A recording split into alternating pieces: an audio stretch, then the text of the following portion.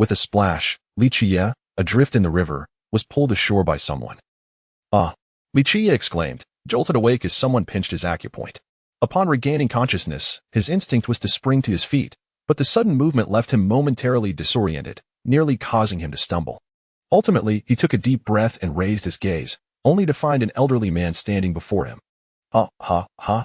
It was I, the old man, who fished you out of the river. The old man chuckled, revealing a mouth with only 3 yellowed teeth, his grin decidedly lewd. Qiye looked along the river, where in the distance, the outline of the immortal demon cave could be faintly discerned. The sight of the cave sent a chill through the 13-year-old Qiye, as an aura emanating from him belied his youthful appearance. After a long moment, Qiye took another deep breath and regarded the old man, finally asking, "What is your name?" "I am the 3 ghosts of the Washing Face ancient sect," the old man replied, still grinning, his 3 yellow teeth prominently displayed, a rather unseemly sight. "The Washing Face ancient sect," Qiye murmured. As memories long buried began to resurface, he had been trapped in the body of a shadow crow for countless millennia. Destiny? No one has yet been able to bear such a burden, the 3 ghosts chuckled. What of the Skywalker immortal emperor?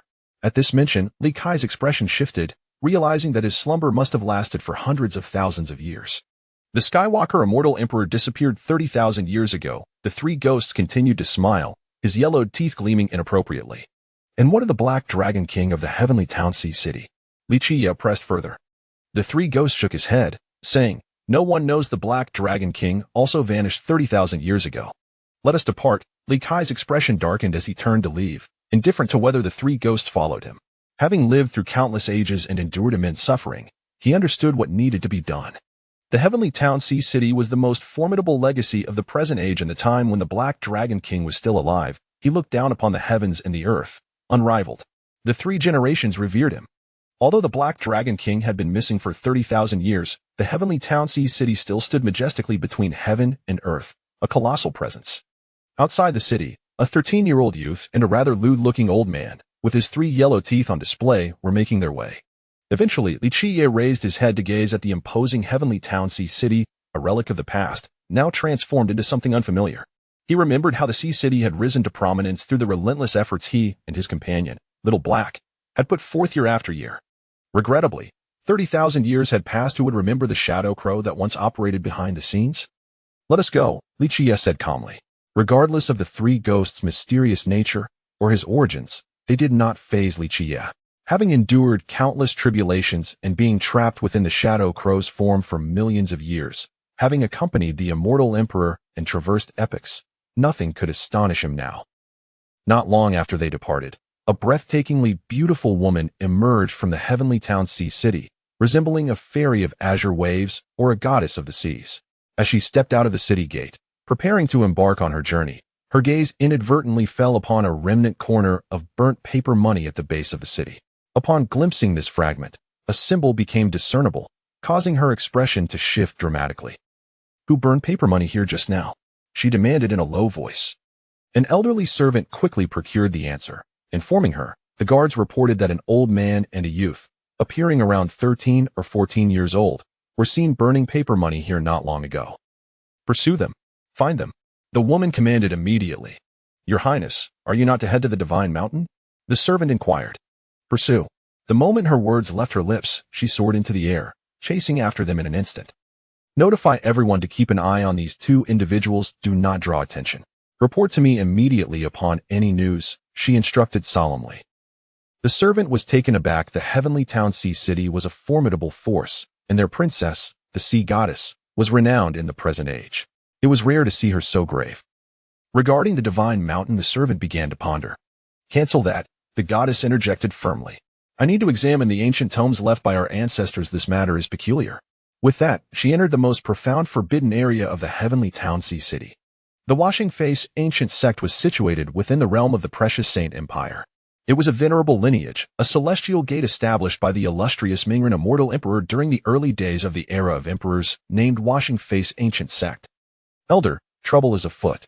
A mortal has arrived, seeking to become our chief disciple," the sect's grand elder was informed by a hurried disciple early one morning.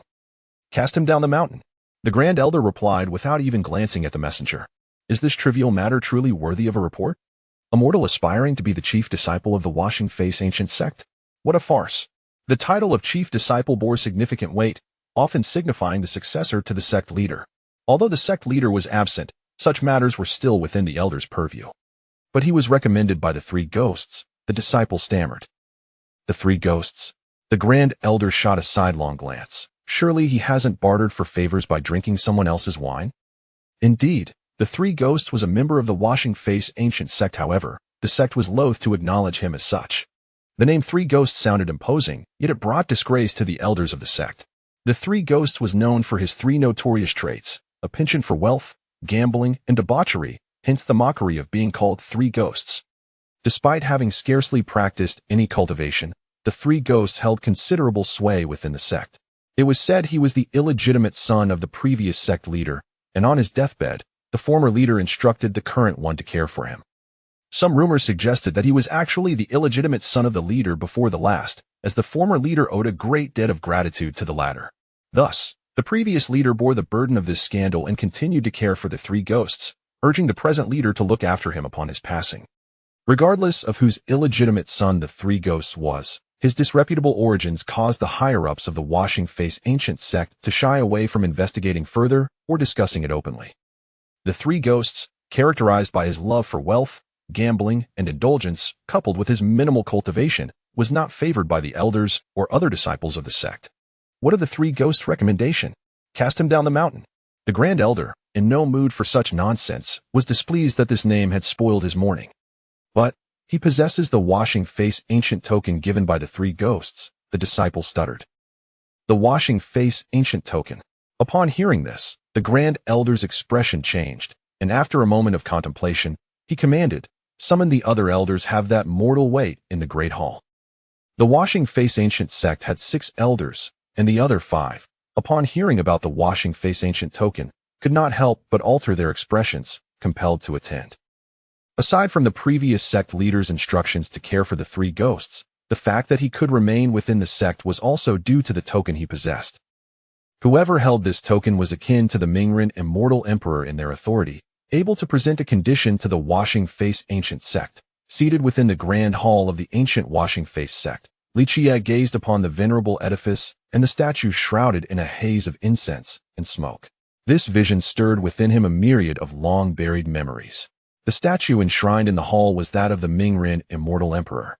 Despite the passage of countless ages, the ethereal figure retained an aura of primordial majesty, soaring high above the heavens, evoking an instinctual sense of reverence. Chapter 2.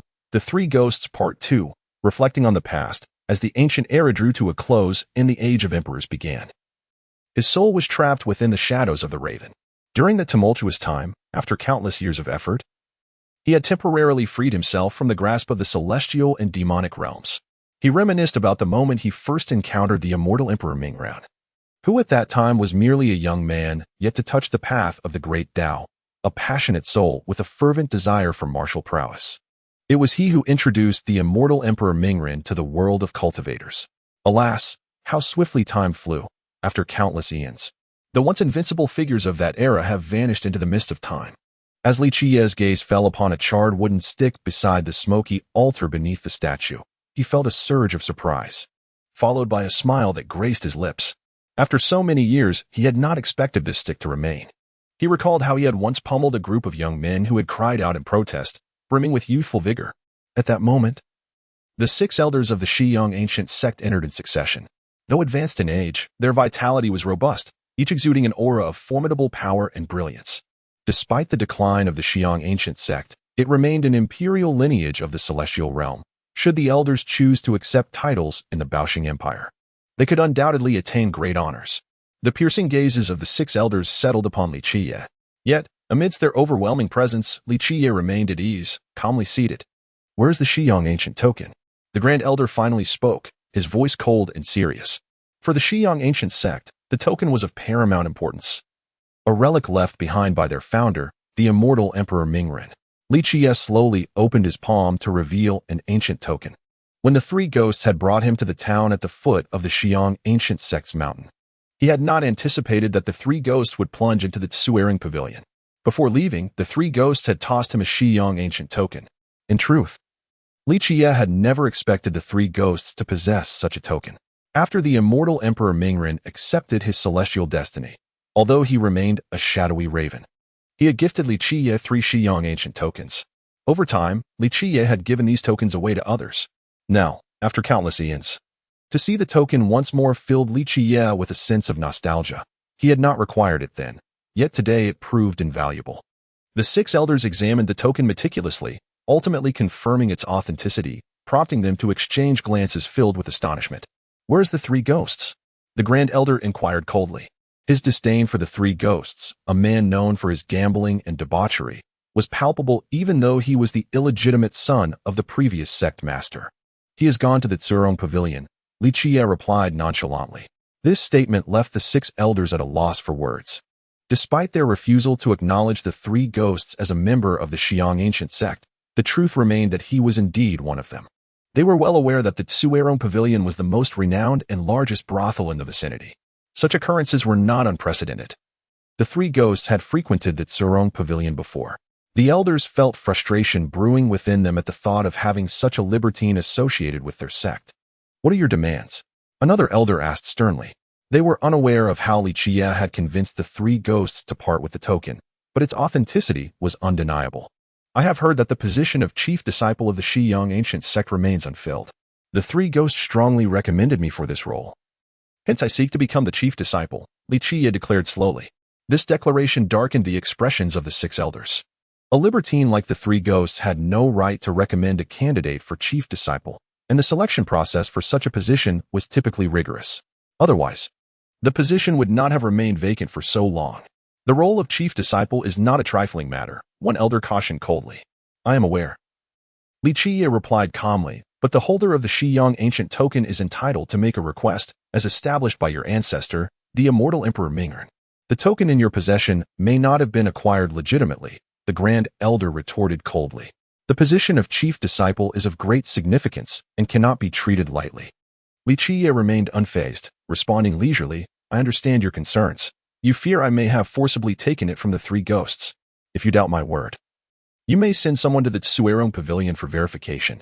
The mention of the Tsurong Pavilion darkened the faces of the 6 elders. Yet they reluctantly dispatched a disciple to confirm the matter. Despite their reluctance to acknowledge Qiye's possession of the Xiyang ancient token, adherence to their ancestral teachings was paramount. Even in their decline, the Xiyang ancient sect could not afford to lose face.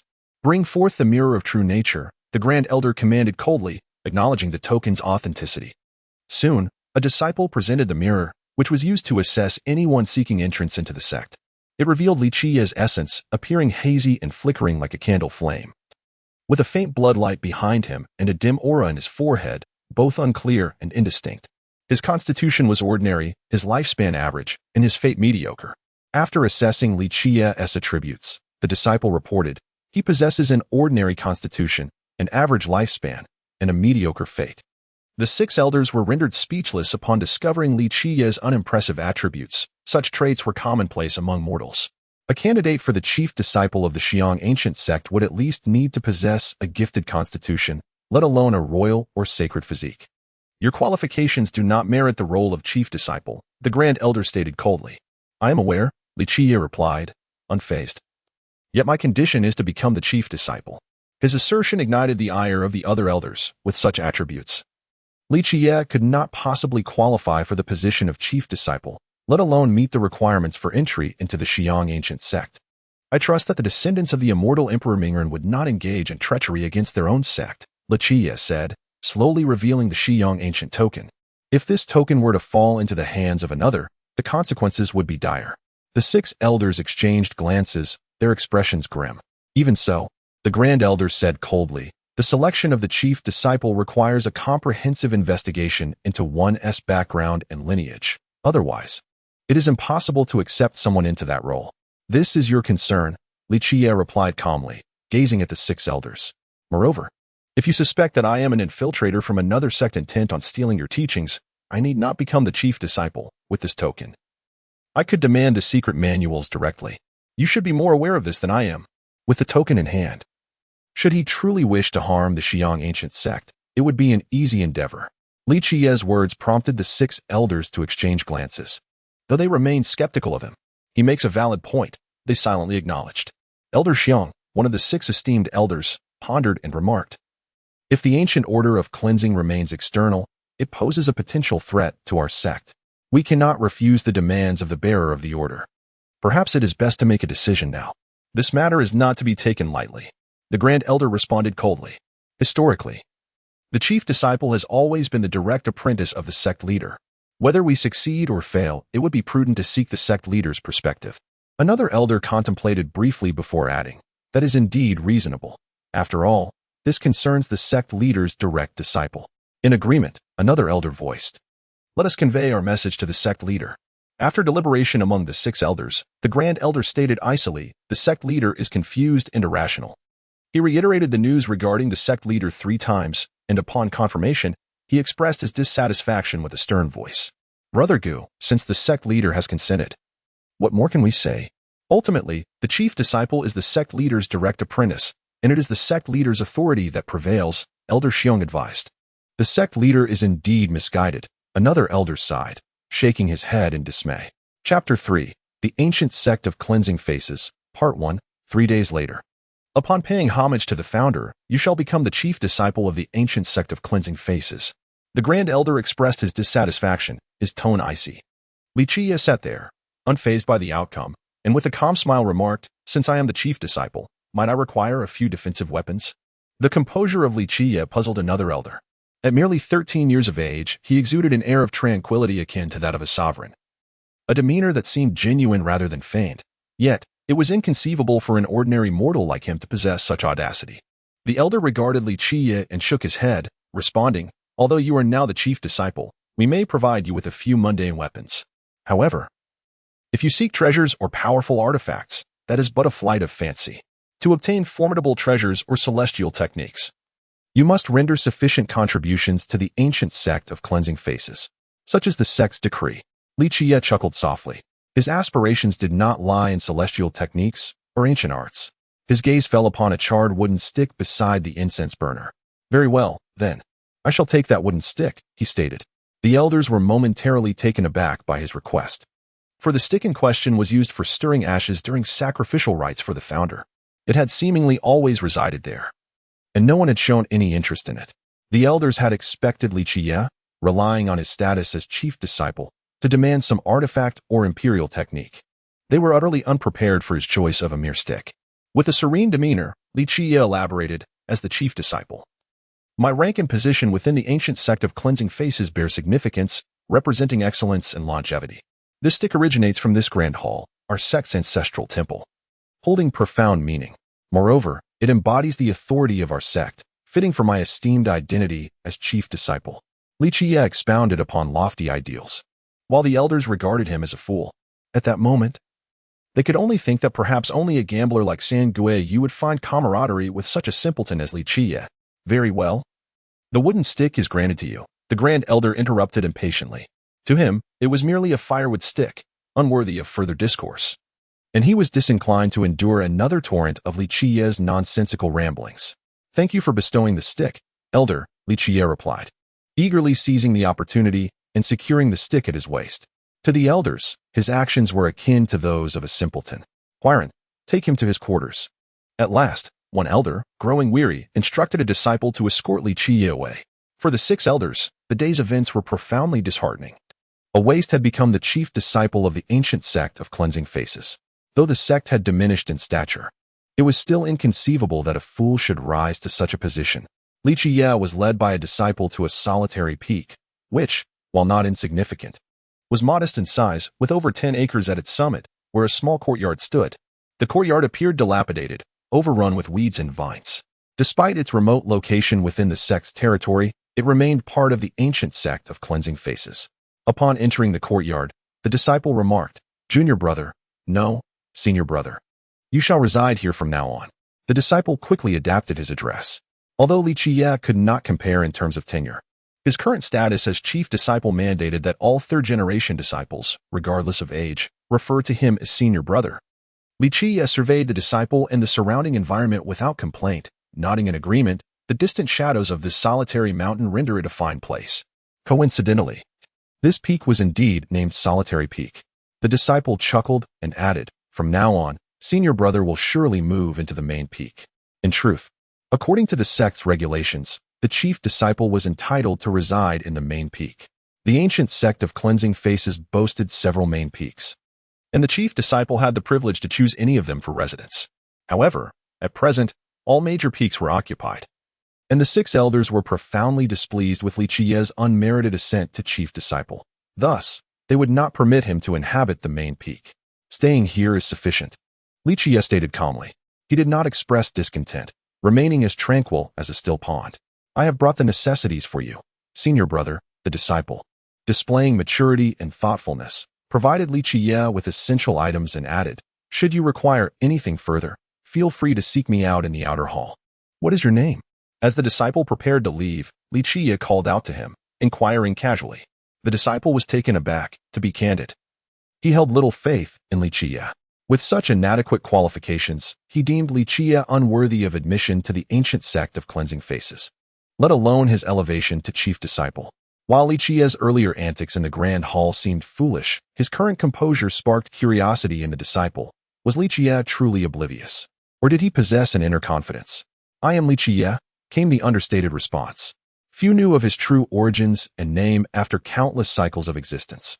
Once Huiran departed, Qiye remained unoccupied, promptly cleaning the small courtyard and tidying the surroundings of Solitary Peak. After his efforts, this long-abandoned peak regained a semblance of vitality. Qiye worked with meticulous order. Were there outsiders present, they might find it hard to believe he was merely a 13-year-old youth. His demeanor was composed and mature, in stark contrast to his youthful appearance. After a day of labor, as dusk approached, Qiye felt both weary and hungry. He settled down at the entrance, taking a moment to catch his breath before grasping the charred wooden stick he had secured at his waist. Gazing at this ashen stick, once used for stirring paper offerings, memories long buried resurfaced, and a bittersweet smile graced his lips. It is said that the celestial emperor, destined by the heavens, possesses the ability to achieve immortality. Yet today, where are the invincible beings like the Mingron celestial emperor and the sun-eating celestial emperor? Qiye tenderly caressed the stick, murmuring, the snake-whipping stick.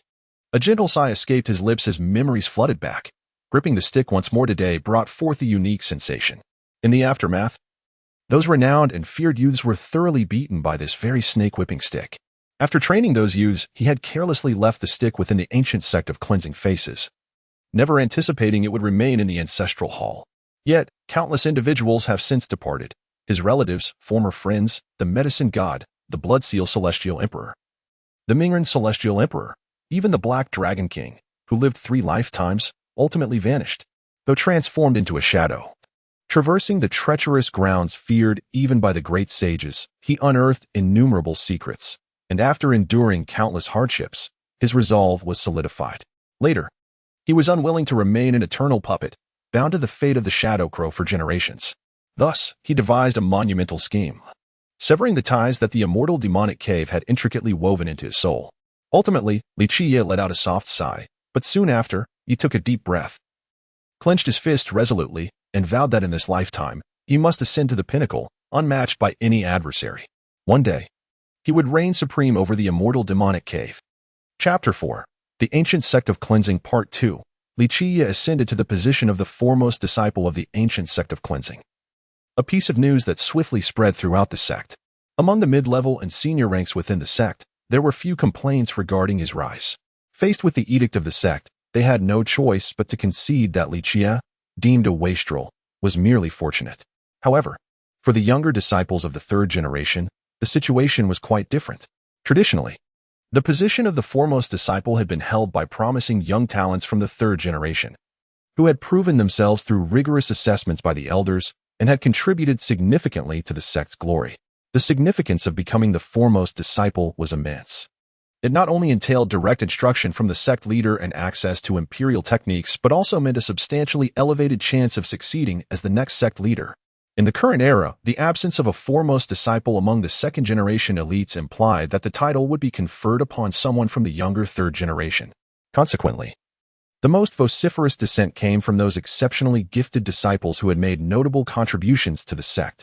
Thus, the announcement of Qiye's new title ignited a wave of discontent within the ancient sect of cleansing. How could an ordinary individual, devoid of extraordinary attributes, be deemed worthy of such a position? One disgruntled genius lamented, declaring that Qiye's ascension was a disgrace to the sect. Other, more seasoned disciples, though begrudgingly accepting, remarked on the fortune that had favored Qiye, lamenting that even the elders had been left with no choice but to abide by the sect's decree. While the foremost disciple may not necessarily become the sect leader, the realization that such a wastrel was now their senior brother, representing the third generation, was unsettling. Whispers circulated among the disciples regarding the soul-cleansing decree, which had previously been in the possession of the infamous Qiye. How had it come to rest in the hands of this individual?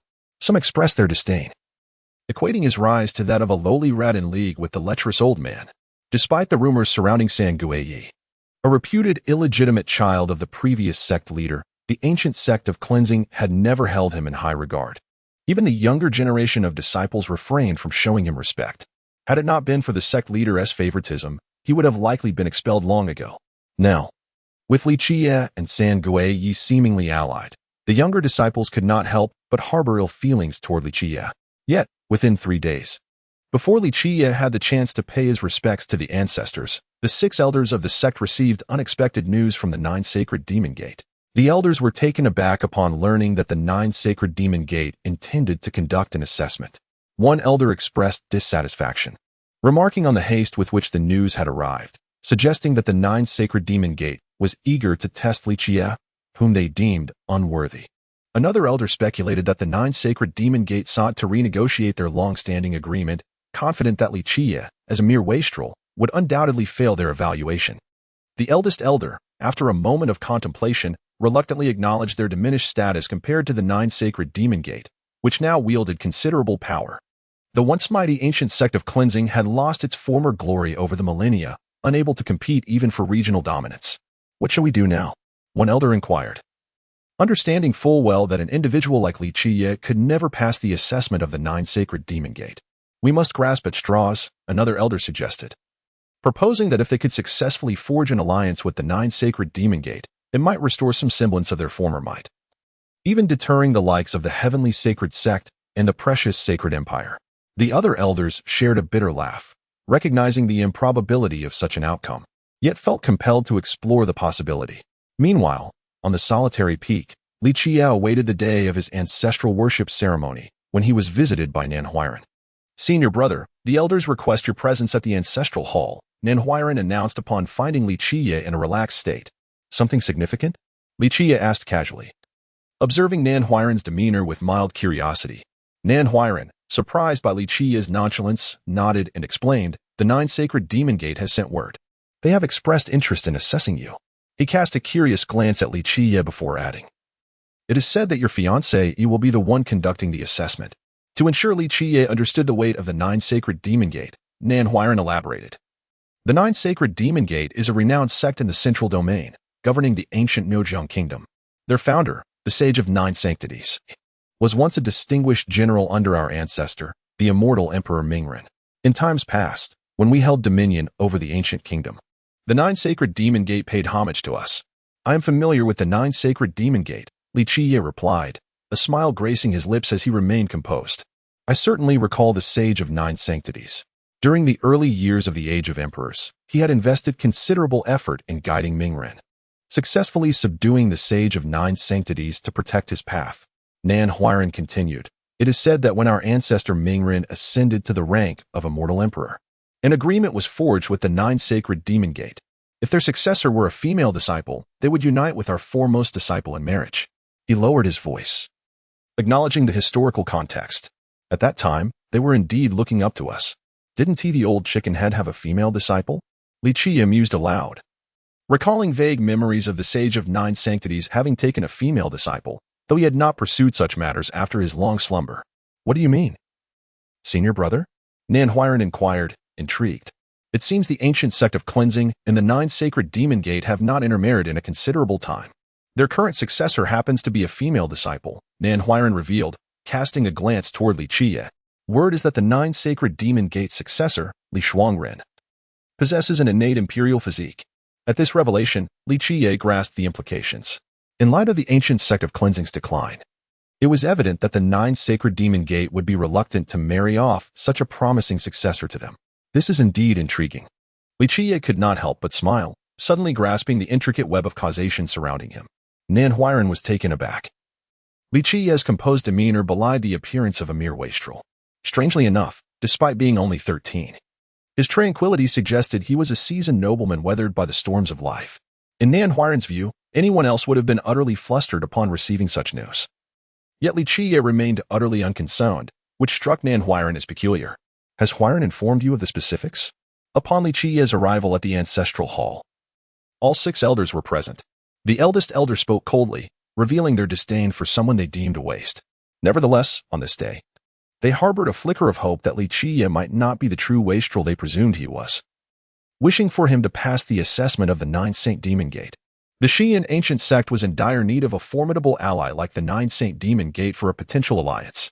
Of course, the elders understood that the chance of this was virtually non-existent, yet they remained undeterred, eager to give it a try. Very well. Should you succeed in the assessment of the 9 demon saints, the sect shall reward you handsomely, the eldest elder stated coldly.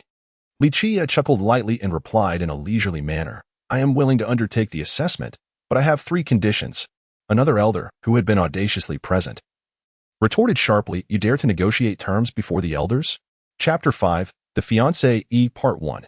In response to the elder's furious roar, other disciples would likely tremble in fear. However, Li Qiye merely smiled, exuding calmness as he spoke. Elder, please do not be angry. My junior brother, Nan, has informed me of the circumstances. If I truly passed the assessment, it would be a significant contribution to the Qiye ancient sect, and a reward for merit is only fitting. It is only right for me to propose conditions. That is something to discuss after you pass. The elder replied coldly, clearly displeased with Li Qiye's provocative demeanor. That can be negotiated. The grand elder nodded slightly and said, Rest assured, as long as you succeed.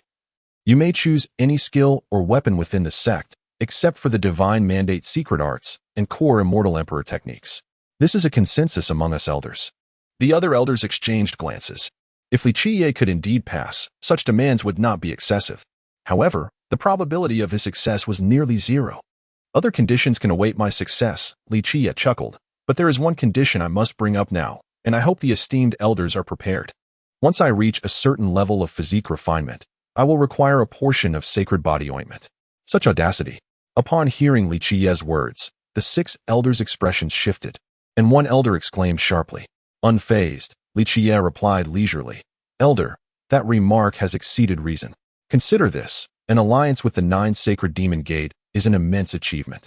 While sacred body ointment is indeed precious, I believe it is worth the price. Humph, sacred body ointment is not easily obtained. The elder expressed his dissatisfaction with a cold snort. The grand elder regarded Li Qiye for a moment before solemnly stating, If you succeed, the request for a portion of sacred body ointment would not be unreasonable. However, the sect currently cannot fulfill this demand. We are still lacking several rare herbs to concoct just one portion. Hearing the grand elder's words, Li Qiye sighed inwardly. It seemed he had overestimated the current state of the Qiye ancient sect. Once, when the Mingren immortal emperor established the sect, its treasures were abundant. Not to mention a mere portion of sacred body ointment. Even immortal body ointment would not have posed an issue. Very well, I shall make a concession. I will settle for imperial body ointment, the finest available. Li Qiye had no choice but to retreat to a lesser request. The 6 elders exchanged glances, and ultimately, the grand elder nodded, saying, I can agree to this, provided you succeed. In response to the grand elder's words, Li Qiye merely smiled and said, However, before I venture to the 9 sacred demon gate, I have one more modest request. None can predict whether I will return alive. Thus I require some skills and a couple of weapons for protection. You are quite shrewd, seeking to profit from the situation, one of the elders, Elder Xiong, scoffed, clearly displeased. Yet, the grand elder remained fair, nodding and stating, Here rests the deal. You may choose one skill and one weapon from those below the hall master level. What do the other elders think? Although the other elders were not fond of Li Qiye's bargaining, they consented to the grand elder's proposal.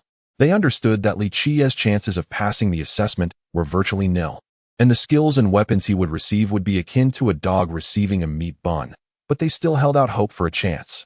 Rest assured, I wouldn't dare to be too greedy, Li Qiye said with a knowing smile. He continued, I have heard that within the sect is a technique called Shimen Blade that offers rapid mastery. So I would like to select this skill and a pair of blades that complement it. Upon hearing Li Qiye's choice, the 6 elders exchanged astonished glances. As they had anticipated more audacious demands from him, perhaps even seeking imperial techniques. Instead, he requested a skill like this. Qiye blade? The Grand Elder pondered for a moment before responding. At this, the elders who were unfamiliar with the Qiye blade were momentarily taken aback. For cultivators, martial skills were indeed of little consequence. Even ordinary techniques surpassed martial arts in value. The elders were surprised that Li Qiye would choose a martial skill, as it reaffirmed their belief that he was simply unworthy. Very well, Tyrant. Take the manual for Qiye blade to Gushin and allow him to choose the finest pair of blades suitable for this technique. The Grand Elder granted Li Qiye's request without hesitation. Do you have any further small requests? The elders were somewhat pleased that Li Qiye had not been overly greedy, so they inquired. I have no more for the moment. Li Qiye replied with a smile. Li Qiye weighed the crescent-shaped short blade in his hand, feeling satisfied, though the blade was not a true artifact for cultivators. It was crafted with a touch of crimson moon gold, making it a fine blade among mortals, capable of cutting hair with ease. However, to cultivators, it was hardly noteworthy. After Tyrant departed, Li Qiye slowly turned the pages of the Qiye blade, reading each word with care. As he delved into the text, the profound meanings of the technique began to emerge in his mind.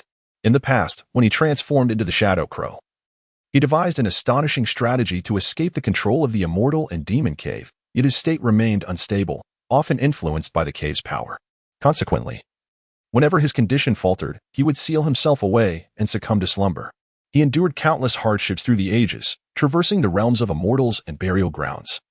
And in an era of chaos, he had once fallen into the hands of invincible powerhouses, experiencing endless tribulations. It was precisely because of this that he had encountered numerous techniques, some even imperial or celestial in nature. As Li Qiye absorbed the teachings of the Qiye blade, all the forgotten profundities resurfaced in his mind. In truth, the absence of techniques like Qiye blade was not unusual, after all. Martial skills were deemed insignificant in the eyes of cultivators, mere trifles. For millions of years, there were likely very few disciples within the Qiye ancient sect who had practiced the Qiye blade, let alone grasped its true essence. In no time, Li Qiye fully comprehended all the principles that emerged in his mind regarding the Qiye blade, and with this understanding, he simply smiled. Although his physique, longevity cycle, and fate palace remained at the level of mortals, rendering him inferior to those geniuses, his countless memories and encounters with numerous techniques and celestial secrets far surpassed those talents. More importantly, as the Shadow Crow, he endured immeasurable suffering, even being imprisoned for millennia without seeing the light of day. After enduring countless tortures, he developed an unparalleled resolve. A heart resolute as adamantine, unshakable by any force. Before the Mingren immortal emperor embarked on his path of cultivation, he was a youth fervently dedicated to martial arts. And it was the Qiye blade that he practiced. Later, as the Mingren immortal emperor embraced his celestial destiny and ruled over the 9 realms, he could not help but reminisce about his youthful endeavors, eventually refining the Qiye blade he once practiced. Of course, this martial skill could not compare to the imperial techniques created by the Mingren immortal emperor, let alone the divine mandate secret arts. The Mingren immortal emperor also did not wish for future generations to practice martial skills, which is why the Qiye blade was carelessly placed in the sect's scripture repository. For millions of years, the disciples who had practiced this blade technique were exceedingly few, let alone those who could comprehend its true profundities.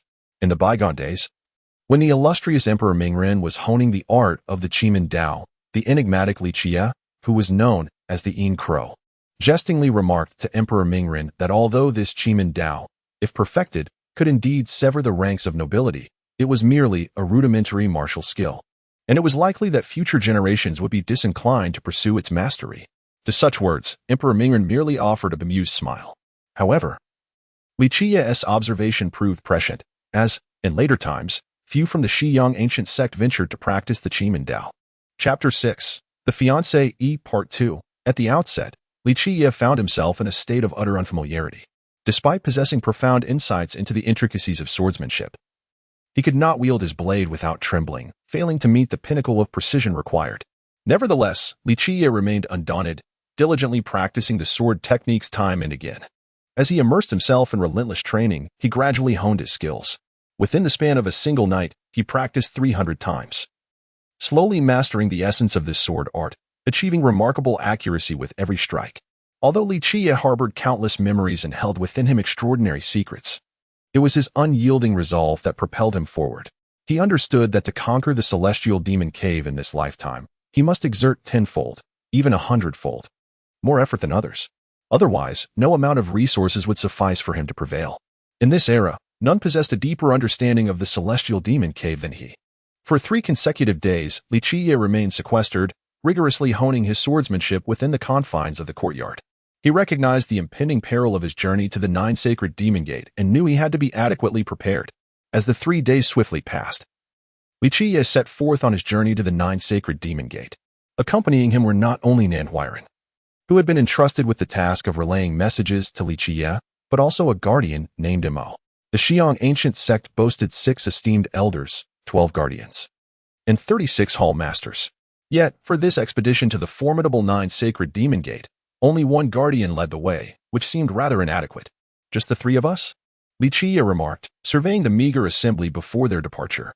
The taciturn Imo, who was also Nanhuiren's master, cast a glance at Qiye, unwilling to engage in further conversation. Conversely, Nanhuiren was a man of considerable charm and social finesse. Upon hearing Qiye's words, he let out a dry chuckle and explained, "Brother, the elders have recently entered seclusion for cultivation and do not intend to participate." Qiye smiled lightly, responding with composure. "Seclusion? They must be afraid of losing face. After all, I have no chance of passing the assessment. For them, as elders, should they personally participate and fail, it would be a minor issue, but they cannot afford the humiliation." Nanhuiren felt a pang of embarrassment as Qiye's words struck a chord. Indeed, he was correct. Qiye had yet to even grasp the basics of cultivation, let alone face the assessment at the 9 sacred demon gate, where he was likely to face repeated humiliation. For the 6 elders, it was evident that Qiye would not pass the assessment. Failure was a foregone conclusion. And the possibility of disgrace was something they could not bear.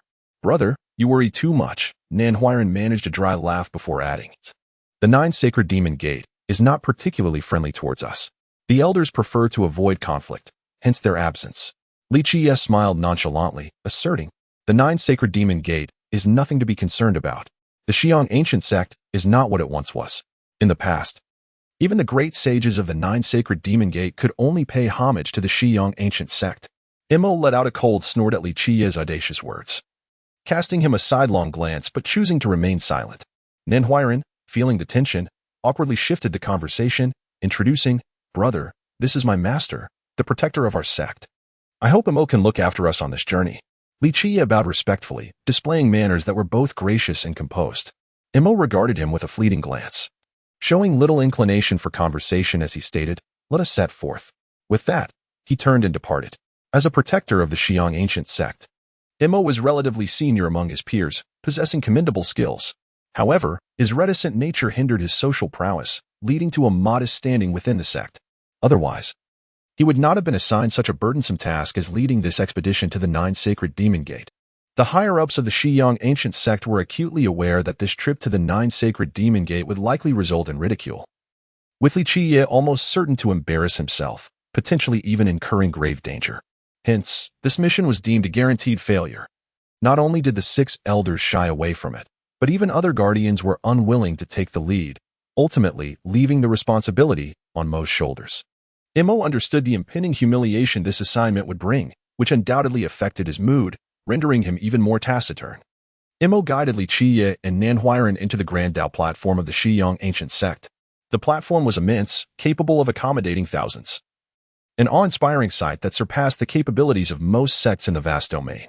This was the very Dao platform crafted by the illustrious Mingren Immortal Emperor, once utilized for expeditions across the boundless realms. With a resonating hum, the disciples of the Xiong ancient sect activated the platform, revealing a massive Dao gate. This gate, forged from divine metal, was inscribed with profound imperial characters.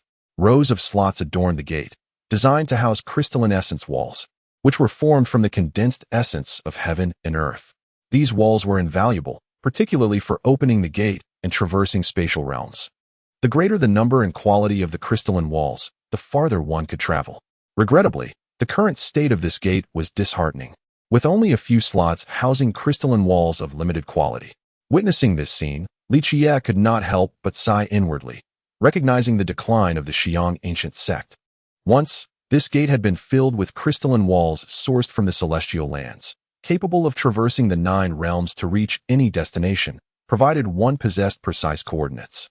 As Mo led Qiye and Nanhuiren through the gate, they were instantaneously transported to their destination. The vast central domain stretched for billions of miles, teeming with countless sects, with numerous kingdoms sprawling across the landscape. Within the realm of kingdoms, there existed colossal entities, each spanning hundreds of thousands to millions of miles. Thus, traversing such distances required more than mere flight. One needed the aid of Dao gates to cross the void. However, only a select few sects possessed the means to establish such gates, primarily those in control of vast territories. With a resounding hum, the 3 of them found themselves at the 9 sacred demon gate, emerging from the Dao gate. As they stepped out, both Mo and Qiye were immediately enveloped by the rich, almost palpable essence of heaven and earth, revealing a captivating celestial panorama before them. The territory of the 9 sacred demon gate was indeed magnificent, spanning thousands of miles with towering mountains, majestic rivers, and ethereal waterfalls. Ancient trees soared skyward, and opulent palaces floated amidst the clouds, while radiant beams of divine light shot upwards, hinting at the extraordinary treasures concealed within.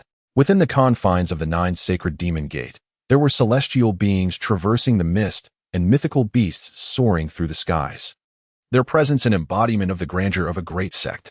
Such an atmosphere made it clear why they held dominion over the kingdoms. In contrast, the Qiang ancient sect appeared akin to a frail elder nearing the end of their days. Witnessing this spectacle, both Mo and Nanhuiren were momentarily entranced. Although it was not their first visit to the 9 sacred demon gate, the sight before them evoked a sense of nostalgia.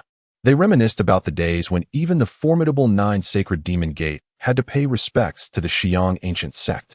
Regrettably, the glory of yesteryears had faded, and the Qiang ancient sect now found itself in decline, reduced to a position of reliance upon the 9 sacred demon gate.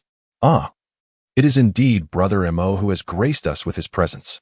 It has been far too long. When Mo Hufa and his 2 companions descended from the Dao platform, they were met by an elder and a disciple from the Jiao Shengyao men. News of the assessment had already reached the Jiao Shengyao men from the Shiyin Gupai, thus they were well prepared for the occasion.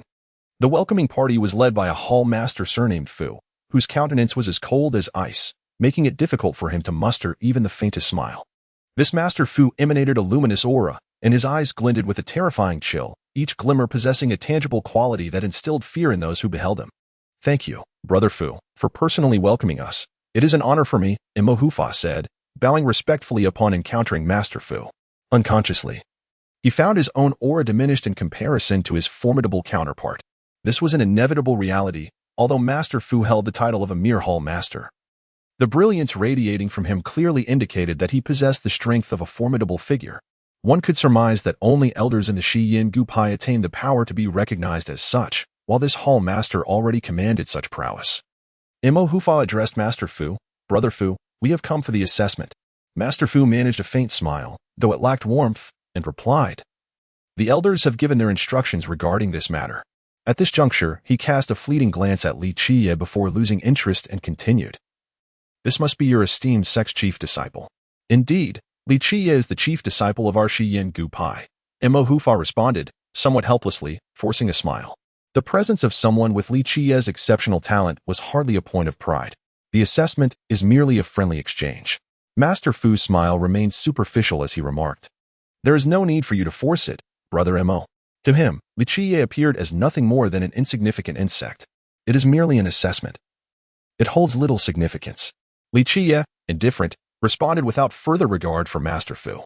With a cold snort, Master Fu chose to ignore Qiye and said to Mo Hufa, "Please follow me, Brother Mo." For him, conversing with someone of Qiye's stature felt beneath his dignity. Mo Hufa could not help but cast a disapproving glance at Qiye. Thanks to the reader, Time-Space Plunderer, for the cover art. Regarding the update schedule, the first update will be at 9 a.m., the second at 5 p.m., and should there be a surge, it will be before 10 p.m. We welcome all readers to enjoy the latest and most popular serialized works. Mobile users may visit Reading. Chapter 7, The 9 Sacred Demon Gate, Part 1. Deputy Hall Master Fu led Mo Protector and the other 2 into a courtyard of moderate size. In the context of the 9 Sacred Demon Gate, this was merely a modest accommodation for ordinary guests. After settling Mo Protector and his companions, Deputy Hall Master Fu exchanged only a few polite words before departing, his demeanor notably indifferent. As for Mo Protector, having prepared himself for potential embarrassment during this mission, he felt no anger, only silence. Once Deputy Hall Master Fu had arranged for the trio, he hurriedly ventured deep into the territory of the Nine Sacred Demon Gate.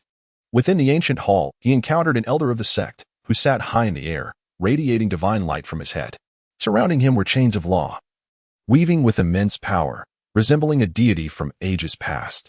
How does the chief disciple of the Qiye ancient sect fare? The elder's voice resonated like thunder, though this formidable sound was contained within the ancient hall.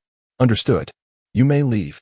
His voice was robust and thunderous, instilling a sense of trepidation, even with his eyes closed.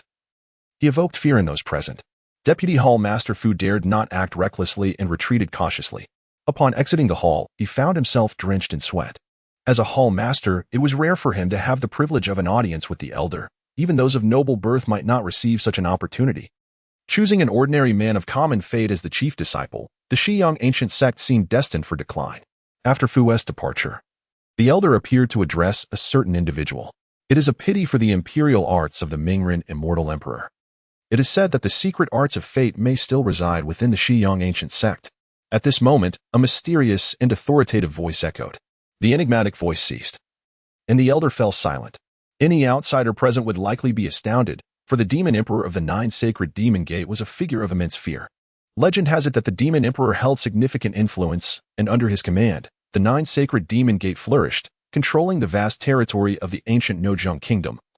Unchallenged by any sect, this dominance was not solely due to the strength of the Nine Sacred Demon Gate, but also the contributions of the demon emperor himself.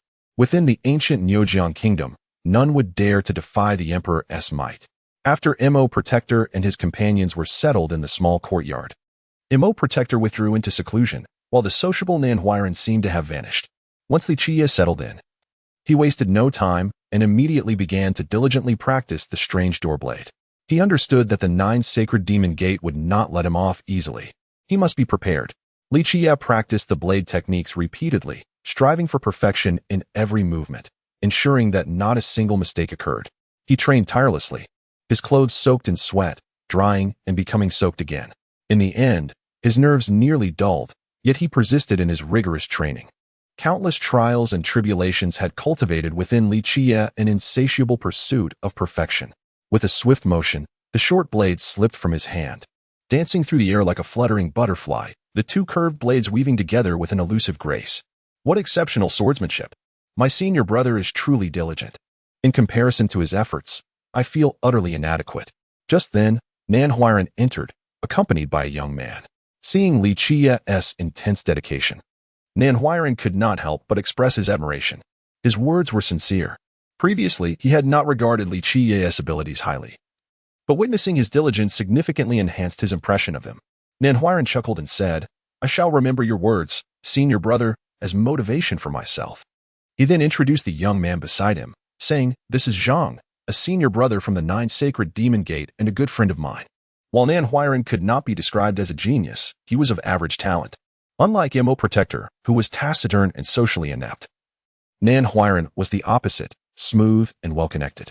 As an external hall master, he had delivered messages to the elders several times, thus forming numerous acquaintances within the Nine Sacred Demon Gate, although none were particularly notable, merely ordinary disciples. The disciple named Zhang was not a significant figure within the Nine Sacred Demon Gate. To him, Qiye, an ordinary mortal, was inconsequential. He barely acknowledged Qiye, offering only a nod out of respect for Nanhuiren. In his eyes, those practicing martial arts like Qiye were insignificant. Since it's your first visit to the Nine Sacred Demon Gate, why not accompany us for a stroll to familiarize yourself with the surroundings? Nanhuiren kindly invited Qiye. Upon hearing this, Qiye reflected for a moment before smiling and responding, "That sounds fine." Nanhuiren quickly turned to Zhang, saying, "Brother Zhang, you'll have to play the role of tour guide this time." "Of course," Zhang replied, though he was reluctant to engage with Qiye. His disinterest was evident, as he barely spared him a glance, only acknowledging him due to Nanhuiren's presence. Were it not for the promise made by the great sage of the Nine Sacred Demon Gate years ago, it was likely that the gate would not have recognized the marriage proposal at all. The reluctance to engage in a union had led to the demand for Qiye to undergo an assessment. aimed at dispelling the Shiyang ancient sect's aspirations for a marriage alliance. As the host, Zhang led Nan Huairan and Li Qiye on a tour of the 9 sacred demon gate. Naturally, he had little desire to converse with Li Qiye, occasionally exchanging words with Nan Huairan, treating Li Qiye as if he were invisible. However, as they walked along the mountain paths of the 9 sacred demon gate, they attracted the attention of several disciples, who whispered among themselves, "Is that the chief disciple of the Shiyang ancient sect?" One disciple squinted from a distance, noticing Li Qiye's ordinary appearance and wrinkling his brow. Other disciples scoffed dismissively, saying, "The Shiyang ancient sect is a third-rate sect, and an ordinary man can become their chief disciple? Their chief disciple is hardly worth anything. How could such a commoner even think of marrying sisterly? It's akin to a toad dreaming of eating swan meat, not even glancing in the mirror to see his own appearance." Disciples were vocally disdainful, with some expressing their indignation, wishing to confront Li Qiye directly. As the tour guide, Zhang felt increasingly uncomfortable, aware of the disapproving glances from his peers. Consequently, he quickened his pace, distancing himself from Li Qiye, adopting an attitude of detachment. Li Qiye, however, remained unfazed, leisurely observing the scenery of the 9 sacred demon gate, unaffected by the opinions of others. "Senior brother, you must be cautious. The heirs of the 9 sacred demon gate have countless suitors. Be wary of their potential malice." Nan Huairan kindly warned Li Qiye in a low voice. "It's just a woman. Is it really worth fretting over?" Li Qiye glanced at Nan Huairan and replied calmly. He had encountered many stunning and extraordinary women before and did not place any significance on the so-called fiancée, merely an inconsequential matter. Li Qiye's words startled Nan Huairan, who hurriedly whispered, "Senior brother, this is the 9 holy demon gate. We must not be reckless." Li Qiye chuckled softly, finding no inclination to elaborate further. Since the 9 holy demon gate had chosen to assess him, he too was determined to gauge the remnants of its profound legacy. Unbeknownst to them, they arrived at the dueling arena of the 9 holy demon gate, a place accessible to all within the gate. Upon entering the arena, one immediately felt a sense of insignificance. The dueling arena was vast, and standing within its expansive confines made one feel exceedingly small, akin to an ant upon the boundless earth. Chapter 8, The 9 Sacred Demons, Part 2. The duel arena was enveloped in a mysterious and formidable power. Its vast expanse paved with black stones, each inscribed with the profound runes of the great sage. The energy that permeated the arena emanated from these stones, casting a protective shroud over the battleground to prevent its destruction during combat. This was indeed a duel arena of great sage caliber, though it was not his first visit. Nan Huairan was once again awed by the grandeur and solemnity of the atmosphere. The disciple surnamed Zhang, unable to suppress his pride, boasted, "This arena was crafted by our esteemed founder, capable of withstanding the forces of a great sage's battle." The stature of this duel arena indeed reflected the profound heritage of the 9 sacred demons, a point of pride for many sections. "I remember our Shiyang ancient sect once possessed a legendary duel arena," Nan Huairan murmured, but his voice trailed off, reluctant to elaborate further. Regrettably, for reasons unknown, that arena had been sealed, and no one from the Shiyang ancient sect had managed to unlock it since.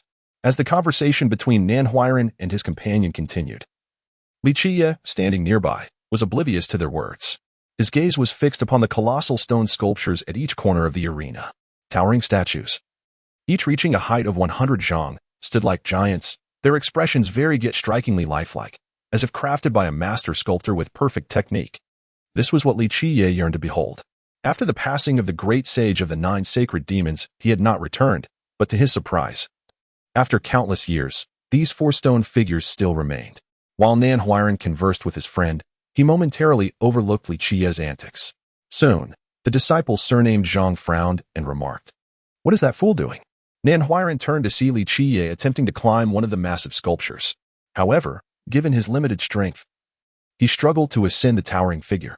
Meanwhile, a number of disciples gathered outside the arena, chuckling at Li Qiye's rural demeanor as he touched and examined the statue, speaking softly as if he had never seen such a colossal figure before.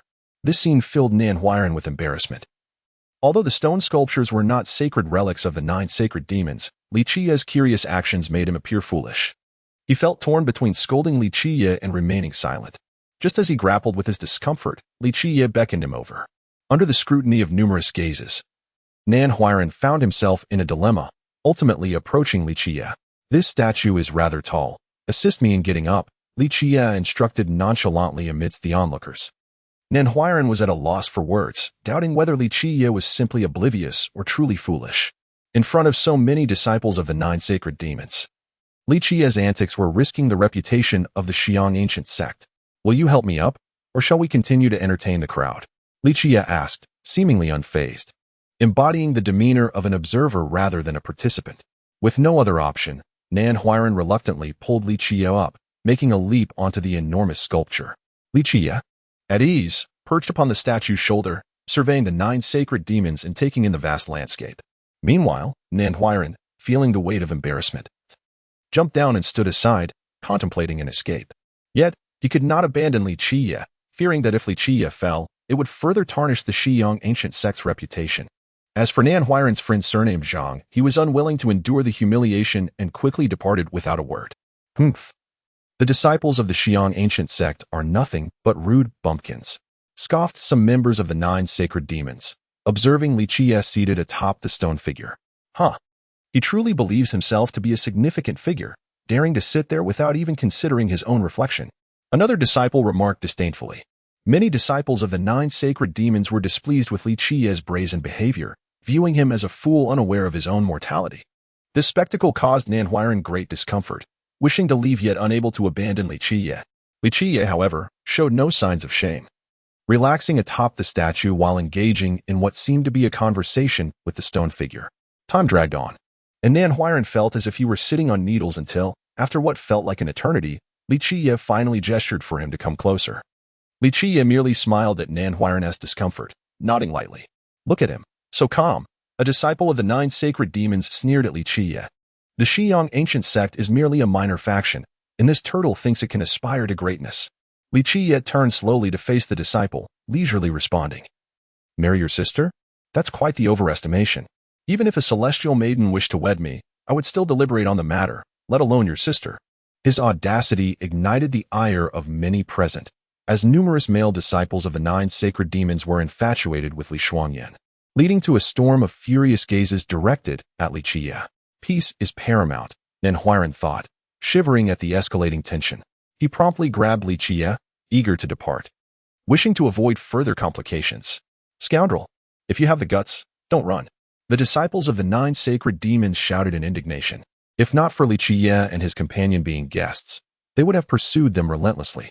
"Senior brother, the 9 sacred demons are not to be trifled with. A step back leads to a broader horizon. Patience will see us through," Nan Huairan urged, fearing for their lives. "What is there to endure?" Li Qiye responded with a carefree smile. "When the enemy comes, we shall confront them. When the flood arrives, we shall bury it." Nan Huairan felt a wave of despair wash over him, regretting his association with such a troublesome character. The potential union between the Xiang ancient sect and the 9 sacred demons had already stirred discontent among many young disciples. Li Shuangyan, the pride of the 9 sacred demons, was revered by many, and the thought of her being promised to the chief disciple of the Xiang ancient sect, a mere mortal, incited fury among the younger disciples. To the young disciples of the 9 sacred demons, the Xiang ancient sect was a faded, insignificant faction unworthy of such an alliance, especially with a chief disciple deemed a worthless commoner. The matter of the alliance has tarnished the dreams of many young disciples, leaving them with a sense of indignation towards Li Qiye. It is uncertain how many of the younger male disciples would relish the opportunity to crush him. Among them is Du Yuanguang, who harbors a deep disdain for Li Qiye. A disciple from the Jiuxing demon sect, Du Yuanguang possesses considerable talent, earning him the moniker of a young genius within the sect. In just 5 years since his initiation, he has already reached the pinnacle of the palace-breaking realm. If he successfully endures this year's trials, he will be granted the status of a key disciple within the Jiuxing demon sect. Within the sect, Du Yuanguang is undoubtedly one of the most ardent admirers of the goddess, Li Shuangyan. When the Jiuxing demon sect was selecting disciples, it was Li Shuangyan who presided over the process as Du Yuanguang sought to join. Upon first encountering her, he was utterly captivated, believing that her selection of him was a sign of her favor.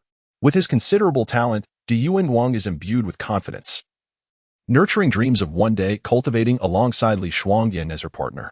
Now, the unforeseen alliance with the Xiang ancient sect has ignited within Du Yuanguang a deep-seated animosity towards Li Qiye, a man he has never even met. Particularly infuriating was Li Qiye's dismissive remarks towards Li Shuangyan in the duel arena today, provoking an uncontrollable fury within Du Yuanguang. How dare this ignorant wretch, a mere mortal, speak so arrogantly? If he is not taught a lesson, he will remain oblivious to the vastness of the heavens and the depth of the earth. Thus, upon hearing those words, Du Yuanguang's gaze turned icy, and murderous intent surged within him. Chapter 9. A Ruthless Murder, Part 1. The following day, as dawn broke, Li Qiye rose early and insisted on dragging Nanhuiren to meander around the vicinity of the Nine Saints Demon Gate. He was eager to ascertain what remnants of strength remained within the Nine Saints Demon Gate. Nanhuiren was decidedly unwilling, whether Li Qiye was a fool or merely reckless. His instincts warned him that Li Qiye was undoubtedly a troublemaker, and being seen with him could lead to dire consequences. Nonetheless, Li Qiye paid no heed to Nanhuiren's reluctance and strode away, leaving Nanhuiren with no choice but to follow, grimacing. For he could not afford to explain any mishaps that might befall Li Qiye before the assessment. However, the moment the two stepped outside, they were confronted by none other than the prodigious outer disciple, Du Yuanguang, along with a cadre of several other disciples from the Nine Saints Demon Gate. Many disciples had long harbored grievances against Li Qiye, but had refrained from confronting him until now, with Du Yuanguang leading the charge. They were all too eager to teach the so-called waste that was Li Qiye a lesson. "Ah, it's Brother Du. A pleasure to finally meet you," Nanhuiren exclaimed, his expression shifting as he recognized the hostility in Du Yuanguang's approach. He stepped forward, attempting to extend a gesture of goodwill. Du Yuanguang dismissed him with a cold glance, uttering, "Nanhuiren, this is none of your concern. Step aside, or you shall face the consequences alongside him." Such words made Nanhuiren's face pale, yet he, being a master of diplomacy, stifled his emotions and bowed slightly, inquiring, "Brother Du, what seems to be the issue?" Ignoring him entirely, Du Yuanguang's icy gaze remained fixated on Li Qiye, radiating an aura of impending violence. Li Qiye merely glanced at him, sauntering forward with an air of nonchalance, and retorted, "Good dogs don't block the way. If you don't wish to be a dog, then scurry aside." Upon hearing this, Nanhuiren's heart sank, realizing that the situation had taken a turn for the worse. Indeed, the murderous intent emanating from Du Yuanguang and his entourage was palpable. "How dare you, a mere insect from the lowly washing-face ancient sect, prance about in the Nine Saints Demon Gate?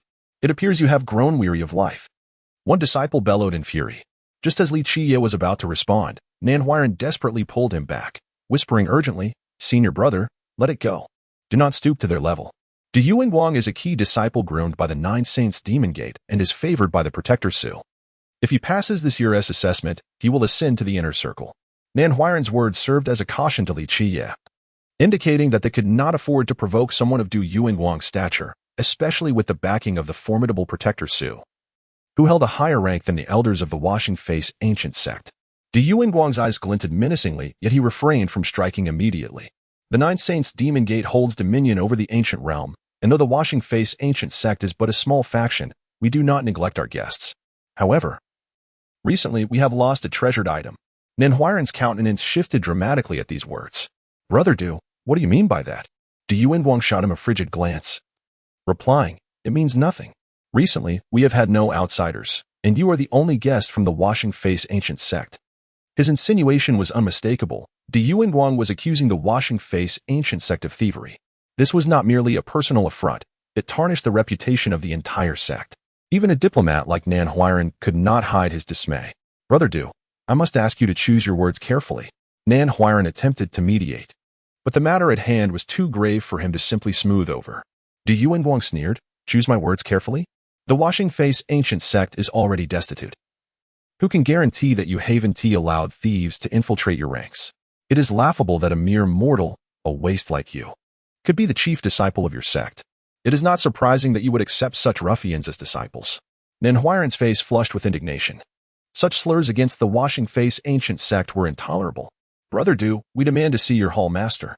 This matter must be addressed," Nanhuiren asserted, unwilling to back down, for it concerned the ancient reputation of his sect. Du Yuanguang smirked, a glint of confidence in his eyes. "See the hall master? Nanhuiren, it is not that I lack the courtesy, but with you and your waste of a chief disciple, you are not worthy of meeting our hall master. Your sect is merely a fringe faction. My master is a figure of great renown. If your elders were to seek an audience, perhaps that would suffice." But you are not worthy, especially not with a waist like him.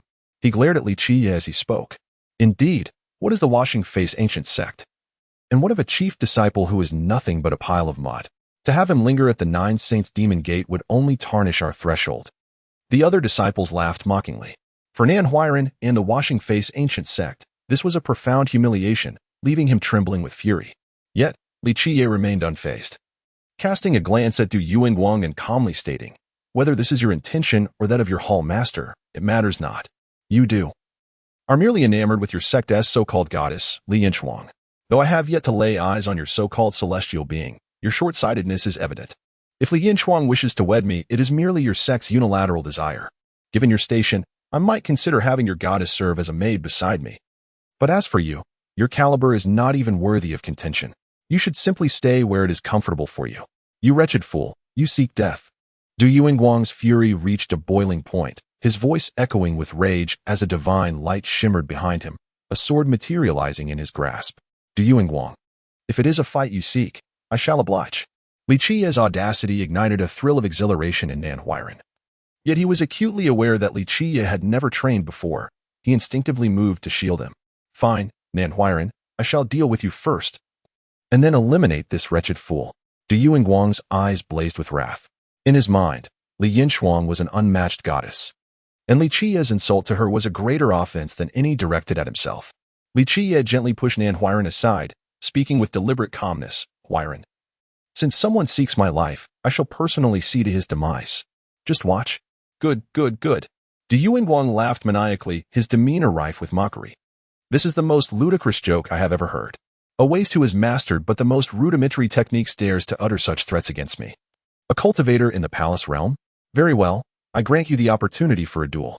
The other disciples of the Nine Saints Demon Gate erupted in laughter, their pity evident as they gazed at Qiye. Martial skills against the arts of the Tao. The disciples of the washing-face ancient sect are utterly ignorant of the most basic principles. How pitiful. Qiye, uninterested in their jeers, replied languidly, "Very well. Let us settle this at the dueling grounds." He could hardly muster the energy for a second word, and promptly made his way to the dueling ground. This left Nanhuiren utterly alarmed. He hurriedly grasped Qiye's arm and whispered, "Brother, you must not. Du Yuanguang has already attained the pillar level of the palace-breaking realm. You are no match for him. What's the big deal about the palace-breaking realm? He is not a royal. Even if he were a noble from the Nine Sacred Demon sect, if he provokes me here, I would crush him into a paste." Qiye replied with a faint smile, brushing aside Nanhuiren's concerns. For a moment, Nanhuiren was left dumbfounded. His first thought was that Qiye had lost his mind. Having only recently joined the Xiang ancient sect, Qiye had yet to practice even the most fundamental Taoist techniques. He had merely dabbled in a peculiar swordsmanship, a person who had never cultivated Taoist arts. No matter how skilled in martial techniques, could never hope to challenge a practitioner. The chasm between martial arts and Taoist techniques was insurmountable, especially considering Du Yuanguang was a master of the palace-breaking realm. While Nanhuiren was lost in thought, Qiye had already walked far ahead, his voice echoing back, I'll see you at the dueling ground." "Ah, the ignorant truly are pitiable," Du Yuanguang sneered. "Since you seek death, I shall oblige. I do not mind using a sledgehammer to kill a chicken. Brother Du, a single strike will suffice to deal with him." One of Du Yuanguang's disciples laughed. Whether it was Du Yuanguang or the disciples of the Nine Sacred Demon sect, they all regarded a martial artist challenging a practitioner as an act of folly. In the face of Taoist arts, martial techniques were mere trifles, insignificant. Moreover, Du Yuanguang was a prodigy of the palace-breaking realm. Dispatching someone like Qiye, deemed a waste, would be as effortless as raising a hand. Chapter 10. Eyes that do not blink when killing, Part 2. The news of Qiye's challenge to Du Yuanguang spread rapidly among the disciples of the Nine Saint Demon Gate, intentionally amplified by those around Du Yuanguang. Was Du Yuanguang being challenged? Within the Nine Saint Demon Gate, Du Yuanguang had already garnered some renown. Having entered the sect for 5 years and already reaching the realm of open palaces, he could indeed be considered a minor prodigy. Such talent, if placed in the cleansing incense ancient sect, would qualify him as a true genius disciple. Even senior brothers and sisters who had joined the sect earlier were astonished upon hearing this news, remarking, Du Yuanguang is a disciple favored by Protector Su. Although his golden wolf physique is acquired, it is still a formidable constitution. What realm has this chief disciple of the cleansing incense ancient sect reached? Some senior brothers and sisters who had just emerged from seclusion had not yet heard of Qiye's exploits, so they couldn't help but inquire with curiosity. Huh. Senior brother Shang, you worry too much. Not to mention that a second-rate sect like the Cleansing Incense Ancient Sect could not possibly produce any experts. Moreover, you may not know, but this chief disciple of the Cleansing Incense Ancient Sect is a good-for-nothing, possessing a mundane physique, mundane wheel, and mundane fate. He has only been a disciple of the Cleansing Incense Ancient Sect for less than 2 days and, I hear, has only cultivated martial techniques. Without even practicing the most basic Taoist methods, a disciple said with a laugh. Upon hearing this, those senior brothers and sisters who were unaware of Qiye's background found it unbelievable. A martial artist challenging a cultivator? Wasn't this courting death? Ignorance is fearless, truly pathetic. Hearing such words, a senior brother shook his head, losing all interest in watching. This was a foregone conclusion. Du Yuanguang could kill the martial artist with a single sword strike. As for some of the 9 Saint Demon Gate disciples who were of similar age to Du Yuanguang, they were excited by this auspicious event. One disciple laughed heartily, saying, "Let's go watch senior brother Du slaughter a chicken." The people of the Cleansing Incense Ancient Sect are ignorant of their own mortality. A bunch of bumpkins from the sticks who don't know the immensity of the heavens and the earth, daring to provoke our 9 Saint Demon Gate. They're tired of living. Such news also quickly reached the ears of some hall masters and protectors of the 9 Saint Demon Gate. Some hall masters and protectors shook their heads, saying, "This is outrageous." However, some protectors had ulterior motives, saying faintly, "Perhaps this matter is a good thing. Killing a piece of trash is meaningless." But the ignorant juniors of the Cleansing Incense Ancient Sect have provoked our 9 Saint Demon Gate, disgracing us. If the matter escalates, they will have to redeem themselves and offer compensation. These words caused the eyes of some hall masters and protectors to flicker. The Cleansing Incense Ancient Sect had declined, but it was still an immortal emperor's lineage. Rumor had it that the Cleansing Incense Ancient Sect still possessed immortal laws and emperor's techniques. Countless individuals coveted the inheritance of Emperor Mingren. For the current 9 Saint Demon Gate, even if a protector were to take action, they might be able to seize the emperor's techniques from the Cleansing Incense Ancient Sect. However, regarding the Cleansing Incense Ancient Sect, the demon emperor of the 9 Saint Demon Gate had never expressed an opinion, and the elders of the sect remained silent on the matter. Otherwise, with a single command from the demon emperor, someone might have already taken action to seize the emperor's techniques from the Cleansing Incense Ancient Sect, let alone discuss marriage. While some of the middle and upper echelons of the 9 Saint Demon Gate harbored their own thoughts, Qiye was already standing in the dueling arena. Many of the younger generation disciples of the 9 Saint Demon Gate rushed over to join in the spectacle. For the younger generation disciples of the 9 Saint Demon Gate, slaughtering a good-for-nothing like Qiye was a foregone conclusion. Many of the younger generation disciples simply wanted to see how Du Yuanguang would torture a piece of trash like Qiye. As Du Yuanguang stepped into the dueling arena, a disciple of the 9 Saint Demon Gate shouted, "Senior brother Du, sever his head with one strike." Another disciple yelled, "Killing him with one strike would be too easy on him. He insulted senior sister Li and disgraced our 9 Saint Demon Gate. We should first slice off his flesh piece by piece." In particular, admirers of Li Yin Shuang, the successor of the 9 Saint Demon Gate, upon hearing that Qiye had insulted Li Yin Shuang, were so enraged that they wished they could tear Qiye to pieces. Those who offend our 9 Saint Demon Gate must be exterminated. Junior brother Du, don't rush to kill him. First, sever his hands and feet, and let the Cleansing Incense Ancient Sect come to redeem him. Let the people of the Middle Domain, and even the entire Emperor's territory, know that there will be no good end for those who oppose our 9 Saint Demon Gate. A senior brother also spoke up. For a time, the disciples of the 9 Saint Demon Gate clamored, seeing Qiye as nothing more than meat on the chopping block, at Du Yuanguang's mercy. In the dueling arena, Qiye glanced at Du Yuanguang and said, "Are the disciples of your 9 Saint Demon Gate all style and no substance? All they can do is shout. Ignorant little beast, this seat's first sword will pin you to the ground." Du Yuanguang's face turned cold, and he said grimly, "Court death." Qiye's utter contempt infuriated Du Yuanguang. He was a minor prodigy, yet today he was looked down upon by a martial artist.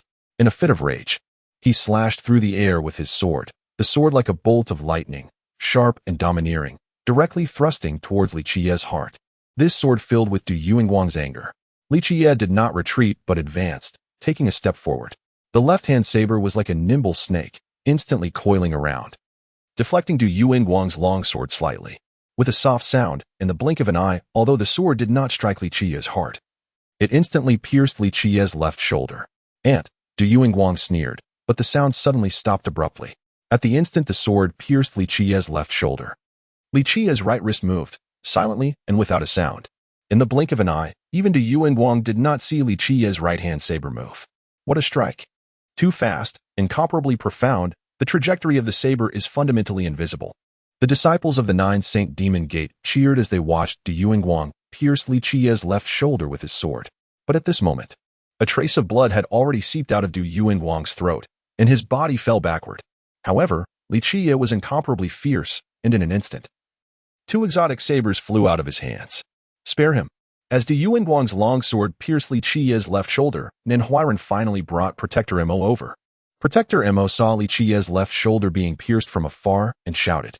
However, as Du Yuanguang's body fell to the ground, 2 short blades crossed each other with incomparably mysterious changes, instantly slicing through Du Yuanguang's body.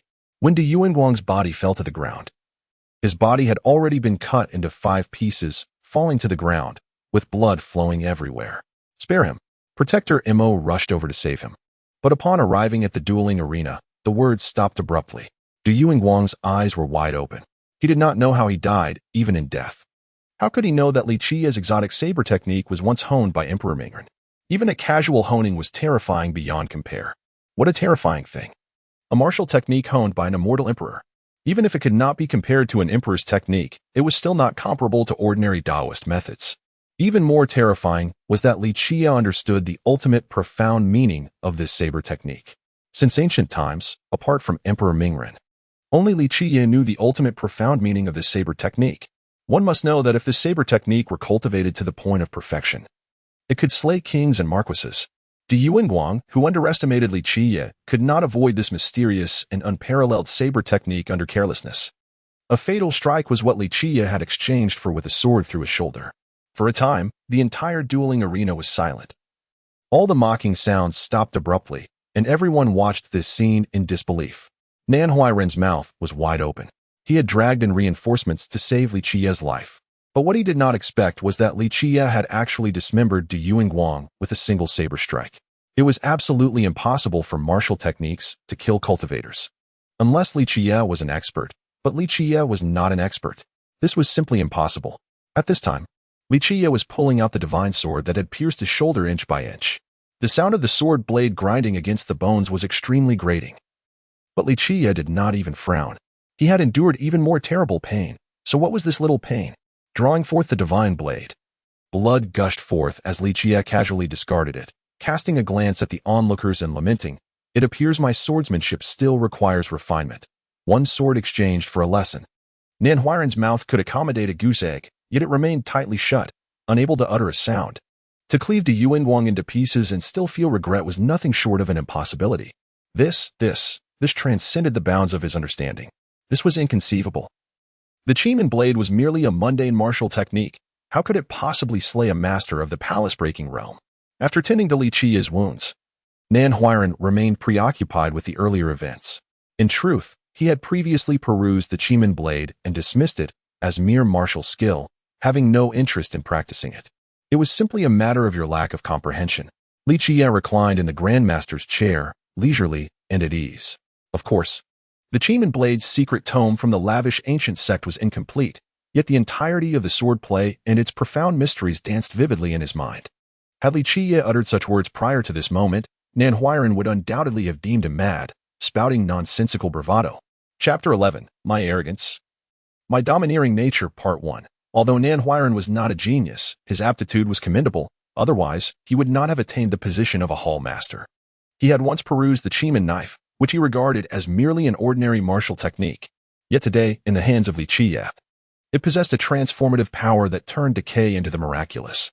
Li Qiye's assertion left Nanhuiren skeptical. But witnessing the phenomenon firsthand compelled him to remark that no matter how formidable martial skills might be, they could not be compared to the Taoist arts. Martial techniques were merely peripheral branches. In truth, even to this day, he struggled to believe that such a trivial technique as the Qiye knife could slay a practitioner of Du Yuanguang's caliber. Yet, curiously, this was an event he had personally witnessed. Regarding Nanhuiren's disbelief, Li Qiye offered no further explanation, calmly stating, "It all depends on whose martial skills and whose Taoist arts are at play."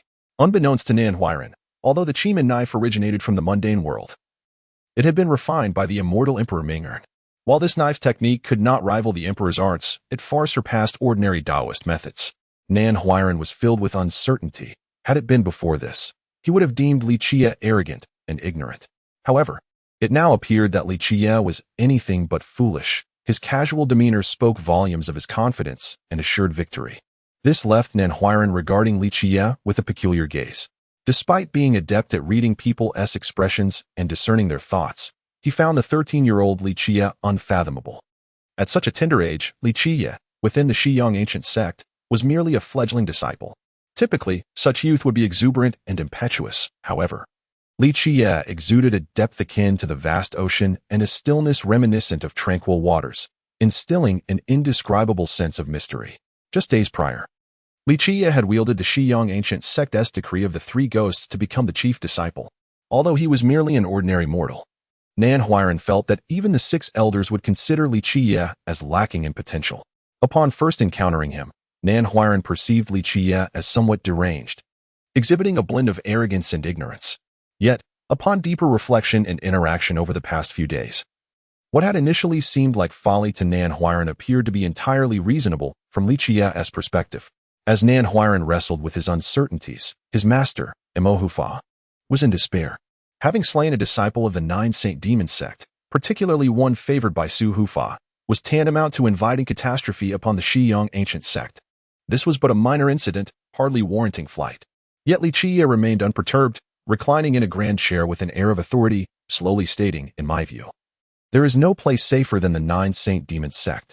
Imohufa shot a fierce glare at Qiye, wishing to strike him for his arrogance. Yet with impending doom looming, he lacked the spirit to reprimand Qiye. "What do you know?" Imohufa, typically reserved, could not restrain himself from uttering a curse, exclaiming, "Do you truly believe that merely by slaying Du Yuanguang, you have become invincible? You remain oblivious to the might of the Nine Saint Demon sect. Not only their elders and demon emperors, but even a single protector could rival the six elders of our Xiyang ancient sect. The Nine Saint Demon sect can extinguish us with the ease of crushing an ant." Imohufa's words bore truth. The six elders of the Xiyang ancient sect, while formidable, paled in comparison to the leaders of the Nine Saint Demon sect, who were individuals of exceptional prowess. The demon emperor of the Nine Saint Demon sect had achieved astonishing feats over the past 30,000 years, with tales claiming that the Wheel Sun demon emperor was unfathomably powerful. "Do not fret, Imohufa," Qiye nonchalantly replied. "The Nine Saint Demon sect is but a trifling matter. Were I outside, I might feel a tinge of apprehension, but within the Nine Saint Demon sect, it is a question of who shall crush whom. The power of lords and kings is trivial in the grand scheme." Qiye's audacious claims infuriated Imohufa, who trembled at the thought. The six elders of the Xiyang ancient sect were merely figures of renown, yet here stood a newly admitted disciple, utterly ignorant of Taoist arts, daring to dismiss the significance of lords and kings. Imohufa genuinely yearned to slap this arrogant fool. Just then, the atmosphere shifted as several individuals entered, led by the stern-faced Master Fu. Recognizing the gravity of the situation, Imohufa inhaled deeply and confronted him. "Brother Fu, there seems to be a misunderstanding between our sects." "A misunderstanding?" Master Fu coldly scoffed, stepping aside to reveal a young man beside him, clad in golden attire, radiating vitality. The youth appeared no older than 20 yet emanated an astonishing aura. Upon seeing this youth, Imohufa felt a chill. This young man was undoubtedly of true destiny. Su Huan exuded an overwhelming presence, his eyes gleaming like gold, embodying a fierce spirit akin to a drawn sword, ready to wreak havoc. Although not considered an unparalleled talent within the Nine Saint Demon sect, Su Huan was a highly accomplished disciple, capable of standing on his own. "Life for a life. Blood debts must be repaid," Su Huan declared ominously, fixing his gaze on Qiye with the ferocity of a predator poised to strike. Imohufa hastily intervened. "Friend Su, there is a misunderstanding here. Our sect's disciple did not intend to kill your esteemed Du. It was merely an unfortunate accident." "Life for a life," Su Huan reiterated, his tone unforgiving. "There is no room for negotiation. The Xiyang ancient sect must surrender the culprit immediately or face utter annihilation." Despite being merely a third-generation disciple, Su Huan brazenly confronted Imohufa, who held an equivalent rank to Master Fu. As a protector, Imohufa could not simply hand over his disciple for slaughter. Thus, His expression darkened as he solemnly asserted, "Su, we must seek a fair judgment regarding this matter." Judgment? Su Huan's demeanor hardened as he coldly chuckled. In the Nine Saint Demon sect, there is no such thing as judgment. Those who slay our disciples must repay with their lives. At that moment, Qiye finally rose from his seat, exuding an air of calm and composure. He regarded Su Huan with a single glance and remarked, "No wonder the Nine Saint Demon sect is shrouded in chaos. It is filled with fools like you." Qiye's words rendered both Nan Huiran and Mo Hufa speechless. Inwardly, Nan Huiran lamented, "Great ancestor, speaking less would not cost you your life. To call Su Huan a fool is akin to pouring oil on flames. With such words, you could perish 1,000 times over." Su Huan, consumed by rage, surged forward, his murderous intent palpable. Before he could act, Mo Hufa, as the protector of the Qiang ancient sect, swiftly intervened, blocking Su Huan's advance with a firm grip. "You shall not overstep your bounds." At this moment, the cold voice of Master Fu echoed as he stood to the side, radiating a formidable aura. He advanced a step, blocking the path of Protector Mo, whose breath was stifled by the oppressive pressure emanating from Fu. Protector Mo's expression shifted dramatically. Master Fu's strength was unparalleled, far surpassing his own. Unless an elder were to arrive, no one from the Qiang ancient sect could contend with him. However, at this moment, Protector Mo found himself with no avenue of retreat. "Is this how you, the Nine Sacred Demon Gate, treat your guests?" Protector Mo declared defiantly, regardless of his nature. He was resolute in defending his own in the face of adversaries. Master Fu spoke ominously. "If you, Protector Mo, surrender the criminal, you will still be regarded as a distinguished guest of the Nine Sacred Demon Gate. Should you foolishly believe that the Qiang ancient sect can stand against us and continue to shield the criminal, it is not only your safety that is in jeopardy. It may very well lead to the annihilation of your sect." Both Protector Mo and Nan Huiran cast a fierce glare at Qiye, recognizing the imminent peril. Yet Qiye continued to speak arrogantly. His audacious journey had only just begun, and he sought the invaluable support of the audience. Chapter 12, My Arrogance and My Haughtiness, Part 2. It was utterly ludicrous that someone who had only recently joined the Nine Sacred Demon sect would boldly proclaim the annihilation of the sect itself. Just moments ago, Nan Huiran had found Qiye somewhat enigmatic. However, he now regarded Qiye's audacity as a flagrant display of ignorance. Qiye, indifferent to the presence of Fu Tangzhu or Su Huan, strolled out as if in a leisurely manner, declaring, "No matter who currently governs the Nine Sacred Demon sect, be it the Demon Emperor or a true person, if you wish to adhere to the rules, then let us do so honestly. If you choose to disregard propriety, I shall meet you on that ground too. Today, I am here to decimate your sect and lead you to greet the old rooster. How audacious! How foolish! Today, I shall flay your skin and extract your tendons. And we shall see how you plan to destroy the Nine Sacred Demon sect." Su Huan laughed with disdain, finding the situation absurdly humorous. He had never encountered anyone so brazenly ignorant. Both Mo Hufa and Nan Huiran felt a profound sense of shame, wishing to burrow into the earth. The thought of Qiye, who had never even practiced the way, arrogantly claiming to annihilate the Nine Sacred Demon sect, was beyond comprehension. The Nine Sacred Demon sect was a formidable power in the great central domain, capable of governing a nation. How could anyone hope to obliterate them? Yet, Qiye paid no heed to Su Huan's provocations as he continued his exit. Su Huan, infuriated by Qiye's arrogance, bellowed, "You wretched creature, prepare to die." With that, he swung his sword toward Qiye. At that moment, a thunderous voice resonated from the heavens above the Nine Sacred Demon sect, akin to a rumbling storm. Imbued with unmatched authority, an utterance that brooked no dissent. The might of that voice caused both Su Huan and Fu Tangzhu to tremble, their legs weakening as they felt a quaking in their hearts. The elders heard this voice, and Fu Tangzhu shuddered, taken aback that such a trivial matter had drawn the attention of the elders. In a fair duel, if one is killed, it is merely a reflection of one's lack of skill. The voice of the Grand Elder of the Nine Sacred Demon sect echoed through the air. This revelation startled many disciples, and even the mid to high-ranking protectors of the Nine Sacred Demon sect. The involvement of the Grand Elder was a significant matter. Mo Hufa and Nan Huiran shivered, for the Grand Elder of the Nine Sacred Demon sect was rumored to be a true person. Over the years, the Qiang ancient sect had maintained numerous encounters with the Nine Sacred Demon sect, even having the Grand Elder and the sect leader personally visit. However, It was exceedingly rare for the elders of the Xiyang ancient sect to meet someone of the Grand Elder's caliber, let alone the Grand Elder or the ruinous Demon Emperor. The fact that such a situation had stirred the chief Grand Elder, Elder Yun, was indeed of profound significance. The marriage alliance between the Nine Sacred Demon sect and the Xiyang ancient sect was a matter of sect regulations. At this moment, the Grand Elder of the Nine Sacred Demon sect made no mention of Du Yuanguang. Instead, his voice boomed like thunder. However, matters of marriage cannot be taken lightly. If the Xiyang ancient sect wishes to claim a disciple of the Nine Sacred Demon sect, they must demonstrate their commensurate strength.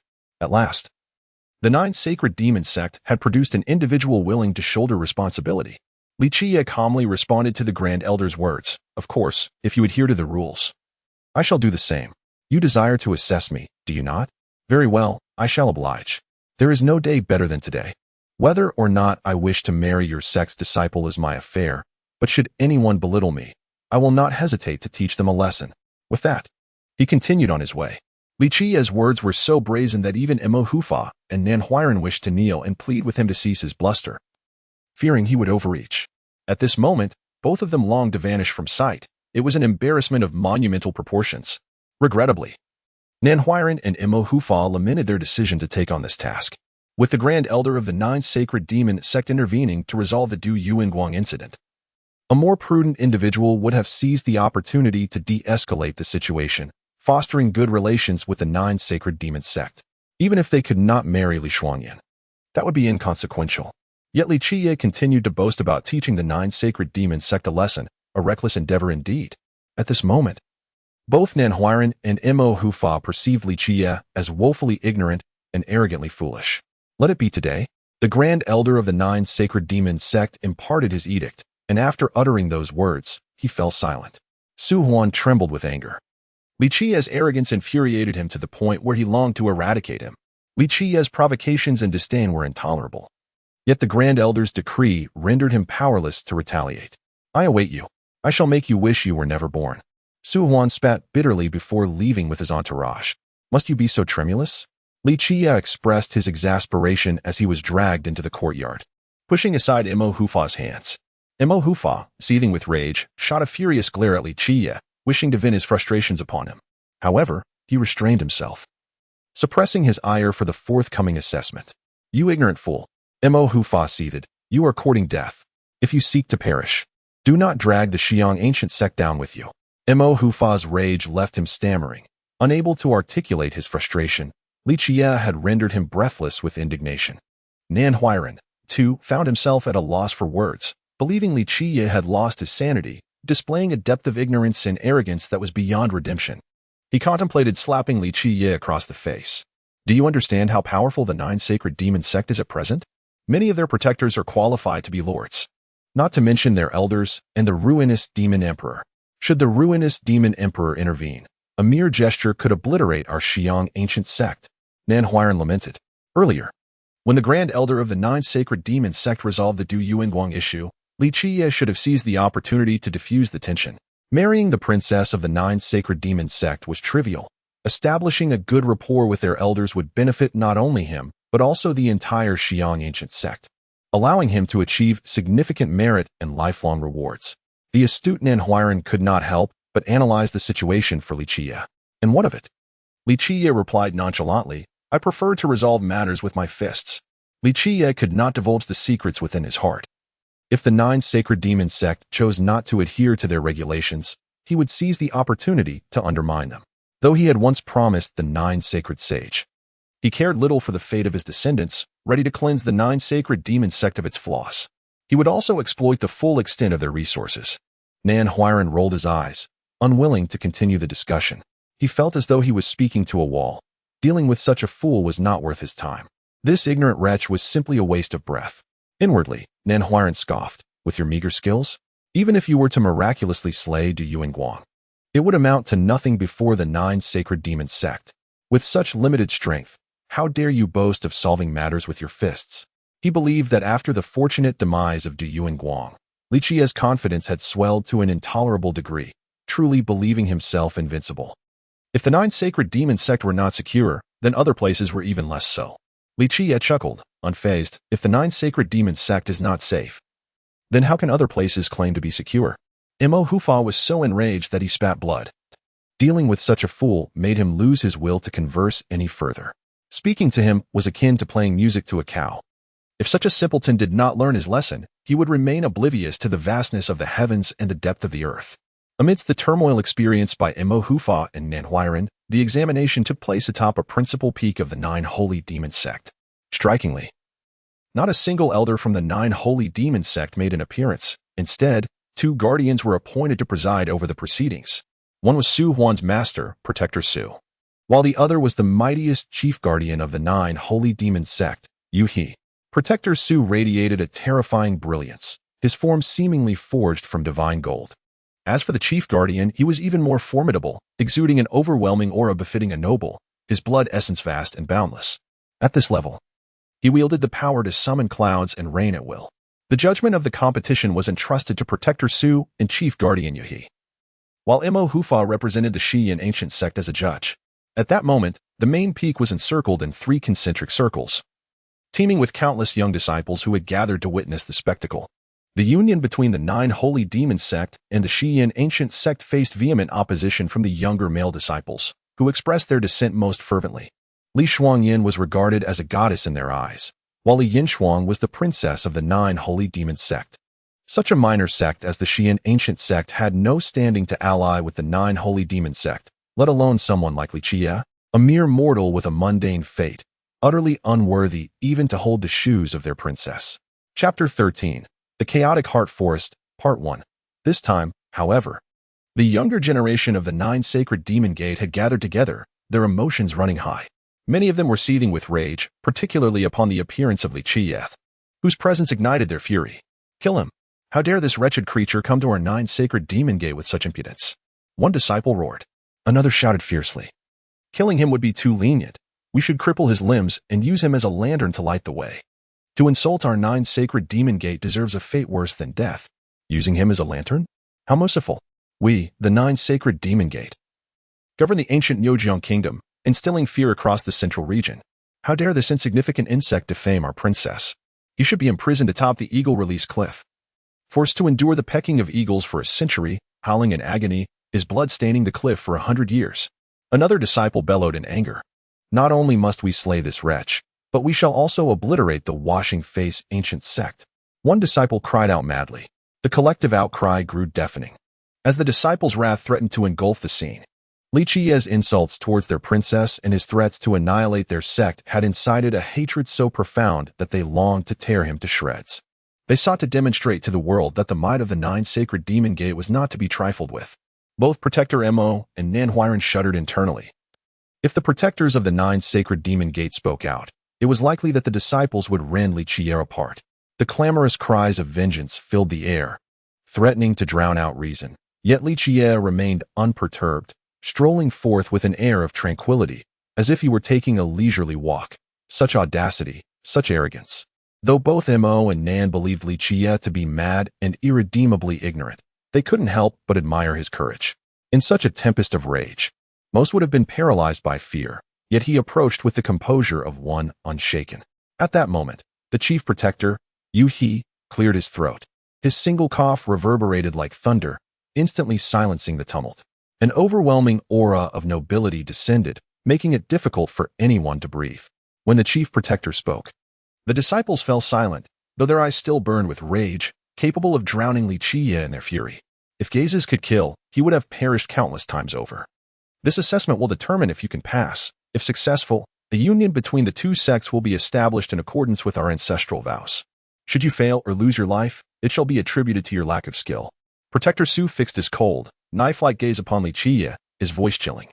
Protector Su was deeply dissatisfied with Li Qiye. As a protector, he was reluctant to act against him. Yet he would not hesitate to crush this arrogant insect if given the chance. Li Qiye nonchalantly took his seat, glancing at Protector Su with a smile before shaking his head. It seems the 9 Sacred Demon Gate has seen better days. What was the purpose of your ancestors' promise? When you sought to ally with the Washing Face ancient sect, what was your intention? Back then, they were revered across the world, and your sect merely sought their protection for a better future. Li Qiye had little interest in delving into past grievances, for he was not in a stable state during those events. The desire for an alliance had not solely originated from the wishes of the 9 sacred sages and the Mingren immortal emperor, but also from the disciples of both sides. At this juncture, Qiye looked at Protector Su and remarked, "Times have changed, and thus you have reneged on your promises. It appears you have become increasingly inferior with each generation." "Humph." Protector Su scoffed coldly. "You just acknowledged that times have changed. If we are to speak of decline, it is your washing-face ancient sect that has fallen behind. Today, the 9 sacred demon gate commands the kingdom and has many nations vying for an alliance. Our princess is not someone a mere fool can be matched with." Before the gathered disciples, such insults towards the washing-face ancient sect made both Protector Mo and Nanhuiren feel uneasy. However, the circumstances were beyond their control. Protector Su's claims were indeed factual. Today's washing-face ancient sect could not compare to the 9 sacred demon gate. Let bygones be bygones. Engaging in verbal sparring will not alter the facts. Chief Protector Yuhi interjected coldly. The 9 sacred demon gate offers the washing-face ancient sect a chance out of respect for our ancestral vows. Should you wish to withdraw in fear, we will not hinder you, and the promise shall be rendered void. Since I am here, I shall accept the challenge." Qiye replied nonchalantly. "But I am curious to know the nature of your assessment. Bring it on. I shall oblige." "You are utterly naive," Protector Su retorted icily. The disciples of the 9 sacred demon gate glared at Qiye with disdain. "How dare a mere cultivator of martial arts speak with such arrogance? You are yet inexperienced. Our Lord has decreed that you shall first undergo a literary assessment, followed by a martial assessment. As for the third," the Chief Protector began. "2 assessments are sufficient," Qiye interrupted. "What are the criteria for the literary and martial tests? Pray, enlighten me." "Presumption," Protector Su bellowed, his aura crashing down like a tidal wave upon Qiye. "What? Do you wish to strike before the assessment has even begun?" Qiye narrowed his eyes, locking onto Protector Su. Just then, Chief Protector Yuhi coughed again, interrupting Su's overwhelming presence, which incited Su's fury. How could such an ignorant child dare to prance before him? The literary assessment is straightforward. Enter the chaotic heart forest, and the further you go, the greater your success. As for the martial assessment, it is a straightforward duel. There are 3 assessments in total. As long as you win 2, the 2 sects may unite. Yuhi stated, his gaze formidable. "Very well, I accept your challenge. Let me witness the prowess of your princess," Qiye declared, rising to his feet. At this moment, Su Huan scoffed derisively. "You? Not even worthy for senior sister Li to personally engage." Yuhi nodded in agreement, stating, "It is said you recently joined the washing-face ancient sect, so we, the 9 sacred demon gate, will not impose too harshly. If our Lord were to personally engage, you would likely not even have the chance to step forward. In our sect, when it comes to talent, our Lord stands unrivaled. Among the younger generation, our first disciple, Cold Shurji, is unmatched. Should any of them test you, you would likely lose and not accept it gracefully. Shurji is considered above average among us, with his strength. He would not disgrace your standing in the assessment against the first disciple of the washing-face ancient sect." The 9 sacred demon gate had not dispatched their strongest disciple for the challenge, leaving a sliver of hope for the washing-face ancient sect. If Li Shuangyin or the strongest disciple of the 9 sacred demon gate were to engage, not only would the first disciple of the washing-face ancient sect fail, but even the elders or the sect leader would undoubtedly meet the same fate. In response to Su Huan's bluster, Qiye couldn't be bothered to glance at him. Instead, focusing on Yuhi, and with a serious nod, he spoke leisurely. "Thus, it seems that your 9 sacred demon gate still holds a glimmer of hope. Although you have reneged on the promises of your, at the very least, you have not completely discarded your dignity. Very well, if you concede an inch, I shall grant you a foot, lest you claim that I am bullying your 9 sacred demon gate." Qiye's brazen words left both Protector Mo and Nanhuiren blushing with embarrassment.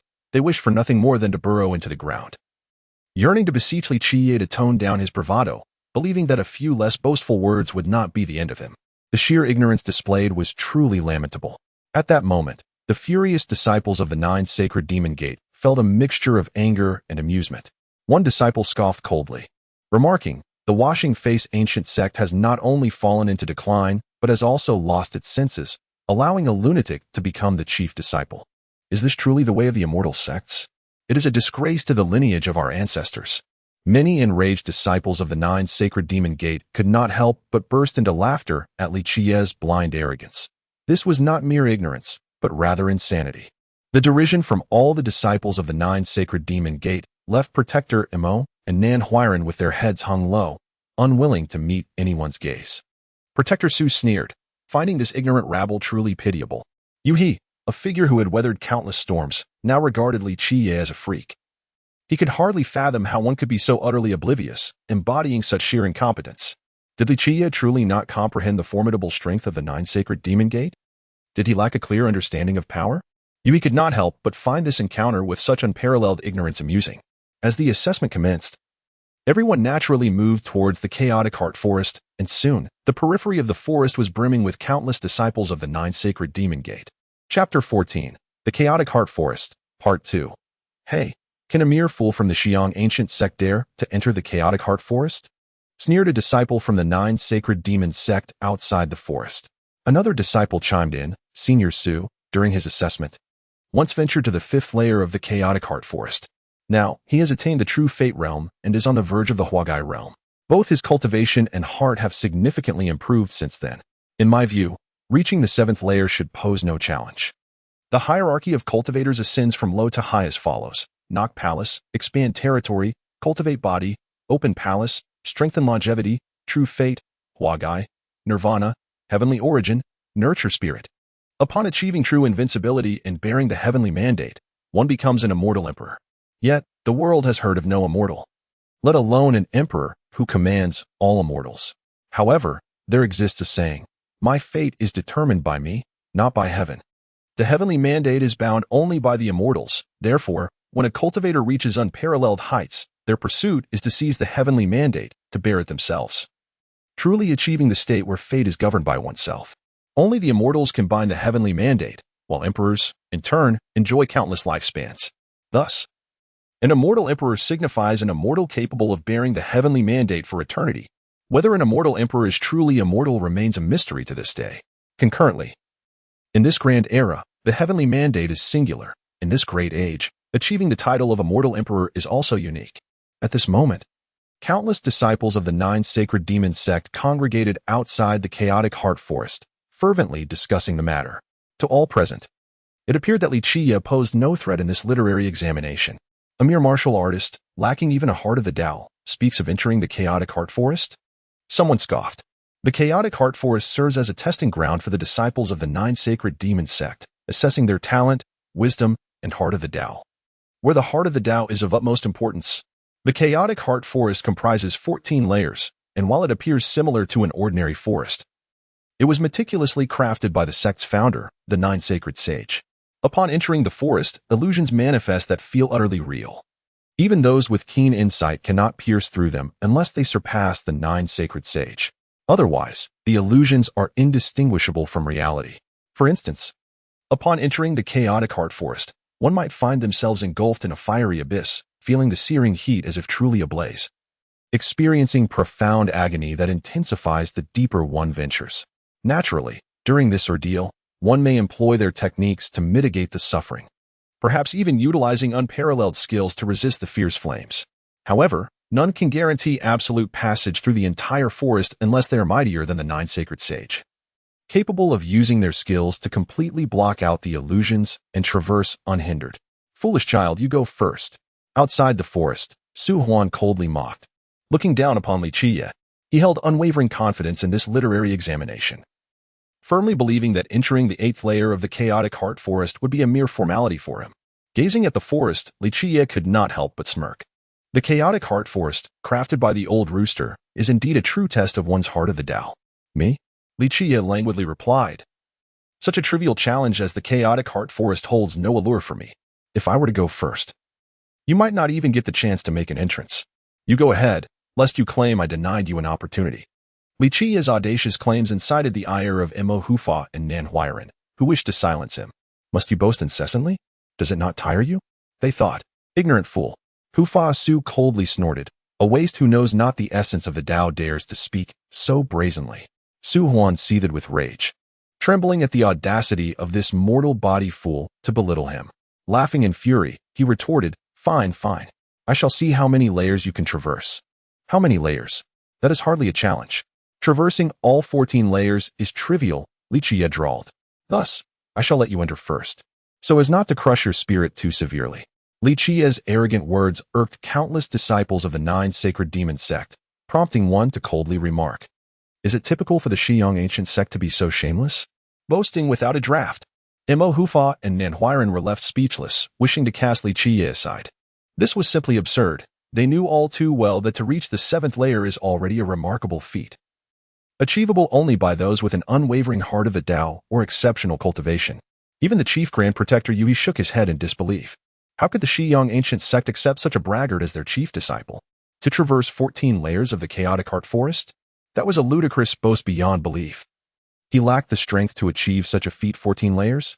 Su Huan laughed maniacally, gazing at Li Qiye, mockingly stating, "If you can traverse 14 layers, I shall call you father. I have no son as unfilial as you." Li Qiye retorted, unfazed, casting a nonchalant glance at Su Huan. Su Huan, losing his composure and feeling humiliated, seethed with rage. His gaze turned icy as he fixed his eyes on Li Qiye. "Very well, since you speak so boldly, dare you wager with me?" "Wager? What shall we wager?" Li Qiye chuckled. Su Huan smirked sinisterly. "If you can traverse 14 layers, I shall concede defeat. If you cannot, you will crawl between my legs on your knees." Su Huan's wager caused Mo Hufa and Nan Huiran to change their expressions. This was not merely an assessment but a veiled humiliation of Li Qiye, as well as an affront to the Xiyang ancient sect. However, they could only shake their heads helplessly. This was Li Qiye seeking his own disgrace. "What if I do traverse all 14 layers? Will you then crawl between my legs?" Li Qiye shot him a sidelong glance, smiling faintly. Su Huan's face flushed with anger at being goaded by Li Qiye. "If you traverse 14 layers, then you shall crawl beneath me. If not, you will crawl beneath my legs." Hufa Su interjected coldly. Li Qiye, having killed Du Yuanguang, longed to exact vengeance on him. And now that he could not kill him, humiliating him would suffice. Li Qiye regarded Hufa Su and nodded earnestly. "Very well, since you are so eager to wager, I accept. Senior Su, let him have it. Let us see him lose." The disciples of the 9 sacred demon sect clamored. Su Huan cast a chilling glance at Li Qiye, coldly stating, "I await your crawl beneath me." With that, he turned and stepped into the chaotic heart forest. This time, the Xiyang ancient sect shall lose face. Their chief disciple will crawl beneath Senior Su.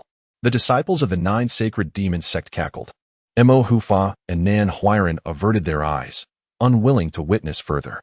If Li Qiye could somehow triumph over Su Huan, it would be a miracle. Traversing 14 layers of the chaotic heart forest? It was sheer fantasy. They wished to leave immediately, fearing that Li Qiye would indeed crawl beneath Su Huan's legs, bringing utter shame upon the Xiyang ancient sect. At that moment, even Mo Hufa harbored resentment towards Li Qiye, wishing to teach him a severe lesson. As Su Huan stepped into the chaotic heart forest, darkness enveloped him, as if he had entered a realm of spirits. The vast land was filled with ghostly energy, and the sound of rattling bones echoed as corpses clawed their way up from the earth. Su Huan took a deep breath, activating his techniques, steadfastly maintaining his heart of the Tao, and disregarding this ghostly domain as he slowly advanced deeper within.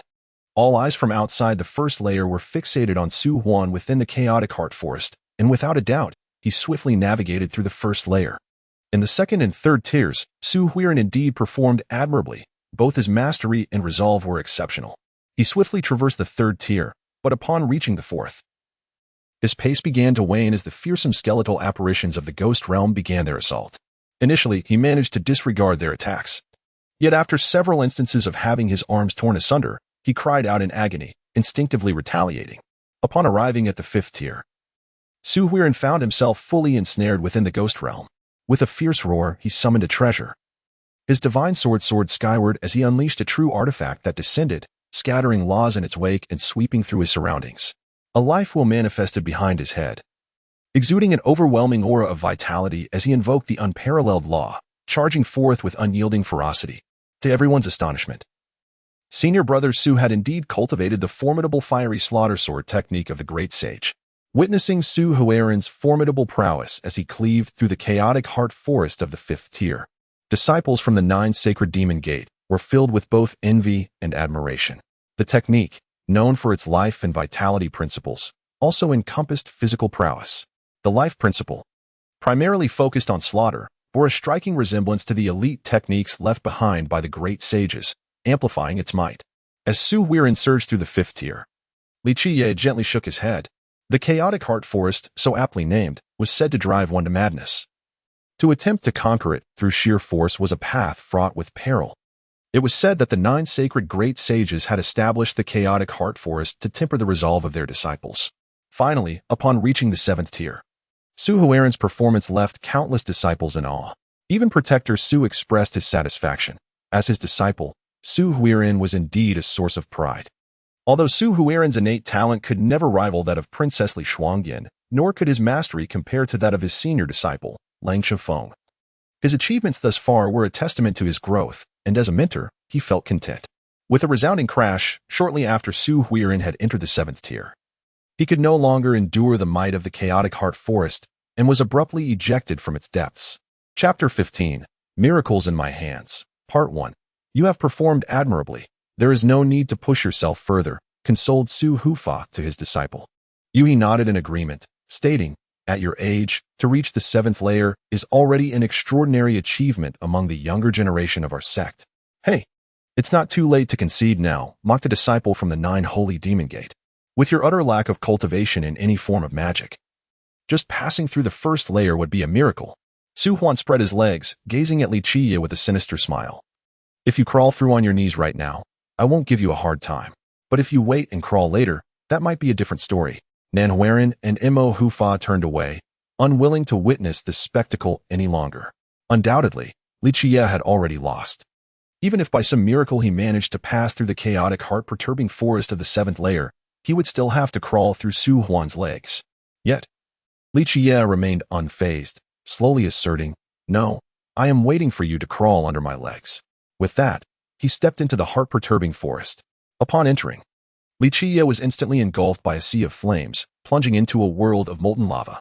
The sizzling sounds echoed around him, and within this illusion, his feet were scorched, emitting wisps of smoke, an excruciating pain that was nearly unbearable. Nevertheless, Li Qiye did not utter a sound and continued to forge ahead. For him, the heart-perturbing forest held no significance. He had endured countless agonies over millions of years. In the primal era, transformed into a shadowy crow, he had suffered immeasurable torment. Having fallen into the hands of celestial demons and ancient fiends alike, he had been imprisoned for millennia, deprived of sunlight, and subjected to countless tortures. Although the crow's form granted him immortality, the pain he experienced did not diminish in the slightest. Over the eons, he had traversed burial grounds, entered celestial realms, and ventured into demonic territories, places of genuine peril.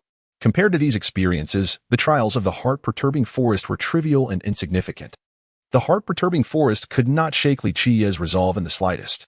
A mere mortal with no cultivation in magic, how could he possibly pass the 1st layer? A disciple scoffed. Yet, before he could finish his derision, Li Qiye had already traversed the 1st layer. As the illusion of the fiery seed dissipated, he fell into the coldest, most frozen world. Outside the heart-perturbing forest, countless disciples of the 9 holy demon gate anticipated Li Qiye's emergence. However, the ensuing scene left everyone agape. Mo Hufa and Nan Huiran turned away, unwilling to witness Li Qiye's humiliation. Yet, silence reigned, so profound that even the sound of a falling silver needle could be heard. Puzzled, they turned back to witness the unbelievable. The 8th layer. A trembling disciple stammered. The 1st layer, the 2nd layer, the 3rd layer. Others stood in a daze, their gazes following Li Qiye's progress as they murmured in disbelief. The 9th layer, the 10th layer, the 11th layer. An astonishing spectacle unfolded as Li Qiye strolled through the heart-perturbing forest as if taking a leisurely walk in a garden, his pace unwavering. As though he were not traversing a perilous forest, but merely strolling along a familiar path.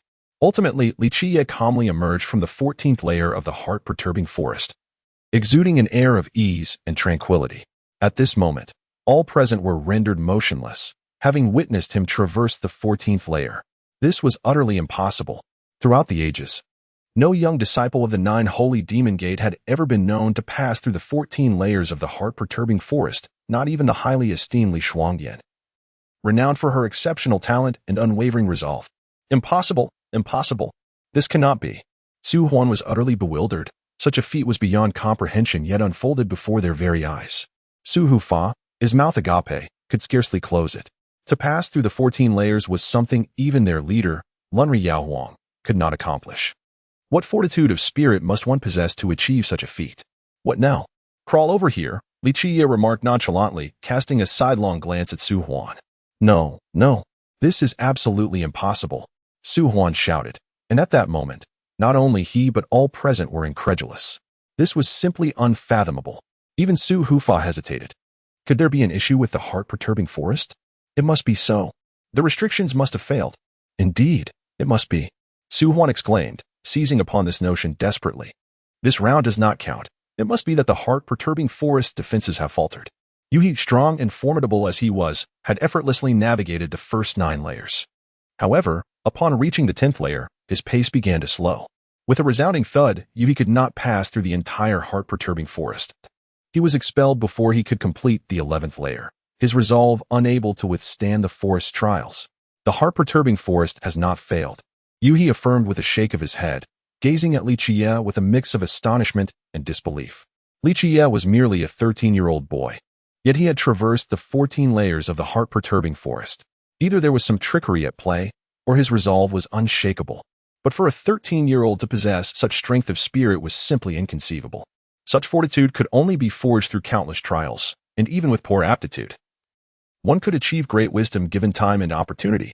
But the question remained, how could a 13-year-old possess such an unyielding spirit? At this moment, all present were left dumbfounded, unsure of how to react. Do you possess some hidden treasure? Su Hufa glared at Qiye, unable to believe that a mere 13-year-old could conquer the heart-perturbing forest. It was simply impossible. It must be. Su Huan declared loudly. The Qiye ancient sect is an imperial sect.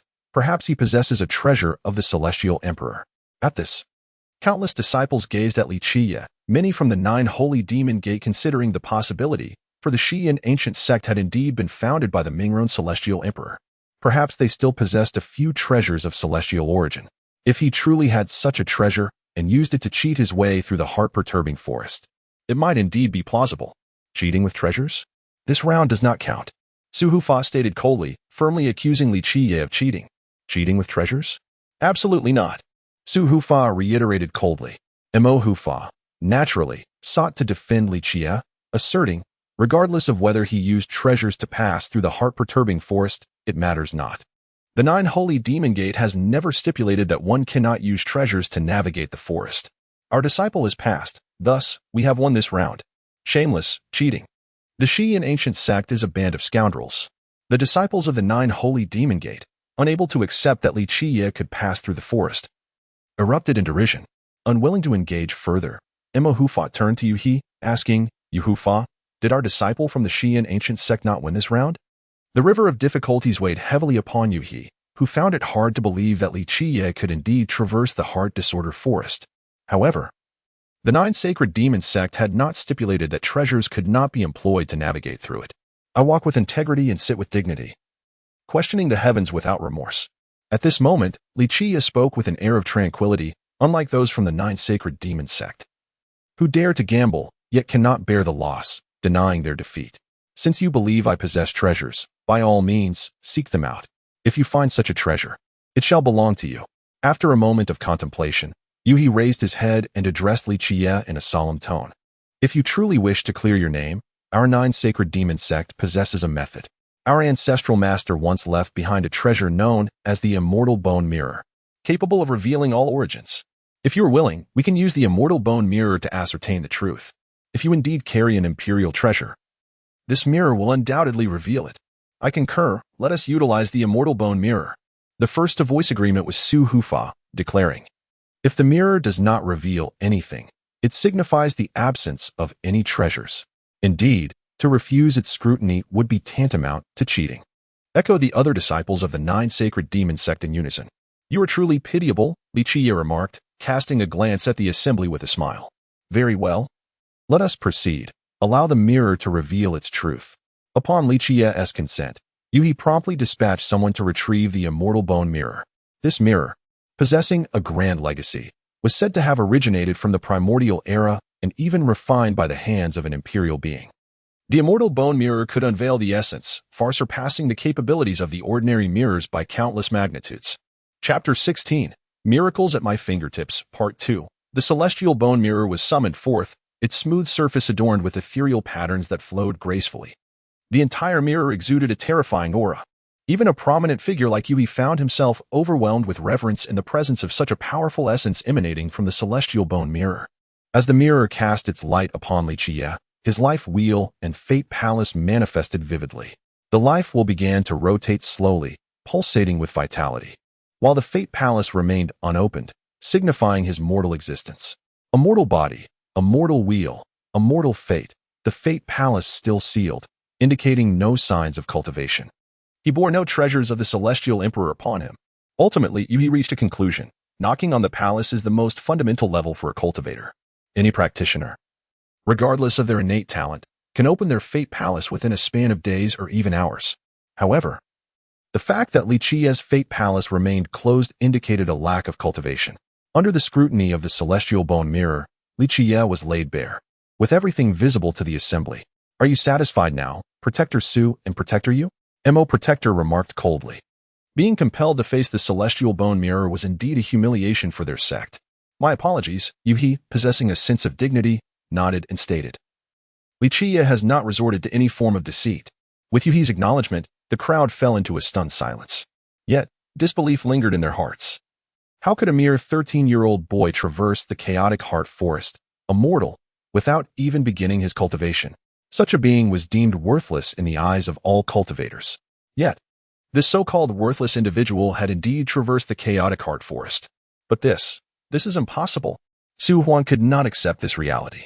Qiye glanced at him, leisurely stating, "It seems you remain unconvinced. However, I shall make you crawl through it slowly." The chaotic heart forest held no significance. Only a fool like you would reach the 7th layer. Open your eyes wide, for I shall walk through it once more for your benefit. With that, he turned and stepped into the chaotic heart forest. 1st layer, 2nd layer, 3rd layer. At this moment, Nanhuiren followed Qiye's every step, counting layer after layer. 14th layer. Finally, Nanhuiren exclaimed. Although he witnessed yet another miracle, he remained in shock. This was simply abnormal. At this moment, all present were rendered speechless. Even Yu, a figure of considerable stature, fell into a prolonged silence. Through the lens of the celestial bone mirror, Yu understood that Qiye's innate talent was inconsequential. Yet, he possessed an unparalleled resolve, a will that could not be shaken. A 13-year-old boy, bearing an unwavering resolve. What trials must he have endured? Yu found it hard to believe. He had cultivated for over 1,000 years, yet could never attain such a steadfast heart. Su Huan trembled, his face turning a ghastly shade. In front of countless witnesses, he would have to crawl under Qiye's legs, leaving him with nowhere to hide his shame. "We of the 9 Holy Demon Sect can accept defeat. Since it was a wager, we shall abide by the terms." Yu nodded and declared, "Su Huan, the challenge was yours. Fulfill your promise." Su Huan nearly fainted, now that Yu Protector had spoken. Even his master could not save him. His face shifted from red to pale, but ultimately, he gritted his teeth and knelt before Qiye. His body remained rigid for what felt like an eternity. This was the most humiliating moment of his life. In the end, Su Huan had no choice but to crawl beneath Qiye. As he passed, Qiye placed a foot upon him, gazing down with disdain, proclaiming, "If others respect me an inch, I shall honor them a foot. If they offend me an inch, I shall retaliate a foot. Genius disciples mean nothing to me. The 9 Holy Demon Sect is trivial in my eyes." With that, he turned and departed, his figure fading into the distance. Su Huan trembled violently, spitting blood as he collapsed to the ground, overwhelmed by rage. Protector Su hurried to lift him and tended to his injuries. At this moment, everyone present was left in a state of shock. This audacious, arrogant mortal was simply unbelievable. Such an occurrence was utterly impossible. Yet, the mortal Qiye continued to boast, even daring to dismiss the 9 Holy Demon Sect without having practiced any form of cultivation. Upon returning to the main peak, Su Protector, Yu, and Mo Protector resumed their seats, while Qiye sat at the lower end, appearing nonchalant and composed. His demeanor incited a desire among many disciples of the 9 Holy Demon Sect to strike him fiercely. Su Protector fixed his gaze upon Qiye, his eyes burning with resentment. His beloved disciple had been insulted, naturally provoking his ire. Qiye's humiliation of Su Huan equated to an affront to him. At that moment, both Mo Protector and Nanhuiren felt a sense of unease. Qiye, a disciple who had only recently joined the 9 Holy Demon Sect, was so audacious that many perceived him as reckless and foolish.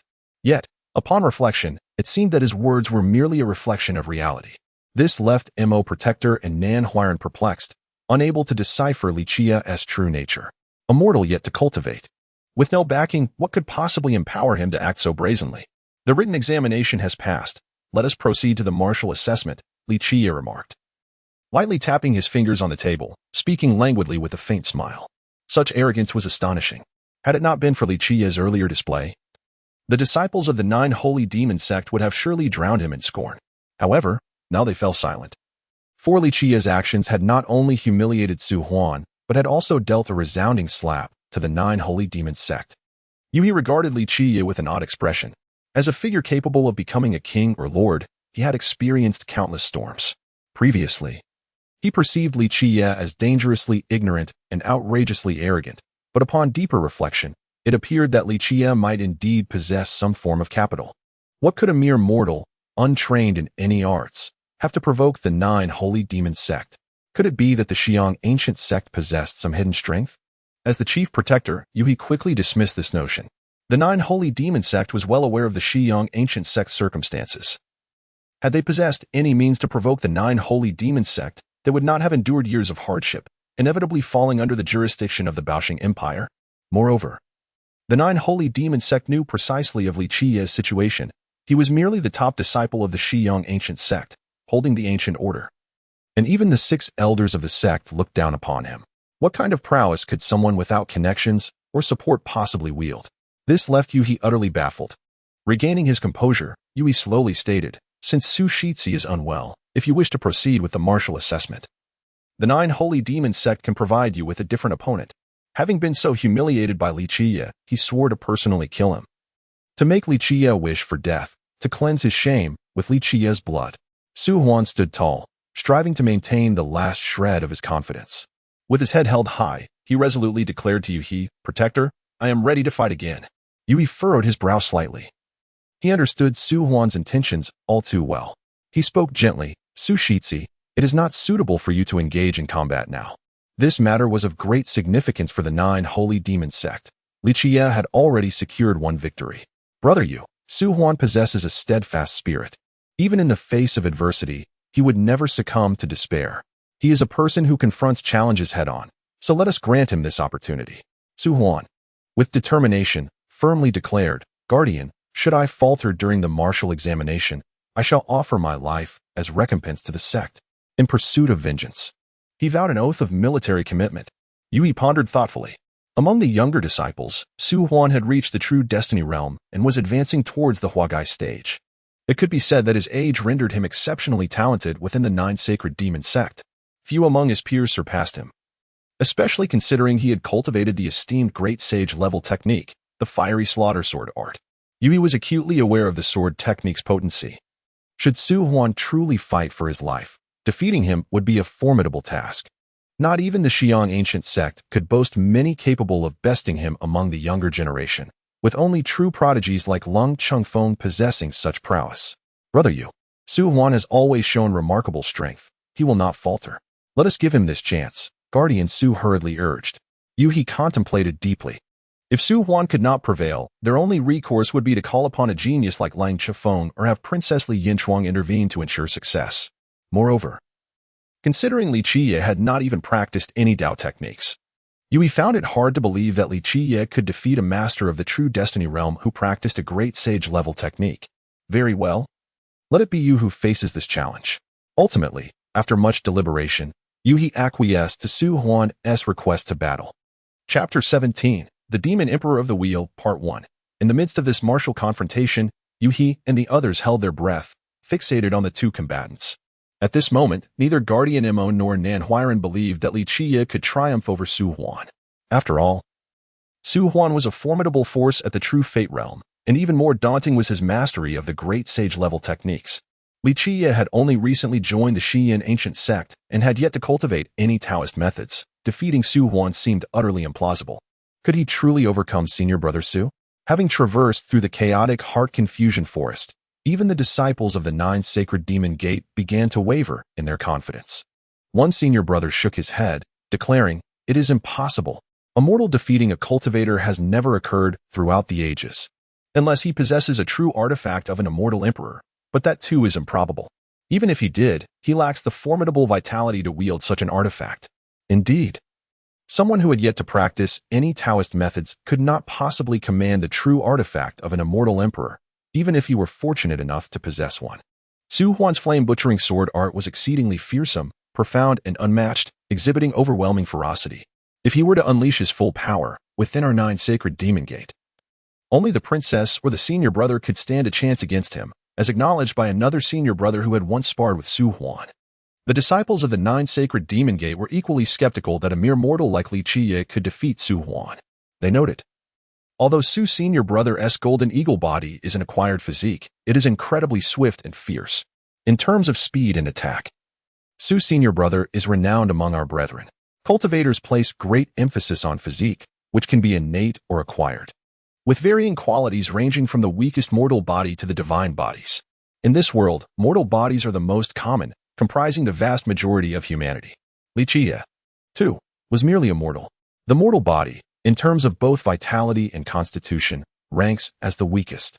With a resounding roar, Su Huan unleashed a torrent of sword radiance that enveloped him, forming an imposing sword domain where the glimmering blades danced like divine swords around him, impenetrable and resembling a fortress of divine weaponry, rendering any assault futile. At this juncture, Su Huan expelled a divine sword from his mouth, which immediately transformed into 8 towering divine swords, each 100 feet high, capable of cleaving the earth itself. The flame gold divine sword, forged from complete Dao patterns, exclaimed a disciple enviously. With its offensive prowess and Su's senior brother's defensive flame butchering sword art, it is indeed rare for anyone within our 9 sacred demon gate, apart from our senior brother and the like, to easily vanquish Su's senior brother. In the realm of cultivators, artifacts are categorized as true artifacts and life artifacts, with true artifacts being the genuine instruments of fate, while life artifacts are mere common tools. True artifacts possess far greater strength than their ordinary counterparts. Witnessing this spectacle, Guardian Mo fell silent, and Nan Huiran sighed softly. With such profound cultivation, techniques, and true artifacts, Qiye appeared utterly hopeless. Given Su Huan's circumstances, not even Nan Huiran or Guardian Mo could breach Su Huan's defenses with a single strike. If the initial assault failed, Qiye would then face the tempestuous onslaught of the great sage techniques, a far more terrifying scenario. With a disdainful spit into his palm, Qiye rubbed his hands together, a gesture starkly contrasting his usual nonchalance. However, to the astonishment of all, he chose not to wield a mystical blade, but instead brandished a mere firewood stick. Was he courting death? Such a stick, with a mere touch from Su Huan's flame gold divine sword, could be easily severed. The sentiment among the disciples of the 9 sacred demon gate was clear. Qiye had no chance whatsoever. Their only plan was to save him if his life were truly at risk. The Qiye ancient sect has indeed fallen. A broken wooden stick dares to contend with Su's senior brother's flame gold divine sword, scoffed a disciple of the 9 sacred demon gate. Due to Qiye's passage through the heart confusion forest, he was deeply impressed. He focused his gaze, activating his divine sight to scrutinize the wooden stick, fearing it might be a treasure forged by an immortal emperor. Yet, no matter how he examined it, the stick remained just a stick, untouched by Taoist refinement or enhanced by techniques, a common wooden object devoid of any special attributes. At this moment, Yui pondered. Could a mere stick truly challenge a true artifact of the true fate level? Such audacity could only be described as ignorance, a path to self-destruction. Su Huan's aide sneered coldly. Qiye was indeed asking for his own demise, as his disciple could easily cleave him in two with a single strike. Come here, boy. Let me beat you to a pulp. Su Huan roared with unrestrained fury, as Qiye boldly pointed his firewood stick at him, exuding an air of arrogance. Seeking death, Su Huan bellowed as the 8 divine swords merged into one, unleashing a resounding clang as they soared into the heavens. With a single stroke, the sword descended, engulfed in flames that threatened to incinerate the entire battlefield. Witnessing this strike, Nan Huiran averted his gaze, knowing that if it landed, Qiye would likely be reduced to ashes, for Su Huan intended to eliminate him in one fell swoop. Come at me. Qiye, unfazed, charged forward with a wild cry, casually swinging his firewood stick, indifferent to the impending doom. Senior brother Su, kill him. The disciples of the 9 sacred demon gate erupted in excitement, anticipating Su Huan's strike to obliterate Qiye and restore their honor with his blood. With a resounding crash, however, the outcome was not as devastating as everyone had envisioned. Instead of being obliterated, Qiye's firewood stick struck the most vulnerable point of Su Huan's flame gold divine sword, producing a metallic clang as it was knocked to the ground, akin to a serpent struck at its vital point, left incapacitated. You brat, I'll make you regret this. Su Huan could hardly believe his eyes, but at that moment, Qiye surged forward, wielding his firewood stick with reckless abandon. "Kill him!" Su Huan roared, refusing to retreat as his entire being radiated with sword energy. Crashing toward Qiye like a tidal wave, his determination unwavering. With a resounding impact, even Su Huan's great sage-level flame butchering sword art proved ineffective. Qiye's firewood stick penetrated the weaknesses of the technique, landing a fierce blow to Su Huan's face, causing blood to spatter. In a flash, Qiye unleashed a flurry of strikes, each targeting Su Huan's most vulnerable areas, rendering him unable to retaliate. Like a serpent stripped of its bones, Su Huan found himself overwhelmed, his vitality waning, his powers unraveling, and his body weakening. In an instant, Su Huan collapsed to the ground, bloodied and battered. The firewood stick was neither a treasure nor a divine artifact. It was simply a stick. Striking the vital points was the key, exploiting weaknesses with precision. Unless one reached the celestial origin realm, very few could evade such a blow. The firewood stick could be considered a nemesis to ordinary cultivators. This 3-foot firewood stick was exceedingly rare. During the early years of the myriad emperors, Qiye acquired it from the perilous lands of the Ghost Forest. Having invested considerable effort to obtain this humble yet formidable weapon, do not underestimate Su Huan, even the great immortal Emperor Mingyao, before achieving his divine status, suffered greatly under this serpent-beating staff. In his youth, the invincible warriors under the command of immortal Emperor Mingyao were mercilessly whipped by this staff, leaving them in agony and cries of distress. Evading the serpent-beating staff is not an insurmountable challenge once one transcends to the heavenly origin realm. Eluding its strikes becomes significantly easier. However, for those who have yet to reach that realm, they can only endure its relentless blows. The serpent-beating staff is neither a treasure nor a divine artifact. It is carved from a sapling that has endured countless ages within the perilous lands of yore. Despite the fact that even after attaining the heavenly origin realm, one may still be mercilessly beaten by this staff. It possesses the peculiar trait of never delivering a fatal blow. It was precisely for this reason that the former shadowy figure, Qiye, managed to procure this serpent-beating staff from the ancient, treacherous lands, intending to teach a lesson to the likes of immortal Emperor Mingyao and his cohorts. In a flash, Su Huan was struck down to the ground, and Qiye showed no mercy, relentlessly wielding the serpent-beating staff against him. In an instant, Su Huan was left battered and bruised, unable to rise from the ground. This scene left all spectators in sheer astonishment. Yuhi, taken aback, immediately employed his heavenly sight to observe the serpent-beating staff, only to find it was merely an ordinary wooden stick, devoid of any divine energy fluctuations, the flow of laws, or any seals of forbidden techniques. It was simply an unremarkable piece of wood. Chapter 18, The Sun Demon Emperor, Part 2. Yuo was certainly unfamiliar with the concept of the snake-whipping stick. Throughout the ages, few have genuinely encountered such an object. Were it not for Qiye's existence, having lived for countless eons and traversed innumerable perilous places, revealing countless astonishing secrets, he would remain oblivious to the mysteries of the snake-whipping stick. Those unaware of its secrets would merely regard it as an ordinary wooden stick. "I will slay you." Su Huan, despite being grievously injured, roared fiercely. From beneath his ribs, 2 exceptionally sharp claws emerged, lunging ferociously towards Qiye's chest, capable of effortlessly piercing through. Su Huan possessed the body of a golden eagle, inheriting the lethal claws of his father, a cultivator of the golden eagle lineage, which were ever ready to deliver a fatal blow. With a resounding impact, the snake-whipping stick struck Su Huan's claws, rendering them as powerless as a snake struck at its vital point. Seeking your own demise, Qiye's gaze turned icy. With a swift motion, 2 daggers plunged into Su Huan's shoulders, pinning him to the ground, rendering him immobile. "You dare to kill me? Today, I shall retaliate." Enough. At that moment, Su Hu's protector could no longer bear to watch and descended into the duel arena, his voice booming with authority. Qiye merely glanced at him, nonchalantly replying, "What? The young cannot prevail, so the elder must personally intervene? You insolent youth." Su Hu's eyes gleamed with lethal intent as he commanded, "Release him, or I shall personally execute you." Upon hearing such threats, Qiye regarded Su Hu with calmness, speaking slowly. "Had you not threatened me, I might have spared him. But now, his life is forfeit."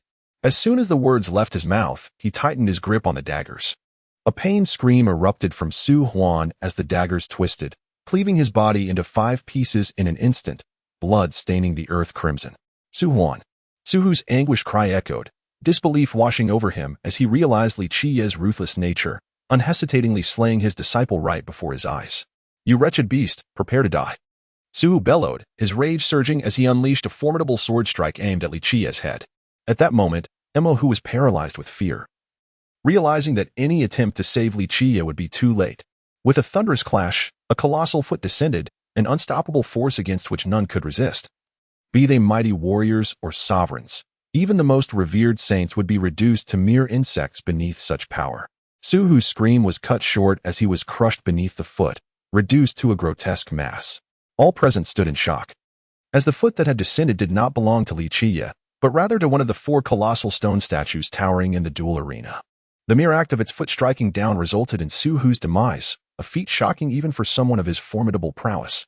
Panic surged through Qiye, the chief protector, as he sensed the anomaly. He summoned his strength to strike at the statue, hoping to save Suhu.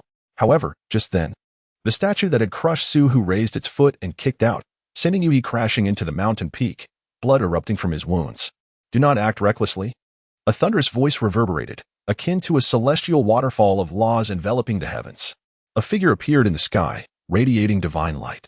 The Grand Elder descended into action, sending shockwaves throughout the 9 sacred demon gate as he pressed down upon the statue with an imposing seal, seeking to subdue it. Yet, the statue simply raised its hand and struck down with unparalleled force, shattering the Grand Elder's seal and sending him flying, blood staining the heavens. Even the Grand Elder could not withstand the might of the stone figure. This scene left everyone astounded, as the Grand Elder was effortlessly repelled. In that instant, all members of the 9 sacred demon gate were left dumbfounded, be they protectors or elders. The statue of the duel arena had unexpectedly acted, crushing Suhu and sending Qiye flying, all while the Grand Elder was struck down, a display of power that was utterly terrifying. After incapacitating the Grand Elder, the statue resumed its previous stance, as though nothing had transpired. "I have stated that if the 9 sacred demon gate does not play by the rules, I shall not hesitate to topple you all," Qiye proclaimed from the duel arena, exuding an air of tranquility as if nothing had occurred. Qiye and Nanhuiren were left in stunned silence, unable to fathom the sheer terror of the stone figure, which had turned against its own, striking down a Grand Elder of the 9 sacred demon gate, an event that shattered their understanding of reality. The Grand Elder, wounded and bloodied, rose once more to confront the statue, ready to engage in battle. "Calm yourself, Elder, that is our guardian deity." A commanding voice echoed from the depths of the 9 sacred demon gate. Upon hearing this voice, all present recognized it belonged to the Sun Demon Emperor, a figure of unparalleled talent. The Grand Elder halted, eyes fixated on the statue, uncertainty clouding his thoughts. In truth, the revelation of a guardian deity was utterly foreign to the disciples of the 9 sacred demon gate, including the higher-ranking elders, who had never heard of such a guardian, let alone one that would turn against them. "Elder, Yuhu, please invite young Master Li to the Heavenly Hall for a discussion." "What say you, young Master Li?"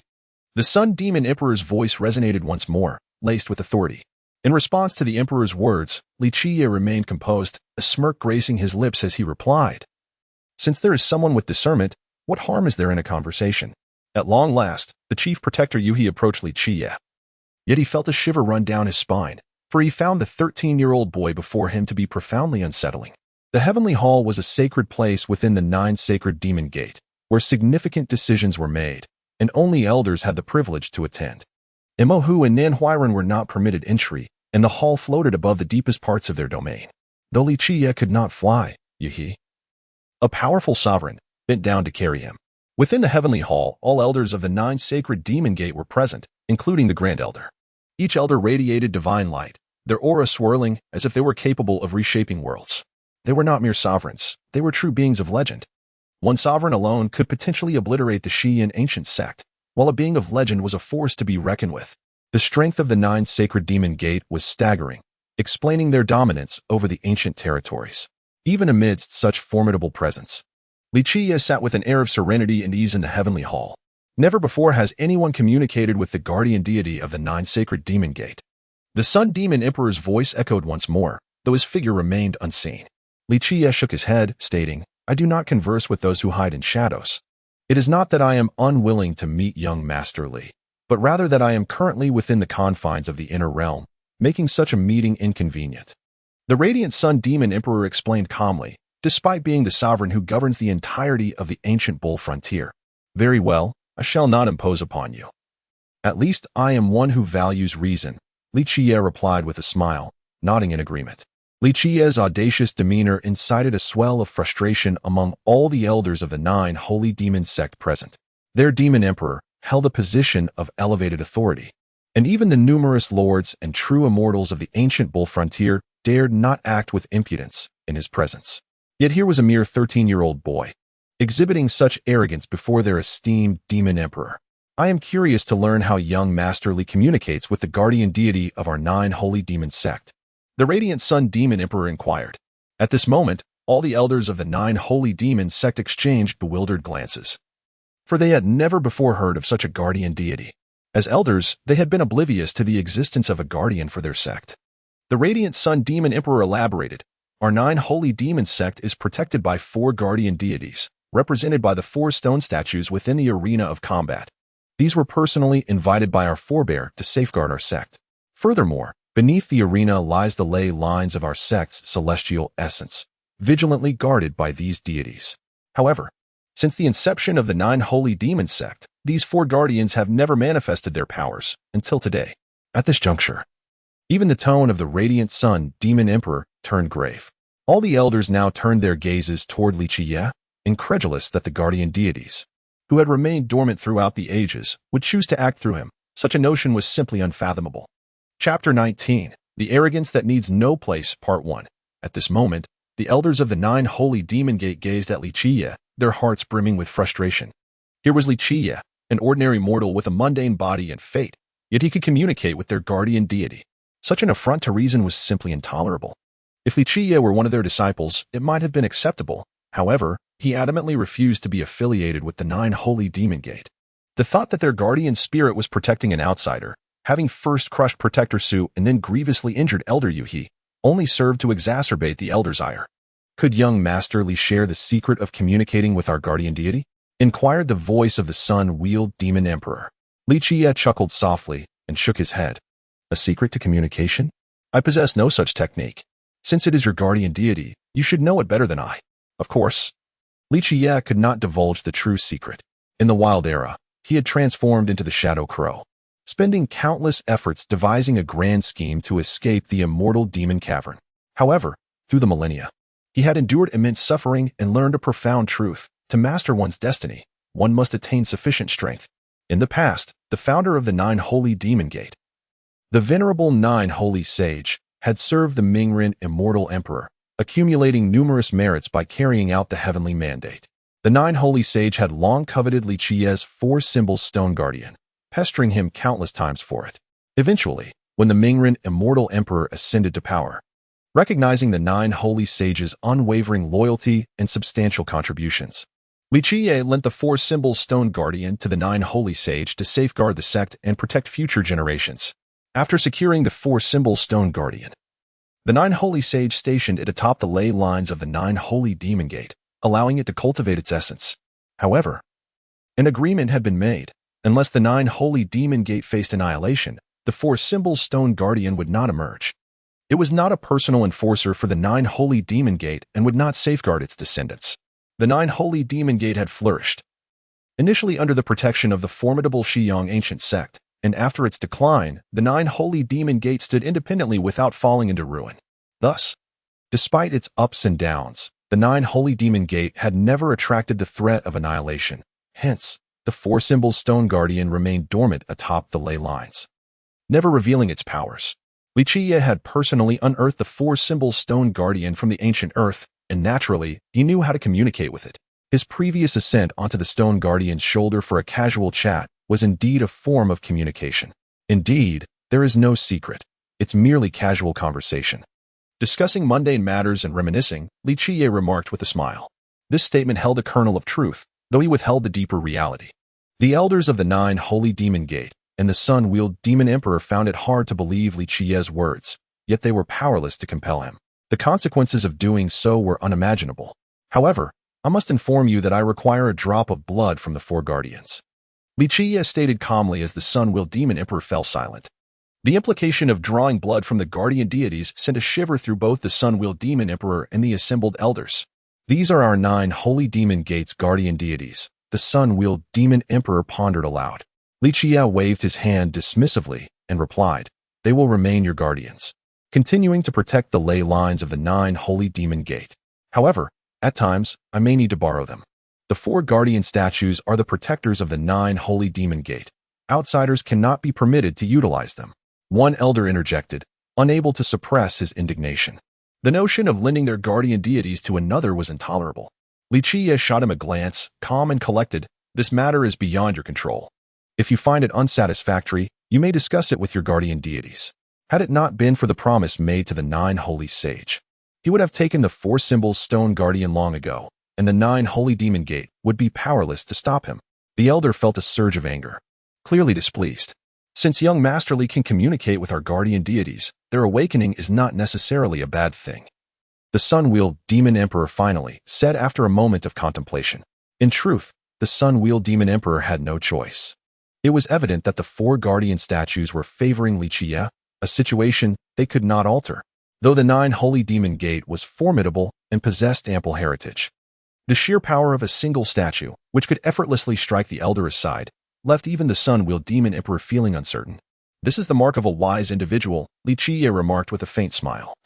"Do not presume that my communication with your guardian deities is detrimental to the 9 holy demon gate. If I truly intended harm, you would not have the opportunity to sit here. Should I decide to force my way through the 9 holy demon gate, unless your ancestors were to be reborn, who could possibly halt my advance?" The 9 holy demon gate was indeed powerful, commanding the ancient Yo territory, with many sects bowing before it. The elders of the 9 holy demon gate were no ordinary figures. Their mere stomp could shake the heavens. The sun-wheeled demon emperor was even more impressive. Having achieved the status of a true being after the cataclysmic changes of 30,000 years ago, rising above adversity to reach an astonishing realm. Yet, before the elders of the 9 holy demon gate and the sun-wheeled demon emperor, Qiye's audacious declarations were nothing short of brazen. His words stirred discontent among the elders, who glared at him, while Qiye remained seated with an air of nonchalance, confident and assured. Under these circumstances, young Master Li may proceed with the bloodletting, the sun-wheeled demon emperor conceded, realizing that if he failed to acquiesce to Qiye, their guardian deities might very well depart with him. Despite not understanding why the guardians favored a mere mortal, it was clear that the situation was anything but simple. "You shall adhere to the established protocols, and I shall do the same," Qiye replied with a smile. "The 4 guardian deities will still be your protectors." This outcome left the elders of the 9 holy demon gate feeling frustrated, yet they could do nothing to change it. Unless they were willing to sever ties with Qiye, they were at a loss. However, concerning the 4 guardian deities, the elders felt entirely uncertain. The great elder was indeed powerful, but if a guardian deity could cast him aside with a single blow, what would happen if all 4 were to act simultaneously? The consequences were too daunting to contemplate if all 4 guardian deities struck at once. It was likely that no one within the 9 holy demon gate would be able to withstand their might. "Young master, I have pondered for quite some time." The sun-wheeled demon emperor finally spoke. "Our 9 holy demon gate possesses a sacred ground that has yet to be unlocked.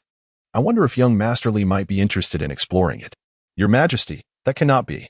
The 9 sacred demon emperor spoke abruptly, prompting an elder to promptly respond, suggesting it would be permissible for young Master Li to take a look.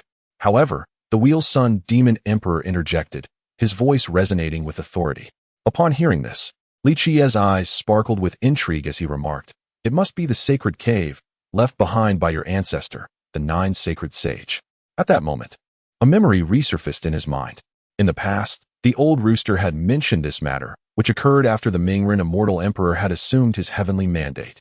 At that time, he was in a rather unstable state and needed to enter a slumber. The old rooster had half-jokingly referred to a certain matter, yet back then, with the ability to cultivate even an immortal emperor, he had little interest in this issue and therefore did not provide a definitive response. Now, all the elders of the 9 sacred demon sect were fixated on Qiye, as few possessed knowledge of this matter.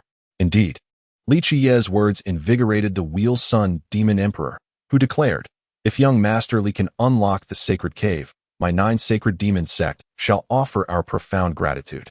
This statement caused even the wheel-sun demon emperor to ponder momentarily, prompting some elders to cautiously suggest, "Your Majesty, perhaps we should deliberate on this matter. The journey of 1,000 miles begins with a single step, Every achievement of the author requires the unwavering support of each reader.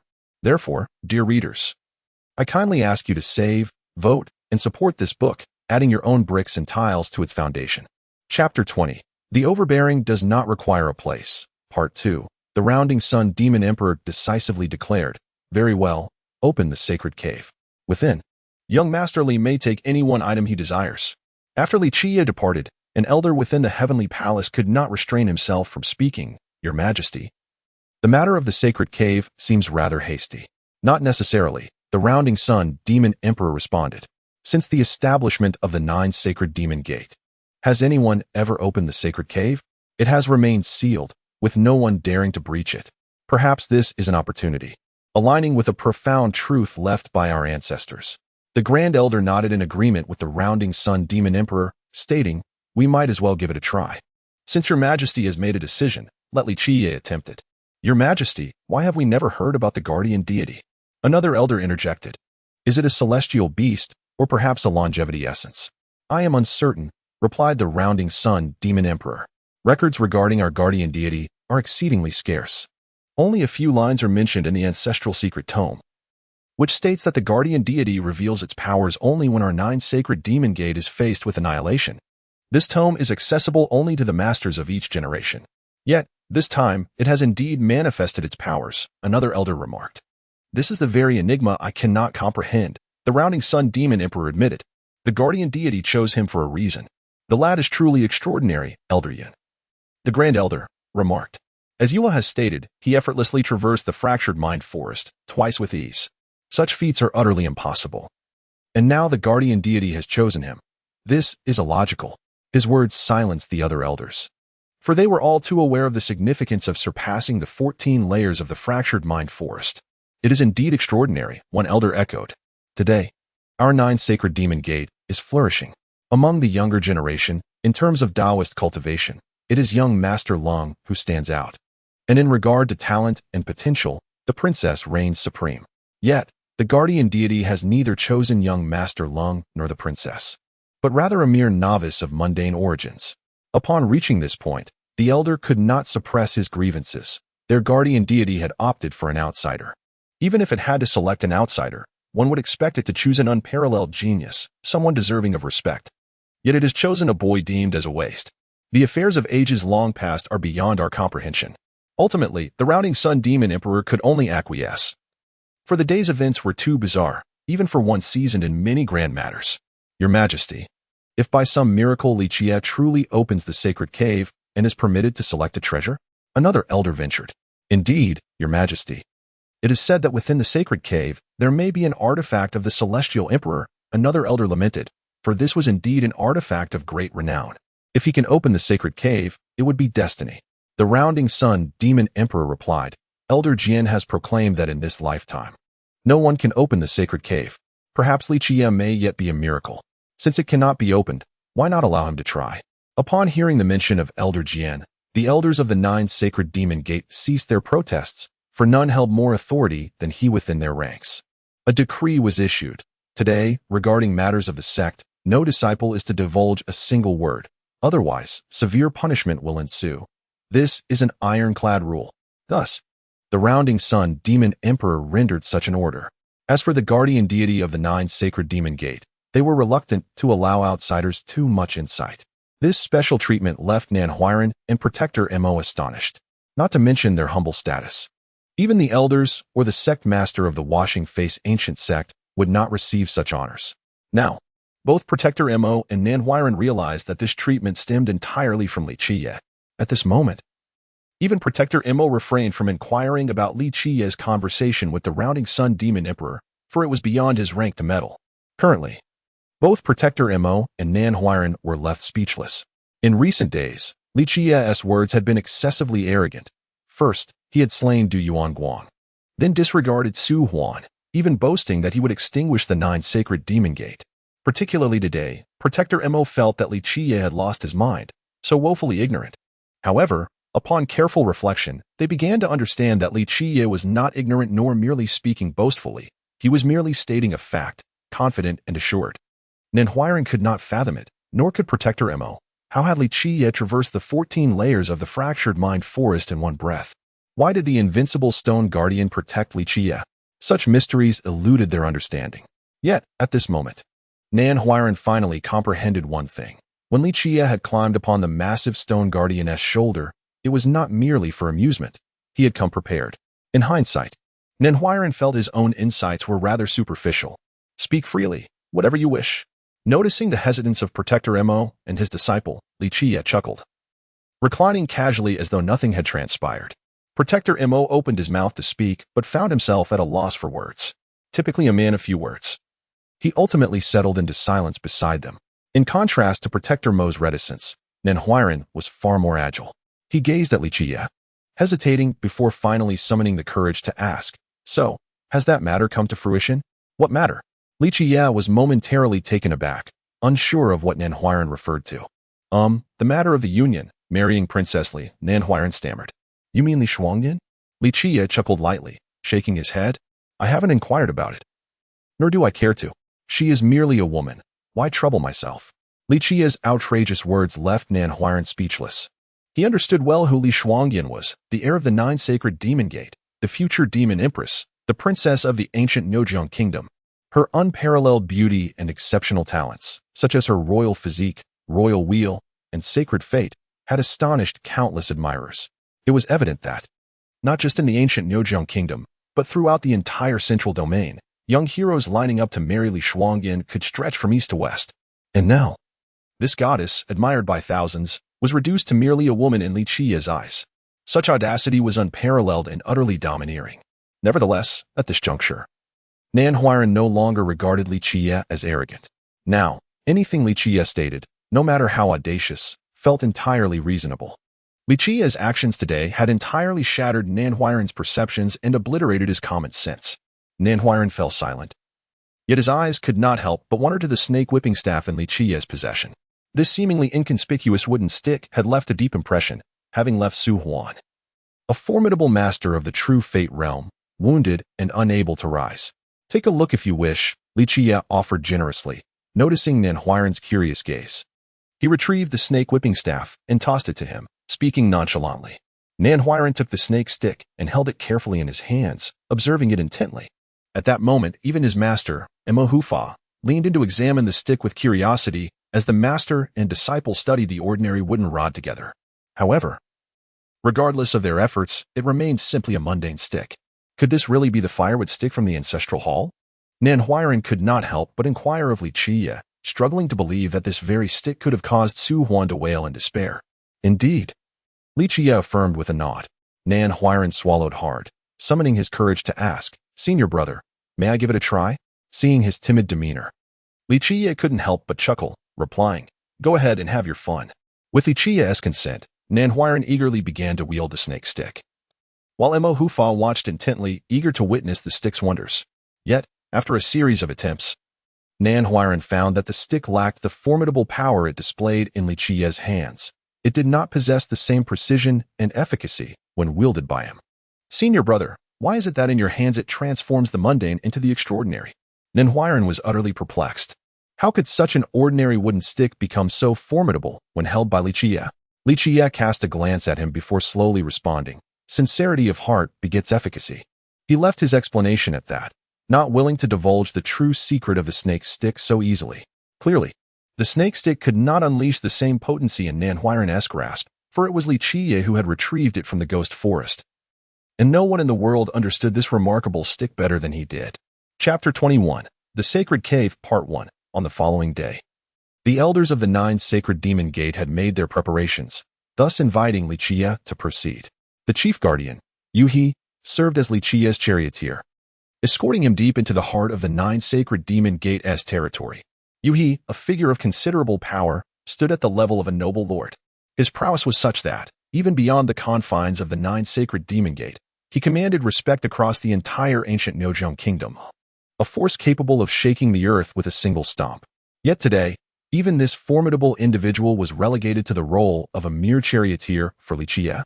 Should this information circulate, it would likely be met with disbelief. The 9 sacred demon gate, founded by the venerable 9 sacred sage, has grown immensely powerful over generations. establishing itself as a leading sect within the central domain. The territory of the 9 Sacred Demon Gate is vast and resplendent, imbued with a rich essence of heaven and earth that lingers like mist, particularly within its sacred grounds where the atmosphere is thick with spiritual energy. At the deepest recesses of the 9 sacred grounds stands a solitary mountain, atop which lies an ancient cave, sealed for an unknown number of years. The gnarled vines beside it writhe like dragons, while the purple mushrooms tower like umbrellas. The entrance of the cave bears the marks of time, weathered and eroded after countless years. This cave is a forbidden zone within the 9 Sacred Demon Gate, accessible only to those of elder rank or higher. The sacred cave has long been the source of intrigue among the disciples, for it is said to conceal astonishing treasures.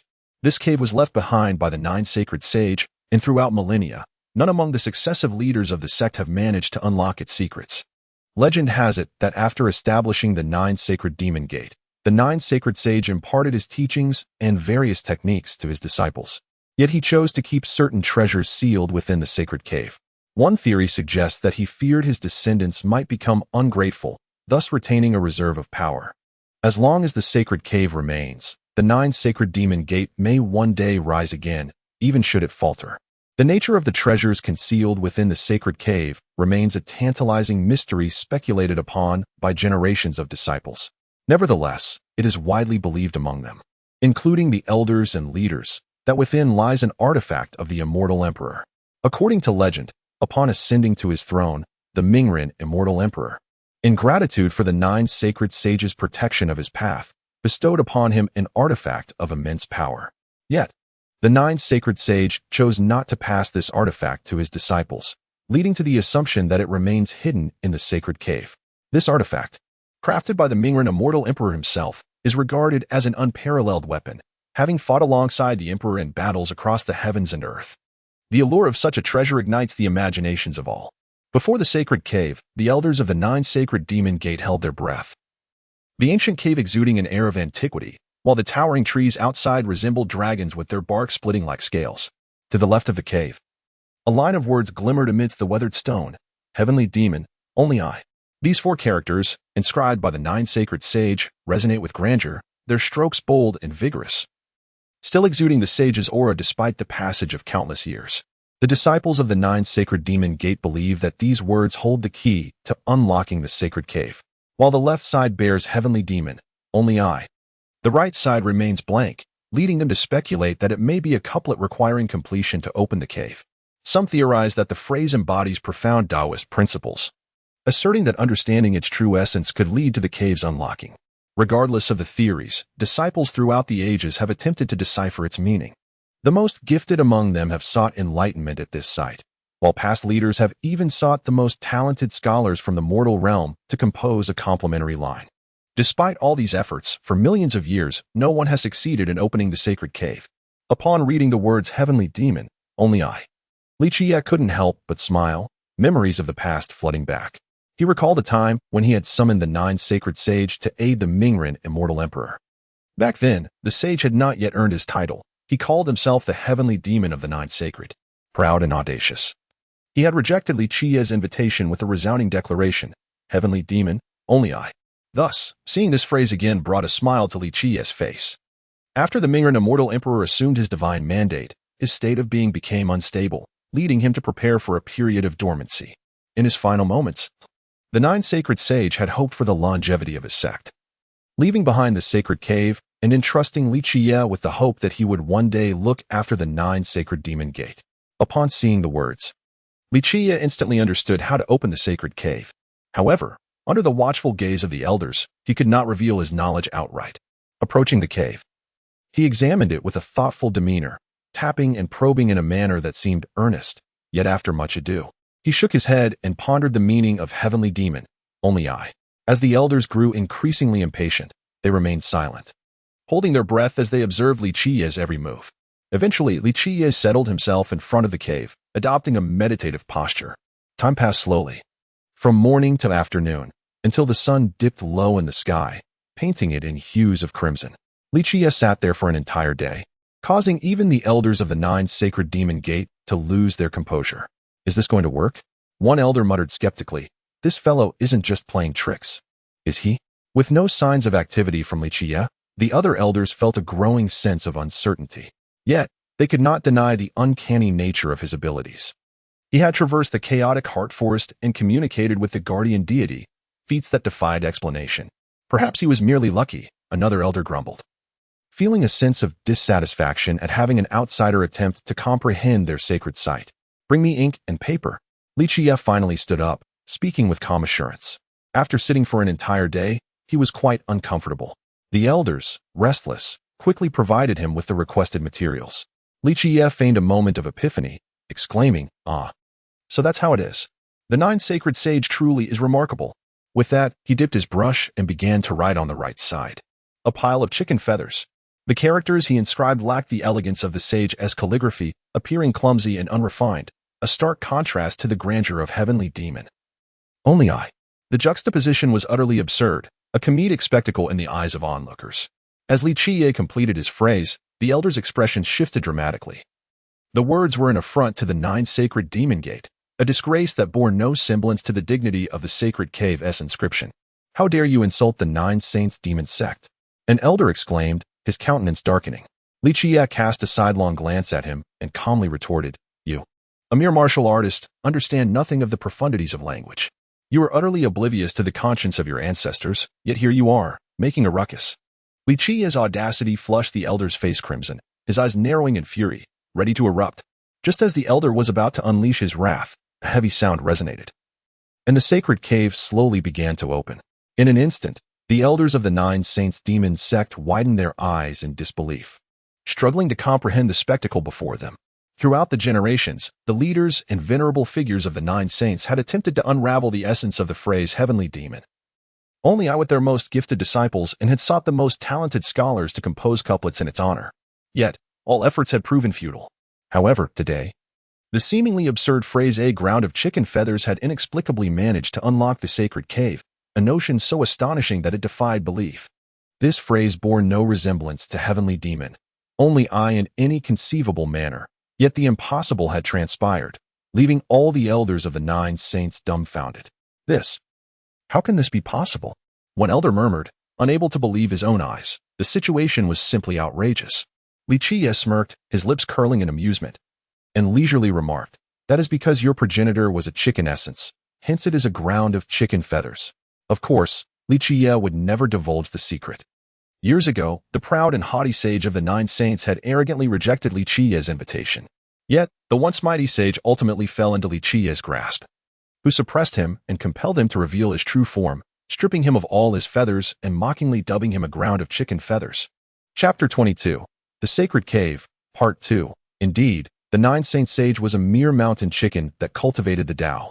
Yet he ascended to become one of the most formidable sages of his era. He once swept across the 8 desolations, basking in unparalleled glory. However, in the end, he fell at the hands of Qiye, ultimately agreeing to emerge from seclusion to protect the Tao for the Ming and immortal emperor, Tianyao.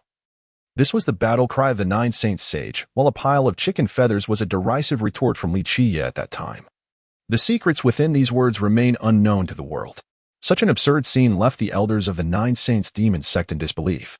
Generations of sect masters and prodigies had pondered the ultimate meaning of Tianyao, only to find that the final truth was, in fact, a pile of chicken feathers. Qiye referred to their ancestor as a chicken essence, a statement deemed profoundly disrespectful. Yet, upon reflection, the elders could not help but acknowledge the truth behind it. Their ancestor, the 9 saint sage, was indeed a mountain chicken who achieved enlightenment. "Let us see what treasures your ancestors have left for you," Qiye remarked with a serene smile, disregarding the reactions of the elders as he entered the sacred cave. Inside, there lay only a treasure chamber, and upon stepping into it, a divine light surged forth, illuminating the chamber with a dazzling brilliance that left one in awe. Within the treasure chamber, magnificent artifacts floated, celestial metals were concealed, divine stones were present, and ancient boxes contained precious scriptures. In an instant, the chamber was a kaleidoscope of colors, mesmerizing all who beheld it. The old chicken essence has quite an impressive collection, Qiye mused as he surveyed the scene. The 9 saints sage, indeed, was one of the mightiest sages of his time, amassing an astonishing array of treasures throughout his life. "What did you say?" The eldest elder, closest to Qiye, inquired curiously. Qiye merely shook his head, replying, "I said nothing, just thinking aloud." His words, however, caused the elder to eye him with suspicion, as he found the 13-year-old boy to be exceedingly enigmatic. Upon spotting the floating artifacts, one elder was momentarily entranced: the demon's extinction tower, the 9 stars river spoon, the holy skywood boat. These are all treasures recorded in our sect's annals. Another elder, noticing the scriptures on the shelves, exclaimed, "This is the ancient secret of the Greenwood." In that instant, the elders of the 9 Saints demon sect were momentarily lost in astonishment. It seemed their ancestor had only passed down half of the treasures and techniques. In truth, the 9 Saint sage had indeed amassed a wealth of treasures throughout his life. Besides his own acquisitions, after the Mingern immortal emperor assumed the heavenly mandate and recognized his arduous contributions, he generously bestowed many treasures upon him. Immortal, the immortal emperor's artifacts. At that moment, the eldest elder's gaze fell upon an ancient box resting on a jade table in the center of the chamber. Though the box was locked, it could not contain the aura of the immortal emperor that emanated from within. Even a mere wisp of this celestial aura, though subtle, felt as if it bore the weight of the heavens, commanding reverence from all living beings beneath its presence. At the sight of the immortal emperor's artifact, a shiver ran through the hearts of the 9 Saints elders, igniting their excitement.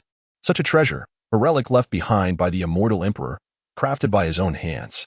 Let me take one artifact first. Just as the elders were swept up in their exhilaration, Qiye's calm voice cut through the air like a bucket of cold water. The elders fixed their intense gazes upon him, their hearts racing. If Qiye truly chose the immortal emperor's artifact, their dreams would not be in vain. Despite their fiery stares, Qiye remained unperturbed, standing with an air of nonchalance, undaunted even by the presence of all the elders of the 9 Saints demon sect. Finally, the eldest elder took a deep breath and spoke. "We of the 9 Saints demon sect are men of our word. Since our Lord has given his promise, we shall not go back on it." His voice was tinged with bitterness, for this was indeed an immortal emperor's artifact. Yet they could not break their word as decreed by the Sun Monarch. "You do possess a modicum of spirit," Qiye replied, composed and unhurried. "I must say, I have developed a certain admiration for your Sun Monarch." Qiye's audacious words left the elders of the 9 Saints demon sect speechless. Their monarch was a dominant figure, a paragon of talent, unparalleled in the vast realm. To hear a 13-year-old boy express admiration for their monarch was utterly absurd, and if outsiders were to hear such claims, it would surely evoke laughter. This was not the first time the elders had encountered Qiye's arrogance. They could do little but remain silent in the face of his audacity. As the elders stood in silence, Qiye clapped his hands 3 times. To their astonishment, an ancient box soared into his grasp. Without a second glance, he tucked it away and casually remarked, "Just an immortal emperor's artifact. Is there truly a need for such anxiety?" With that, he turned to leave. For a moment, the elders were at a loss for words, taken aback for 2 reasons. First, Qiye's applause had summoned the ancient box to him, a phenomenon they found uncanny. Second, to Qiye, the immortal emperor's artifact seemed to hold little significance. Anyone with a modicum of understanding would recognize the weight of such an artifact. Yet Qiye spoke of it with such casualness. It was utterly audacious. 3 days later, after the 9 Saints demon sect had attended to all matters, they had hosted Qiye and his companions with utmost reverence. On the 4th day, Yuhi returned to invite Qiye once more, carrying him to the heavenly hall as the chief protector. Though he had been reduced to a mere carriage driver, he bore no resentment. Understanding Qiye's significance to the 9 Saints demon sect, within the heavenly hall, the elders of the 9 Saints demon sect awaited Qiye's arrival. Yet the Sun Monarch remained absent. The elders regarded Qiye with peculiar expressions, muttering to themselves, "This is truly uncanny." Once Qiye was seated, the voice of the Sun Monarch echoed once more, "I have been in seclusion and regret not having met you, young Masterly." The Sun Monarch, a figure of great renown, stood as a dominant force in the realm, yet today spoke with such humility to a mere 13-year-old boy. Such an occurrence, should it spread, would surely astonish the entire imperial domain. There is no need for haste, time is abundant.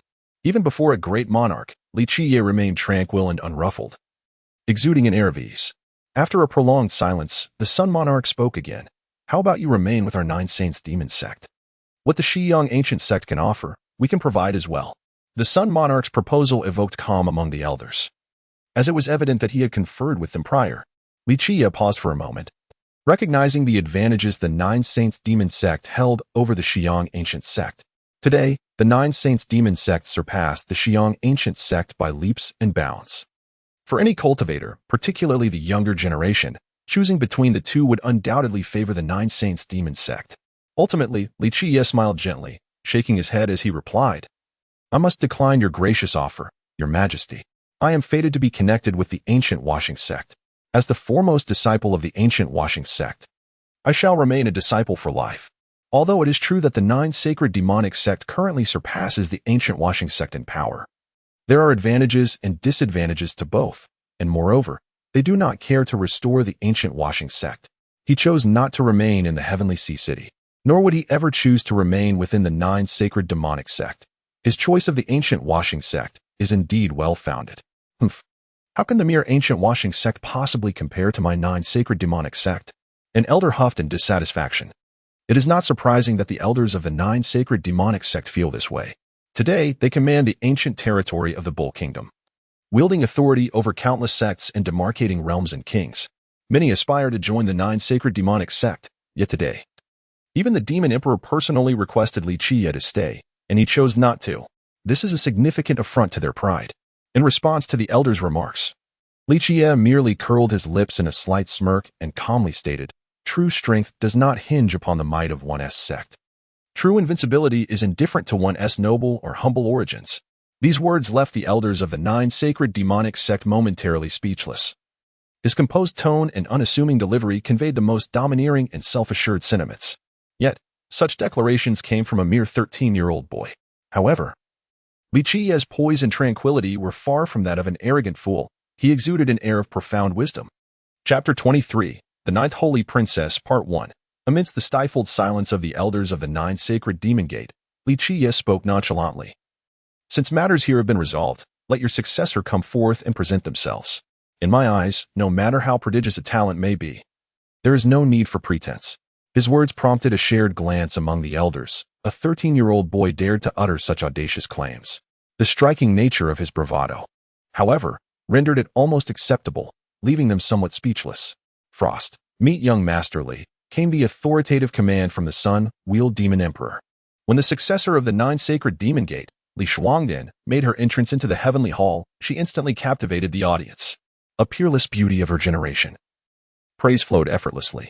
At the tender age of 19, her visage could only be described as a masterpiece, delicate brows resembling distant mountains, eyes bright and luminous as the moon, and lips adorned with a subtle crimson hue, enchanting and utterly beguiling. Yet, despite such a breathtaking appearance, she emanated an aura of icy aloofness. Her countenance tinged with a hint of haughty pride. Clad in white, she resembled a plum blossom defiantly blooming in the snow, commanding attention.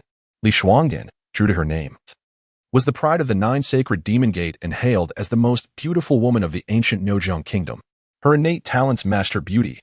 She possessed a royal physique, a sovereign lifespan, and, most impressively, her fate was deemed sacred or holy fate. A young cultivator with a royal body, sovereign lifespan, and sacred fate could undoubtedly be considered an extraordinary genius, with no room for criticism in terms of physique, talent, or comprehension. Such a heavenly figure would naturally be reluctant to marry Qiye, the chief disciple of the Shiyang ancient sect, who bore an ordinary body, lifespan, and fate. Especially given the current decline of the Shiyang ancient sect. Qiye, however, was not particularly astonished by Li Shuangdian's extraordinary beauty or her remarkable talents. Having traversed countless years and encountered innumerable beauties, he pondered how many women throughout history could rival the likes of the Water Fairy Emperor or the Ice Feather Emperor in terms of talent and appearance. Noting Li Shuangdian's presence, Qiye nodded slightly in acknowledgement. His initial words sparked a flicker of goodwill in Li Shuangdian, yet his subsequent remark ignited her fury. After a fleeting glance, he casually remarked, "To be my wife is still a stretch. With such qualifications as holy fate, you would be an excellent sword attendant. Would you serve as my sword attendant?" Qiye's audacious statement not only incited Li Shuangdian's ire, but it also put the other elders of the Nine Sacred Demon Gate in a state of disbelief. Li Shuangdian was not merely their successor, but also a source of immense pride for them, and the expectations placed upon her were monumental. Today, Qiye's brazen suggestion that she serve as his maid was nothing short of an affront. Before the elders of the Nine Sacred Demon Gate could voice their outrage, Qiye calmly continued, "I do not wish to force you. Take your time to consider. If you are willing, come find me at the Shiyang Ancient Sect." With that, He cast another glance at Li Shuangyan before turning to depart. Li Shuangyan, incensed by his words, felt her icy demeanor falter as her cheeks flushed with indignation. Despite having encountered her fair share of arrogance, Li Qiye's audacity was unprecedented. Even more infuriating was the fact that he was merely a 13-year-old boy, 5 years her junior. Yet he spoke with an air of superiority that was utterly intolerable. "You are far too presumptuous," an elder of the 9 sacred demon gate exclaimed with a deep growl. "Our successor is not fit to serve a mere 13-year-old brat. Such arrogance was a disgrace to their esteemed sect. Opportunities must be earned. I have presented you with the chance. Whether you seize it or not depends on your own fortune," Li Qiye remarked, dismissing the elder's protests as he shot another glance at Li Shuangyan before walking away. Li Shuangyan seethed with wrath, her cold, fair face flushed with rage. She had seen her fair share of arrogance, but Li Qiye was a different breed entirely. How dare this brat, still in his adolescence, presume to speak to her with such insolence? "Your Majesty, he has insulted our 9 sacred demon gate and must not go unpunished," an elder seethed. However, the sun-wheeled demon emperor remained silent for a long while before finally responding. "A true dragon will inevitably soar to the heavens. A divine phoenix will eventually sweep across the realms. Whether he is a dragon or a phoenix, we shall observe." At that moment, even Protector Mo regarded Li Qiye with interest. The 9 sacred demon gate placed significant importance on him, especially since he had passed their trials. They believed there was still hope for a union between Li Qiye and Li Shuangyan. Marriage? Li Qiye glanced at Nanhuiren and said, "I never claimed I would marry her. If she is willing, I can take her as a sword attendant." "Sword attendant?" Nanhuiren stammered, speechless, utterly taken aback by such a proclamation. Not only Nanhuiren but even Protector Mo was momentarily stunned. Li Shuangyan was no ordinary girl. She was the successor of the 9 sacred demon gate, a renowned beauty of the ancient Nojong kingdom, sought after by countless suitors. Such a heavenly figure, whose admirers stretched from the eastern to the western parts of the kingdom, was now being proposed to serve as a mere attendant by Li Qiye, an audacious claim that no one else would dare to entertain. "Surely you jest." Protector Mo whispered in disbelief. In the past, he would have reprimanded Li Qiye, but now he felt dwarfed by the presence of this 13-year-old boy, whose aura was so formidable that he refrained from assuming the role of an elder. "She is merely a woman. Why the fuss?" Li Qiye replied indifferently. While Li Shuangyan was indeed worthy of cultivation, she paled in comparison to the Ice Feather Emperor of yore. Li Qiye's brazen remarks left Nanhuiren and Protector Mo in stunned silence. Nanhuiren was completely flabbergasted. Li Shuangyan, a revered goddess in the eyes of many, was reduced to the status of a mere attendant in Li Qiye's estimation. Nanhuiren stared at Li Qiye as though he were a creature from another realm, completely unable to fathom the source of his confidence. In the ensuing silence, the elders of the 9 sacred demon gate and Li Shuangyan remained absent from the scene, and Li Qiye showed no interest in their plans. Li Qiye turned to Protector Mo, a leisurely smile gracing his lips as he remarked, "Now it is a matter of your choice. Will you stand with me or align yourself with the elders?" Li Qiye's words sent a ripple of shock through Protector Mo. Though calmly delivered, they bore profound implications. Protector Mo was no fool. Having attained his position, he had witnessed countless scenarios. At that moment, Nanhuiren cast a glance at his master, who was renowned for his guile and adeptness at reading the room, surpassing even Protector Mo in this regard. In that fleeting moment, Nanhuiren comprehended that he and his master stood at the crossroads of choice. When Li Qiye uttered those words, it signified that they had to either pledge allegiance to him or remain steadfastly aligned with the 6 esteemed elders. Despite being one a hall master and the other a protector, their statuses within the Xiyang ancient sect were far from insignificant, particularly for Protector Mo, whose rank as one of the 12 protectors placed him just beneath the 6 elders.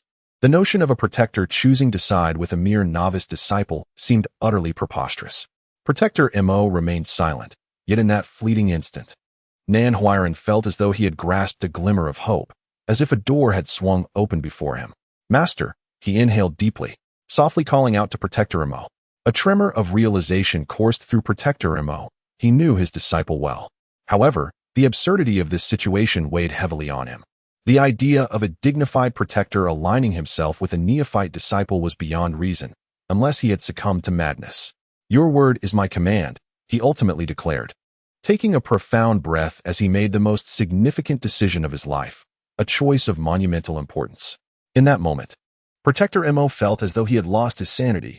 He, a venerable protector with a master who was one of the 6 elders, had chosen to side with a mere novice disciple while concealing crucial matters. Chapter 24, The Ninth Holy Princess, Part 2, Once Exposed. The consequences would be akin to treachery against one's master. Such actions could only be undertaken by a madman or a fool. Mo Protector felt as though he had lost his sanity, yet an instinct within him whispered that following the 13-year-old youth before him would lead to boundless prospects. This was merely an intuition. Nan Huiran felt a jolt in his heart. He was faced with a momentous choice in life. He understood the implications of his master's words. As long as his senior brother issued the command, he would plunge into fire and water without hesitation. Taking a deep breath, Nan Huiran spoke gravely. Previously, when he referred to Qiye as senior brother, it was constrained by the sect's rules. However, today, that title carried an entirely different significance. A 13-year-old lad, audacious enough to challenge the 9 holy demon sect, to belittle its elder capable of being a king, and even to regard the demon emperor with indifference. For others, such behavior might be deemed ignorant, arrogant, and presumptuous. Yet, having traversed the chaotic heart forest and vanquished the protector Su, Nan Huiran realized that Qiye was far from being a fool or brash. He was a force to be reckoned with. This young man, hailing from the Shiyuan ancient sect, had slain the protector of the 9 holy demon sect and reduced its princess to a maid. What audacity! From the very moment he entered the 9 holy demon sect, confidence radiated from him. He was already assured of his escape. With a mind as sharp as a blade, Nan Huiran pondered extensively. In the Shiyuan ancient sect, even after a lifetime of striving, reaching the pinnacle merely meant attaining the status of an elder. Yet, perhaps the emergence of Qiye would signify a breakthrough. Qiye nodded gently at the allegiance of Mo Protector and Nan Huiran, stating, "One day, you shall understand that today's choice is the most prudent decision of your lives." With a smile directed at Mo Protector, he continued, "Since Elder Yin has spoken with you, I presume you are well prepared." This remark sent a tremor through Mo Protector's heart. Indeed, prior to their departure, the Grand Elder of the 9 holy demon sect had sought him out. In fact, the sect did not wish for the matter of the guardian deity to be disclosed. However, Mo Protector had not directly acquiesced to Elder Yun's demands. Previously, as the protector of the Shiyuan ancient sect, he would have never had the opportunity to meet the elders of the 9 holy demon sect, let alone the Grand Elder. In truth, even a visit from the elders of the Shiyuan ancient sect would likely have been received solely by the protectors of the 9 holy demon sect. I understand. Ultimately, Mo Protector formulated a comprehensive argument, one that would benefit both Qiye and himself. In the end, Qiye and his companions departed the 9 holy demon sect, with Yui personally seeing them off. As the chief protector, Yui was among the strongest nobles of the time, and his personal farewell to Qiye and his companions was an unusual honor for the Shiyuan ancient sect. The events of the past few days felt like a fleeting dream, an incredible fantasy, yet it was no dream, it was indeed a reality. Standing atop a solitary peak, gazing across the vast land of the Shiyuan ancient sect, he fell into a prolonged silence. In truth, during the era of the Mingren immortal emperor, the territory of the Shiyuan ancient sect spanned millions of miles, and the essence of heaven and earth flowed like an ocean. Regrettably, the Shiyuan ancient sect had since declined, lacking the vigor to maintain such an expansive territory. Consequently, its domain had continuously shrunk, and the essence of heaven and earth had grown sparse. Anyone standing within this territory could sense the thinning vitality that once flourished here. Today, the Shiyuan ancient sect resembled a flickering candle in the wind, akin to an elderly figure on the brink of demise. Qiye sighed softly within. He had not chosen the Zhuntian High City, nor the Battle God Hall, and not even the 9 holy demon sect, but had opted for the withered Shiyuan ancient sect, for the successive leaders and powers of the Shiyuan ancient sect. The ever-disparaging Qiye had never held them in high regard. Once, he had hoped for another disciple of the Mingren immortal emperor to lead the Shiyuan ancient sect, one whose potential he valued more than that of the chief disciple. Alas, after his awakening, the sect fell under the dominion of the chief disciple, who adhered to the orthodox path, leading the sect to adopt a facade of righteousness. Qiye lingered atop the solitary peak, lost in thought for an extended period, even failing to notice Nan Huiran's arrival. He nodded and accompanied Nan Huiran to the ancestral hall, where the 6 elders awaited, their gazes fixed intently upon Qiye. In an instant, the atmosphere within the hall grew eerie and heavy. Mo Protector had already briefed the 6 elders on the matter of the union.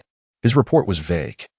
He merely stated that Qiye had passed the examination, emphasizing his journey through the chaotic heart forest. While glossing over the duel with Su Huan and neglecting to mention the snake staff and four-symbol stone man, ultimately attributing Li Qiye's victory over Su Huan to luck. You have passed the examination? The Grand Elder fixated on Li Qiye, his tone grave. In truth, the six elders harbored no hopes for this union. Yet, the astonishing revelation of Li Qiye's success and his traversal through the chaotic heart forest left them in disbelief. Rewards were in order. However, certain matters required your clarification. The Grand Elder spoke solemnly. As far as I know, Su Huan is among the elite of the younger generation within the 9 holy demon sect, his prowess rivaling that of our own hall master. You have just joined our sect, not yet grasping the path, so how could you possibly defeat him? Absurd. Elder Xiong, one of the 6 elders, coldly interjected, expressing his discontent with Li Qiye's claims.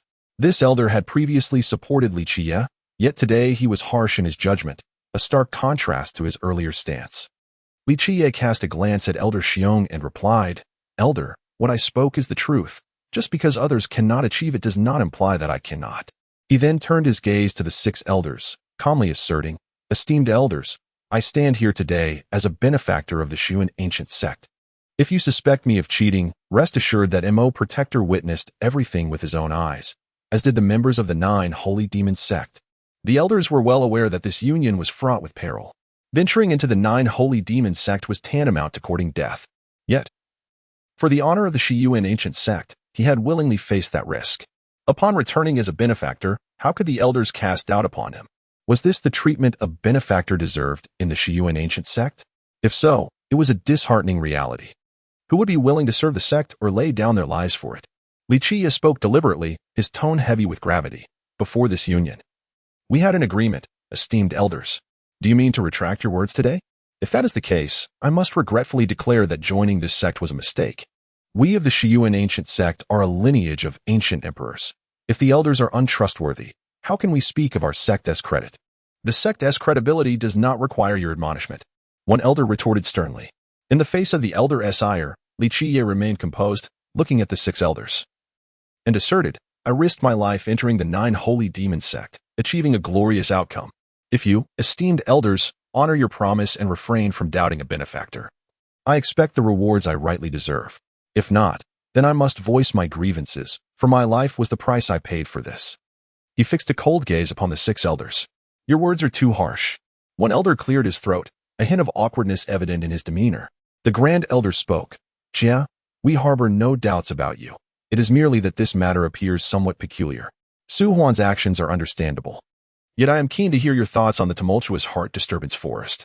As he spoke, his gaze intensified, fixating on Li Qiye as if attempting to penetrate the depths of his being. Chapter 25, The Divine Crow Peak, Part 1. At this moment, not only the Grand Elder, but also the other 5 elders were fixated on Li Qiye. If slaying Su Huan was regarded as a miracle, one could argue that even the mightiest of beings may stumble and falter. And one might concede that Su Huan's arrogance and lack of caution allowed Li Qiye to launch a successful ambush. However, the situation with the chaotic heart forest was altogether different. The 6 elders were acutely aware that for countless millennia, no disciple from the younger generation of the 9 sacred demon sect had ever traversed the chaotic heart forest, save for the truly extraordinary. As the 6 elders scrutinized him, both Protector Mo and Nanhuiren couldn't help but secretly break into a cold sweat on behalf of Li Qiye. Humph. How can a mere mortal possess a heart of doubt more resolute than that of a noble? Elder Xiong remarked discontentedly, snorting derisively. Li Qiye merely lifted his eyelids to glance at him and replied, Elder, the steadfastness of one's Tao heart bears no relation to one's cultivation. High cultivation does not equate to a steadfast heart. Throughout the ages, how many true immortals and holy emperors have ultimately succumbed to madness due to their wavering Tao hearts, burning themselves in the flames they played with. Such ignorance. Do you presume to comment on true immortals and holy emperors? Elder Xiong retorted sternly. Li Qiye, disinterested, glanced at him once more and said nonchalantly, I merely speak the truth. If the esteemed elders doubt my words, they may seek verification from the 9 sacred demon sect. As Elder Xiong glared furiously, ready to unleash his wrath, the Grand Elder coughed lightly and interjected, Let us put this matter aside. What of your impending marriage to Princess Li? While the murder of Su Huan could be somewhat justified, traversing the chaotic heart forest was an altogether different story. Even the holy emperors could not accomplish that, let alone a mere mortal. However, for the Grand Elder and his companions, such details were now secondary. What truly mattered was when the 9 sacred demon sect would unite with the Xiyang ancient sect through marriage. The Xiyang ancient sect required the formidable backing of the 9 sacred demon sect at this juncture. This matter requires the 9 sacred demon sect to address.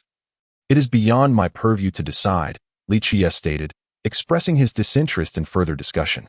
Very well, the Grand Elder conceded. Aware that he could not compel Li Shuangyan to marry Qiye, the Xiyang ancient sect lacked the standing to bargain with the 9 sacred demon sect. The Grand Elder nodded. You have accomplished a great deed this time. As per our prior agreement, you shall receive your due rewards. Upon hearing this, Elder Xiang's expression shifted dramatically, and he was about to speak when the Grand Elder subtly gestured for him to cease. The Grand Elder then addressed Qiye, firstly. Once you attain the body refinement realm, the sect will prepare a royal body ointment for you. Secondly, you may select one technique each from the sect as martial arts, life arts, body arts, and longevity arts. Of course, you may opt for other techniques, but the total must not exceed 3. Are you satisfied with this? That is acceptable. But I have an additional condition. The sect promised me 3 requests, Qiye replied, nodding. The Grand Elder acquiesced. Very well, state your request. I require a protective weapon. So I wish to select a treasure or true artifact from the sect, Qiye stated solemnly. The Grand Elder nodded. You may choose one treasure or true artifact from the lower 3 tiers. You may also select a longevity treasure. Thank you, Elder. Qiye said with a bow before turning to leave. Huiran, accompany Qiye, the Grand Elder instructed Nan Huiran as Qiye departed. After Qiye's exit, Elder Xiang remarked gravely, Brother Gu, this young man may pose a problem. He could very well be a spy sent by the 9 sacred demon sect. What makes you say that, Brother Chao? Another elder gently shook his head. In my view, that is unlikely. The 9 sacred demon sect is incomparably more powerful than us.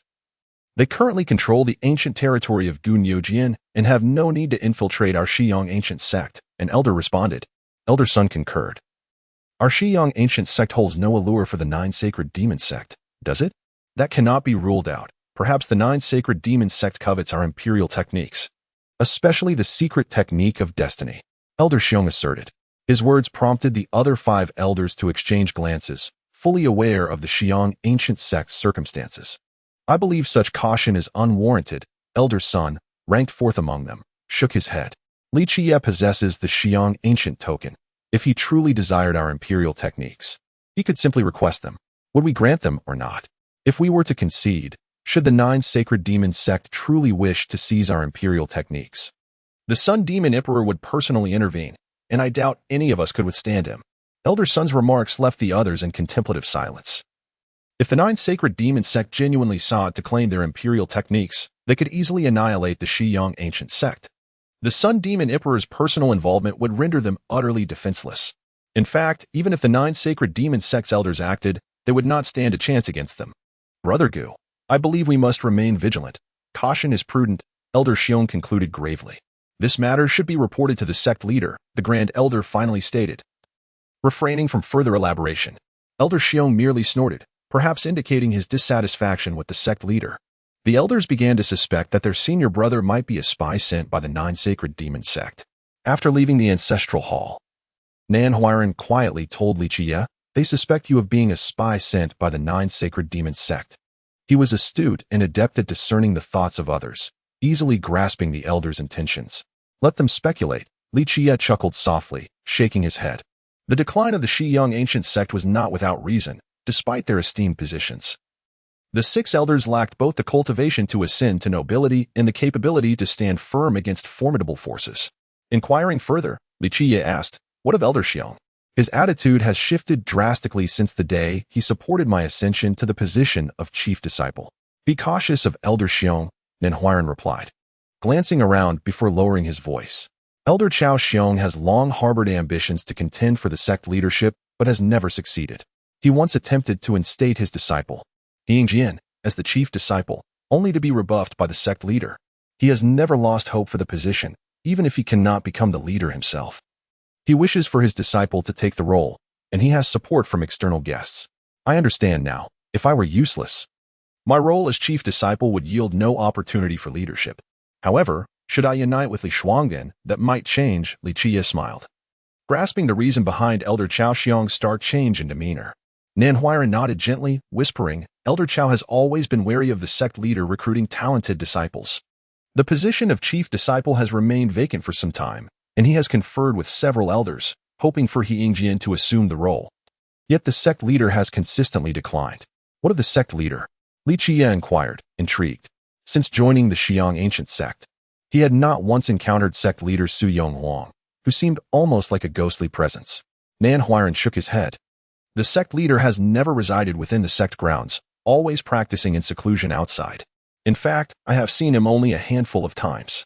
At this juncture, Nanhuiren, ensuring no one else was around, whispered, there are rumors within the sect suggesting that the elders forced the sect leader to leave. The specifics remain unknown. But one thing is clear. The sect leader seldom appears within the sect, and when departing, he took several protectors and hall masters with him. Li Qiye stroked his chin thoughtfully. This implies that our sect is divided into several factions. It seems the situation within the Xiang ancient sect is even more intricate than I initially surmised. Some say there are 4 distinct factions within the sect. Nanhuiren remarked, there exists a faction of guardians, some of whom follow the sect leader while others are loyal to Elder Xiong. These individuals have long harbored aspirations for Elder Xiong to ascend as the sect leader. Additionally, there are those from the lineage of the Grand Elder. And it seems that the majority of the other 4 elders maintain a neutral stance. Does the Grand Elder wish to contest for the position of sect leader? Li Qiye inquired. Nanhuiren shook his head and replied, no one truly knows the Grand Elder's intentions. It is said that he may not necessarily support the current leader. Yet he has never sought the position for himself. Nevertheless, the Grand Elder wields considerable influence within the sect, commanding the law enforcement team with an iron fist, instilling fear among many disciples. Upon hearing this, Li Qiye gained a clearer understanding of the circumstances surrounding the Xiang ancient sect. With a faint smile, he chose not to comment further. Qiye Peak stands as a pivotal stronghold of the Xiang ancient sect, arguably a forbidding domain. Without the permission of the sect leader or the elders, no disciple may ascend Qiye Peak. Furthermore, Qiye Peak is the highest and most significant summit of the sect, housing a triangular ancient courtyard that contains all the sect's sacred texts, formidable weapons, and rare celestial stones. The peak is heavily guarded, with sentinels stationed every few steps, ensuring that not even a mosquito can penetrate its defenses. The elite disciples of the Xiang ancient sect vigilantly safeguard Qiye Peak, and typically, 2 of the 6 elders take turns to oversee its protection. For the Xiang ancient sect, Qiye Peak holds unparalleled importance, encapsulating the essence of the sect within its confines. Additionally, there exists a legend surrounding Qiye Peak, which tells of the time before Emperor Mingren was destined to bear the heavenly mandate. It is said that he received divine guidance when a celestial raven descended from the heavens and landed upon this peak. Thus, having received the divine will, he established the Xiang ancient sect in this very location. Chapter 26, The Divine Crow Peak, Part 2. As Li Qiye listened to Nanhuiren recount the tale of the Divine Crow Peak, a smile involuntarily graced his lips. The so-called Divine Crow Peak was merely named by several divine generals under the Mingren immortal emperor in honor of his shadowy crow. The triangular ancient courtyard atop the peak was modest in size, yet it was shrouded in an inky darkness, as though it had been forged from profound iron, heavy beyond measure. In truth, the disciples of the Xiang ancient sect throughout the ages remained unaware of the mysterious materials from which this ancient courtyard was constructed. Standing before the triangular ancient courtyard alongside Nanhuiren, Li Qiye gazed at the obsidian structure, reflecting on the countless epochs that had passed while this ancient courtyard steadfastly endured. The enigma surrounding it far exceeded the imagination of ordinary mortals, who could scarcely fathom its origin. Just as Li Qiye was lost in contemplation, his attention was drawn to the colossal divine shrine before the triangular courtyard. To his recollection, this shrine had not existed when the courtyard was originally built. His gaze fell upon the shrine, where a figure sat cross-legged, a remarkably robust man whose age was impossible to discern. His wild hair cascaded down, and his long, unkempt beard obscured his visage. This man had seemingly been immobile for countless years, as wild grasses had taken root upon him. With his eyes closed, one might mistake him for a corpse were it not for his steady breaths. What was even more astonishing was that his hands and feet were bound by thick iron chains, while others might overlook their significance. Li Qiye recognized these chains as being forged from the rare and precious black spider cold iron. What manner of individual warranted such confinement? And astonishingly, the man appeared to accept his imprisonment willingly, rather than being coerced. Noticing Li Qiye's interest in the figure within the shrine, Nanhuiren quietly explained. This is the guardian of the triangular ancient courtyard. No one knows his true origins. Why is he locked here? Li Qiye inquired, still observing the man who remained seated with closed eyes. Nanhuiren shook his head, saying, no one knows, perhaps no one within our Xiyang ancient sect is aware. It is said he has been imprisoned here for an eternity. Even my master is unaware of the duration of his confinement. Some claim he was a disciple of the sect, a sinner who committed unspeakable crimes and has thus remained shackled here. Li Qiye nodded slightly, choosing to remain silent as he and Nanhuiren entered the triangular ancient courtyard. Upon their entrance, the man within the shrine abruptly opened his eyes. And for a fleeting moment, his gaze was terrifyingly intense, as if it could pierce through the annals of time and cleave through chaos. A single glance from him could make even nobles and immortals tremble. Yet, after that brief moment, he swiftly closed his eyes again, as if nothing had transpired. From the outside, the triangular ancient courtyard appeared modest, but upon stepping inside, it revealed an expansive domain, spanning thousands of acres. It housed 3 magnificent ancient towers that formed the triangular courtyard. Undoubtedly, the courtyard's vastness was concealed from the outside, a result of supreme divine arts that had refined it. As they ventured deeper, Nanhuiren introduced the various chambers.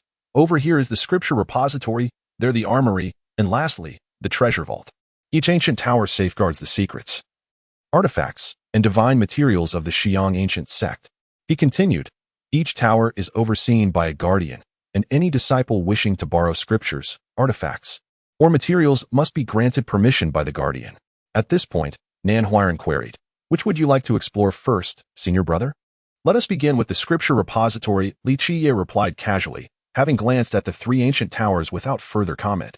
Once inside the scripture repository, they were greeted by 8 formidable disciples of the Xiyang ancient sect, along with a guardian overseeing the area.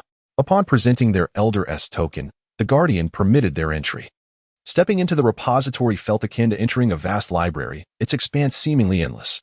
The sheer magnitude of the scripture repository evoked the grandeur of the Xiyang ancient sect's illustrious past. As Li Qiye and Nanhuiren made their way through the repository, they soon realized they were not alone. Numerous disciples were sifting through the available martial arts manuals. Nanhuiren, possessing a natural charm and amiable demeanor, greeted his fellow brothers with ease. Li Qiye, on the other hand, found himself at a disadvantage. Despite his recent induction, he was met with disdain from many of the sect's disciples. Though the Xiyang ancient sect had waned in prominence, it remained an esteemed celestial lineage, making it a remarkable feat for a mere mortal to join its ranks. Compounding his misfortune, this mortal, burdened with an ordinary body and destiny, had somehow ascended to the position of chief disciple. The significance of this title was immense, being the elder brother to all third-generation disciples. Countless gifted disciples within the sect aspired to this role, yet none had secured the approval of the sect leader. Now, an inconsequential individual held the ancient token and assumed the role of chief disciple, inciting indignation among many. Even if the disciples refrained from questioning the elder's decision, their expressions towards Li Qiye were far from cordial. He was, after all, Li Qiye. Some disciples regarded him with the same fascination one might reserve for a curiosity. Although many had attempted to wield the ancient token, none had succeeded. Yet, unexpectedly, the notorious elder had bestowed this treasured token upon Li Qiye, which seemed utterly unnatural. Rumors swirled, with some claiming he had engaged in dubious activities with the elder for 10 consecutive days and nights. Others asserted that he had procured a pair of twin sisters for the elder, who were fresh arrivals. It was said he had lavished upon them for 3 years, leading the elder to willingly part with the ancient token. As the gossip spread, it grew increasingly outrageous. Whispers suggested that Li Qiye had rented the entire establishment for a decade, allowing the elder to revel in indulgence. Regardless, the nature of the rumors remained consistent. Li Qiye was believed to have employed scandalous methods to earn the elder's favor and acquire the esteemed ancient token of the Xiyang ancient sect. Chapter 27, The Moonswirl Sunwheel, Skill, Part 1. Alas! How could our esteemed Xiyang ancient sect allow such a shameless and worthless individual to become the chief disciple? It is indeed a disgrace to our sect. One disciple voiced his indignation. He must have failed the assessment. How could such a useless person even dream of passing the 9 holy demon gates evaluation? To think he aspires to marry Princess Li of the ancient Nojian kingdom is utterly ridiculous, like a toad wishing to eat swan meat, scoffed another disciple disdainfully. South Wyron. overhearing the murmurs of his fellow disciples, felt a twinge of embarrassment. However, he refrained from disclosing any details about the 9 Holy Demon Gate. Conversely, Qiye, the subject of their scorn, ambled leisurely as if oblivious to their remarks, perusing the myriad skill manuals displayed on the shelves. Tiger Roar Technique, Heavenly Silkworm Longevity Method, Fierce Sun Wheel Art, Iron Bull Imperial Body Technique. Each manual, whether original, handwritten, or replicated, graced the shelves in a splendid array. The collection consisted of various techniques for physical cultivation, vitality enhancement, and both offensive and defensive arts. The diversity of these manuals was staggering, a testament to the illustrious past of the Qiye ancient sect. Some techniques were created by our esteemed ancestors, while others were acquired from different sects or legacies. Southwiren remarked to Qiye, "If you wish to select a technique related to imperial arts, you must ascend to the 3rd level. The manuals on the 1st floor are the most basic, accessible to many ordinary disciples. Only those with merit, such as hall masters, can practice the techniques on the 2nd level and above." Qiye was in no rush to select a technique. He simply browsed the offerings before him, for he had already set his sights on a particular goal. He moved from the 1st level to the 3rd, where he discovered a couple of imperial arts, albeit ones that were peripheral rather than core techniques. As Qiye perused, he noted that the higher he ascended, the fewer manuals were available, with many shelves left empty.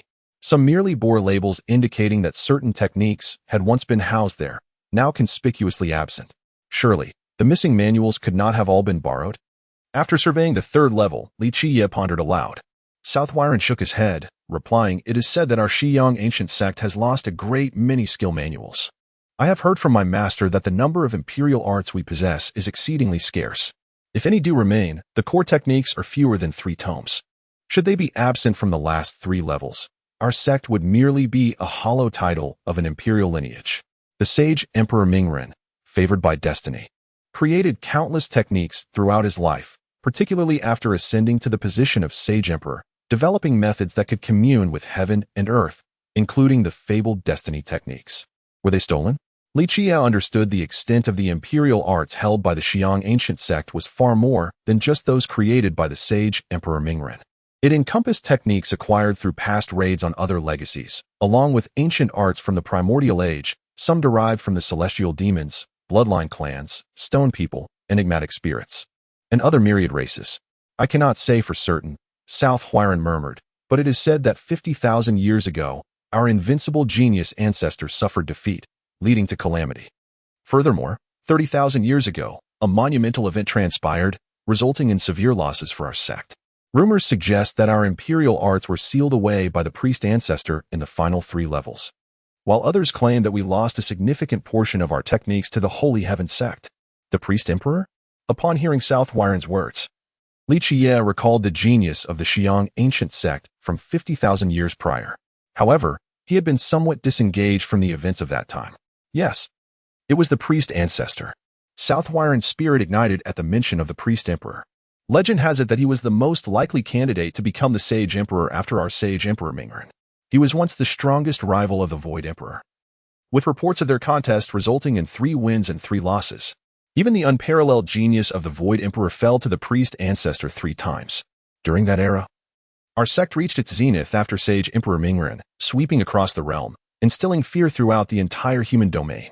As Southwiren spoke passionately about the priest emperor, Qiye responded with an air of indifference. His words fell like a cold splash of water, dousing Southwiren's fervor. He soon spoke in a somber tone. "It is said that after the final battle between the priest ancestor and the Void Emperor, he vanished from existence. Some claim he perished, while others believe he transcended within our sect. There are even elders who speculate that he withdrew a great many imperial arts and sealed them within the last 3 levels. Are there no imperial arts in the middle 3 levels?" Qiye glanced upward, having received permission from the elder. His access was limited to the lower 3 levels. Southwiren also looked up at the upper levels and shook his head, stating, "My master has told me he ascended twice, but the manuals above could be counted on 10 fingers. Qiye remained silent, merely shaking his head gently. The Qiye ancient sect had become a hollow shell. As an imperial lineage, the scarcity of imperial arts rendered it little more than a name. Thus, the decline of the Qiye ancient sect was not without reason. Ultimately, Qiye selected a manual for offensive and defensive techniques from the 3rd level and another for vitality enhancement from the second level. In an inconspicuous corner of the lowest level, he unearthed a considerable collection of manuals. Upon observing the array of manuals that Qiye had unearthed from the lowest level, Southwiren counted them, 120 volumes. He was momentarily speechless and murmured, "Brother, these are merely martial techniques, insignificant in value. Anyone in the sect can access them. Shouldn't you consider exchanging them for other manuals?" "I have my own plans," Qiye replied confidently, shaking his head. Seeing Qiye's resolute demeanor, Southwiren ceased his objections and promptly assisted him in moving the manuals for registration. Previously, Southwiren would have deemed Qiye ignorant for selecting over 100 martial techniques, considering it a futile pursuit. Yet now, he held a different perspective. As Qiye and Southwiren carried the 120 martial technique manuals to register, they drew bewildered stares from all present, including the second-generation disciple in charge of registration, who regarded Qiye as a curiosity. The elder had decreed that one could select 3 manuals. A disciple responsible for registration glanced at Qiye's token and finally stated, "I see you have chosen your manuals." Qiye responded leisurely, "I am aware of that. I have selected one manual for cultivating my essence and another for extending my vitality. I shall forego a third choice." Warren remarked that all disciples within this martial arts school could peruse these techniques, thus I should be permitted to borrow them, correct?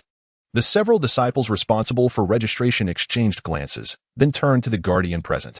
Upon receiving his approval, the registrars refrained from further comment. One of the registrars examined the 120 manuals that Qiye had brought forth and stated, "The general principles of martial arts consist of 44 volumes.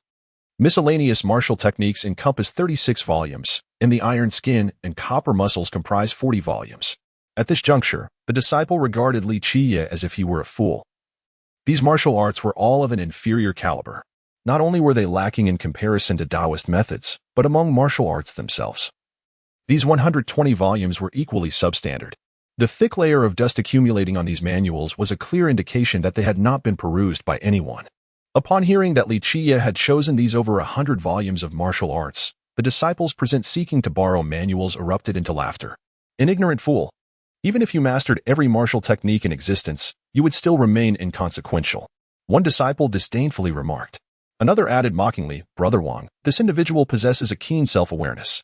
With that mundane body, mundane wheel, and mundane fate, mastering Taoist techniques is a daunting task. Perhaps, even the most fundamental foundational mindset would take him a decade to grasp. Thus, recognizing his limitations in cultivating the Tao, he has opted to pursue martial arts instead." Chapter 28, The Moon Vortex Sun Wheel Technique, Part 2, Indeed. The martial arts techniques stored within the ancient scriptures of the Shiyang sect have been preserved for countless ages and throughout history. Only a handful of disciples have perused these techniques, let alone managed to read through all 120 volumes.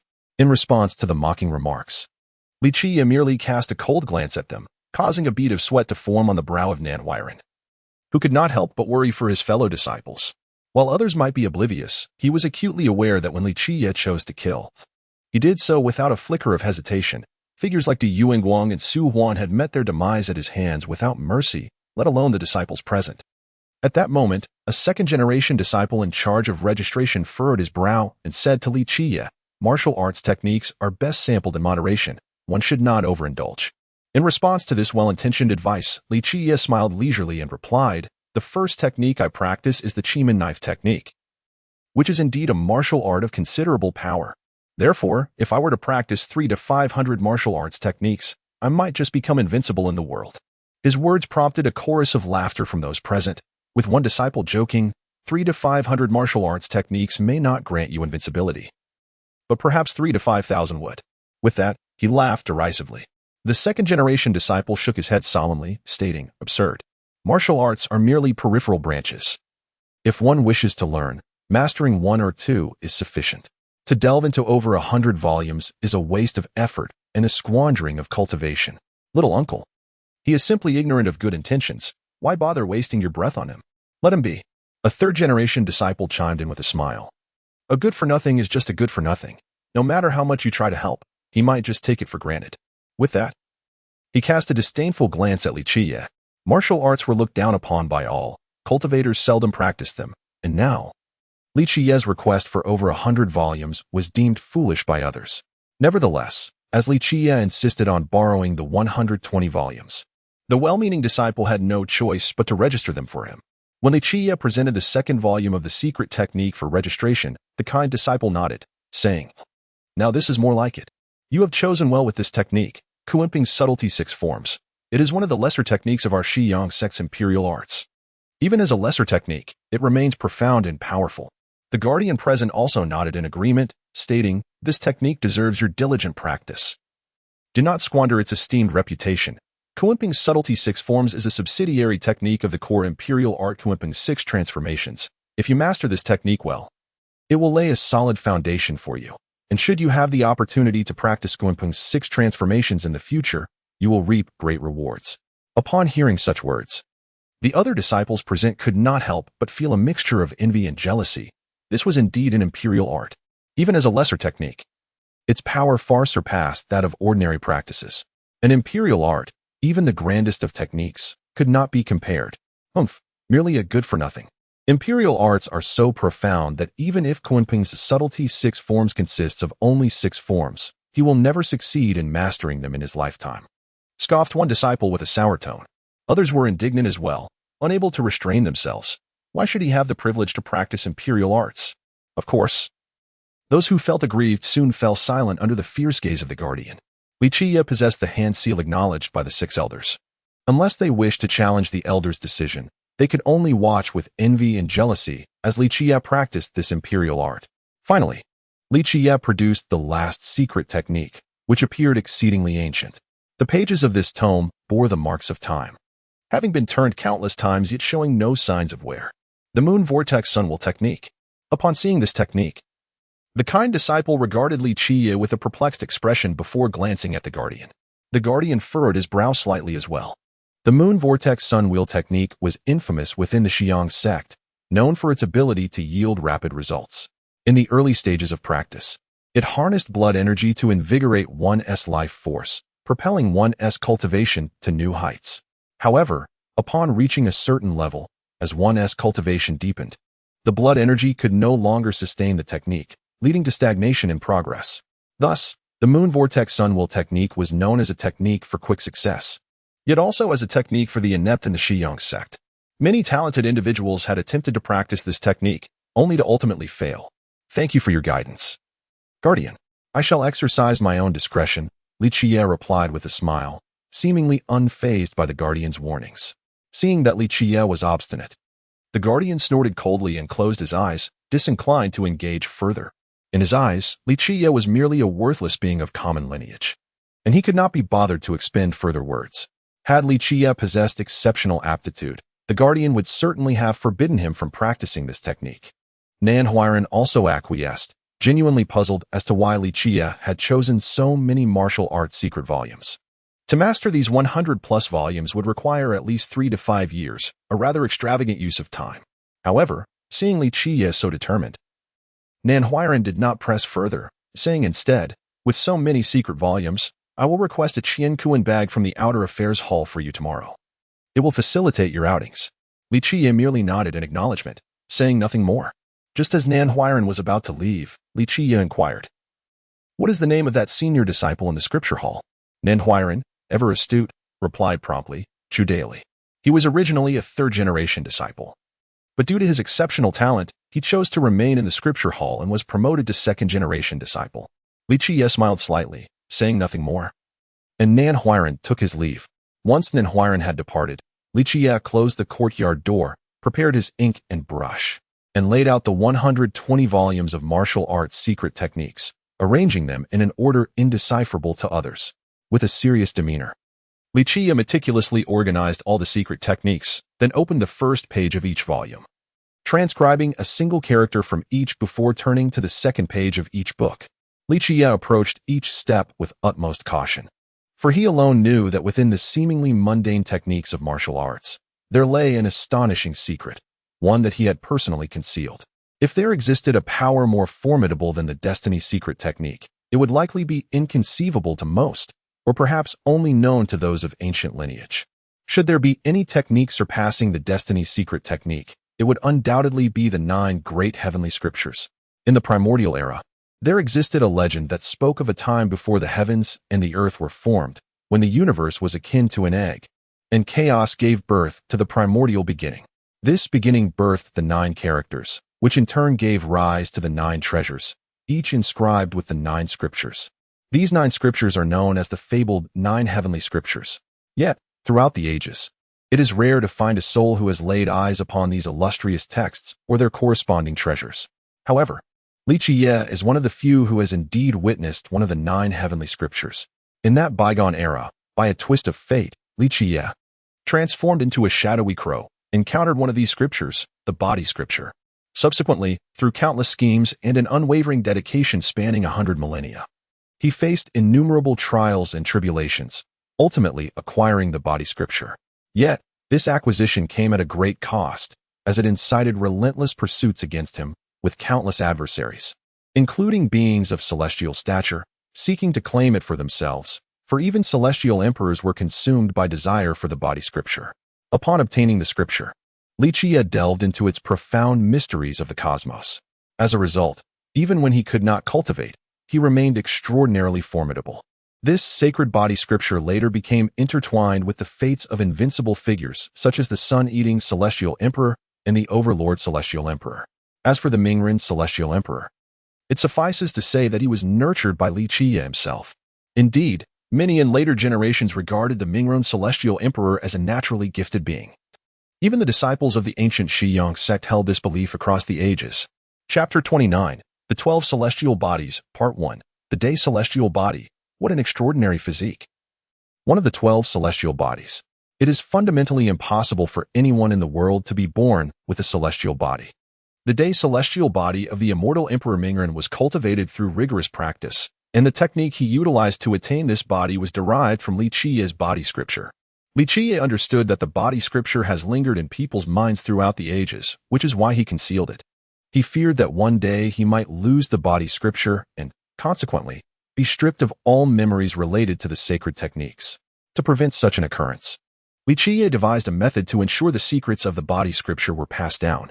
He invested considerable effort in embedding the mysteries of the scripture within martial techniques that all practitioners would dismiss. At that time, Qiye divided the secrets into 3 parts and concealed these portions within 3 unrelated martial arts. Collectively, these 3 martial arts comprised 120 volumes, incorporating thousands of techniques. The mysteries of the body scripture were arranged in a sequence known only to Qiye. Even if one were aware that the body scripture was hidden within, without his sequence, they could never fully extract its secrets. At that time, the 3 martial arts containing the secrets of the body scripture were printed across 3 different eras, thus spanning 3 ages and remaining unrelated. Over the course of these 3 eras, Qiye printed over 100,000 copies of these martial arts, which spread extensively. After these 3 epochs, not only did the human emperor realm possess them, but they also circulated throughout the other 8 realms. Throughout the ages, no practitioner had diligently read through all 120 volumes of these martial arts manuals. Even if someone practiced martial arts, it was impossible for them to simultaneously possess all 3 techniques. The Shiyang ancient sect held these 3 martial arts as a special legacy left by Qiye, giving them a chance. If a truly dedicated individual could comprehend his secrets, perhaps the Shiyang ancient sect might produce another figure like the immortal Emperor Mingren. Even if they could not become an immortal emperor, they could still achieve a celestial body. Alas, few descendants of the Shiyang ancient sect have studied these 3 martial arts, let alone fathom their mysteries. Consequently, since the time of the immortal Emperor Mingren, no other celestial body has been heard of from the Shiyang ancient sect. Qiye spent an entire night extracting the secrets of the body scripture from the 120 volumes of martial arts manuals. Gazing at the written secrets, a satisfied smile crept across his face as he slowly perused the meticulously organized mysteries. As Qiye imprinted the secrets of the body scripture into his mind, the lost memories gradually resurfaced, and ultimately, the complete body scripture re-emerged in his consciousness. Once the entire secret of the scripture was engraved in his mind, Qiye burned the copied incantations, having endured countless trials. He understood the preciousness of the body scripture and recognized the calamities that would befall him should anyone discover that he possessed it. Thus, he retained the secrets of the body scripture solely within his mind. In truth, the original body scripture was hidden away by Qiye, and there would never be another soul capable of retrieving it from the world. However, Qiye did not hasten to extract the original body scripture because it entailed more than just the secrets of cultivation. Brother, I fear I cannot accompany you to the armory today. The elders have sent me on an errand. I must report the matter of the marriage alliance to the sect master, said Nan Huiran upon encountering Qiye. As a hall master, Nan Huiran was highly esteemed by the elders, often entrusted with the duty of conveying significant messages. Go ahead, I am in no rush to select a treasure. Qiye nodded gently. He intended to utilize this opportunity to organize his cultivation manuals thoroughly. After Nan Huiran departed, Qiye did not linger in slumber. He retrieved the 6 styles of Kunping manual. In the eyes of the third-generation disciples of the Xiang ancient sect, the 6 styles of Kunping held a prestigious status, being an ultimate technique of imperial arts. Despite being an ultimate technique, its power was astonishing. Throughout history, immortal emperors have created remarkable cultivation techniques, including methods for prolonging life and enhancing vitality, combat techniques for destiny, and body techniques for refining and cleansing the physique, as well as secret arts that only those destined to bear the celestial mandate could create. The immortal emperor Mingren developed countless techniques during his lifetime, and Qiye was intimately familiar with them, whether they pertained to longevity, destiny, or body cultivation. Mingren was an immortal emperor nurtured by Qiye himself, and he had participated in the majority of the techniques Mingren created, including the secret arts of destiny. The core imperial technique corresponding to the 6 styles of Kunping was the 6 transformations of Kunping, one of the most powerful techniques among the myriad of destiny arts created by the immortal emperor Mingren. As Qiye slowly delved into the 6 styles of Kunping, he realized that it comprised merely 6 movements, not even qualifying as a true combat technique. Yet, Qiye understood better than anyone that the 6 transformations of Kunping was derived from these 6 foundational movements. In his youth, when Mingren transformed into a shadowy crow, Qiye had taken him to observe the Kunping from afar, ultimately leading Mingren to summarize the 6 movements of the Kunping and create the 6 transformations of Kunping, which later became renowned as an immortal emperor's technique of destiny. As Qiye contemplated, the 6 movements of the 6 styles of Kunping began to evolve in his mind. At times, the great Peng soared through the heavens, striking across 3,000 miles. At other moments, it plunged into the abyss, pecking through the earth. Sometimes it entered the profound depths, transforming into a colossal koan, thrashing its tail to stir the waves. At times a peng, at times a koan. The evolution accelerated until it became indistinguishable whether it was a ping or a koan. Ultimately, a fish transformed into a bird, leaping into the sky, treading the path of the Tao as the koan and ping shifted, harmonizing with the rhythm of the heavens and the earth. With a resounding boom, the Kunping crashed against the waves. In that instant, Qiye's entire being trembled as the enormous waves summoned by the Kunping dissipated. Gradually, everything transformed into the essence of the Tao, the profound mysteries unfolding, operating within the great path, until the erased memory runes re-emerged in Qiye's mind. These runes morphed between being a peng and a koan, their boundless intricacies culminating until they became indistinguishable, forming a complete Kunping. The entirety of the 6 transformations of Kunping was finally imprinted within Qiye's consciousness. Having comprehended the mysteries of the 6 transformations of Kunping, Qiye did not indulge in leisure or pride. He was acutely aware of his own circumstances. In terms of physique, longevity, or destiny, he could not compare to those geniuses. Thus, he needed to exert 100-fold effort in his cultivation. On the path of cultivation, he must be relentless. Only in this way could he bear the celestial mandate and sweep across the 9 heavens and 10 earths. As a mentor who had once nurtured an immortal emperor and guided countless luminaries in the pursuit of the Tao, he understood the principles of cultivation better than anyone else. Though his physique, longevity, and destiny were lacking, he possessed a comprehensive understanding of cultivation philosophy, which was his advantage. Qiye opened the Moon Whirlpool Yang Wheel manual and began to study it. The Moon Whirlpool Yang Wheel is a technique of longevity, focused on enhancing the longevity will to prolong life and nourish the blood. Every practitioner, even ordinary mortals, possesses a longevity wheel. Any sentient being endowed with wisdom has 3 essential elements: the physique, the longevity wheel, and the destiny palace. The physique, needless to say, is the vessel of life. Without it, there is no existence. Even the most ordinary mortal possesses a mortal body. The flesh and blood form is the finest vessel of life. As the saying goes, a tree is growth rings, and a person has a longevity wheel. The life wheel, residing within the body, is not a tangible entity. Rather, It manifests as a series of luminous circles, visible only to those who have attained mastery in their cultivation. Upon the acquisition of longevity techniques, the life wheel emerges at the back of the practitioner's mind, with each radiant circle signifying the vigor and longevity of one's vital essence. For an ordinary individual, the span of their life, provided they encounter no calamities, is determined by the life wheel. For instance, a person like Qiye, possessing a mortal life wheel, could expect to live to the age of 60, provided he does not engage in the path of cultivation and lives like an ordinary person, free from unforeseen misfortunes. The life wheel, constitution, and fate palace are categorized into levels, ranked from lowest to highest: mortal level, acquired level, innate level, royal level, saint level, and celestial level. Although the levels of the life wheel, constitution, and fate palace are equivalent, there is a notable distinction in principle. The levels of the life wheel and fate palace remain immutable as they are innate. Only the constitution can be transformed through cultivation. For example, an innate constitution can be elevated to a royal constitution through the practice of royal body techniques. Chapter 30, The 12 Celestial Bodies, Part 2. The Wheel of Life and the Palace of Fate are immutable. If you are born with a congenital wheel of life, it remains so, and if you are born with an imperial mandate, it is unchangeable. This cannot be altered, no matter how formidable you become. Even if you transform into an immortal emperor, it remains unchanged unless you seek to alter your fate. Cultivation, constitution, wheel of life, and palace of fate are all indispensable. Each is of utmost significance. The constitution determines the quality of one's bones and physique. The wheel of life dictates the vigor of one's blood, while the palace of fate governs one's innate talent and comprehension. For instance, if you possess a sacred wheel, your blood vitality is as abundant as the vast ocean. When practicing the same techniques, you not only progress more swiftly than others, but also wield greater power. In the ancient, untamed era, both humans and beasts were frail beings. For survival, countless sages forged ahead, creating numerous techniques that ultimately led to a flourishing age.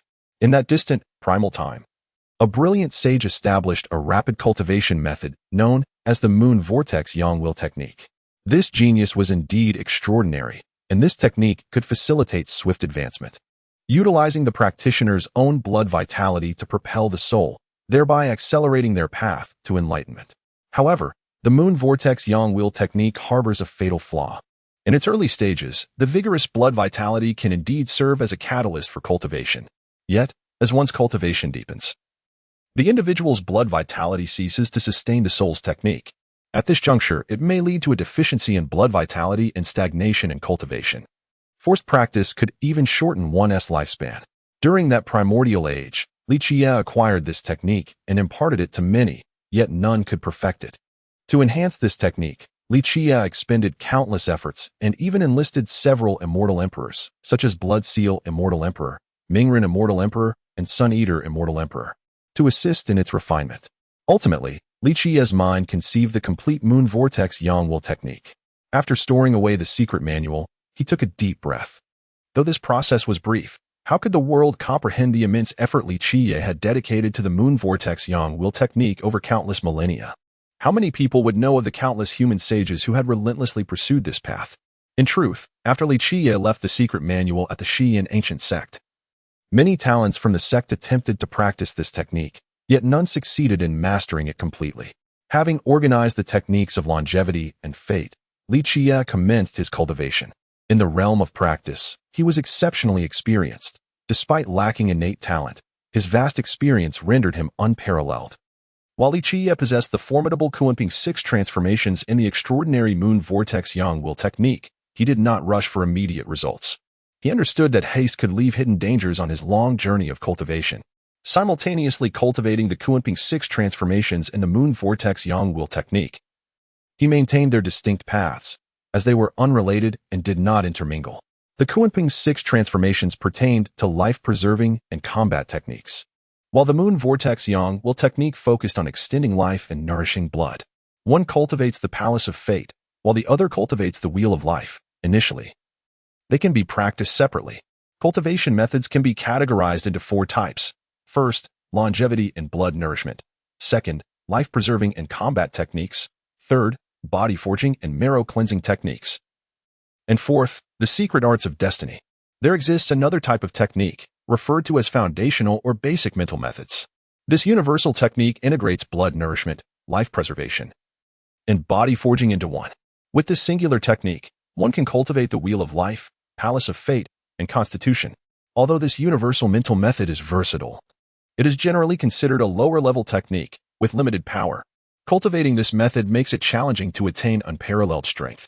Techniques also vary in rank. For example, the founder of the 9 Sacred Demon Gate, the unmatched Sage 9 Sacred Heavenly Demon, created techniques known as Sage techniques. In contrast, those created by immortal emperors are called immortal techniques or imperial arts. With identical constitution and talent, if the cultivation methods differ, the resulting paths will certainly vary. Practicing imperial arts will undoubtedly yield stronger results than those practicing sage techniques within the same time frame. As for the secret arts of destiny, their power is beyond imagination, as they embody the very essence of fate.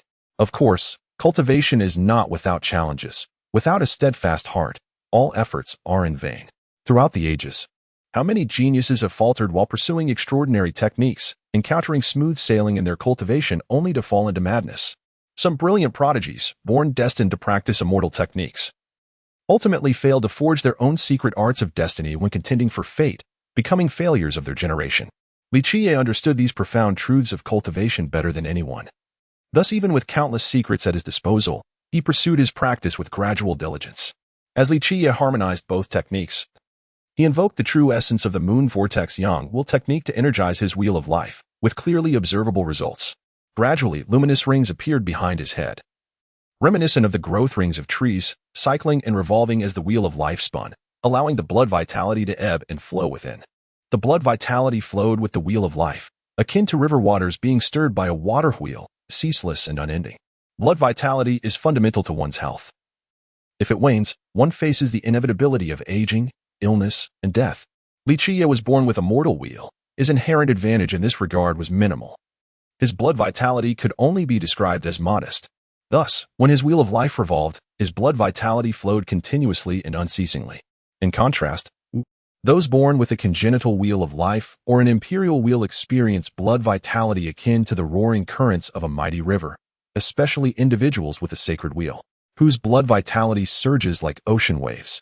Qiye focused his thoughts, urging the true essence of the Kunping 6 transformations, repeatedly striking at his Palace of Fate. Each person possesses their own Palace of Fate, a sanctuary for the true essence of their being, which is also where the 3 souls and 6 spirits reside. The Palace of Fate is hidden within the Mud Palace, and as Qiye struck with the true essence of the Kunping 6 transformations, the Palace of Fate gradually emerged from the Mud Palace.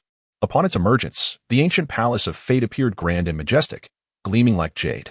Qiye, merely a mortal, found his Palace of Fate exuding a faint luminescence. Conversely, a person of imperial fate would have their Palace of Fate radiating a thick, golden light, an embodiment of dominance. As a mortal, Qiye's inherent advantage could not compare to that of a sacred being. With the Palace of Fate closed, the soul lay dormant. Only by striking open the Palace of Fate and awakening the soul could one communicate with the life force to cultivate the path. Therefore, the first realm for cultivators is the Palace Striking Realm, which comprises 3 sublevels. First, Knock on the Door. Second, Awakening. And third, Blood Surge. Individuals within this realm belong to the pinnacle of genius. However, Qiye does not fall into this category, necessitating persistent effort. Only through countless endeavors can success be attained. Indeed, Qiye possessed other methods to open the Palace of Fate in one attempt. He could harness the Moon Vortex Yang Will technique to mobilize all blood vitality, using his entire blood vitality as a catalyst, urging the true essence of the Kunping 6 transformations to forcefully open the Palace of Fate. With the might of his blood vitality, Qiye could similarly breach the Palace of Fate in a single strike. However, Qiye refrained from such actions, for they would pose a latent danger to him. As a mortal being, his vitality was inherently weak. Forcibly stimulating his blood essence could jeopardize his lifespan. Aggressively urging his blood essence to break through would also disturb his soul. Although this method promised rapid cultivation, it would inevitably sow seeds of peril for his future path of enlightenment. Chapter 31, The 6 Transformations of the Kunping Part 1, with a rhythmic sound echoing.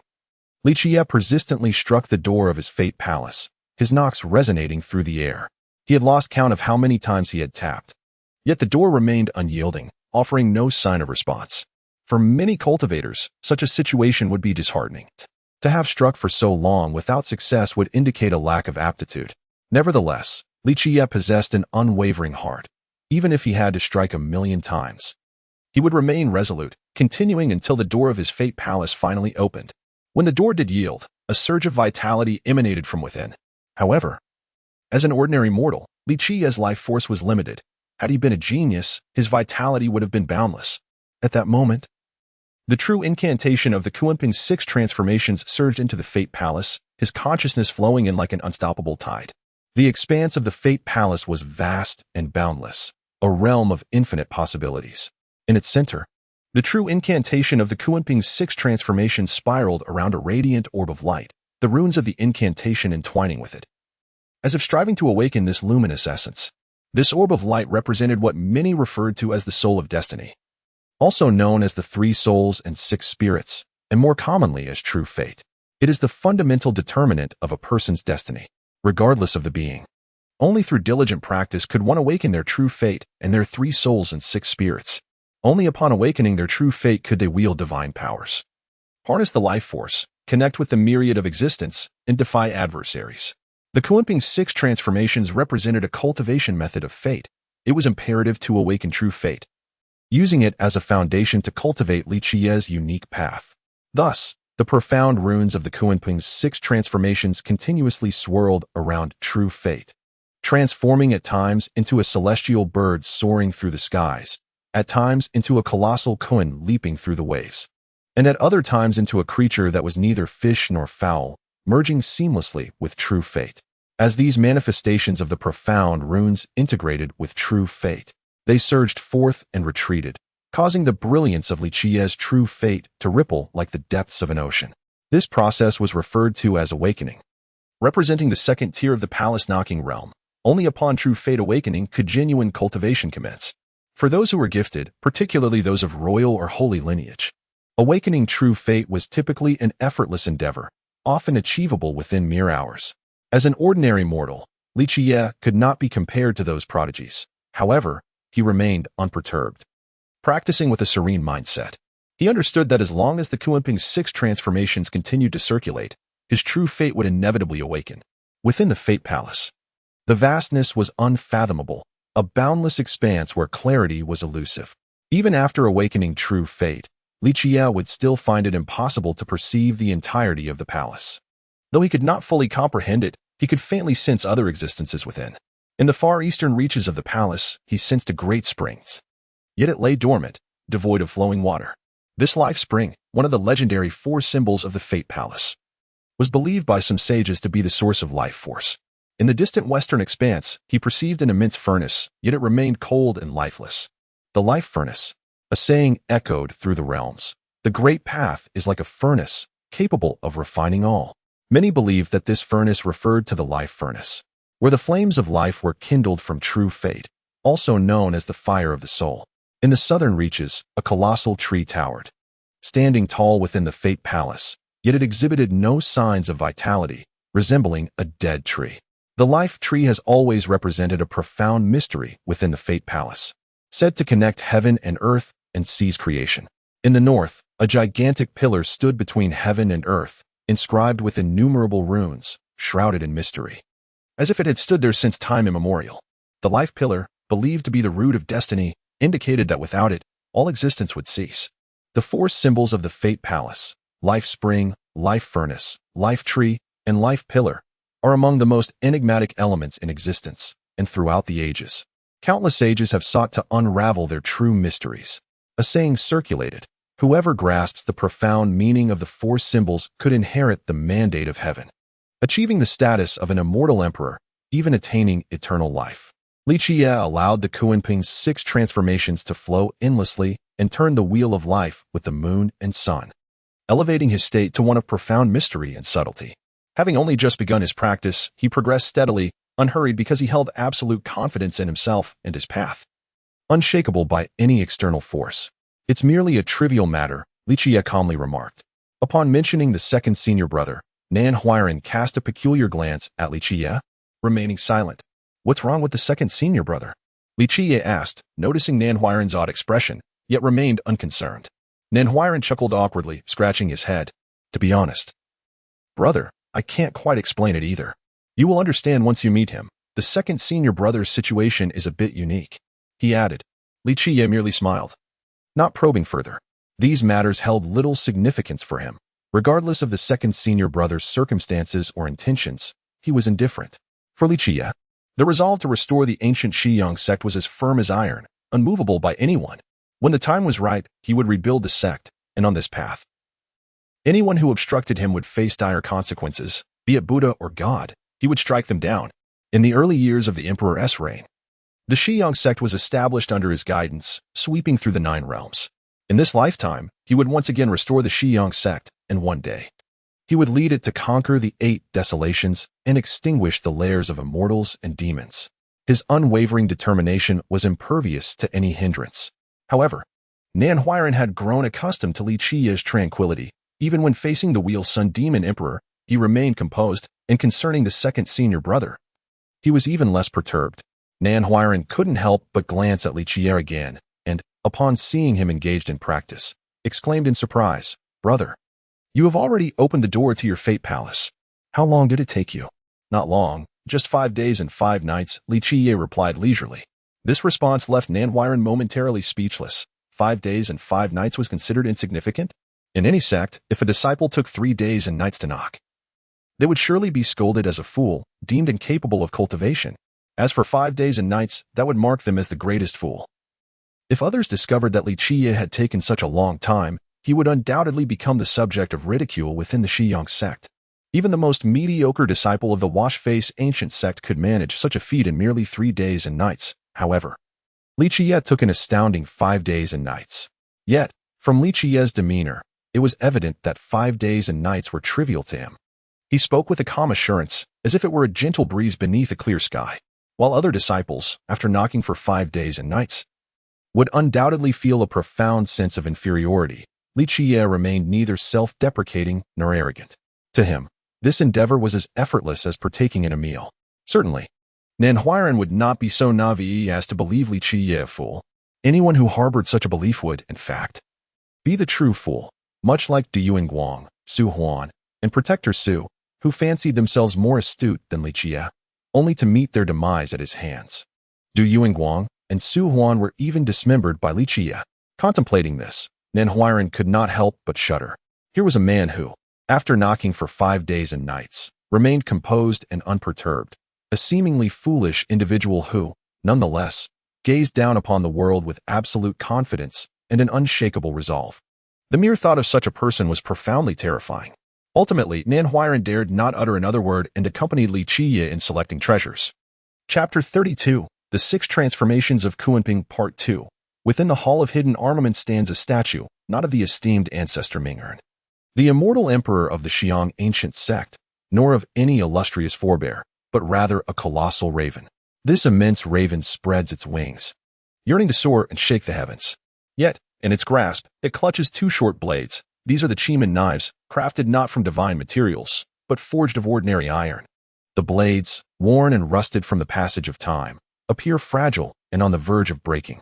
Gazing at this monumental raven, Qiye finds himself momentarily lost in thought, memories of bygone days flooding his mind.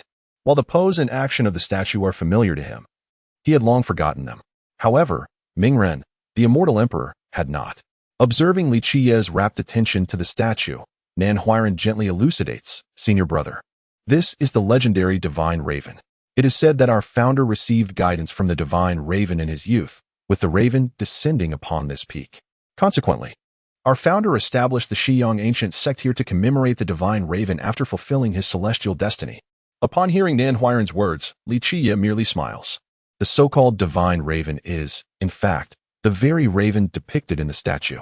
The tale of the divine raven's arrival at this peak, leading to the establishment of the Xiyang ancient sect, is nothing more than fanciful nonsense. The reasons for choosing this location to found the sect are known only to him.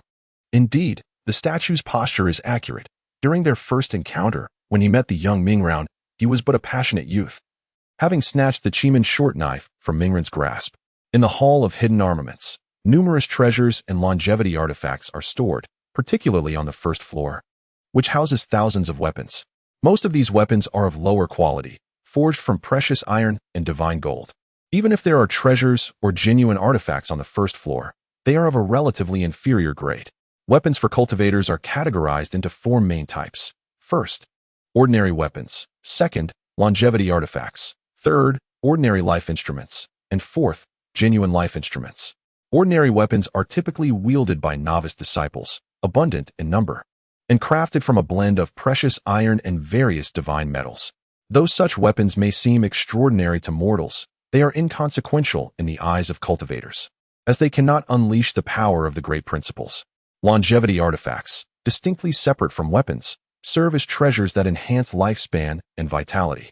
It is said that every cultivator possesses a longevity artifact, for it nourishes their life wheel, prolonging their existence and invigorating their spirit.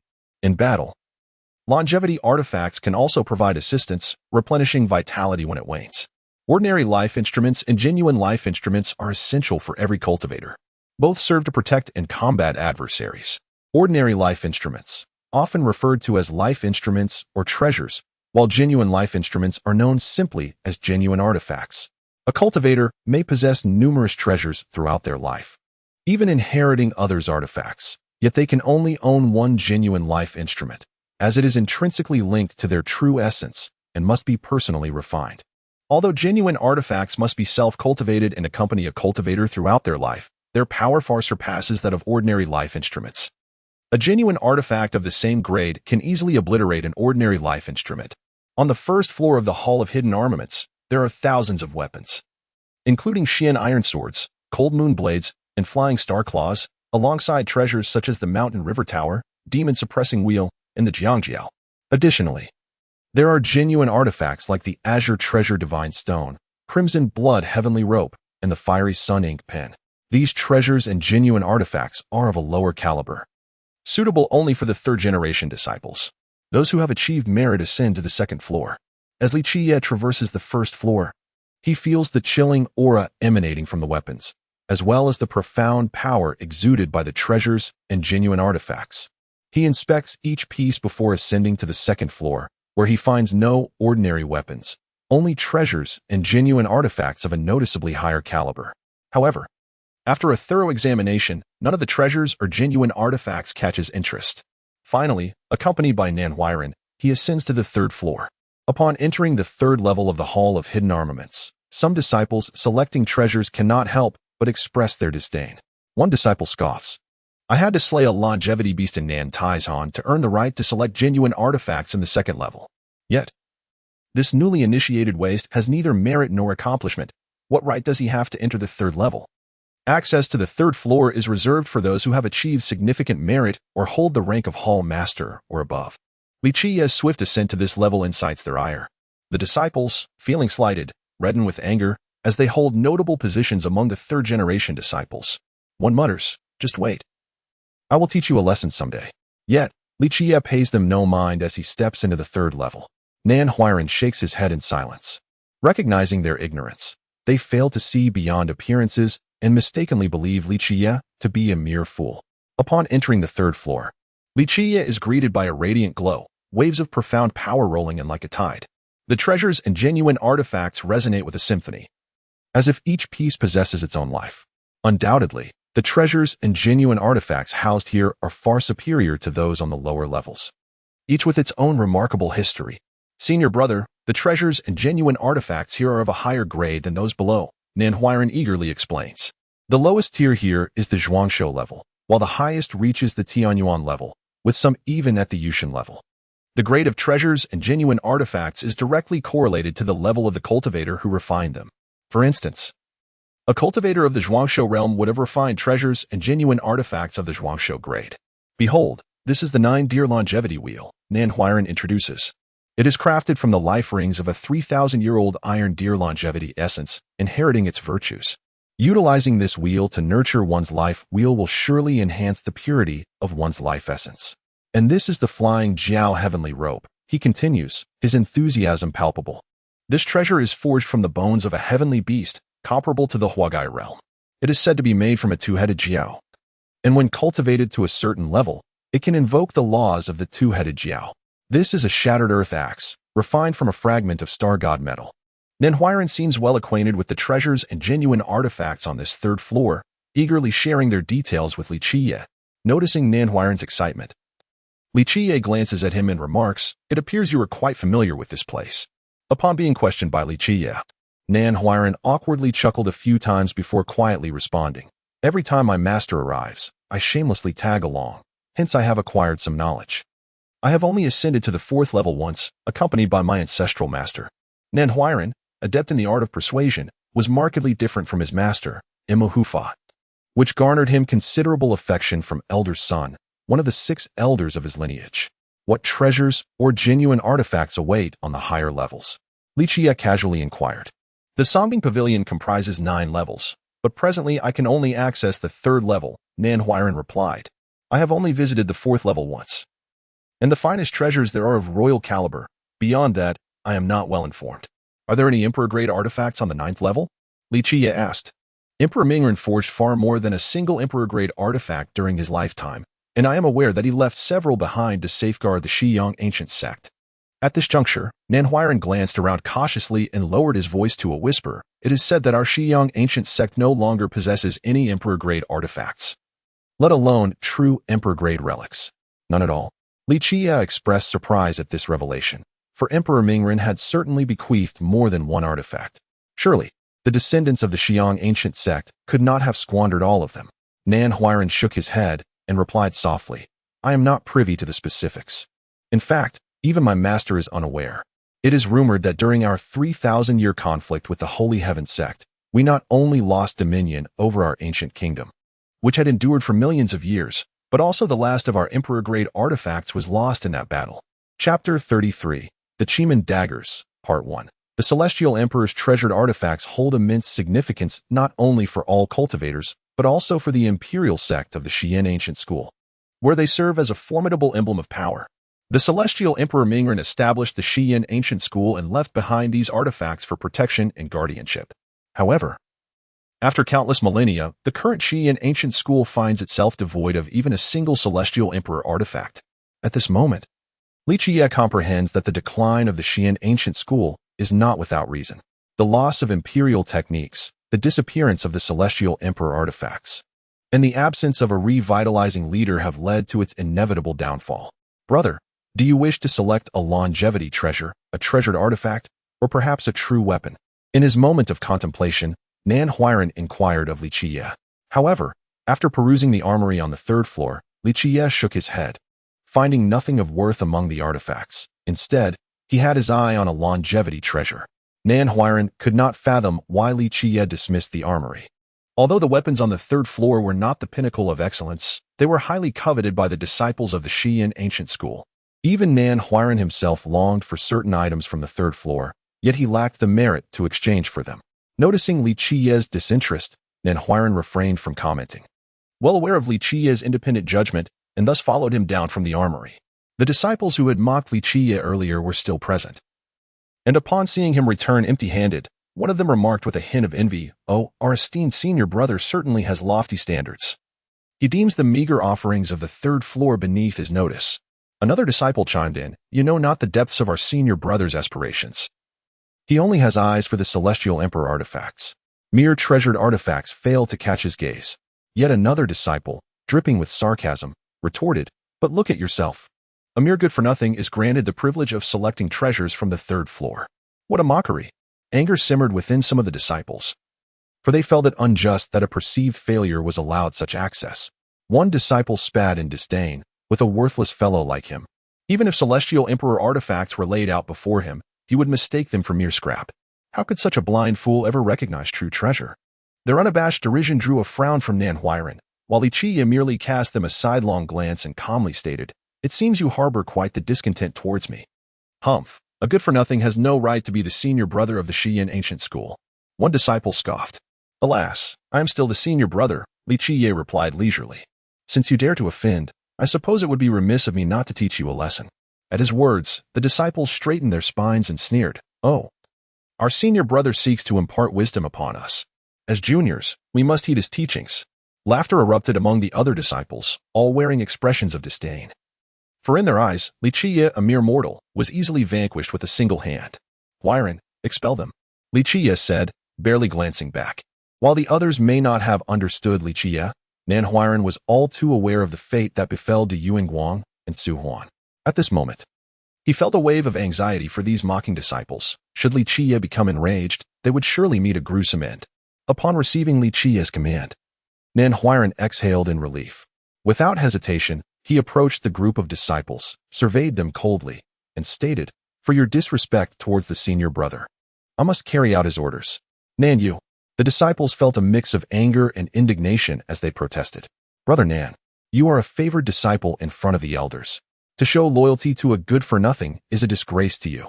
Before the disciple could finish, he was sent flying by Nan Huairan. Despite not being the most exceptional disciple in the Qiye ancient school, as a disciple of the guardian Mo, it was a simple task for him to discipline a few ordinary disciples. "You speak too much. A loose tongue invites peril," Nan Huairan admonished. Swiftly dealing with the disciple before beckoning others, "You all may come forward together, lest it be said I am bullying the weak." Startled and furious, the remaining disciples charged at him. Nan Huairan showed no mercy, dispatching them with ease. Though his strikes appeared harsh, he was merely ensuring they received minor injuries. In contrast, should Qiye have intervened, Nan Huairan understood that he could have easily taken their lives. What were a few ordinary disciples of the Qiye ancient school compared to the likes of the prodigy, Du Yuanguang and Su Huan, both of whom had suffered a similar fate at Qiye's hands? To Qiye, eliminating such ordinary disciples would be as effortless as a meal. Thus, Nan Huairan's actions spared these disciples from a grim fate. The guards of the armory merely frowned at the commotion. Their duty was to protect the premises, and they turned a blind eye to the conflicts among disciples. "I desire those 2 Qiye daggers," Qiye declared as Nan Huairan tossed the ordinary disciples out of the armory. The 2 short daggers held by the divine crow? The guardian furrowed his brow at Qiye's request. The statue of the divine crow had stood for millions of years, and those rusted iron daggers had likely been there for eons, never having attracted anyone's interest. Indeed, Qiye replied with deliberate calmness, "I specialize in Qiye dagger techniques, and those 2 daggers seem quite suitable for me. Hence, I shall take them."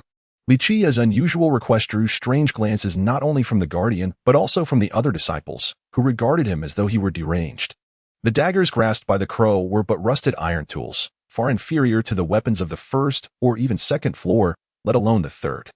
Choosing those worthless short daggers over the abundant treasures on the 3rd floor was baffling. Such behavior suggested either madness or a lack of discernment. At that moment, Nan Huairan, who had just expelled the ordinary disciples, felt a jolt in his heart upon hearing Qiye's demand. The choice of the 2 iron daggers reminded him of another incident, the firewood stick. Back in the ancestral hall, Qiye had taken a seemingly inconsequential stick, which even the 6 elders had dismissed as worthless. Yet that very stick had proven devastating against a genius like Su Huan, leaving him utterly defenseless. Now, with Qiye's sudden interest in the 2 short daggers, it seemed unlikely to be a mere whim. Perhaps he had been eyeing them since entering the armory. "Nan Huairan, you dare to strike me? I will report you to the elders," one disciple exclaimed, overwhelmed with shock and anger after being thrown out. "Silence, and do not speak until I permit it," Qiye replied coolly. In this seemingly innocuous statement, Nan Huairan immediately discerned the underlying anger, as he was adept at reading the thoughts of others. Upon hearing Qiye's words, he recognized the ire contained within. Offended, Nan Huairan did not hesitate to deliver several resounding slaps to his disciple. This act was not merely a means of saving the young man's life. It was also a realization on Nan Huairan's part that he was being tested by Qiye. After uttering those words, Qiye chose to ignore him, turning instead to the guardian stationed there, addressing the elders. "If you all consent to my selection of a weapon, I would like to choose these 2 short swords." The guardian gazed at Qiye as if he were a curious anomaly. No matter how one looked at him, Qiye did not appear to be a fool, yet he was engaged in such a foolish act. Ultimately, after a moment of hesitation, the guardian nodded and replied, "Very well." These 2 mere short swords, crafted from ordinary iron, were not considered valuable treasures. Given Qiye's authority as a senior elder, granting him these 2 mundane blades posed no issue whatsoever. Qiye personally retrieved the 2 short swords, and as the guardian recorded this transaction, he couldn't help but think Qiye was unwell for opting to select such trivial weapons instead of the myriad of precious artifacts available. Eventually, Qiye secured the 2 ordinary short swords and exited the armory pavilion. As he departed, He cast a glance at the ordinary disciples, who were lamenting from the thrashing administered by Nanhuiren. He remarked coolly, "You ought to express your gratitude to Huiren for saving your lives. Should you harbor any grievances against me, feel free to lodge a complaint with the elders. However, should I take matters into my own hands next time, the outcome may not be so favorable." Confronted with their thoughts being laid bare, Nanhuiren could only manage an awkward laugh. Meanwhile, the battered disciples shivered at the sight of the 13-year-old youth before them, who, despite his age, exuded an aura of menace that belied his youthfulness, sending chills down their spines. Chapter 34, The Mysterious Blades, Part 2. Upon returning to the solitary peak, Qiye cast a glance at Nanhuiren and casually tossed him 2 short blades forged from mundane iron, saying with a sense of ease, "Since you wish to see, observe them closely." Nanhuiren felt somewhat embarrassed, having been seen through by Qiye. He could not fathom why Qiye had chosen these 2 ordinary iron blades. Although his curiosity greatly piqued, he hesitated to voice his thoughts. Now holding the 2 short blades, Nanhuiren no longer held back. He examined them meticulously. Yet no matter how he scrutinized them, he could not discern any extraordinary qualities. The blades were rusted and worn, entirely crafted from common iron, lacking any remarkable features, which left Nanhuiren utterly perplexed. Why did his senior brother insist on selecting these 2 peculiar blades? He believed that upon entering the armory pavilion, Qiye had set his sights on these very weapons. Qiye smiled and remarked, "If you could see their essence, these blades would not have remained there for so long." "What treasures are these?" Nanhuiren humbly inquired, entirely unable to perceive the blade's mysteries. "They're not treasures," Qiye replied with a light chuckle, "merely 2 short blades forged from common iron. In terms of materials, even a couple of taels of silver would not suffice to value them." However, these words only deepened Nanhuiren's confusion. If the blades were truly so ordinary, why would Qiye choose them? But before he could voice his bewilderment, Qiye interrupted, saying, "To sever the weapons of kings and the treasures of true beings is as effortless as slicing through tofu." "How could that be?" Nanhuiren exclaimed in astonishment. "Kings are figures of immense stature, and true beings are beyond comparison. It is said that the Xiyang ancient sect has not seen such figures in over 30,000 years. In response to Nanhuiren's surprise, Qiye simply smiled and said, "You are astute and possess a keen insight into the situation. Stay close to me, and you shall not be treated poorly. The treasures of the imperial arts are trivial matters. If you dedicate yourself, I will allow you to cultivate the core imperial techniques." Hearing this, Nanhuiren felt a tremor within him. Such words were not even guaranteed by his master, let alone by his grandmaster. For the core imperial techniques of the Xiyang ancient sect are now exceedingly rare. After Nanhuiren departed, Qiye picked up the 2 enigmatic blades. These short blades, forged from mundane iron, bore no particular distinction. As he gently caressed the dull, rusted edges, a sigh escaped his lips. Past events cannot be reclaimed. Even the invincible existence of an immortal emperor ultimately succumbs to the passage of time. Mingern, the young man he had personally nurtured, destined to be unrivaled, ultimately faded into the currents of time. Qiye polished away the rust from the blades, and even after doing so, they still appeared unremarkable. The only attribute that could be deemed pleasing being their antiquated elegance. As he delicately traced the edges, he slowly began to sense the chill emanating from them. Indeed, as everyone has stated, these 2 blades were indeed forged from mundane iron, and in terms of materials, they were practically worthless. Yet, these blades possess a remarkable lineage. They were once wielded by the immortal Emperor Mingern during his youth. In terms of material, they may be insignificant, but they have accompanied the immortal emperor throughout his journey. Even after attaining his destiny and becoming an immortal emperor, he could not bear to part with these 2 blades, keeping them close and often caressing them. What sort of figure is an immortal emperor? A being destined to wield the heavens, ruling over 9 realms and sweeping across the 8 desolations. The vitality of a generation of immortal emperor, the essence of his will, has seeped into these mundane blades. Though they were forged from common iron, they are anything but ordinary. Having been in the presence of the immortal emperor for an entire lifetime, these blades have absorbed the essence of his imperial will. Their true value lies not in the blades themselves nor in their materials, but in the imperial essence concealed within them. The essence of an immortal emperor is a formidable force, while these blades may not rival the treasures or true artifacts of the immortal emperor. They far surpass those of kings, true beings, and even ancient sages. A mere trace of the immortal emperor's essence can obliterate all. As Qiye gently stroked the blades, he sensed the imperial essence concealed within, faintly perceiving the ferocity that lay dormant within the sword's body. Of course, within a short span of time, one cannot fully connect with the imperial essence. It requires time and skill. However, Qiye was not in haste. He simply took his time to feel and gradually capture the imperial essence within the blades. In this world, who better understands the essence of the immortal Emperor Mingren than Qiye himself? Mingren was his prodigy, and he is intimately familiar with the profound mysteries of his imperial essence. In the days that followed, Qiye advanced steadily, practicing the moon spiral sun technique and the Kuanping 6 transformations, while daily meditating on the imperial essence within the mysterious blades. Although Qiye was the chief disciple of the Shiyang ancient sect, he remained largely unnoticed, with no one inquiring about his situation or progress. Save for Nan Huiran and his master, Qiye had become almost transparent within the sect. Not only did the elders neglect to inquire about him, but even others showed little interest in his affairs. To the Shiyang ancient sect, it seemed as though Qiye had become an inconsequential presence. The only frequent visitor to the solitary peak was Nan Huiran. Whenever he had time, he would come to visit Qiye. In fact, everything Qiye required was arranged by Nan Huiran, from daily necessities to essential items like the Qian Kuan bag. Once, Protector Mo visited with the intention of guiding Qiye in his cultivation.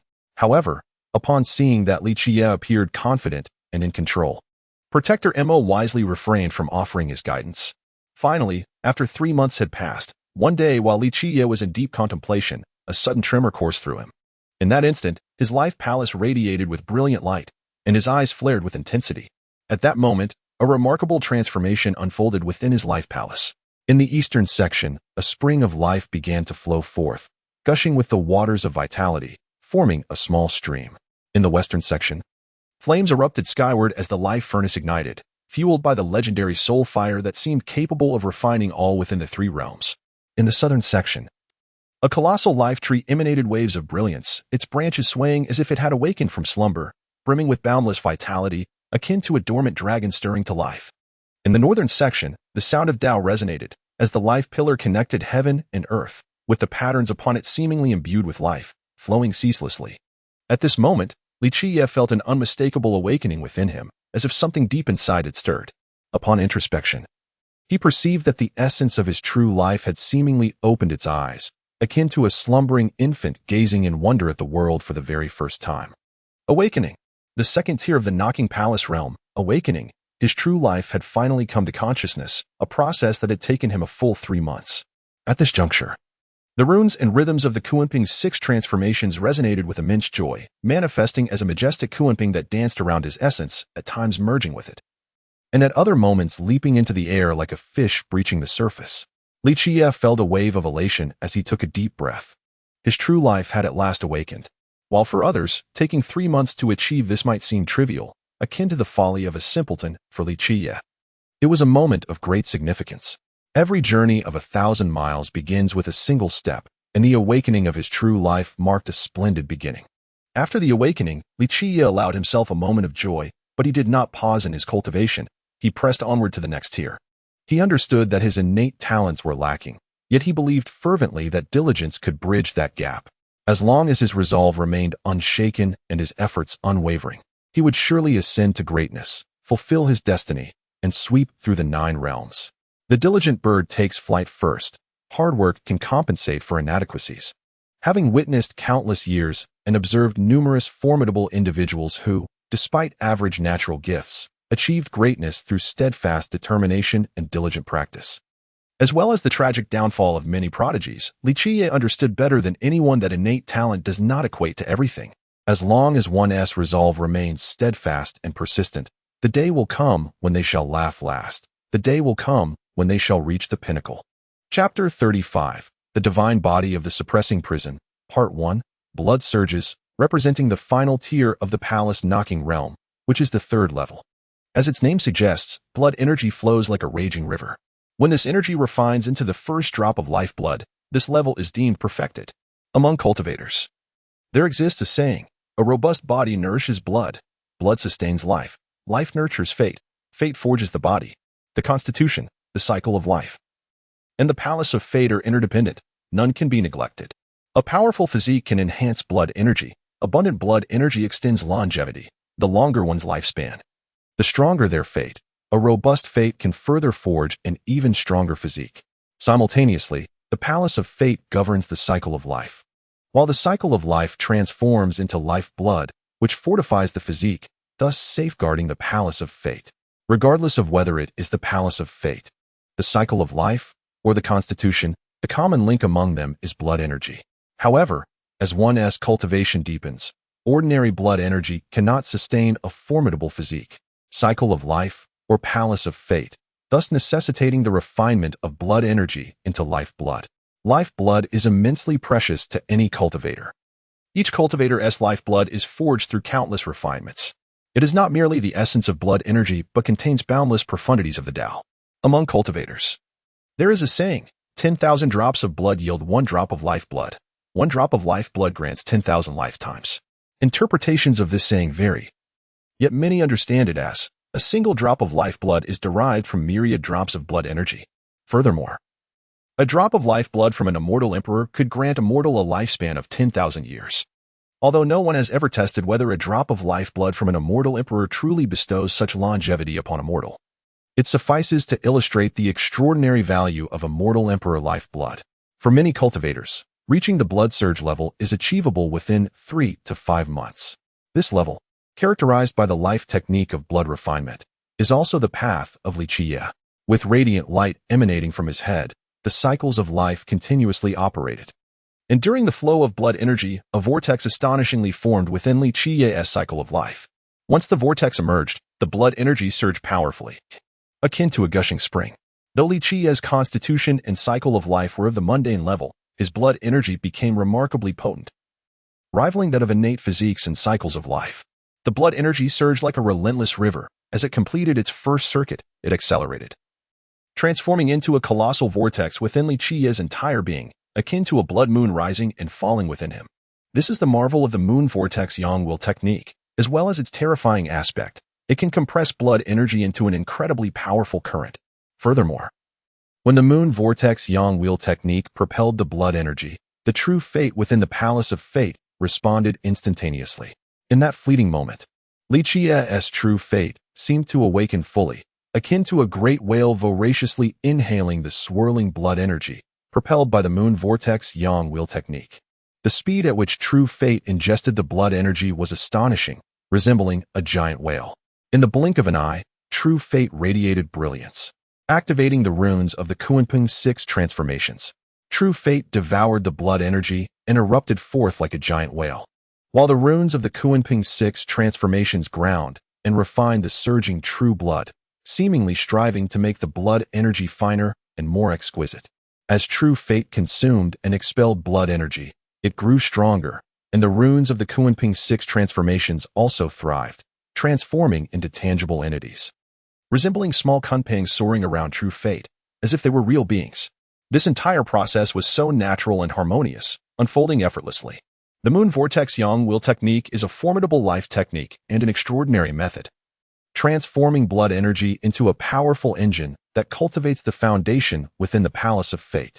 For countless millennia, many aspirants from the Shiyang ancient sect have sought to master the moon vortex yang will technique, yet it has always remained imperfect. Qiye invested countless years and effort to mend its flaws.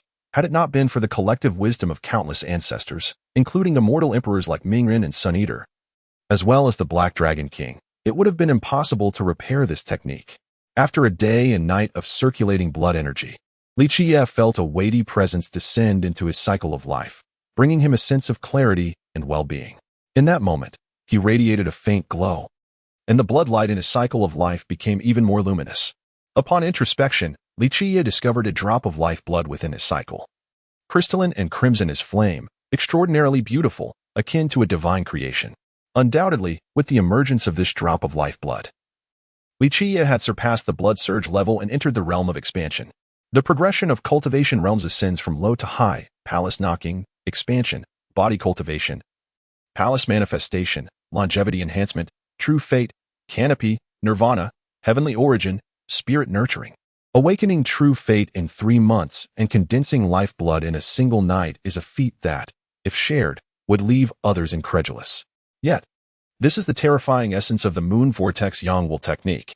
A genius may awaken true fate in a single day, yet even for a prodigy, The first drop of lifeblood typically requires no less than 10 days. However, Qiye condensed lifeblood within merely a day and night, an astonishing revelation. The next day, upon seeing Qiye, Nan Huairan was taken aback, exclaiming, "Senior brother, have you entered the realm of expansion?" "I just stepped into the realm of expansion last night," Qiye replied in a calm tone, devoid of pride. Had it been anyone else, they would have been brimming with elation. Condensing lifeblood in a day and night is undeniably a prodigious feat yet. Qiye recognized the merit of the Moon Vortex Yang Will technique and felt no need for boastfulness. Nan Huairan, still in shock, stammered, "Senior brother, I remember your true fate had not awakened just a few days ago." "It awakened 2 days ago," Qiye replied with unruffled composure. Your true fate awakened in 3 months, yet you condensed the first drop of lifeblood in just a day and night?" After grasping the situation, Nan Huairan was bewildered, stuttering in disbelief. Regrettably, Nan Huairan added, "It is a pity that the flaws of the Moon Vortex Yang Will technique are also fatal. For millennia, countless geniuses from the Xiyang ancient sect have attempted to mend its flaws, yet none have succeeded. The Moon Vortex Yang Will technique is a miracle. Its creator is undoubtedly one of the greatest geniuses throughout the ages. However, its flaws are not easily remedied. Had it not been for Qiye's transformation into a shadow crow, living eternally from the primordial era to the present, in his relentless endeavor to rectify this technique, even inviting invincible immortal emperors like Mingren, Sun Eater, and the Black Dragon King to participate in its refinement, such a restoration would have been unattainable. Ultimately, Nan Huairan found himself confronted with an inevitable question, softly inquiring, "What realm do you intend to reach before exchanging for a different longevity technique?" He understood that the Yuewa Yangluan technique could not be cultivated to its utmost potential, as its inherent flaws were insurmountable.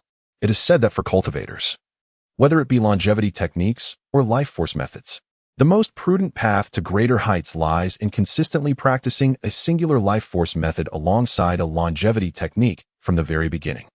While it is indeed possible to switch longevity techniques or life force methods midway, doing so can leave significant risks along one's path. And should the day arrive when one faces the decline of life or calamity, such risks can prove fatal.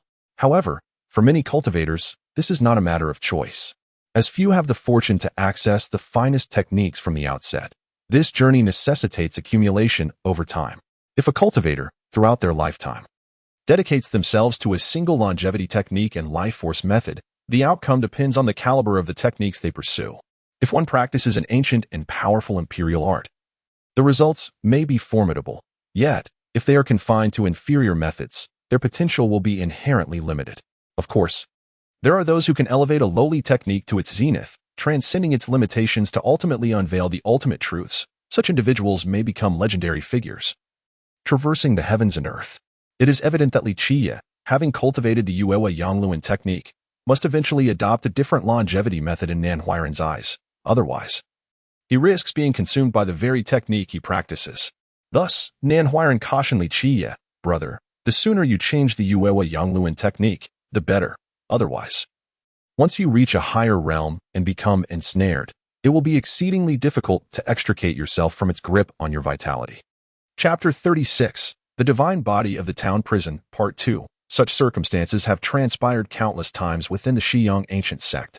Many prodigies initially harbored the notion of practicing the Moon Whirlpool Yang Will technique to strive for the early stages of cultivation. They intended to transition to other longevity techniques once the Moon Whirlpool Yang Will technique could no longer propel their foundational cultivation. However, numerous gifted individuals found themselves ensnared by the influence of the Moon Whirlpool Yang Will technique, as its unique method of circulating blood and energy differs profoundly from others. Consequently, the Xiyang ancient sect later disapproved of its disciples practicing this technique, particularly those of exceptional talent. It was decreed that they must not engage in its practice. "I have my own plans," Qiye remarked with a smile, choosing not to elaborate further. He certainly could not divulge the true secret. The consequences would be dire if discerning individuals learned that he possessed the flawless Moon Whirlpool Yang Will technique. Nan Huairan understood that Qiye was neither ignorant nor arrogant. Yet he could not fathom the source of Qiye's confidence. He had come primarily to deliver news regarding the arrival of the second senior brother. Qiye nodded, refraining from further inquiries. In truth, he had little interest in the second senior brother mentioned by Nan Huairan, who was a disciple of the sect leader, Zhou Yongwang. After bidding farewell to Nan Huairan, Qiye immersed himself once more in his cultivation, believing that diligence compensates for deficiencies. The diligent bird flies first. Although he had already acquired unparalleled techniques such as the Moon Whirlpool Yang Wheel and the 6 transformations of the Kunpeng, he could not afford to be complacent. The realm of expansion consists of 3 levels, ascending from low to high. First, the foundational techniques. Second, the absorption of vital energy. And third, the expansion of territory. Upon completing the Palace of Nok, it signifies that both the foundational techniques of the Longevity Wheel and the Life Palace have solidified, establishing the foundations of both. At this juncture, one may choose to cultivate other techniques, be it life techniques, longevity methods, secret arts for vanquishing foes, or body techniques. Subsequent techniques are cultivated based on the foundation of the initial techniques. Hence, the first level is termed foundational techniques. Currently, Qiye was practicing the extraordinary martial art of the Qimen blade technique. He was not in haste to explore other techniques. His immediate focus was on refining his physique, striving to enhance his physical prowess. For a cultivator, the strength of the Longevity Wheel and Life Palace is insufficient. One must also possess a robust physique.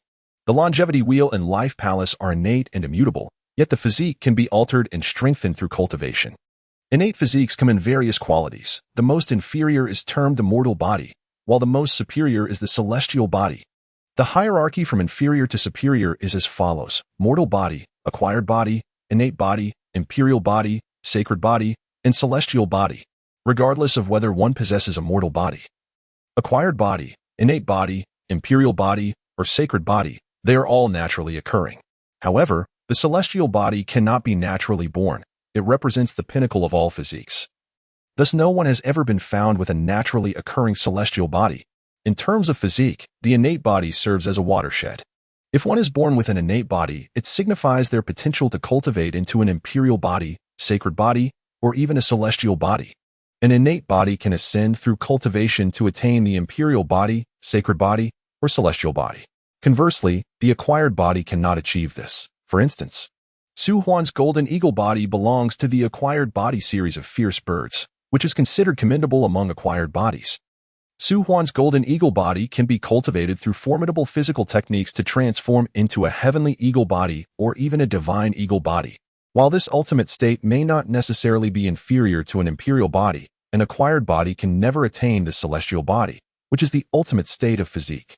Transforming from a golden eagle body to a heavenly eagle body is termed enhancement, while an innate body cultivating into an imperial body is known as ascension. However, both the innate body and sacred body have various limitations. For example, the golden savage bull body within the innate body can be cultivated to ascend into the overlord body of the imperial body, but it cannot transform into any other physique, not even one of the same rank. The inherent nature of a physique dictates what it can evolve into through cultivation. This is not something that techniques or body elixirs can alter. Nevertheless, the wonders of creation by the heavens are truly remarkable. Regardless of whether it is the golden eagle body or the golden savage bull body, even through the most extraordinary cultivation, one cannot transcend the boundaries of their own physique. However, there exists one physique that defies such constraints: the oft-derided mortal body. The mortal body can evolve into a heavenly eagle body, a golden savage bull body, and even the legendary celestial body. Before cultivation, the mortal body is unbound by any restrictions. Therefore, when cultivating a physique, the mortal body faces no limitations in selecting physical techniques. Of course, for a mortal body to transform into an acquired body or an innate body is no easy feat. Firstly, it requires exceptionally powerful physical techniques. Secondly, it demands relentless effort, tenfold that of others. Thirdly, it necessitates a substantial quantity of body elixirs, with higher quality being preferable. Achieving the transition from a mortal body to an innate body is an arduous task, requiring immense dedication.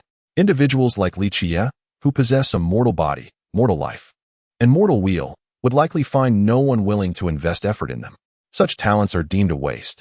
Whether in imparting physical techniques or refining the body with elixirs, Qiye was acutely aware of the formidable challenges faced by a mortal body in seeking to evolve into a different physique.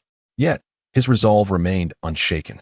He possessed the ancient tome of body techniques, a coveted treasure that even the celestial emperors coveted, a part of the 9 heavenly scriptures. Furthermore, Qiye's determination was as steadfast as iron. Just as others have succeeded, he too could triumph. The Mingren celestial emperor of the Shiyang ancient sect was often regarded as possessing a naturally born celestial body, particularly noted for his daylight body. Qiye, however, recognized this claim as utter nonsense. The Mingren celestial emperor was nurtured by him, a fact he was all too aware of. The Mingren celestial emperor, who bore the daylight body, was neither an innate body nor a sacred or imperial body. He was a mortal body. This truth may be difficult for the Shiyang ancient sect to accept, but it is indeed the case. In his youth, the Mingren celestial emperor was a mortal body. Transformed into the shadowy crow, Qiye possessed one of the 9 heavenly scriptures, the body book. He imparted the character yang from this tome, which ultimately enabled the Mingren celestial emperor to cultivate into one of the 12 celestial bodies, the daylight body. Today, Qiye's mind opened to the body book, revealing all its profound mysteries. Throughout the ages, no one has grasped the secrets contained within the body book more than he. The enigmas of the body book have allowed him to forge countless legends. From the primordial era to the present, he has studied the body book, particularly during the reign of the Black Dragon King when he delved into it profoundly. It was only later, when his own condition faltered, that he had the Black Dragon King erase all mysteries of the body book from his mind. The body book originally contained only 6 words, arising from the chaos. Through countless years of contemplation, Qiye ultimately unraveled all its mysteries. The 6 words of the body book are yin-yang, hardness and softness, clarity and turbidity. Though the body book comprises merely 6 words, they embody the ultimate essence of all living beings' physiques. In a distant era, there existed the notion of the 12 celestial bodies. In truth, throughout the ages, few have comprehended that this concept originated from the tissue. The 6 characters of the tissue, when cultivated to their utmost potential, yield 2 distinct celestial bodies for each character. However, any individual can only cultivate one of these celestial forms. For instance, the celestial emperor Mingren, in his time, was imparted the character yang by Qiye. The ultimate manifestation of yang produces 2 celestial bodies, the daylight body and the solar body. Celestial Emperor Mingren cultivated the daylight body, one of the 12 celestial bodies, embodying the profound essence of the utmost yang. Through generations of interpretation and countless epochs of contemplation, Qiye realized that the tissue could facilitate the cultivation of any physique.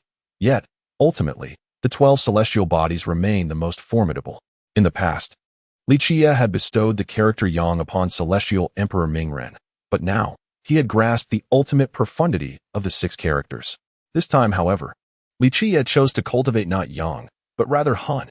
He had set his sights firmly on his goal, striving to cultivate han. Aiming for the pinnacle of the utmost han, his ambition was to forge the genuine divine body, one of the 12 celestial bodies, from the essence of han. Qiye understood that achieving the genuine divine body in its perfected form would be an arduous journey, for none of the 12 celestial bodies could be cultivated overnight, requiring at least several hundred years, if not thousands or even tens of thousands. Nevertheless, Qiye's resolve was as unyielding as iron. Although he was born with a mortal body, he remained steadfast in his belief that with perseverance, he would eventually cultivate the genuine divine body. The profound principles of the tissue illuminated Qiye's mind as the essence of Han surged within him, like a river of runes flowing into his life palace. At that moment, Qiye's true fate exhaled vitality, absorbing the essence of Han. Through the refinement of his true fate, the mysteries of Han were woven into his vital energy. Suddenly, Qiye felt a tremor throughout his being, and in that instant, it was as if everything slowed down, as if time itself had decelerated. Chapter 37, The Silence of the Slaughter, Part 1, The Wheel of Life turns, resonating with an intense surge of vitality. The Moon Swirl Sun Will technique is undoubtedly a rare and extraordinary skill, one that has not been seen in countless epochs. It engenders a vortex of blood energy, fierce and tumultuous. However, at this moment, as the rune of Hun merges with Qiye's blood energy, it becomes heavy, akin to a 1,000-pound weight, causing the once thundering vitality to slow its pace. Yet, the marvel of the Moon Swirl Sun Will technique should not be underestimated. Influenced by the essence of Hun, the blood energy may slow, but soon it erupts with fervor, like a powerful engine igniting the wheel of life, its roar reverberating through the heavens and earth. Under the impetus of the Moon Swirl Sun Wheel, the once heavy blood energy surges forth once more. It is crucial to understand that the blood energy imbued with the essence of Hun is akin to 1,000 pounds of force. Under the wild momentum of the Moon Swirl Sun Will technique, the blood energy within Qiye's body becomes like a rampaging dragon, immensely powerful. This unruly blood energy tears through Qiye's meridians, shattering his bones and obliterating his vital points. Such overwhelming blood energy devastates Qiye's physique in an instant. He coughs up a mouthful of blood, the excruciating pain nearly unbearable, as fissures appear on his body, causing him to fracture like a shattered porcelain vessel. The essence of Hun is undeniably more formidable than the world can fathom. Once the blood energy amalgamates with it, it becomes overwhelmingly heavy, like 1,000 pounds of force. The unparalleled weight of the blood energy, propelled by the moon swirl sun wheel technique, possesses the power to obliterate anything in its path, capable of dismantling Qiye's very being in the blink of an eye. In that fleeting moment, Qiye's body shatters, his mortal form incapable of enduring such divine might. However, the essence of Hun is not aimed at extinguishing Qiye's life. If the essence of the body scripture were limited to this, it would not be the supreme divine text that countless individuals have coveted throughout the ages, even captivating the hearts of celestial emperors. As Qiye's body is ravaged by the blood energy, both his meridians and vital points are destroyed. Yet, in the instant his entire being is on the verge of annihilation, the sound of the great Tao resonates, and endless profundities swirl within Qiye's vital palace. As his true life force exhales and inhales an infinite array of runes, revitalizing his very essence. At this moment, within the vital palace, driven by the essence of Hun, a fountain of life erupts, unleashing torrents of life-giving waters, flowing forth like an unstoppable tide. The furnace of life ignites, unleashing a soul fire that seems to ignite the heavens. The life tree, with its myriad branches and leaves, unfurls, showering the world with resplendent vitality. Subsequently, the life tree sheds its leaves, establishing roots deep within Qiye's vital palace, its roots penetrating into his body, securing the fragments of his shattered form. The pillars of life connect heaven and earth, with profound Tao patterns operating tirelessly under the essence of Hun, utilizing the mysteries of the universe to connect Qiye's body to the celestial realms and the nether depths. At this juncture, the life waters, soul fire, life leaves, and life pillar patterns, under the refining influence of the essence of Hun, amalgamate into an indistinct chaos, enveloping Qiye and locking his fragmented body in place. In that fleeting moment, the blood energy within Qiye is as heavy as 10,000 mountains, while the chaos outside seals him in, akin to being encased in clay, subjecting him to torment from both within and without. The entire process is excruciatingly painful. Yet, no matter how intense the suffering, Qiye endures. In this state, the blood energy infused with the essence of Hun repeatedly tempers Qiye's body, while the chaos confines him, preventing his shattered form from completely disintegrating. The blood energy continually seeks to rend Qiye's being apart, while the essence of Hun relentlessly wears away at him. This process resembling a colossal hammer that repeatedly crushes Qiye's body. Meanwhile, the blood energy, imbued with rune essence, integrates into this fragmented form, and the chaos born of life waters, soul fire, life leaves, and life pillars reconstructs Qiye's shattered body time and again. Were outsiders to witness this scene, they would undoubtedly be astounded. The fountain of life, the life tree, the furnace of life, and the pillars of life. These four are known as the four symbols of the vital palace. For countless millennia, innumerable sages have pondered the ultimate profundities of the four symbols. Yet legends say that only celestial emperors can grasp their ultimate essence. No outsider has ever been known to comprehend their profound truths. However, today, a mere 13-year-old youth manages to commune with the four symbols of the vital palace, an utterly inconceivable feat in truth. Throughout the ages, no one has traversed the path of understanding the four symbols of the vital palace as far as Qiye has, not even celestial emperors. His study of the body scripture has consumed countless years. Is there anyone else who could grasp its profundities as he does? Time passed in a blur of agony and relentless tempering, and Qiye lost track of how long it took. The pain had rendered him numb. This outcome was all part of Qiye's grand design, entering the Qiye ancient sect, choosing the moon swirl sun will technique, and subsequently practicing the body scripture. Each step was meticulously plotted. Even without the moon swirl sun will technique, he could still cultivate the body scripture. However, only this technique could so fervently propel the blood energy infused with the essence of Hun. His decision to cultivate the prison-suppressing divine body necessitated the moon swirl sun will technique to unleash the overwhelming weight of blood energy, not only to completely shatter his body, but also to facilitate its radical remolding. Time slipped away, and Qiye felt an itching sensation throughout his body. The remolding was finally successful as his shattered form was rejoined. He could not fathom how long it had been, but soon he felt a sense of relief, and the torment dissipated. When Qiye opened his eyes once more, he found himself entirely unscathed. Witnessing this scene would surely defy belief. Moments ago, Qiye's body had been in ruins. Now it stood whole and unharmed. An astonishing transformation. Body techniques vary in their complexity, and each sculpting process is distinct. Yet no technique in existence can compare to the body scripture in its ability to completely dismantle and remold the body. This entire process, executed flawlessly, is truly inconceivable. As Qiye arose to his feet, a mere thought caused the stones beneath him to crack with a resounding snap. He did not circulate blood energy or employ any techniques. He simply moved his body, yet effortlessly shattered the stones beneath him. This was merely the beginning of his practice of the prison-suppressing divine body. The essence of Hun, one of the 6 characters of the body scripture, when cultivated to the depths of its mysteries, gives rise to 2 divine bodies, the prison-suppressing divine body and the sky-fragmenting axe body. Although both derive from the ultimate essence of Hun, the prison-suppressing divine body and the sky-fragmenting axe body are entirely different. The former is as heavy as 10,000 mountains. Once perfected into the legendary prison-suppressing divine body, its completeness can crush all, its weight sufficient to obliterate stars and earth. There exists a saying, the prison-suppressing divine body is immeasurably heavy. With a mere step, it can trample upon gods and demons. One can only imagine the sheer weight of the prison-suppressing divine body. In contrast, the sky-fragmenting axe body possesses boundless strength. Once cultivated, it can easily rend heaven and earth with bare hands and grapple with true dragons. Qiye resided on a solitary peak, diligently honing his skills. In the blink of an eye, a month had passed. The moon whirlpool Yang-Will technique was indeed extraordinary, propelling the immensely heavy blood energy, allowing Qiye to transcend the realms of essence absorption and territory expansion within this brief period.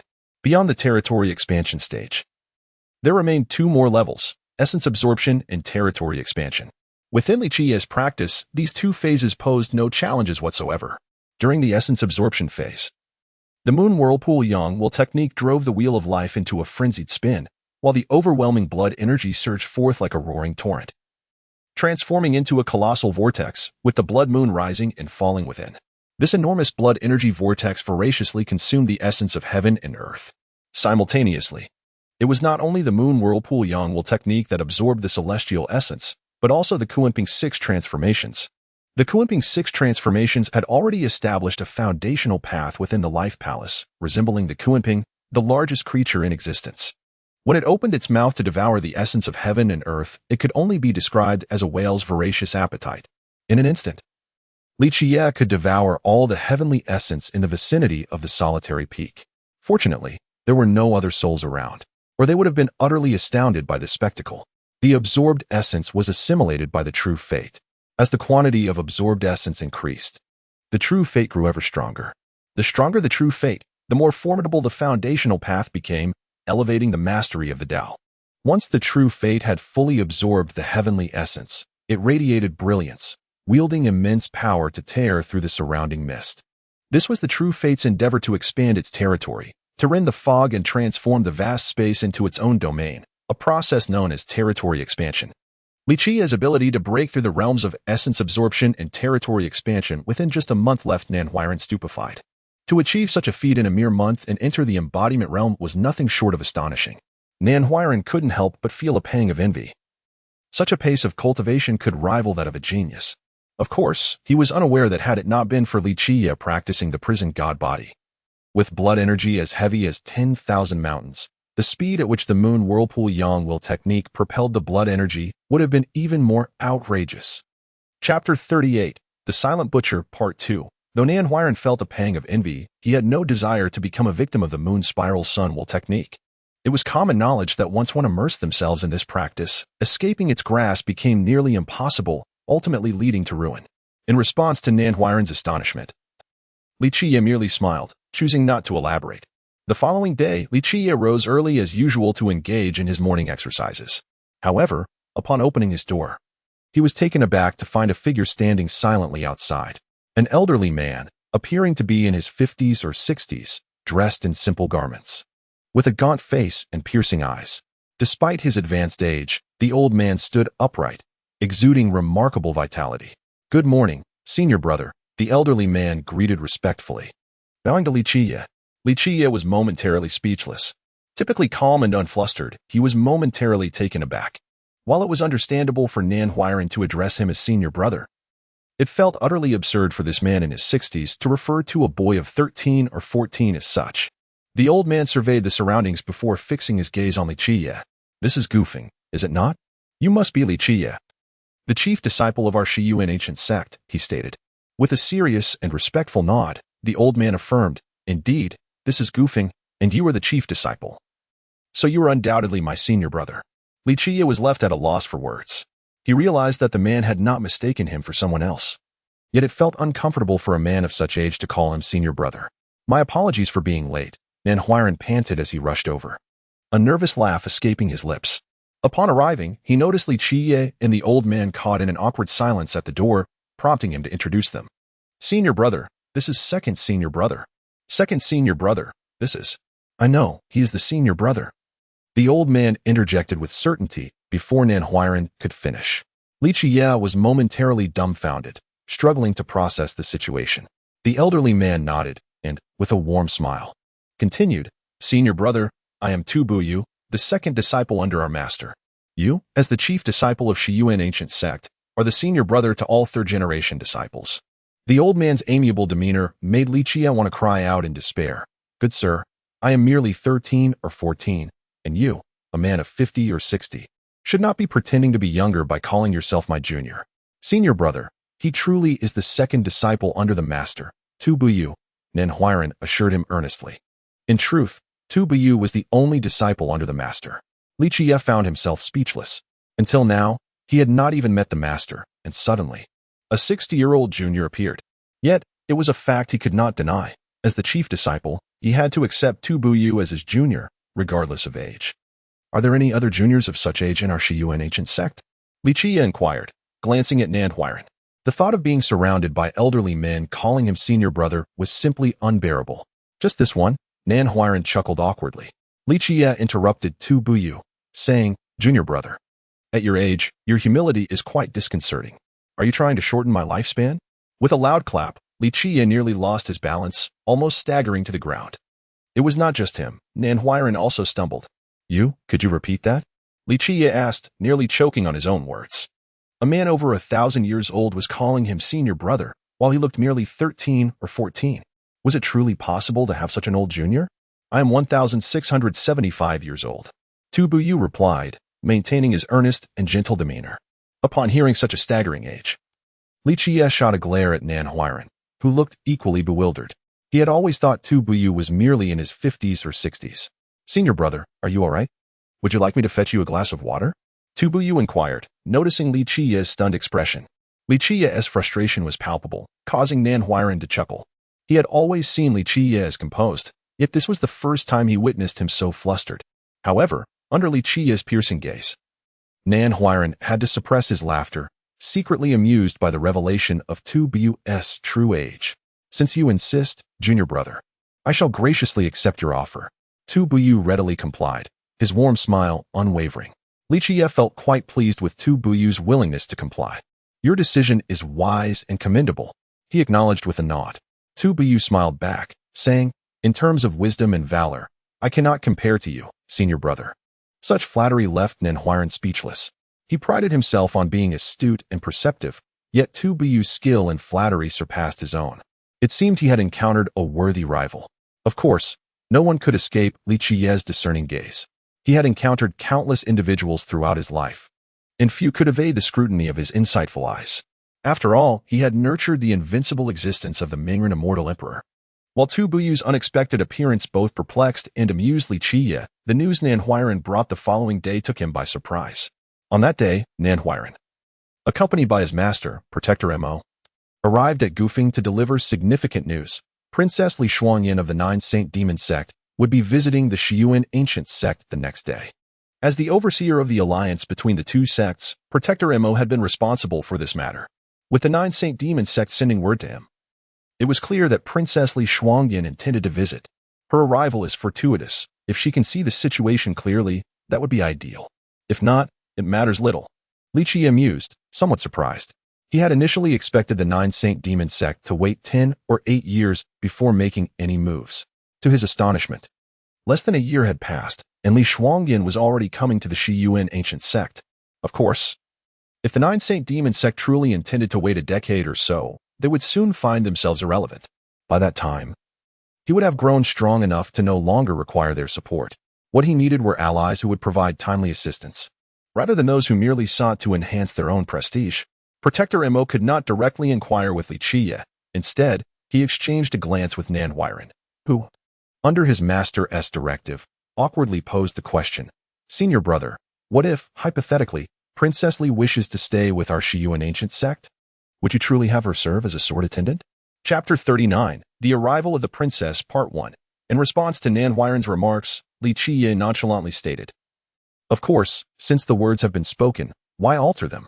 Nan Huiran and Master Mo exchanged glances, with Nan Huiran stuttering slightly as he continued, But she is the heir of the 9 Sacred Demon Gate, the princess of the ancient Nyojiang Kingdom.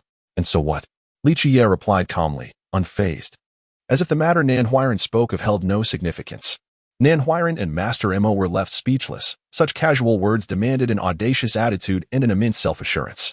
Li Shuangyan, the heir of the 9 Sacred Demon Gate and the princess of the ancient Nyojiang Kingdom, was undeniably one of the extraordinary talents of her age, possessing royal lineage, imperial essence, and divine mandate. Such remarkable gifts, whether in talent or beauty, placed her among the most distinguished in the vast expanse of the human realm. Across the great central domain, suitors wishing to marry Li Shuangyan could easily line up from the east of the ancient Nyojiang Kingdom to the south. Eventually, both Nan Huiran and Master Mo fell silent, having witnessed Li Qiye's arrogance and confidence before. They could only sigh softly, relieved that they had not reported this to the 6 elders, for such news would surely astonish them. "Do the elders know?" Li Qiye inquired of Nan Huiran. Master Mo shook his head, replying, "I have yet to report to the elders. I will inform them after notifying you." Now, the master and disciple had made their choice, opting for Li Qiye over the 6 elders. To outsiders, this decision seemed utterly inconceivable, yet Master Mo had come to understand. Then report to the elders. Li Qiye merely nodded, showing little concern. In the vast expanse of his numerous years, such matters held little weight. Though the world revered the 9 Sacred Demon Gate and Li Shuangyan, to Li Qiye, these accolades meant little. After all, could she truly surpass the Ice Feather Immortal Emperor of yore? After departing from the solitary peak, Master Mo promptly conveyed the news to the Grand Elder. Upon hearing the announcement, Elder Gu, the Grand Elder, could hardly contain himself. "What? The princess is coming?" In stark contrast to Li Qiye's calm demeanor, the Grand Elder was visibly agitated, rising to his feet in excitement upon receiving such news.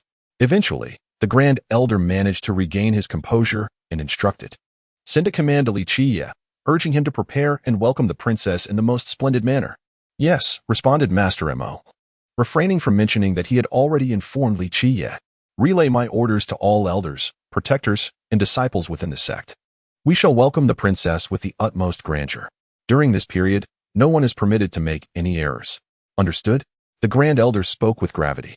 Master Mo accepted the command without further comment. In truth, the Shiyang ancient sect valued its relationship with the 9 Sacred Demon Gate, and this was understandable in the past. Master Mo would have viewed it similarly. However, influenced by Li Qiye recently, Master Mo's perspective had shifted. As Li Qiye had observed, relying on the 9 Sacred Demon Gate was ultimately untenable. Only by strengthening oneself could they secure their future. Of course, Master Mo understood that the current Shiyang ancient sect lacked the prominent figures needed to revive its glory. Could the princess's visit signify a potential union between our sects? After dispatching his orders, the Grand Elder could not help but inquire. He recognized that the Shiyang ancient sect had grown weak, and with the dawn of a new era, survival necessitated the protection of a powerful entity like the 9 Sacred Demon Gate. Thus, the Grand Elder placed great importance on this potential union, should it come to pass. It would provide the Shiyang ancient sect with a measure of security. Well, Master Mo hesitated, unsure where to begin. In truth, he had gleaned some hints from the elders of the 9 Sacred Demon Gate. Had Li Qiye remained there, his relationship with the princess would have been a certainty. Only the princess and the Lunri Demon Emperor were likely privy to such matters. Master Mo could only convey, The Grand Elder's inquiries left him momentarily speechless. In reality, Qiye cared little for marrying Li Shuangyan. If she were willing, she could at most serve as his sword attendant. Yet, he could not divulge such sentiments to the Grand Elder. Were he to learn of Qiye's thoughts, he would surely be driven to distraction. Yes, ultimately, Master Mo complied. He would convey the Grand Elder's instructions to Qiye, but he knew Qiye would likely dismiss them with a laugh. In a single night, news of Li Shuangyan's impending visit to the Qiang ancient sect spread throughout the entire sect. Excitement surged among the disciples, particularly among the younger male disciples, who buzzed with enthusiasm. The princess of the ancient Nojiang kingdom, the heir of the 9 sacred demon gate, possessing unparalleled talent and stunning beauties. Even those who had never laid eyes on her had heard of her renown. Indeed, countless young male disciples had fallen under Li Shuangyan's spell, viewing her as a divine figure. Upon hearing of her forthcoming arrival, they erupted with fervor. One senior brother exclaimed, "Li Xianzi is undoubtedly the most exquisite beauty in the great central domain. 5 years ago, I journeyed to the ancient Nojiang kingdom, and in a fleeting glance, I beheld the most beautiful woman I have ever seen. The princess's arrival may grant us a chance to earn her favor." Another junior brother dreamily mused, "In terms of talent and appearance, I hold some renown within the Qiang ancient sect. If I can capture the princess's attention, I shall soar to greatness and become the future leader of the sect." In an instant, many male disciples became animated, with some meticulously grooming themselves, particularly those among the more distinguished disciples, adorning themselves in fine garments and donning valuable accessories, all in hopes of catching the princess's eye. The following day, all disciples gathered outside the Dao platform, with the 6 elders in attendance. Alongside them were other protectors and hall masters. As all who remained within the sect were present for this grand occasion, each disciple arrived resplendently adorned, with even the female disciples putting forth their best efforts to appear radiant. Of course, those standing upon the Dao platform were the upper echelons of the Qiang ancient sect. Yet 2 individuals were also granted the privilege of standing there to personally welcome Li Shuangyan. One was Qiye, the other was He Yingjian. Hailed as the genius of the Qiang ancient sect, He Yingjian, in his 20s, possessed a striking appearance, a confident smile, and an impressive physique, embodying the essence of a true genius. As the most talented disciple under the second elder, Chao Xiong, he was renowned as the foremost among the 3rd-generation disciples of the Qiang ancient sect. He had earned his reputation through merit, having trained under Chao Xiong for over 20 years and reaching the Huagai realm at a young age. In the declining Qiang ancient sect, he was indeed a true prodigy. In those years, as the second elder, Chao Xiong harbored ambitions to ascend to the position of sect leader. However, his aspirations were thwarted by the emergence of Su Yongwang, who rendered him unable to realize his ambitions. This matter has lingered in Chao Xiong's mind ever since. Today, with Su Yongwang having no successors, Chao Xiong is wholeheartedly nurturing He Yingjian, hoping that he will ascend to the coveted position of sect leader. For a long time, Chao Xiong has wished for He Yingjian to become the chief disciple, yet Su Yongwang denied this, and the Grand Elder also withheld his support, turning this into another source of resentment for him. Although Qiye has now become the chief disciple, Chao Xiong dismisses him as an inconsequential mortal, unworthy of competing with his disciple He Yingjian for the leadership role. Therefore, when Li Shuangyan arrived at the Qiang ancient sect, Chao Xiong specifically instructed his disciple He Yingjian to seize this rare opportunity. If he could garner Li Shuangyan's favor, then becoming the sect leader would be a mere formality. At that point, neither the Grand Elder nor Su Yongwang would be able to impede his ascent to power. Thus, today He Yingjian adorned himself meticulously, clad in a magnificent robe that shimmered with ethereal radiance. He wore flowing cloud boots that seemed to be enveloped in mist, and at his waist hung an 8 treasure pendant that subtly resonated with the sounds of the Tao. Additionally, he bore other treasures, exuding a formidable aura. Chapter 40, The Princess's Arrival, Part 2. It seemed as if he was eager to showcase all his most powerful treasures, as though he feared others might not recognize him as the foremost prodigy of the Qiang ancient sect, not only for his formidable strength but also for his possession of countless mighty artifacts. In truth, He Yingjian was not the only one adorned in such ostentatious attire today. Many disciples appeared similarly garbed, seemingly anxious for others to acknowledge the wealth of treasures they possessed. As one of the main protagonists, Qiye observed this spectacle and could not help but shake his head, remarking to the nearby protector Mo, "Is this a monkey show? Everyone is dressed to the nines." Nan Huiran had not yet earned the right to stand among the foremost welcoming party. Only Protector Imo remained by Li Qiye's side. Upon hearing Li Qiye's words, the usually taciturn Imo could only manage a dry chuckle. At that moment, Li Qiye was clad in simple cloth garments, unadorned and humble, appearing very much like an ordinary mortal. Initially, He Yingjian had stood in the same row as Li Qiye, but he looked down upon associating with such a perceived waste and deliberately moved to the front. The princess is personally gracing us with her presence. It is indeed an honor, murmured one male disciple in hushed excitement. He Yingjian regarded such disciples with disdain, thinking them presumptuous to seek the favor of Princess Li, akin to a toad aspiring to eat swan meat. Humph. As for Li Qiye, a mere good-for-nothing, he didn't even possess the qualification to entertain such thoughts. With this in mind, He Yingjian cast another scornful glance at Li Qiye. Although the Xiyang ancient sect had a long-standing ancestral agreement with the Nine Sacred Demon sect, by rights, as the chief disciple, Li Qiye was entitled to marry Li Shuangyan. In He Yingjian's view, as long as he had the opportunity to be near Li Shuangyan, he could surely win her favor. He held a strong confidence in himself, believing that as the brightest talent of the Xiyang ancient sect, his reputation was well-founded. Before Li Shuangyan arrived, some younger male disciples within the sect began to whisper among themselves. One junior disciple inquired, "What brings the princess to our Xiyang ancient sect?" A senior brother, possessing a bit more wisdom, pondered and replied, "I have heard that our chief disciple has an engagement agreement with the heir of the Nine Sacred Demon sect." Engagement? Upon hearing this, a disciple cast a disdainful glance at Li Qiye, who stood on the platform in his simple attire, regarding him as nothing more than a fool. Another junior scoffed. With him? Humph. I believe the princess must be here to dissolve the engagement. A mere mortal, devoid of any remarkable qualities, is hardly worthy of her attention. Regardless of the princess's purpose, some disciples expressed excitement, suggesting that this could be an opportunity to draw closer to her. For Li Qiye, however, such discussions held little interest. He was only willing to play along for a while, but soon, his patience would wear thin. At that moment, a resonant sound filled the air as the Dao Gate rose, shimmering with brilliance. Finally, the Dao Gate between the Xiyang ancient sect and the Nine Sacred Demon sect swung open, and a procession emerged, led by none other than Li Shuangyan, the heir of the Nine Sacred Demon sect. Alongside her were familiar figures, including the chief protector Yu He and several elite disciples from the Nine Sacred Demon sect. Li Shuangyan, adorned in pristine white garments, remained as breathtakingly beautiful as ever, her demeanor as cold as ice, yet there was a hint of haughty pride in her brow. She was like a rare, frosty blossom, her beauty rendering the sun and moon dim in comparison, captivating all who beheld her. At that moment, the 6 elder members could not help but feel moved. They had not anticipated that Yu He would accompany her. It was well known that Yu He was a formidable figure, capable of commanding respect among kings, and among those of royal lineage. He was undoubtedly a paragon of strength. Ordinarily, even the elders of the Xiyang ancient sect would not have the privilege of meeting Yu He when visiting the Nine Sacred Demon sect.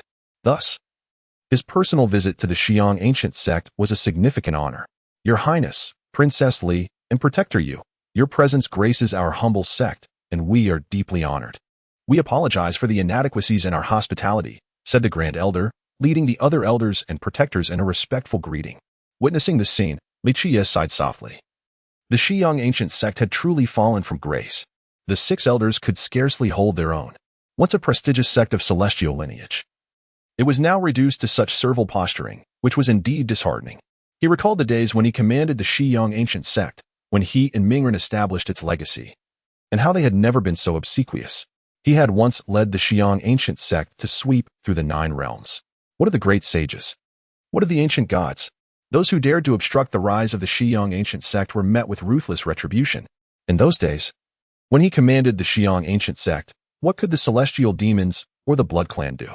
Even the favored of heaven, the enchanting spirits, were compelled to pay homage. Across the vast heavens and earth, who was worthy of making the Xiyang ancient sect bow and scrape? The elders are too polite, Li Shuangyan said with a slight nod. Yu He, as the chief protector, stepped forward to converse with the elders, engaging in the customary pleasantries between the 2 sections. At this moment, Li Shuangyan's gaze fell upon Li Qiye. Despite her icy demeanor, there was an undeniable allure in her striking eyes. Yet, Li Qiye remained composed, exuding an air of tranquility and ease. As Li Shuangyan approached, Yu He and the accompanying disciples followed closely behind. At this juncture, countless disciples held their breath, mesmerized by Li Shuangyan's presence. The Grand Elder, witnessing this moment, felt a surge of relief. Regardless of the circumstances, Qiye had passed the 9 sacred demon sects assessment. And now, with Li Shuangyan approaching him, it was a promising beginning. Observing this scene, many disciples of the Qiang ancient sect could not help but feel envy and jealousy. Yet, they were compelled to acknowledge that He Yingjian, as the foremost talent of the Qiang ancient sect, indeed had the qualifications to attract Li Shuangyan's attention. "I am He Yingjian, honored to make your acquaintance. Your Highness." He Yingjian stepped forward, bowing deeply, striking what he believed to be the most charming pose. However, Li Shuangyan did not even spare him a glance, walking past him directly to stand before Li Qiye, leaving He Yingjian momentarily frozen. "Young Master Li," Li Shuangyan addressed him. Her voice a mere whisper. One was a breathtaking beauty, the other an ordinary man. Their juxtaposition was stark. Even in her ethereal beauty, Li Shuangyan could only muster a simple, unadorned smile from Li Qiye, who responded with a calm nod, saying, "If understanding can be reached, that would be most ideal." Of course, only a few present could grasp the full significance of this statement. "It is a pleasure to see you again, young master."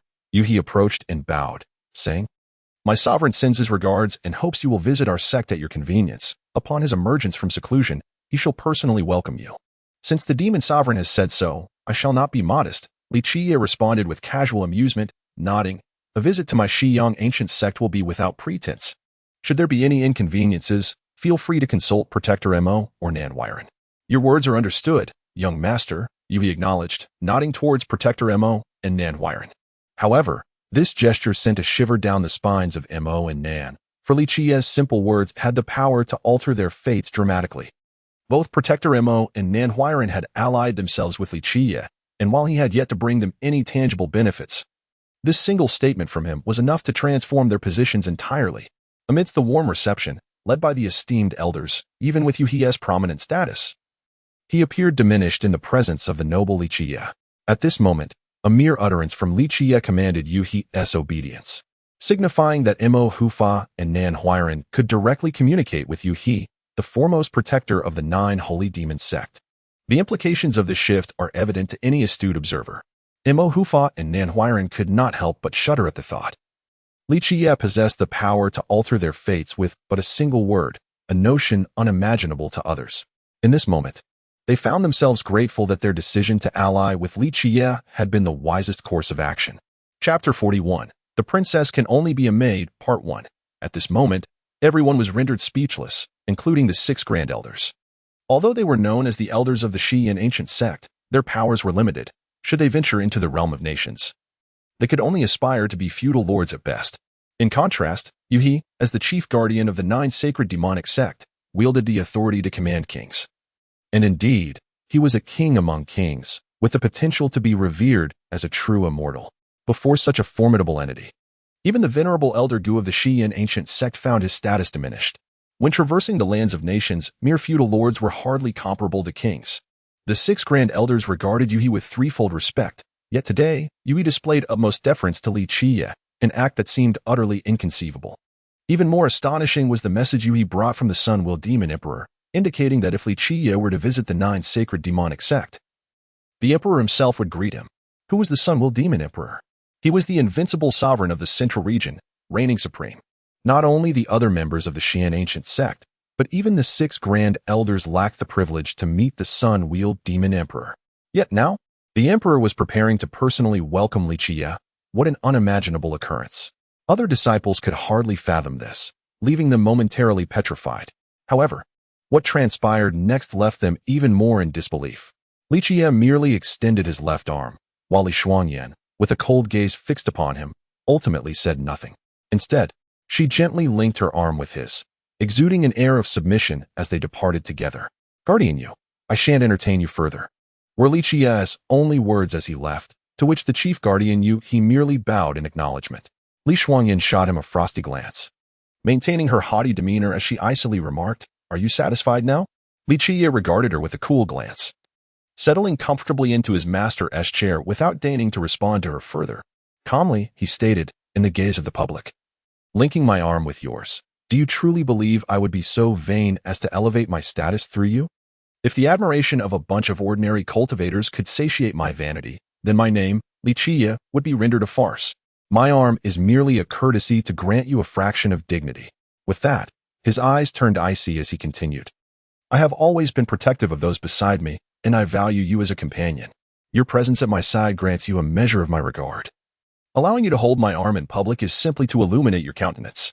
As a sword attendant, when did you gain the right to walk alongside me? Li Shuangyan trembled in indignation, her frosty visage flushed with anger. She had come here at the behest of the Sunwheel Demon Emperor. Lowering herself to publicly link arms with Li Qiye, a gesture that should have bestowed him ample honor. Yet today, Li Qiye's words incited her fury. I can comprehend your pride, Li Qiye remarked, seemingly indifferent to her ire.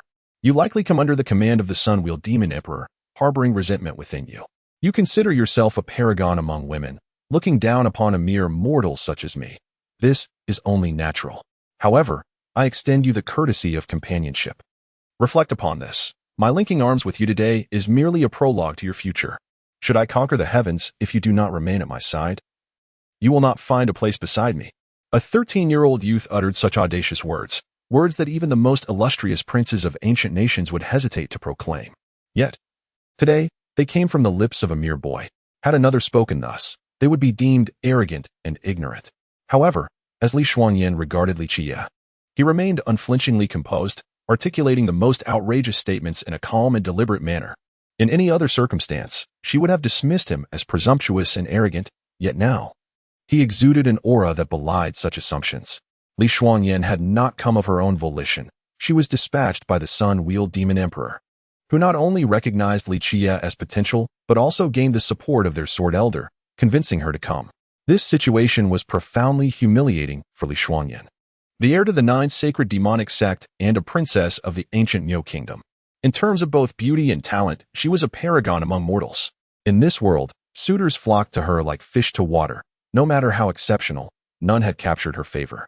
Yet today, she found herself playing the role of a mere sword attendant for a mortal. Her master, the Sunwheel Demon Emperor, possessed unparalleled talents.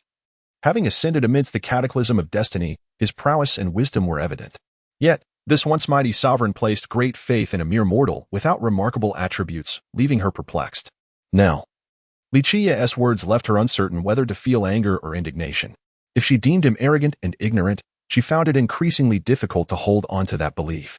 Fine, if you consider yourself unmatched, prove it to me.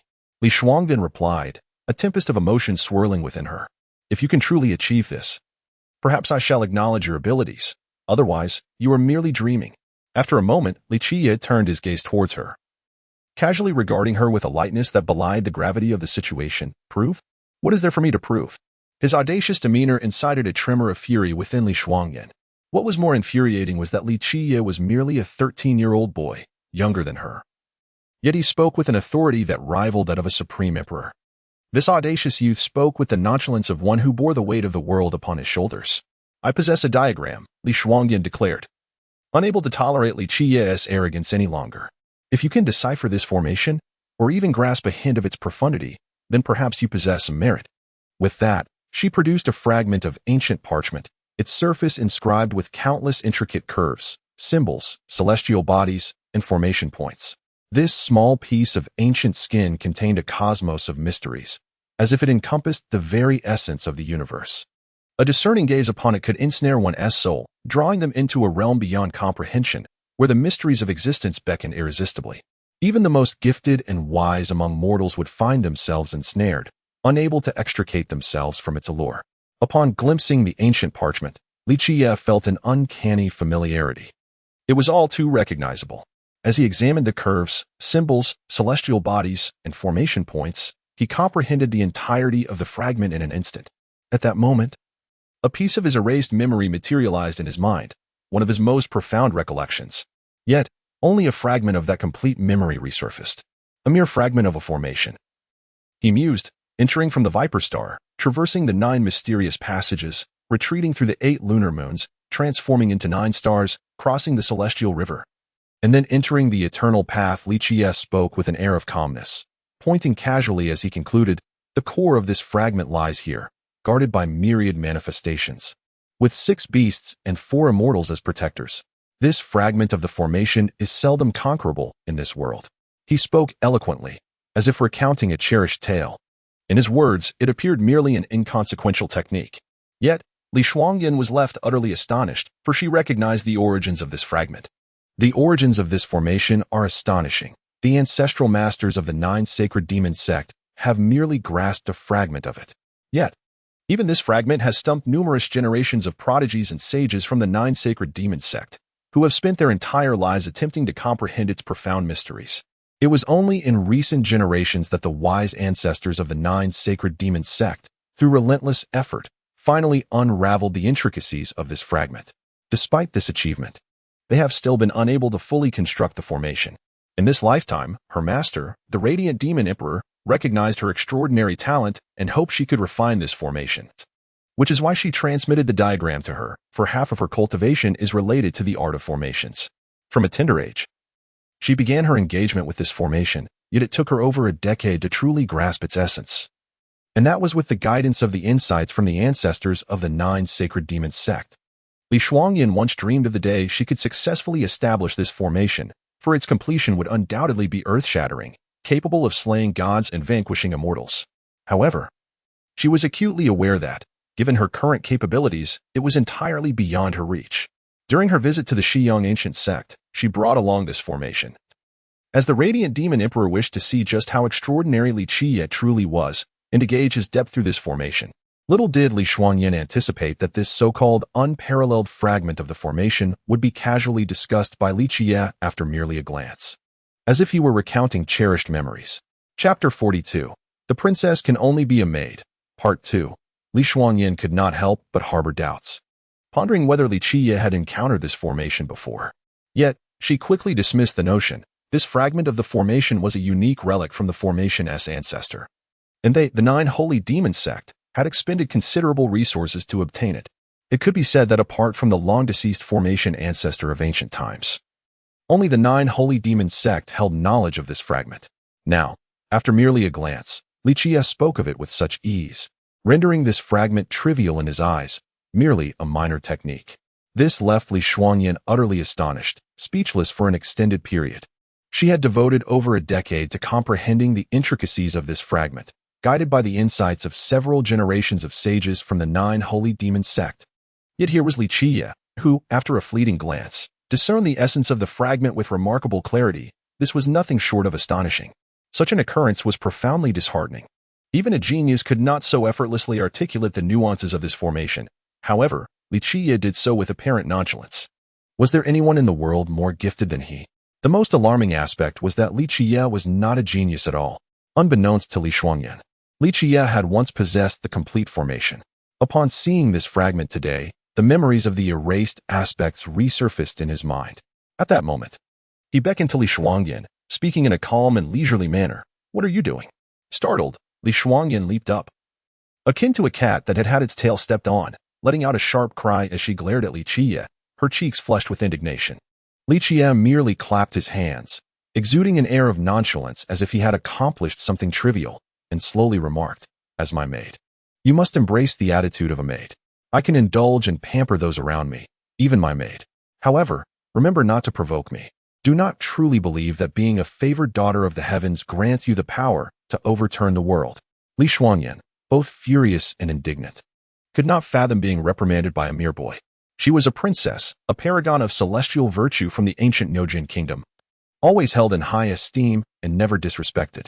Yet today, she had been soundly chastised by a boy just 13 years of age. Such a humiliating experience made her shudder at the thought. "Go, find a place to reside," Qiye stated plainly, waving his hand dismissively, unfazed by her potential fury. "You little man, remember this," Li Shuangyan finally exclaimed in exasperation. For a moment, she found herself with no outlet for her frustration. She had always been revered, surrounded by admirers vying for her favor. In a fit of anger, she turned and stormed off. How could a dignified princess, an 18-year-old maiden, be reduced to such a state by a 13-year-old boy? It was utterly unbelievable. Do not even think of attempting to practice the slaughter immortal emperor formation. Qiye's calm voice echoed from behind her. The formation in your hands is but a mere fragment of the slaughter immortal emperor formation, constituting less than 1% of the entire array. Should you forcefully attempt to cultivate it, you will surely perish within its confines. Not even the original formation dared to claim mastery over this array. As for you, Once your cultivation reaches maturity, I may consider imparting some guidance. His leisurely tone belied the audacity of his words. Who would dare to presume to instruct her, endowed with such extraordinary talent? Yet, Qiye spoke with complete indifference. This caused Li Shuangyin to momentarily freeze. The Slaughter Immortal Emperor formation was merely a legendary tale of ancient times, with many believing it to be but a myth. Yet, to Qiye, it was a topic of casual discussion. Despite her lingering pride, she chose to ignore Qiye, huffing softly as she turned away. Qiye remained unconcerned with her emotional state. He simply sat in silence. The Slaughter Immortal Emperor formation, after so many years, had once again presented itself before him. To Qiye, the mere mention of this formation was tinged with reluctance. During the ancient dark years, countless souls perished within its confines. The price he paid to establish this formation was unimaginable. It was renowned as invincible throughout the ages, yet it was soaked in the blood of countless beings. From its inception, this formation was destined to be cleansed by endless bloodshed. Many sages of the human race, including himself, had poured their lifeblood into its creation. In the ancient dark years, countless warriors perished for the sake of the human emperor realm, their noble sacrifices lost within this formation. He had commanded it at one time, causing the heavens to tremble and the earth to quake beneath his wrath. He could scarcely recall how many had fallen in that fierce battle, including those unparalleled warriors who had once followed him. After that battle, he had retreated into silence for an extended period. Time can erase all, soothe all pains. Yet certain memories remain indelibly etched in the depths of the soul, forever unerasable. Li Shuangyin's arrival at the Qiye ancient sect was a momentous event, stirring excitement among the younger disciples who scarcely slept that night. The higher echelons of the sect also regarded this matter with utmost seriousness. Li Shuangyin was incensed that Qiye had not even arranged for her accommodation, which left her gnashing her teeth in frustration. In a fit of pique, she chose not to reside with him. Instead, Li Shuangyin summoned a treasured tower, placing it atop a solitary peak adjacent to the small courtyard. Although she did not dwell within the same residence as Qiye, she remained close to the solitary peak. The arrival of Li Shuangyin and her entourage brought significant benefits to Elder Mo and Nan Huiran, as they were tasked with overseeing the itinerary of Li Shuangyin and her group. This was no trifling matter. As a noble, serving under the auspices of someone like Li Shuangyin was immensely rewarding. More importantly, due to Li Qiye's words, the status of Elder Mo and Nan Huiran within the Qiye ancient sect had transformed entirely. Elder Mo was specifically appointed by Yuhi to oversee matters, complying with Li Qiye's wishes. This meant that moving forward, Elder Mo and Nan Huiran would serve as envoys in communications between the Qiye ancient sect and the 9 holy demon sect, directly liaising with Yuhi. Previously, when the Qiye ancient sect sent envoys to the 9 holy demon sect, even the 6 elders or the Grand Elder themselves would not necessarily gain an audience with the chief protector, Yuhi. Today, the fact that Nan Huiran and Elder Mo could meet directly with Yuhi signified a closer relationship between the two sects. The status of Elder Mo and Nan Huiran within the Qiye ancient sect had risen significantly, with Elder Mo's position now ranking above the other protectors. As for Nan Huiran, his treatment evoked envy from countless third-generation and even second-generation disciples. Yet, amidst all this, Li Qiye remained indifferent, focusing solely on solidifying his foundational cultivation without error. He would not allow any blemishes to mar his path. He knew that only by reinforcing his foundation could he aspire to reach the pinnacle. Li Qiye understood better than anyone that if his foundation was not solid or contained flaws, no matter how powerful his cultivation became, he would face significant challenges in the future, particularly when confronted with the trials of aging and calamity. Many prodigies experienced rapid progress in their youth. Yet due to weak foundations or an obsession with immediate success, they ultimately perished under the weight of their own shortcomings when faced with the inevitability of decline. Thus, Li Qiye held high standards for his own foundation. Even though he practiced the supreme technique of the Moon Whirlpool Sun Wheel, which could expedite his progress, he deliberately slowed his pace, repeatedly reinforcing his foundational cultivation. Had he not restrained his practice, his progress would have surged towards the realms of longevity and true destiny. However, he chose to decelerate, persistently solidifying his foundation. On the 7th day of Li Shuangyin's arrival, Li Qiye and Li Shuangyin had little interaction. However, that morning, Nan Huiran paid a visit, accompanied by a middle-aged man. "Senior brother, this is Master Zhou, the head of the Washingstone Peak martial arts hall," Nan Huiran introduced to Li Qiye. Qiye glanced at Master Zhou, nodded slightly, and inquired, "What brings you here?" To Master Zhou. Qiye's demeanor appeared haughty and disrespectful, igniting a sense of displeasure within him. He snorted coldly and refrained from uttering another word. Nanhuiren hastily interjected. "The elder has decided that you will temporarily take over Master Zhou's teachings. Master Zhou has brought the roster of disciples and their detailed records for you. The elders hope you will commence teaching in 7 days." Master Zhou said nothing further. He was particularly discontent with Qiye's lack of respect. As the head of the hall, he found Qiye's demeanor infuriating. After leaving the roster and records, he turned on his heel, too apathetic to offer even a word of advice. Chapter 43, The Schemes of the Grand Elder, Part 1. After the departure of Master Zhou, Qiye casually flipped through the roster of disciples from the Washington Peak's Martial Hall. There were a total of 300 disciples, some of whom had been in the sect for nearly 5 years. After glancing at the roster, he turned to Nanhuiren, present in the room, and inquired, "What are your thoughts?" Nanhuiren, ever astute and diplomatic, had aligned himself with Qiye and was firmly in his camp. Qiye shot him a cold glance and remarked, "If you applied your cunning to your cultivation, perhaps you would ascend to a higher realm." At this, Nanhuiren could only force a dry laugh and replied, "One's character is innate. How one is destined to be is predetermined. Enough of your verbal gymnastics. Let us hear your perspective." Qiye waved his hand dismissively, not bothered by Nanhuiren's clever tongue. Such a nature as Nanhuiren's was impossible to alter. In a hushed tone, Nanhuiren continued, "I have heard some news. The Grand Elder intends for Senior Brother to teach at the Qiye Peak's Martial Hall. But the Second Elder insists that Senior Brother should teach at the Washington Peak. Elucidate the distinctions between the two." Qiye chuckled, already feeling confident in his understanding. Though Nanhuiren was careful not to boast in front of Qiye, he nonetheless articulated his views earnestly. The Second Elder holds substantial influence within the Washington lineage. Senior Brother, He Ingjian, hails from this faction. Although he is merely a third-generation disciple, he has long been on equal footing with the Hall Masters. Nanhuiren was cautious with his commentary, aware that Qiye was far from foolish. His schemes were more formidable than anyone could anticipate. "Oh, what of the factions among the 6 Grand Elders?" Qiye inquired with a smile. Nanhuiren paused to ponder, recognizing that as a third-generation disciple, he could not definitively gauge the dynamics among the 6 Grand Elders. "That is straightforward. It depends on whether the Grand Elder has aspirations for the position of sect leader." A gentle voice interjected. The second brother, Tu Buyu, entered, a man over 1,000 years old, still sprightly and wearing a genial smile. "Pray, share your insights." Qiye welcomed Tu Buyu's presence, unperturbed by his involvement.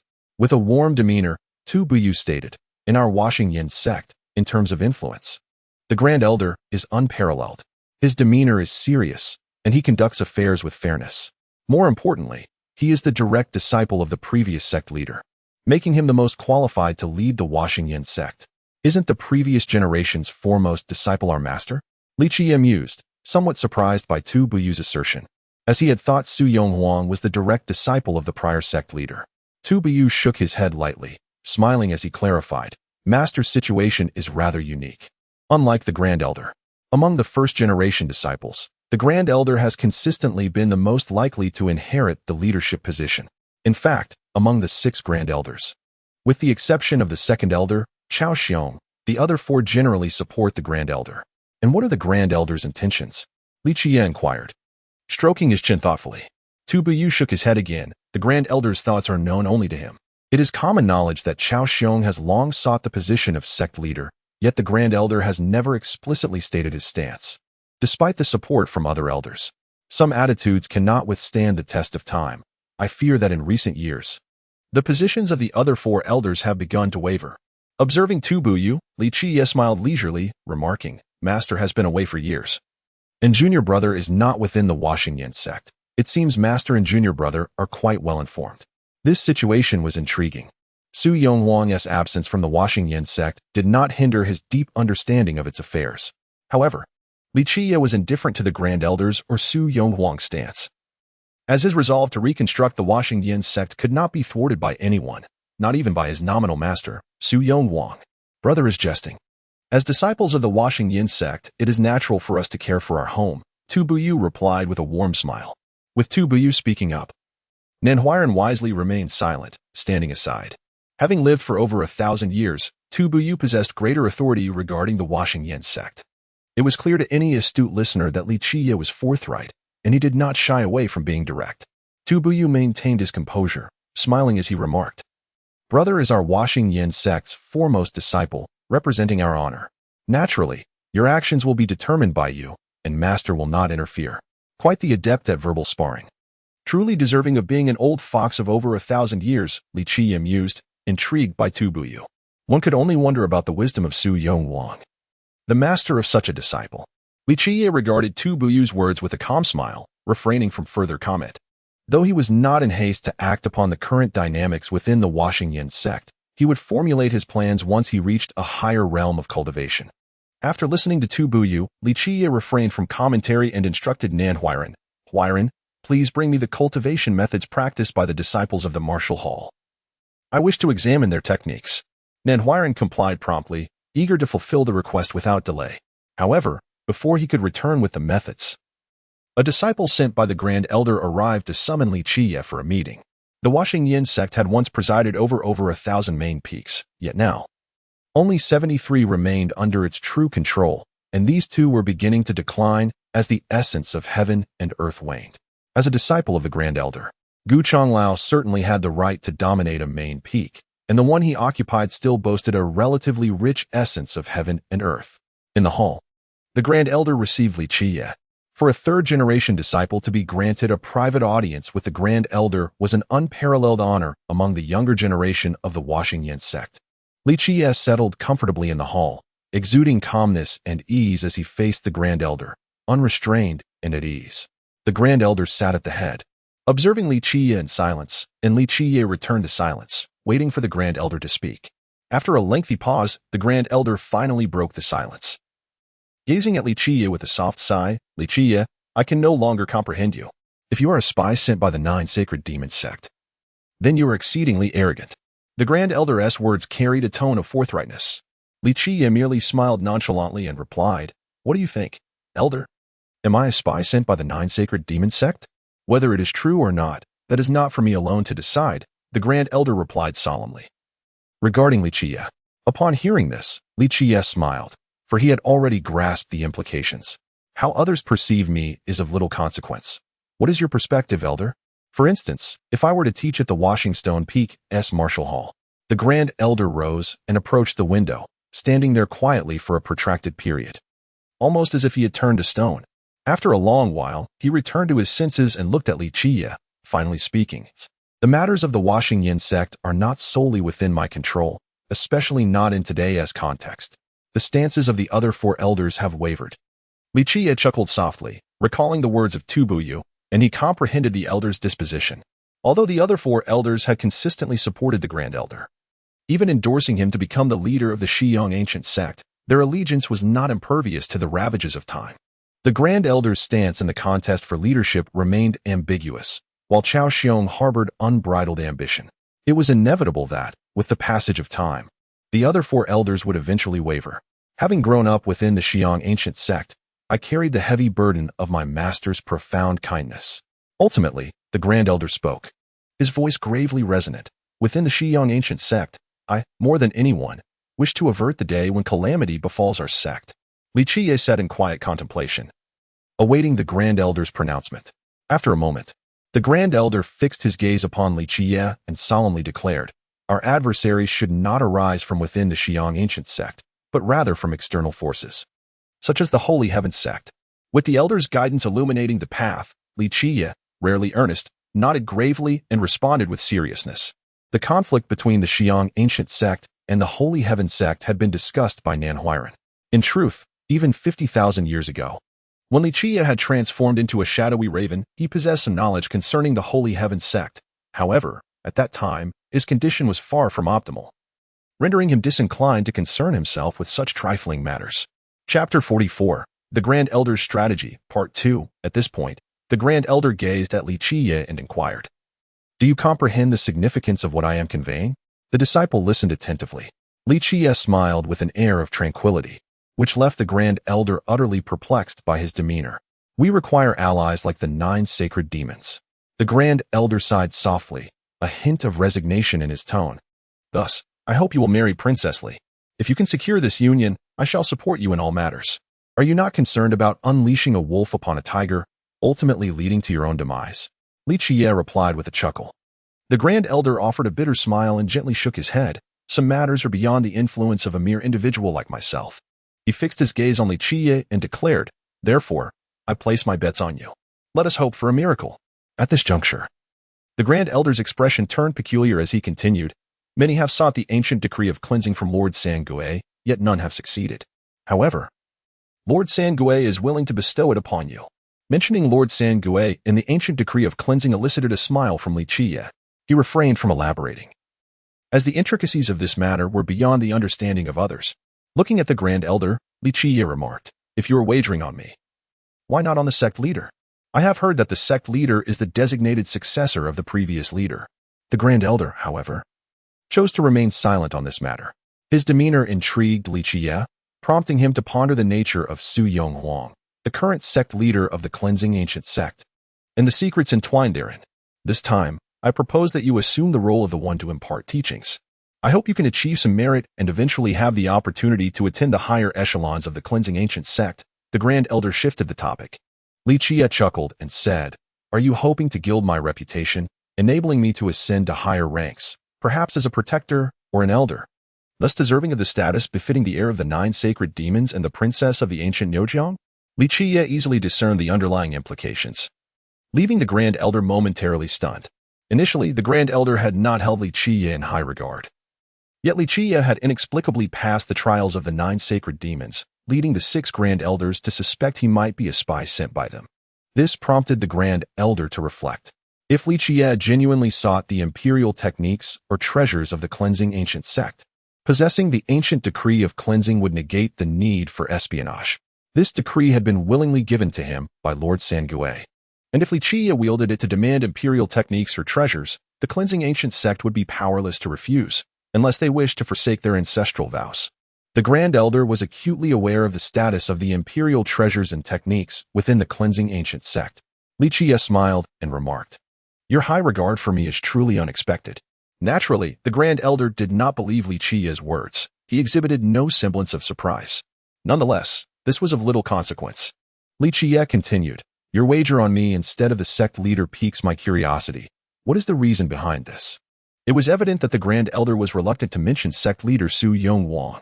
Ultimately, he looked at Qiye and stated solemnly, Qiye, if your origins are ambiguous, then the origins of the sect leader are even less desirable for me to contemplate. At this moment, the identity of the sect leader within the cleansing ancient sect had become trivial. They were on the verge of becoming a derelict institution, and there was little worth contesting over the position.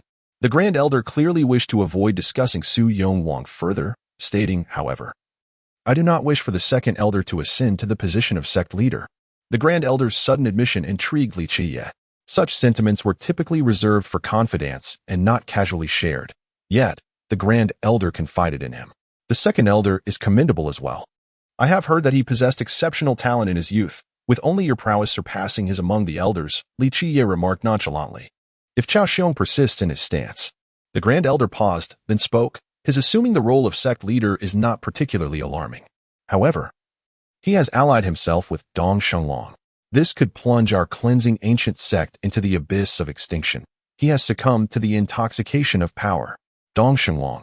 Qiye expressed mild surprise. Is he not a guest elder of our cleansing ancient sect? He recalled that Nan Huiran had mentioned this before. The Grand Elder regarded Qiye and ultimately stated, as the chief disciple, I expect you to shoulder the responsibilities of the cleansing ancient sect. I can disclose this. Dong Shenglong's tenure as our guest elder was not my choice. It stemmed from the will of the Baoxing Empire, leaving me with no alternative. Although Dong Shenglong is not originally from the Holy Heaven sect, he is a noble sanctioned by them. The Grand Elder asserted gravely, there is no need for me to elaborate further. Upon hearing this, Qiye grasped the underlying reasons and smiled, addressing the Grand Elder. You wish to utilize my hand to eliminate Dong Shenglong? I understand that you lack the capability to deal with Dong Shenglong. The Grand Elder remained silent for a long while before finally responding. However, Yuhi possesses that potential. You can enlist Yuhi's assistance to remove him.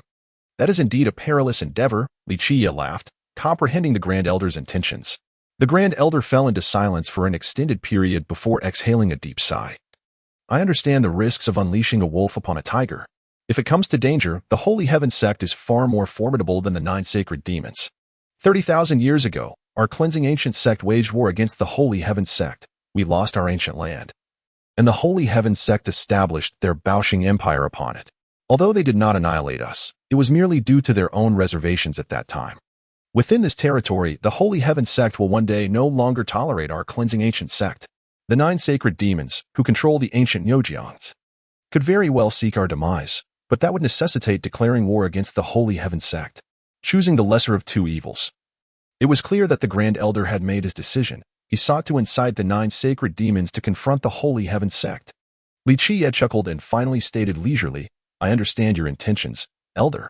These matters are of little significance. What truly concerns me at present is the royal essence you promised me as a reward. I wonder when the sect will fulfill this commitment? The Grand Elder appeared momentarily taken aback by Qiye's sudden mention of this matter. Qiye continued, Elder, I wish to specify that the beast marrow for the royal essence should be that of the Hell Iron Bull. You have no objections to this, do you?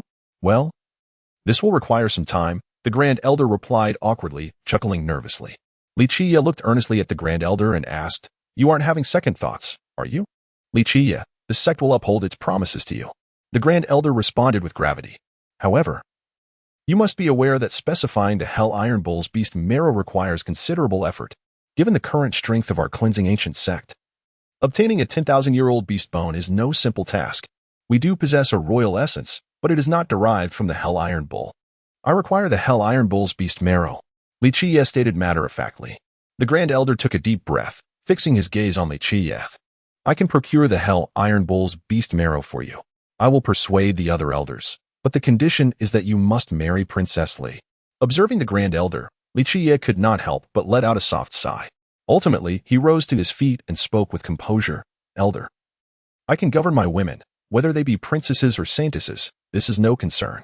As for the matters that trouble you, allow me to assure you, should anyone seek to obliterate the Xiyang ancient sect under my command, I shall eradicate them without mercy. Furthermore, let it be known that anyone who obstructs the ascent of the Xiyang ancient sect, anyone who stands in my way, shall face execution without reprieve. Not even the divine or the demonic shall be spared. Having uttered these words, he turned and departed. For a moment, the Grand Elder stood there in astonishment. A mere 13-year-old boy had spoken such audacious words. Yet, at that moment, he could not perceive Qiye as merely arrogant and ignorant. He found himself utterly unable to fathom the source of Qiye's confidence. How could a boy of such tender years possess the audacity to make such proclamations? Perhaps, Qiye's arrival was indeed a miracle. Regardless of his current beliefs, he felt compelled to take a gamble, for time was not on his side. The other 4 elders were quite displeased with his failure to ascend to the position of sect leader. If this continued without the support of the other 4 elders, the situation for the Xiyang ancient sect would grow dire. As the saying goes, the plans of the day are determined in the morning. And with the first update of the day here, I kindly ask for your votes and support. For those with dreams, please cast your votes. Chapter 45. If you are unconvinced, I shall beat you until you are upon returning to the solitary peak.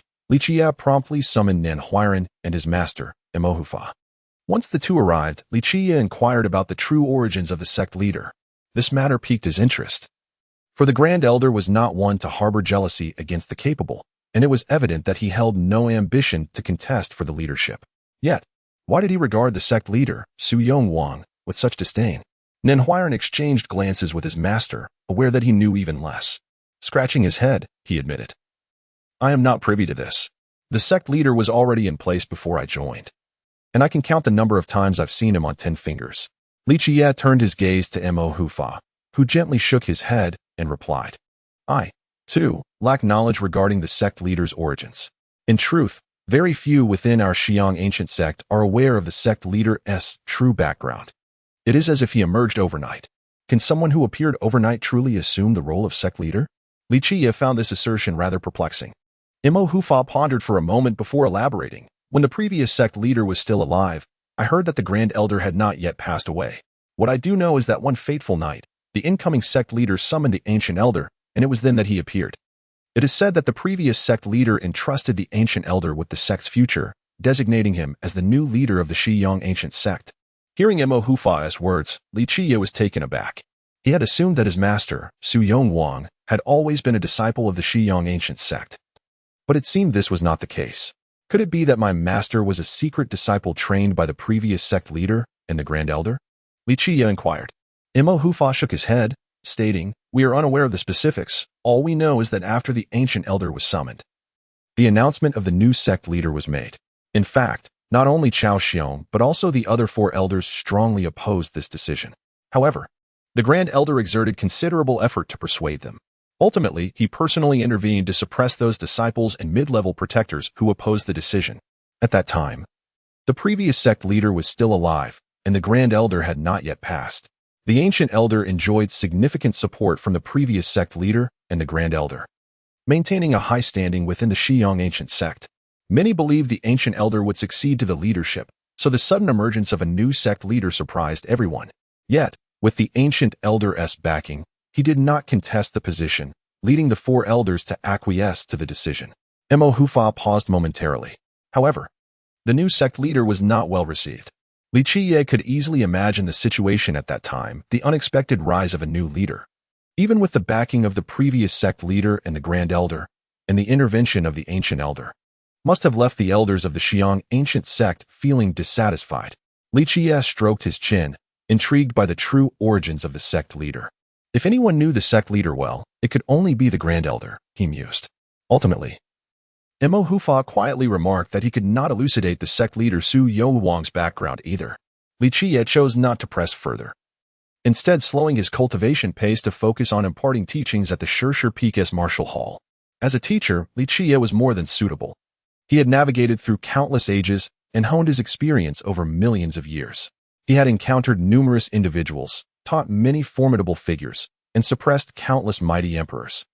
Not only had he nurtured the likes of the Mingren immortal emperor, but even the supreme Black Dragon King, revered by 3 generations of immortal emperors, was also his prodigy. For Qiye, educating a group of young disciples was an effortless task. Nonetheless, he approached the matter with utmost seriousness. His understanding of cultivation was profound. In his eyes, innate talent was insignificant, physique mattered little, and even the techniques could be overlooked. What truly mattered was an unwavering heart for the Tao, an insatiable thirst for knowledge, an expansive perspective, and an unrelenting spirit. These were the true essences of cultivation. If one lacked talent, diligence could compensate. With earnest reflection, even the most unremarkable talent could shine. With a heart that embraces all, one could gaze far and wide, unblind by short-sightedness. If the practice techniques were inadequate, a thirst for knowledge could elevate even the simplest methods, leading to extraordinary breakthroughs. Throughout the ages, many great figures have emerged from the ranks of ordinary techniques, discovering their unique paths and transcending to greatness. The heart for the Tao is the foundation of cultivation. Throughout history, countless ancient nations and sacred teachings have nurtured innumerable talents, yet only a few ascend to become immortal emperors. Qiye meticulously reviewed the profiles of the 300 disciples at the martial hall, committing their cultivation statuses to memory while diligently perusing the techniques available. In truth, the techniques practiced by these disciples were limited, as the longest standing among them had been in the sect for less than 5 years. They were not yet formal disciples of the Shiyang ancient sect, and would only gain that status after passing the final evaluation. The 300 disciples, evenly split between genders, practiced a mere handful of techniques. The martial hall offered only a sparse selection of about 10 different methods. Among these, some were foundational techniques created by the sect's ancestors, while the oldest methods were left behind by the Mingren immortal emperor, dating back to Qiye's earlier days as Qiye. These techniques were relatively common and did not possess extraordinary capabilities, yet they had been carefully selected to establish a solid foundation. Although, apart from some ordinary techniques that Qiye himself had imparted to the Shiyang ancient sect, he had not encountered the others before. Nevertheless, over countless millennia, he had witnessed and contemplated numerous techniques. Even if all his memories of those techniques were erased, his perspective on them far surpassed that of others. His insights into any technique could be described as profound wisdom. In addition to the martial hall's techniques, Qiye also explored more techniques from the first and second levels of the scripture repository. He did not intend to practice these techniques himself. Rather, he sought to find suitable methods for the disciples of the martial hall.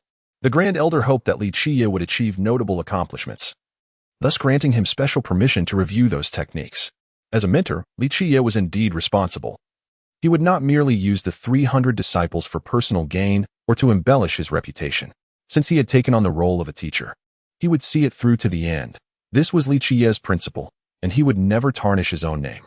In preparation for imparting teachings, Qiye was thoroughly equipped with confidence, believing that by the time of evaluation, none of the disciples would fail to qualify as formal members of the sect. The Shishir Peak lineage held significant influence from Cao Xiong, with figures like Zhou Tangzhu siding with him. However, such challenges were trivial for Qiye. Regardless of Cao Xiong's influence, he possessed the confidence to maintain control over the Shishir Peak lineage. For him, it was not a concern. The Wushu Hall of Shishir Peak, nestled within the expansive Shishir Valley, is a place where buildings rise and fall amidst interwoven courtyards. The disciples residing in Shishir Valley are all neophytes, each with fewer than 5 years of experience, totaling 300 in number. Including a few servants responsible for daily affairs, the population of Shishir Valley exceeds 400. Early in the morning, Qiye entered Shishir Valley. Naturally, the hall master would not extend assistance to him. However, Nan Huiran demonstrated remarkable attentiveness. As it was Qiye's inaugural day of imparting teachings, he summoned the 300 disciples to the Wushu Hall upon Qiye's arrival. The assembly comprised 300 disciples, both male and female, who congregated in the training grounds of the Wushu Hall, all eyes fixed upon Qiye. Qiye surveyed the gathering, noting that the group was nearly evenly split by gender, with the eldest among them barely 18 and the youngest possibly no older than 13. Remarkably, Qiye himself was only around 13 or 14, tasked with instructing these 300 disciples, which caused some concern for Nan Huiran regarding whether Qiye could command their respect. Yet, witnessing Qiye seated calmly in a position of authority, exuding the demeanor of a great master despite his youth, brought a sense of relief to Nan Huiran. However, trouble soon arose as the 300 disciples had barely assembled. Discontent simmered among them regarding their new mentor, even with the title of chief disciple adorning Qiye's name. Chapter 46. If you are unconvinced, I shall strike you until you are what can someone younger than me possibly teach us? Is this not a hindrance to our cultivation? In less than a year, I will face an assessment, and if I fail to become an inner disciple, I would have to wait another 5 years. Complained one dissatisfied disciple. There were too many disgruntled disciples. Another voiced their grievances, saying, Indeed, we are suffering misfortune. A person younger than us has been placed here to impart teachings, which is utterly intolerable. A mere mortal, a waste of space, can become the chief disciple. This is truly a disgrace to the Xiong ancient sect. Scoffed a talented disciple. Brother Luo, be careful not to let him hear you, cautioned a disciple, pulling at this brother's sleeve. In truth, prior to this, Leader Zhou had subtly indicated that making things difficult for Qiye was not a serious matter, and no one would come to his aid. This emboldened the disciples of the martial arts hall even further. So what if he hears? The disciple known as Brother Luo raised his voice, declaring, He is merely a useless fool. What is so remarkable about him? Even if he is latched onto the leg of the 9 sacred demon gate, it should not delay our cultivation. What have we toiled for these past few years? It is to pass the assessment and become inner disciples. If we are to be overshadowed by a fool, then all our efforts over these years would be in vain. Exactly. In a moment, many disciples echoed his sentiments. We cannot allow our years of hard work to be squandered by a fool. We must drive him away and find another master. Instantly, dozens of disciples rallied together, creating a tumultuous uproar. Observing this scene, Nan Huiran furrowed his brow, wanting to step forward, but was halted by Qiye. Drive away this waste. He lacks the qualifications to teach us, shouted dozens of disciples. Indeed, a person who has only just entered the sect dares to shamelessly teach us, scoffed another disciple. What chief disciple? Bah, he is worthless. Brother Luo declared loudly. Exactly. He, whose understanding is inferior to ours, dares to teach us. This is a grave humiliation. If he wishes to instruct us, let him first defeat us. This is not appropriate. A girl disciple with large eyes timidly spoke up, stating, Provoking a master is a serious offense. Bah, provoking a master? He must first qualify to be our master. Brother Luo proclaimed loudly. Indeed. With no qualifications to be our master, what right does he have to teach us, let alone provoke our master? Many disciples nodded in agreement. Clearly, Brother Luo held considerable sway among them. Seeing the rising tide of discontent, Qiye slowly stood up and approached the group of disciples, then calmly said, So, it appears that you are quite dissatisfied with me as your senior brother. Upon hearing Qiye's words, the disciples fell silent, exchanging glances. Regardless of the circumstances, Qiye remained the chief disciple, sent by the elders. Dissatisfied, you say? I am a very open-minded person, Qiye smiled.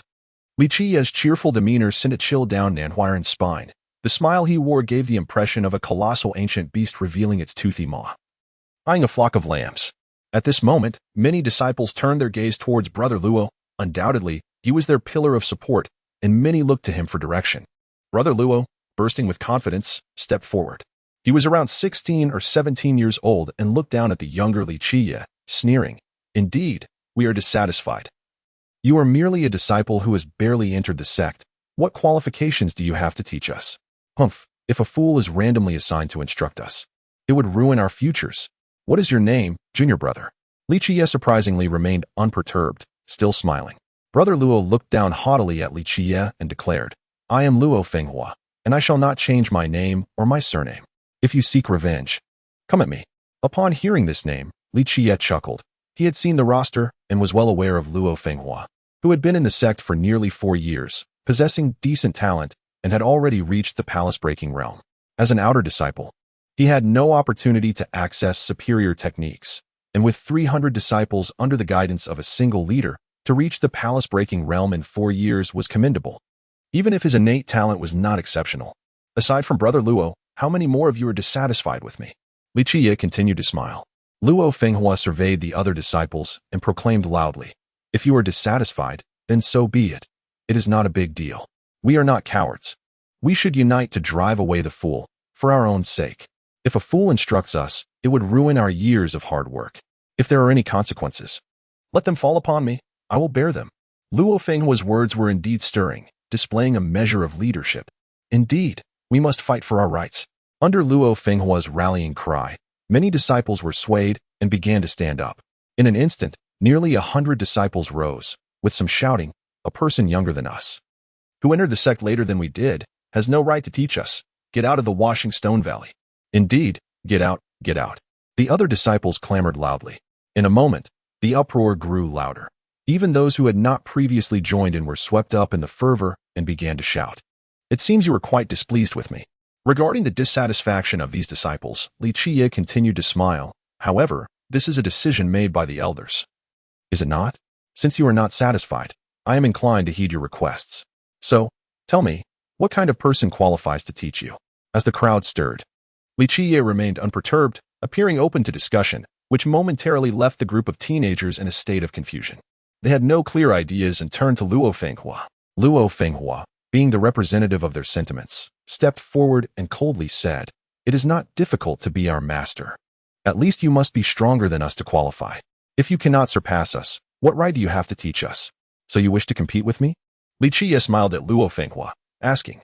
Luo Fenghua, adopting a defiant stance, replied, indeed, if you can defeat me, then you have the right to teach us.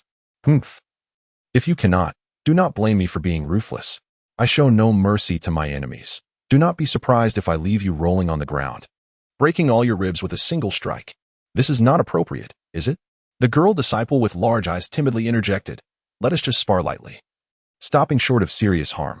Qiye shook his head, still smiling. I believe Brother Luo has a point. If we are to fight, we should do so with all our might. Very well, let the outcome reflect each individual's skill. Luo Fenghua declared loudly, I shall fight you. Indeed. Qiye smiled and stepped forward. Since you wish to fight, I shall accompany you. With deliberate slowness, he unsheathed the cudgel from his waist, proclaiming, as the senior disciple, it ill behooves me to strike first. You may commence. Preposterous. Someone scoffed upon seeing Qiye brandishing the wooden stick. To challenge senior brother Luo, a master of the open palace realm, with a mere twig is utter folly. Nanhuiren, however, shook his head, knowing that misfortune was about to befall someone. Even a formidable expert like Su Hui had been reduced to groveling by the cudgel. Luo Fenghua stood no chance. Insolent fool. For Luo Fenghua, Qiye's choice of a wooden stick was a profound insult. With a roar, he spat out a treasured sword, a low-grade magical artifact. The sword hummed as it transformed into a torrent of sword shadows, aiming to strike Qiye with a move of stellar magnitude.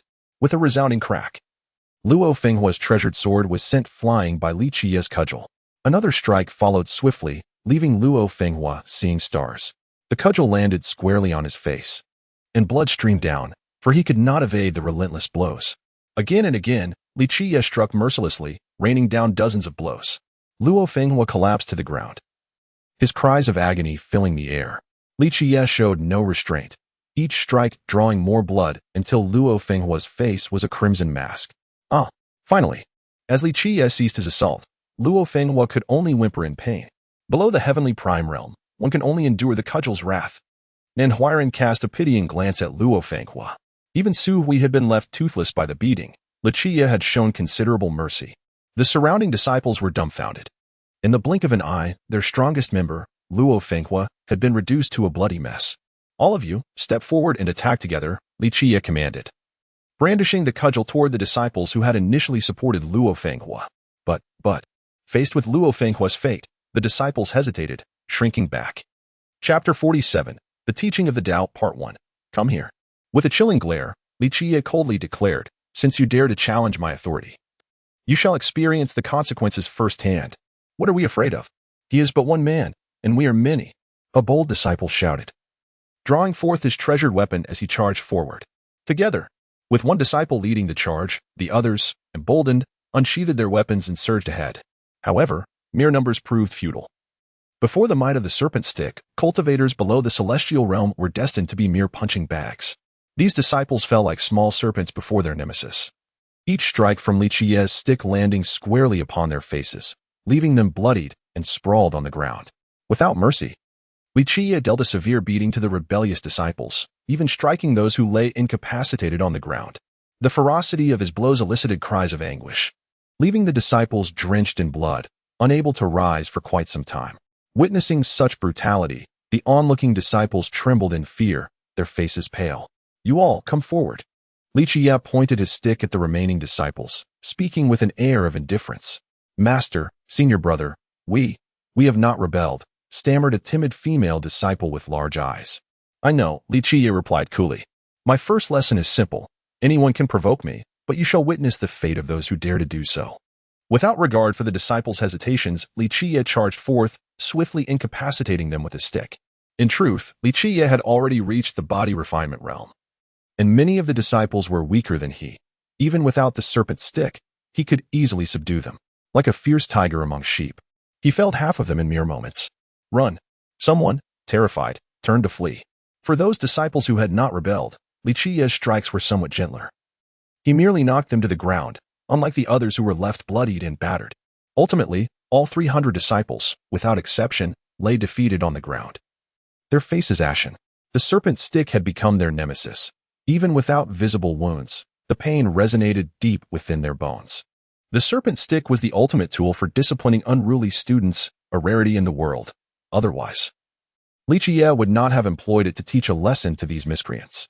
In a moment, the training ground was filled with agonized cries. As all the disciples found themselves on the ground, resisting only to be met with Qiye's relentless blows, particularly the group led by Luo Fenghua, who were mercilessly struck until their skin split and bled. Looking at the fallen disciples, Qiye spoke calmly, as your instructor, I shall take full responsibility for your education. For those stubborn enough to resist, fear not, I shall beat you into submission. Otherwise, you shall obediently fulfill your roles as disciples. Before me, you shall learn. Regardless of your innate talent, I shall shatter that arrogance. If you are a dragon, coil. If you are a tiger, lie low. Otherwise, I shall dismantle your pride. At that moment, the disciples sprawled on the ground did not dare to utter a word. Indeed, that very afternoon, Master Zhou came to confront Qiye. Upon meeting, he coldly stated, as a teacher, your primary duty is to instruct your disciples. The students of Zishifeng will one day become pillars of the Qian ancient sect. And should they suffer any mishaps, if you are dissatisfied with me, take it up with the elders, Qiye interrupted, composed. It is my prerogative how I teach. No one else needs to interfere. If Master Zhou has no further matters to discuss, I bid you farewell. Master Zhou was infuriated, nearly spitting blood in his rage. He gritted his teeth, ultimately managing a bitter laugh. Very well. During the assessment, let us see how your disciples fare. With that, he turned and left. Once Zhou departed, Li Shuoyan appeared unexpectedly, her gaze cold as she regarded Qiye. You make enemies everywhere. Do you not fear for your life? Skill does not equate to invulnerability, Qiye replied, casting a calm glance her way. Taking a life is not a difficult task. It merely depends on the worthiness of the target. Speaking of taking lives, Qiye chuckled lightly. In the Qiyan ancient sect, even with 1,000 troops, what does it matter? Just speaking ill can bring about death. Li Shuoyan regarded him coolly. So you are quite confident. But do not forget, you are my sword attendant. It is your duty to protect your master. Qiye dismissed such concerns with indifference, prompting Li Shuoyan's face to flush with anger. Despite her steadfast heart, she had been pushed to the brink of bloodshed multiple times since meeting him. Ultimately, as a proud daughter of heaven, she took a deep breath to calm herself. Looking at Qiye before stating coldly, accepting me as a disciple is no simple matter. At the very least, you must provide a compelling reason for my allegiance. Your beaching body, one of the 24 royal physiques, is indeed impressive, Qiye remarked, maintaining his composure. Stay by my side. In time, I shall guide you. With effort and my instruction, achieving the unsullied body will not be a problem. What audacity! The unsullied body. Li Shuoyan glared at him, her voice frosty. Do you know what that entails? It is one of the 12 celestial bodies. Throughout history, few have managed to cultivate such a physique. The sacred body technique I am currently practicing is already among the pinnacle of martial arts. As a natural royal physique bearer, she had every right to be proud. The beaching royal body was exceedingly rare, one of the 24 royal physiques. What she practiced now was among the world's finest martial arts. However, transforming her beaching body into the Yuqing body would require an immense passage of time. The Yuqing body was one of the 18 sacred bodies, and once perfected, its power was boundless and not to be underestimated. Suddenly, without a word, Qiye summoned his life wheel, a divine aura radiating from behind him as his blood surged. In an instant, he delivered a powerful kick towards Li Shuoyan. Her expression shifted as she swiftly raised a silver shield with her delicate hand, blocking his kick. With a thunderous crash, the weight of his kick was unparalleled. For Li Shuoyan, it was not merely a matter of power but sheer weight, an overwhelming pressure. It felt as though Qiye's leg bore the weight of 1,000 mountains, ready to shatter the earth itself. Such a feat was impossible. His cultivation was still shallow, and he could not possess such weight. Indeed, you are worthy of the title Daughter of Heaven, capable of withstanding such a tremendous force, Qiye remarked, casting a measured glance her way. Your Yuqing's sacred heart technique must have been acquired from the martial god temple, a commendable martial art. With that, he turned to leave. Li Shuoyan found herself momentarily at a loss for words, her heart profoundly shaken. Ever since she had perceived Qiye, he had merely intrigued her with an air of mystery, remaining inscrutable. Yet today, the weight of his single kick left her utterly astounded. She firmly believed that Qiye's cultivation could not possibly exceed the realm of the body-forming stage. However, the sheer heft of his leg was astonishing to her senses. She discerned that this was not the power of the Great Way, nor was it mere strength, but rather an overwhelming weight. It was inconceivable for any individual's leg to possess such mass, especially not immortals. Why then, was Qiye's leg imbued with such gravity? The thought sent a tremor through her mind. If one were to possess an extraordinarily heavy physique, there existed several types, such as the formidable innate body or the demon-suppressing body among the imperial physiques, or even the hell-suppressing body of the sacred physiques. Nevertheless, it was evident that Qiye was neither an innate body, nor an imperial body, nor a sacred body. If he were indeed a naturally gifted imperial or sacred physique, it would be impossible to conceal from the discerning eyes of others. Chapter 48, The Transmission of Teachings, Part 2. The sole possibility lay in Qiye's mastery of unparalleled body techniques. The weight of that kick left an indelible impression on her, echoing in her mind alongside his words. The following day, Qiye reappeared at the martial arts hall, seated in a position of prominence. The training grounds were filled with 300 disciples, enveloped in an eerie silence. It was unclear how many among them were still trembling in fear from their encounter with Qiye the previous day, when he had effortlessly knocked them to the ground, administering a thorough beating that left them shuddering at the mere memory of the pain. Remarkably, the method of the snake stick was such that even when it left them with bruised skin, it did not damage their bones. Furthermore, Qiye had shown restraint, applying a healing ointment, so they were not significantly harmed by the subsequent day. Many disciples, having been thoroughly intimidated by Qiye, found themselves unable to meet his gaze when he surveyed the crowd. Very well. It seems some of my junior brothers and sisters possess the courage to lodge complaints against me, Qiye remarked with a smile. Yet, I wonder if any of them have the fortitude to step forward. At this moment, the disciples exchanged glances, their hearts racing at the sight of Qiye's cheerful demeanor. One bears the consequences of one's actions, I shall be the one to complain, declared Luo Fenghua, stepping forward boldly. Although he could walk and bore no significant injuries, the medicinal plaster on his face undermined his previously handsome appearance. Witnessing Qiye's smiling countenance and the snake stick in his hand, the disciples, both male and female, could not help but turn pale. What merit does one possess with mere treasures? Luo Fenghua's face blanched, yet he stood tall, proclaiming, "If you possess true skill, let us spar." Even the most oblivious could discern that the inconspicuous wooden stick in Qiye's hand was, in fact, a treasure. "Do you truly wish to engage in a spar?" Qiye replied, his smile unwavering. Luo Fenghua, filled with trepidation at Qiye's demeanor, felt a deep-seated apprehension. Nevertheless, he steeled himself and declared, "Indeed, let us compete using our true skills. If you prove superior, I shall have no words left to say."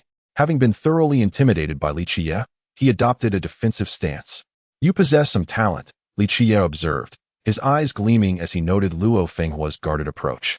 With a smile, he summoned forth his formidable technique, manifesting a wheel of life, his vitality surging forth as he delivered a powerful kick. With a thunderous impact, no amount of defense could save Luo Fenghua. He was sent flying 3 zhong, his sword shattering upon impact with the ground, and he coughed up a mouthful of blood. The sound of cracking bones echoed as Luo Fenghua fractured a rib before collapsing, his vision fading to black. Conquering the abyssal body. Qiye practiced the most powerful and invincible of body techniques. The weight of that kick was unimaginable. All the disciples stood in shock, among the 300.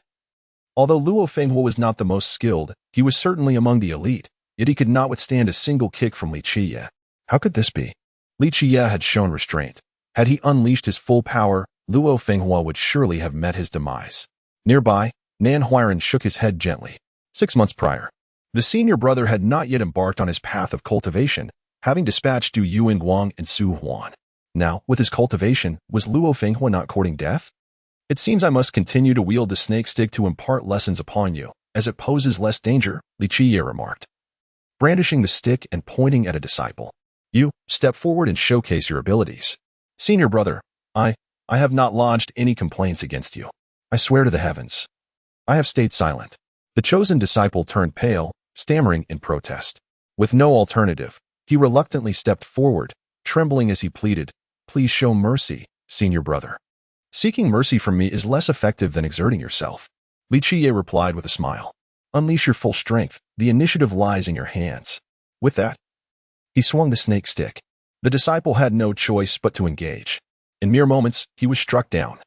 Unable to withstand even 2 exchanges before collapsing to the ground, writhing in pain, though fortunately, he did not bleed. You. Qiye casually pointed to several others. "Step forward." Within the span of a meal, all 300 disciples found themselves once again brought to their knees by Qiye, their cries of anguish echoing through the training ground. Regardless of the authenticity of their pain, it was a torment that penetrated their very bones. Even without the brutality of the previous day, the suffering they endured was an ordeal. "Some children are beyond teaching," Qiye lamented with a shake of his head, a sigh escaping his lips as he turned to leave. On the 3rd day, Qiye made his appearance once more, summoning the 300 disciples to the training grounds. To his surprise, Luo Fenghua, who had suffered a fractured rib, was also present. "The content of today's class remains the same, to discipline you," Qiye announced with a cheerful demeanor. As his words resonated, the disciples quivered in fear. Having endured 2 thorough beatings, the prospect of a 3rd left them weak-kneed. "Who will step forward first?" Qiye's gaze swept across the assembly, and many disciples instinctively retreated a step. "I will." Ultimately, it was Luo Fenghua who stepped forth, proclaiming his willingness as he brandished a massive shield. Luo Fenghua displayed a degree of cleverness. Having brought a shield in hopes of withstanding the blows of Qiye's snake stick, courageous indeed, and possessing a modicum of wit, Qiye acknowledged with a smile. However, the inevitable fate of a thorough beating awaited Luo Fenghua. If the snake stick could be warded off by the shield, it would hardly merit Qiye's retrieval from the ghost forest. This time, Qiye unleashed a devastating assault, leaving Luo Fenghua bloodied and unable to rise, writhing in agony. The severity of Qiye's blows caused the faces of the other disciples to pale, yet they dared not voice their indignation. "You possess intelligence, yet you squander it. True wisdom lies in knowing when to apply it. This beating serves to encourage you to engage your mind more thoughtfully," Qiye remarked with composure. Once again, All disciples faced a brutal thrashing at Qiye's hands, and this time, he was even more merciless than before, with many left bleeding, unable to rise from the ground.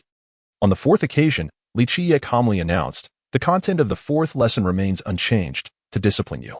Who will step forward first?" At this moment, the disciples' expressions shifted dramatically, retreating in unison, none daring to be the first to step forward. Even Luo Fenghua, who had displayed considerable courage the day prior, hesitated. I will." Finally, a youth of approximately 18 years, seemingly honest yet robust in stature, stepped forward. "What is your name?" Qiye inquired, recognizing the youth.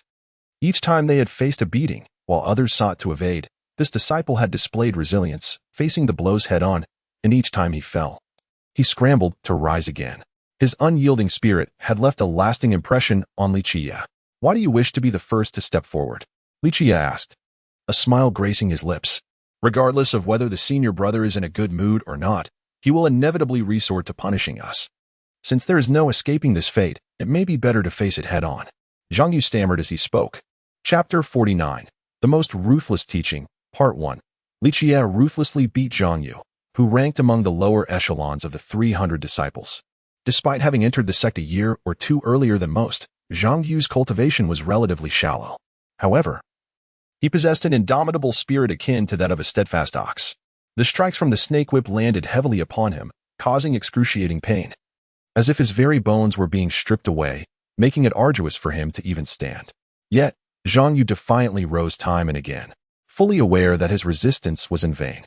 Time after time, he struggled to his feet, only to be knocked down once more by Qiye's relentless blows. Qiye was deliberately testing him, landing blow after blow, each strike inflicting intense pain yet drawing no blood. While others would have long since collapsed, Zhang Yu persisted, repeatedly getting back up, only to be felled again. The sound of the strikes echoed ominously, sending shivers through the gathered disciples, many of whom turned pale, feeling that Qiye's treatment of Zhang Yu was excessively cruel. In previous instances, Qiye had seized his onslaught once a disciple fell.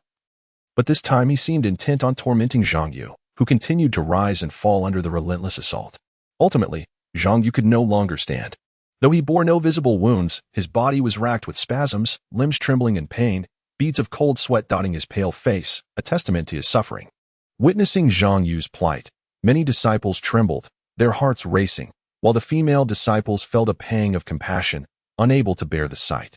"Your perseverance is commendable," Qiye remarked casually, casting a glance at the crumpled Zhang Yu. "If I were truly displeased, I wouldn't waste my energy on insignificant figures like you.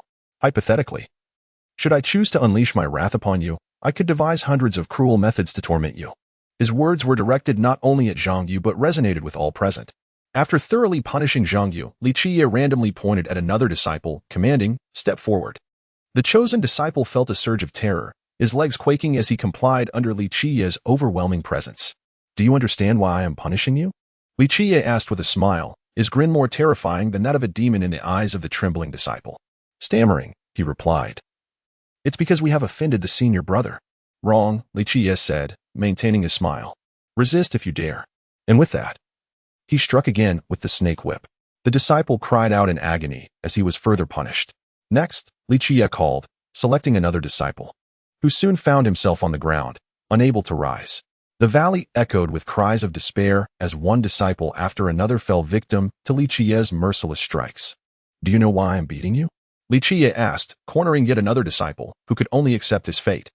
After sustaining grievous blows that left him bruised and battered, he resigned, cradling his head in surrender. "The senior brother's every strike is shattering our weaknesses. Perhaps he is testing us, revealing the flaws in our techniques," a timid voice piped up. The words came from a female disciple, whose large eyes reflected her trepidation. Recognizing her, Qiye turned, his gaze piercing as she involuntarily took a step back, her palms sweating. Her fellow disciples watched with concern, urging her silently to retreat.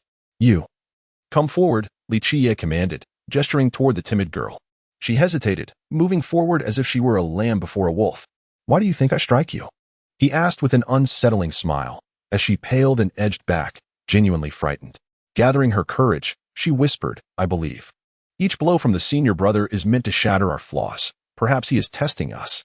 She cast a fleeting glance at Qiye, brimming with uncertainty, before quickly averting her gaze. Just as she braced for his wrath, Qiye leisurely inquired, "What is your name?" "Su Pei," she stammered, feeling the weight of his gaze as if she were prey under the watchful eye of a predator. "Su Pei, my dear junior sister," Qiye replied with a smile. "I have good news for you. You guessed correctly." The revelation momentarily stunned the disciples. While Su Pei's heart soared with relief, she had narrowly escaped punishment.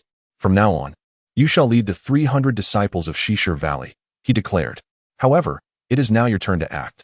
The unexpected appointment left the disciples in shock, Su Pei included, but her astonishment stemmed not from the announcement, but from what followed. "Senior brother, I guessed your question correctly. Does that not exempt me from punishment?" she ventured, her voice trembling. Qiye squinted, his smile unwavering. "Indeed, you guessed correctly, but I did not say I would spare you. I pride myself on fairness, treating everyone equally." The warmth of his grin now seemed more menacing to Su Pei than the fiercest wolf. Ultimately, Su Pei had no choice but to muster her courage for resistance. As she prepared to strike, she timidly pleaded, "Senior brother, please, do not strike my face. Beauty is a woman's innate desire, and even cultivators are not immune." Though Qiye's strikes could leave no marks, the thought of a bruised face was tormenting for any girl. "I might consider it," Qiye mused, yet his snake whip was already aimed at her face. Su Pei gasped, swiftly dodging the incoming strike, but the whip, relentless as a shadow, followed closely behind. Su Pei was horrified, repeatedly evading the steps of the Shiyuan ancient sect. Yet she found herself relentlessly pursued by Qiye, with nowhere to escape. "If you continue to flee, do you believe I won't strike your face until it resembles that of a pig?" Qiye's voice, reminiscent of a demon, echoed ominously. This threat instilled fear in Su Pei, compelling her to cease her retreat. With a fierce shout, she turned to confront him, her long sword sweeping towards Qiye. With a resounding thud, Qiye mercilessly struck her delicate shoulder with his staff, causing her pain that brought tears to her eyes, as if her fragile shoulder might shatter. The technique "one sword sweeps the dust" faltered with even a slight decrease in power, rendering it ineffective. It was a move named aptly, firm and dense. Qiye's staff landed heavily upon Su Pei's shoulder, evoking her near tears, yet he remained unfazed, still smiling as he spoke. Again, Qiye disregarded Su Pei's plight, his cheerful demeanor starkly contrasting with his ruthless words. In life and death combat, one must possess not only meticulousness akin to dust, but also courage as vast as the heavens. When the narrow road converges, it is the brave who prevail. Your heart is like a clear mirror, discerning the minutiae.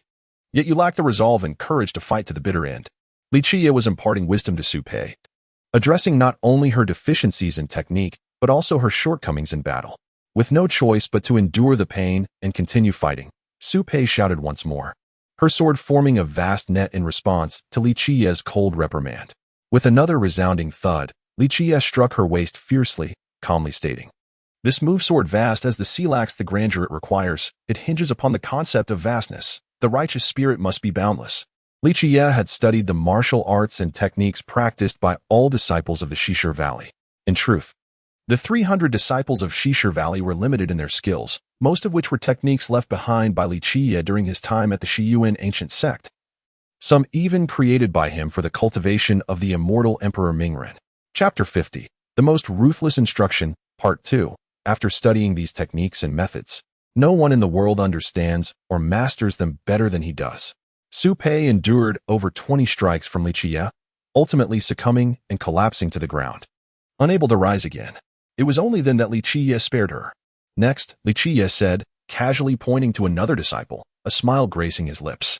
In an instant, the other disciples found themselves suffering as well. One by one, they were knocked down by Qiye, unable to get back on their feet, prompted by Su Pei's remark. While Qiye mercilessly struck the disciples, the others attentively observed each of his blows. The disciples receiving the punishment were also memorizing each strike. Now, everyone was eager to identify the flaws in their own techniques. Some sought to correct their weaknesses to avoid a similar fate, while others hoped to seize this opportunity to recognize their shortcomings and elevate their skills. Although Su Pei's words had awakened everyone, not all disciples could discern the flaws in each technique. Even if they recognized their own shortcomings, knowing them did not guarantee they could rectify them. Unlike Su Pei, the other disciples were not so fortunate. Qiye merely punished them without offering any guidance. Ultimately, all the disciples lay defeated on the ground, wailing in despair. Qiye looked at them with indifference and said with a smile, "Today's lesson concludes here. You have 3 days off. Reflect on your mistakes, lest you repeat them in the next class. With that, he turned to leave. 3 days passed in the blink of an eye, and Qiye reappeared in the training ground of Washington Valley. He surveyed the 300 disciples and leisurely declared, "Today's lesson remains unchanged. It is still about taking hits." Upon hearing this, many disciples could not help but change their expressions. To be honest, numerous disciples were frightened by Qiye's previous beatings. The experience of being struck was certainly not a pleasant one, and the pain was truly tormenting. Qiye gazed at the 300 disciples and cheerfully asked, "Will you step forward to challenge me, or shall I come to you?" "I'll take the first challenge, senior brother," was the response from Luo Fenghua. Unlike his previous attempts, this time, Luo Fenghua approached the challenge with a different demeanor. Luo Fenghua, with considerable talent, ranked among the best of the 300 disciples, although he was initially resistant to Qiye's authority. After being soundly beaten and suffering several broken bones from a single kick, he finally realized the gravity of Qiye's prowess. Although Luo Fenghua was prideful, he was not foolish. After that fateful encounter, he recognized Qiye was not the incompetent fool he had believed him to be. Through Su Pei's enlightening words, he gained profound insights over the past 3 days and began to appreciate Qiye's intentions. Unbeknownst to him, his attitude towards Qiye had markedly shifted. Qiye, with a smile, remarked that you may be rather arrogant. You are not so foolish as to remain ignorant. Flushing with embarrassment, Luo Fenghua lowered his head and earnestly requested, "Please guide me, senior brother." "Go ahead," Qiye replied, not wasting any further words. He unsheathed the snake fighting stick and continued with a leisurely tone. Luo Fenghua unleashed his attack with a powerful roar, his movements reminiscent of an eagle, his momentum akin to a dragon. With a resounding crack, as soon as he made his move, he was struck by the snake fighting stick, instantly seeing stars and suffering a swollen nose, tears brimming in his eyes. Qiye showed no mercy. With each strike, he left Luo Fenghua disoriented. In the chaos of battle, amidst the flicker of lightning, it is a matter of life or death. Each technique is designed for a lethal blow. Combat is not a mere exhibition. Even the most beautiful technique is ultimately just a fade.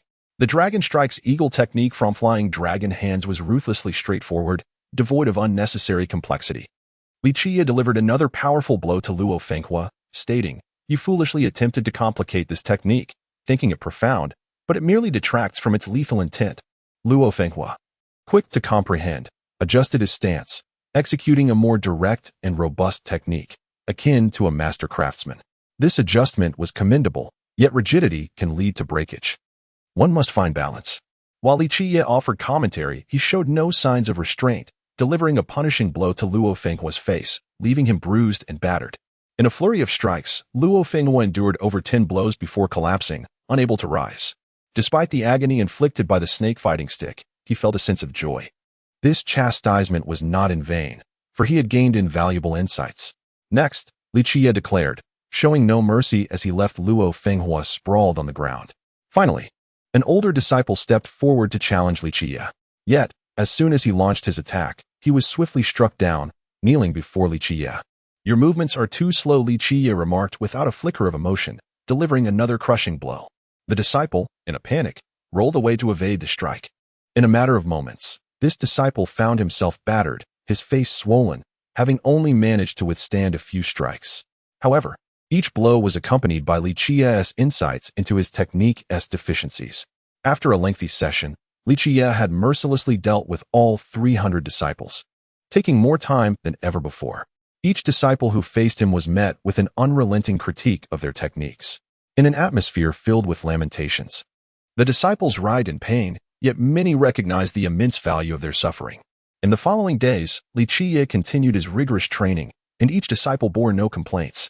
Some even welcomed the punishment, understanding that despite the pain inflicted by the snake fighting stick, the knowledge gained was monumental. Although Qiye's methods of instruction were brutal, each disciple benefited tremendously. Particularly in understanding the nuances of technique, they grasped the profound intricacies of their art, correcting past mistakes through the rigors of training.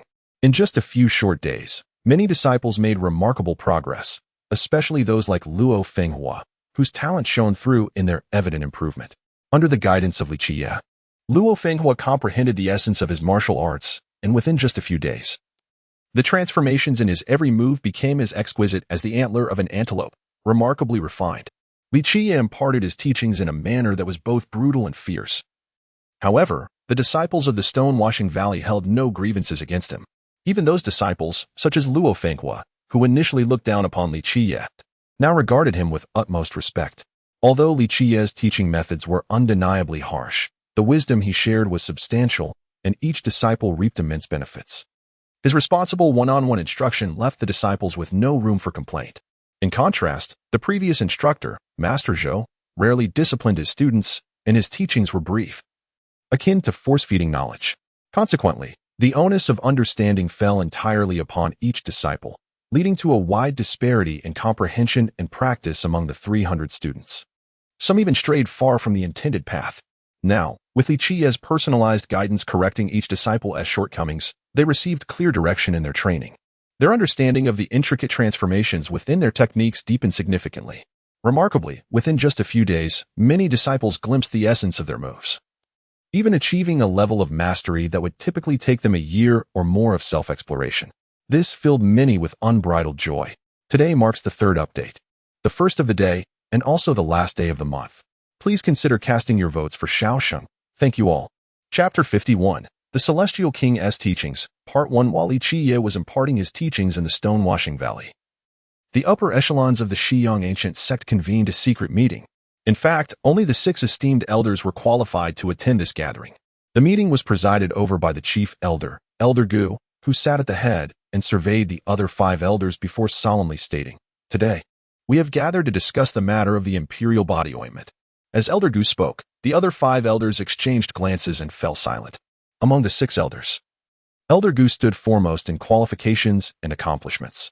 Moreover, he was the direct disciple of the previous sect leader, which rendered his standing unparalleled within the Shiyang ancient sect. Although it was rumored that the current sect leader, Su Yongwang, was the protege of the former leader, the 6 elders were well aware that this was not entirely accurate. Among the 6 elders, save for Chao Xiong, the other 4 harbored no ambitions for the leadership position, as they understood that neither their abilities nor their merits qualified them for such a role. In truth, the 4 elders believed that Elder Gu was the only rightful candidate to ascend to the leadership. We promised Li Qiye that should he successfully ally with the 9 sacred demon sect through marriage, we would grant him the imperial body ointment, Elder Gu continued, his gaze fixed on the other 5 elders. The other 4 remained silent, while only Chao Xiong felt a pang of dissatisfaction. If Li Qiye truly formed a union with the 9 sacred demon sect, it would greatly impact his disciple, Hingjian's ambitions to claim the leadership. Chao Xiong had his own plans. Even if he never ascended to the leadership himself, he hoped that his disciple, Hingjian, could become the next sect leader. In fact, Hingjian had not disappointed his mentor. However, the emergence of the enigmatic Li Qiye posed a significant threat. If Li Qiye married Li Shuangyin, and considering his status as the chief disciple, his path to leadership would be exceedingly difficult to contest, even for sect leader Su Yongwang. Elder Sun, ranked 4th among the elders, stroked his long beard and nodded. We concur with this decision. Since Li Qiye's union is a reality, it is only fitting that we bestow the imperial body ointment. Unbeknownst to him, Elder Sun had inadvertently aligned himself with Li Qiye, primarily due to the favorable circumstances surrounding his disciple, Imo Hufa. Though Elder Sun had multiple disciples, he had initially dismissed Imo Hufa as less promising.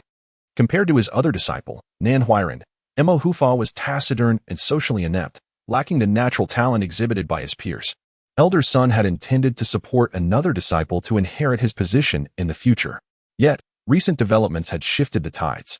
A single statement from Li Qiye altered everything. Due to Li Qiye's words, Imo Hufa and Nan Huiran became the envoys connecting the Shiyang ancient sect with the 9 sacred demon sect. Consequently, any matters from the 9 sacred demon sect, particularly those from their chief protector, Yu He, were conveyed through Imo Hufa and Nan Huiran. It is worth noting that Yu He, a figure of considerable stature in the ancient realm of Nyojian, was not someone the 6 elders could easily access. Yet now, all communications flowed through Imo Hufa and Nan Huiran, significantly elevating their status within the Shiyang ancient sect. With his disciples benefiting immensely, Elder Sun naturally supported Li Qiye. Fellow disciples, we also possess a portion of the imperial body ointment, Elder Gu announced. This revelation rendered the other elders speechless, while Chao Xiong felt a sting of regret. The Shiyang ancient sect's portion of the imperial body ointment had been preserved for a long time, dating back to the previous sect leader. Despite Elder Gu's impressive contributions, he had refrained from using the ointment, believing it to be a waste given his age and limitations in talent.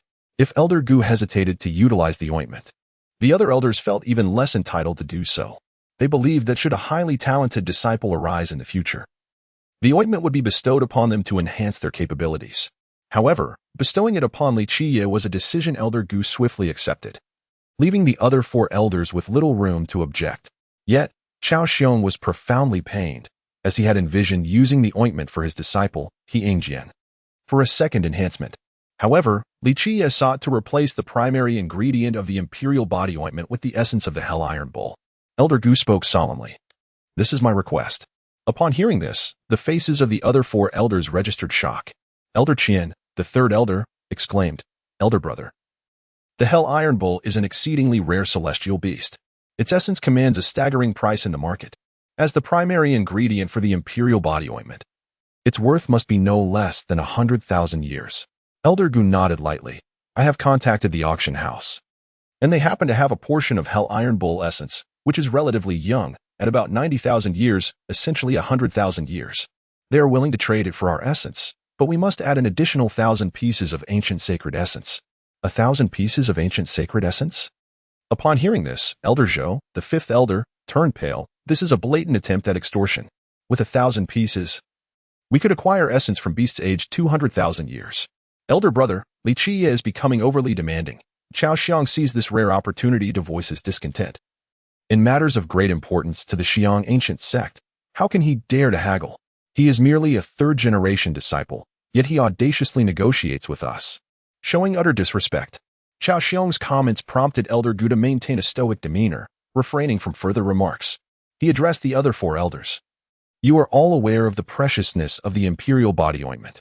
Bestowing it upon a 3rd-generation disciple is already a significant act of generosity from us, for one so ungrateful to dare negotiate. Moreover, Qiye's origins are shrouded in mystery. He could very well be a spy. Would we squander such a priceless treasure on a potential traitor? If we were to part with an additional 1,000 pieces of ancient sacred essence, our losses would be substantial.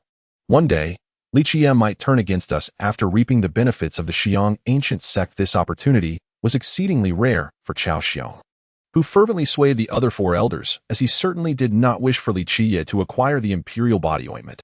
Elder Wu, the 6th elder, interjected, urging Elder Gu, "Elder brother, our granting of the imperial body ointment is already a remarkable act of benevolence from the Xiong ancient sect.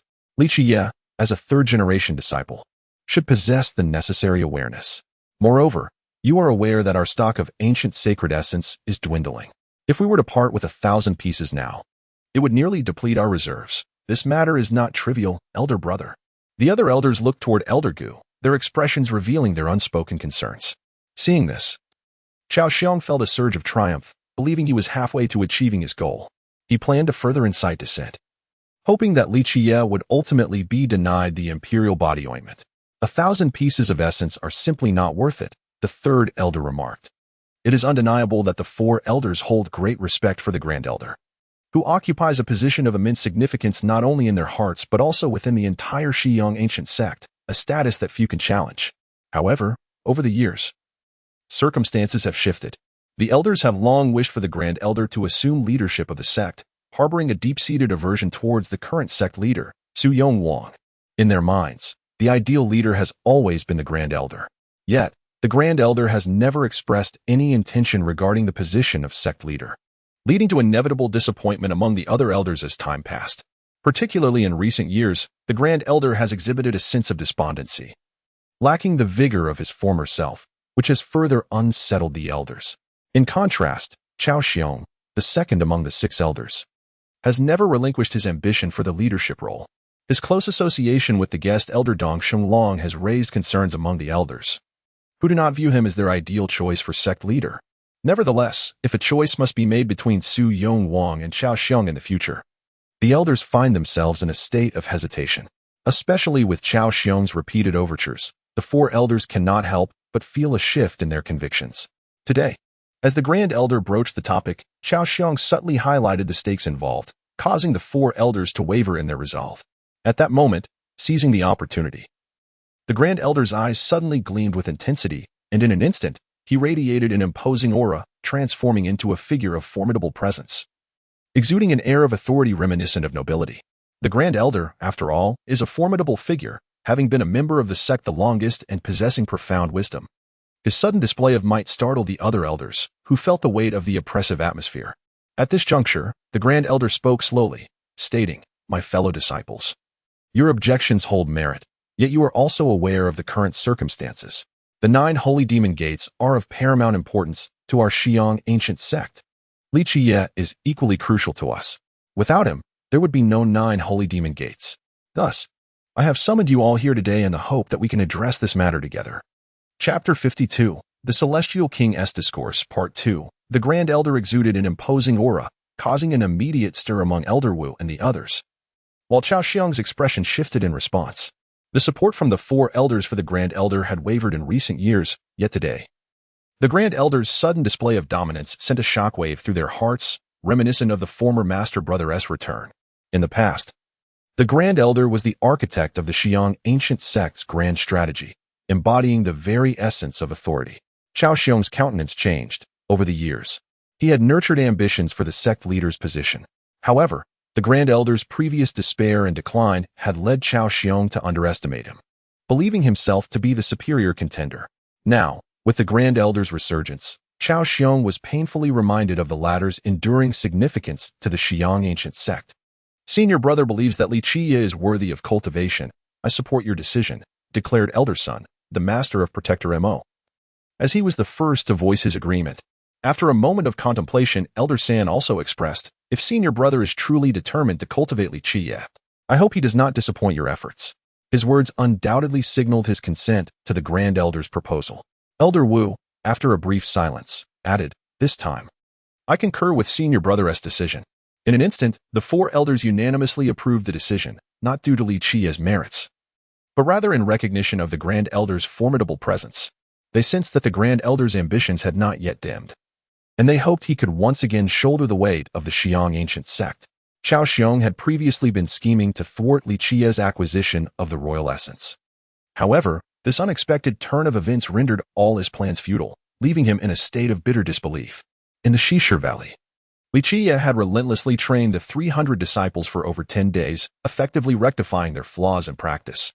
As of today, the disciples had come to wholeheartedly respect Qiye. Even the proud Luo Fenghua, Xie Pei, timid yet earnest, had emerged as the leader among the 300 disciples. Though older than Qiye, her lack of confidence had been a hindrance. Through Qiye's rigorous training, he had not only corrected her techniques but also nurtured her resolve, bolstering her self-assurance. In the blink of an eye, half a month sped by. On this day, Qiye ascended the platform, accompanied not by Nan Huiran, but by Li Shuangyan. This was not her first visit to Shishir Valley. Her initial appearance had stirred quite a commotion among the disciples, for to them, a goddess of her stature was an unattainable ideal. As the heir of the 9 sacred demon gate and the princess of the ancient Nojong kingdom, her various titles commanded awe. However, under Qiye's guidance, Li Shuangyan had grown accustomed to being present alongside him in Shishir Valley. She found his unorthodox teaching methods both curious and enlightening, especially as he incisively pointed out the disciples' shortcomings, leaving her astonished. It was evident that while the snake-whipping staff was a formidable artifact, it alone could not account for Qiye's ability to discern the subtleties of their techniques. Clearly, he had mastered the true essence of these practices. Although the techniques practiced by the Shishir Valley disciples were not extraordinary, grasping the intricate principles of multiple methods was no easy feat. Moreover, many foundational techniques of the Qiye ancient sect originated from the hands of the immortal Emperor Mingren. The simplest techniques often possessed profound depth, and genuinely comprehending their true essence was a formidable challenge. Undoubtedly, it was astonishing that someone like Qiye, a mere 13 or 14-year-old with an ordinary physique and background, had grasped the true profundities of these techniques. Upon reaching the platform, Qiye addressed the assembled disciples, stating, "Today's lesson will elucidate the fundamental principles of the Biluoxan method, one of the most basic heart methods of the Qiye ancient sect. 1/3 of you have practiced this method. Those who have not may choose to abstain from attending. Senior brother, is today's lesson not about enduring strikes?" Xie Pei, now responsible for the 300 disciples, blurted out in surprise at Qiye's announcement. Qiye smiled warmly at her. "What, has our junior sister become addicted to being struck? Do you feel unwell if a day passes without it?" And no, that's not. Xie Pei's face flushed crimson as she hurriedly denied his implication. In truth, Qiye's unexpected lecture caught the other disciples off guard. After enduring days of rigorous training, they had grown somewhat numb to their discomfort. Yet, when Qiye began to speak, all 300 disciples remained, captivated and attentive. They had come to trust Qiye. His insights into their flaws assured them that his teachings would be of great value. At this moment, the disciples forgot that Qiye had joined the sect later than them, possessed lesser innate talents, and was younger. Unbeknownst to them, Qiye had already become their master brother, the foremost disciple of the Shiyong ancient sect. As Qiye commenced his lecture, the disciples listened intently, entranced.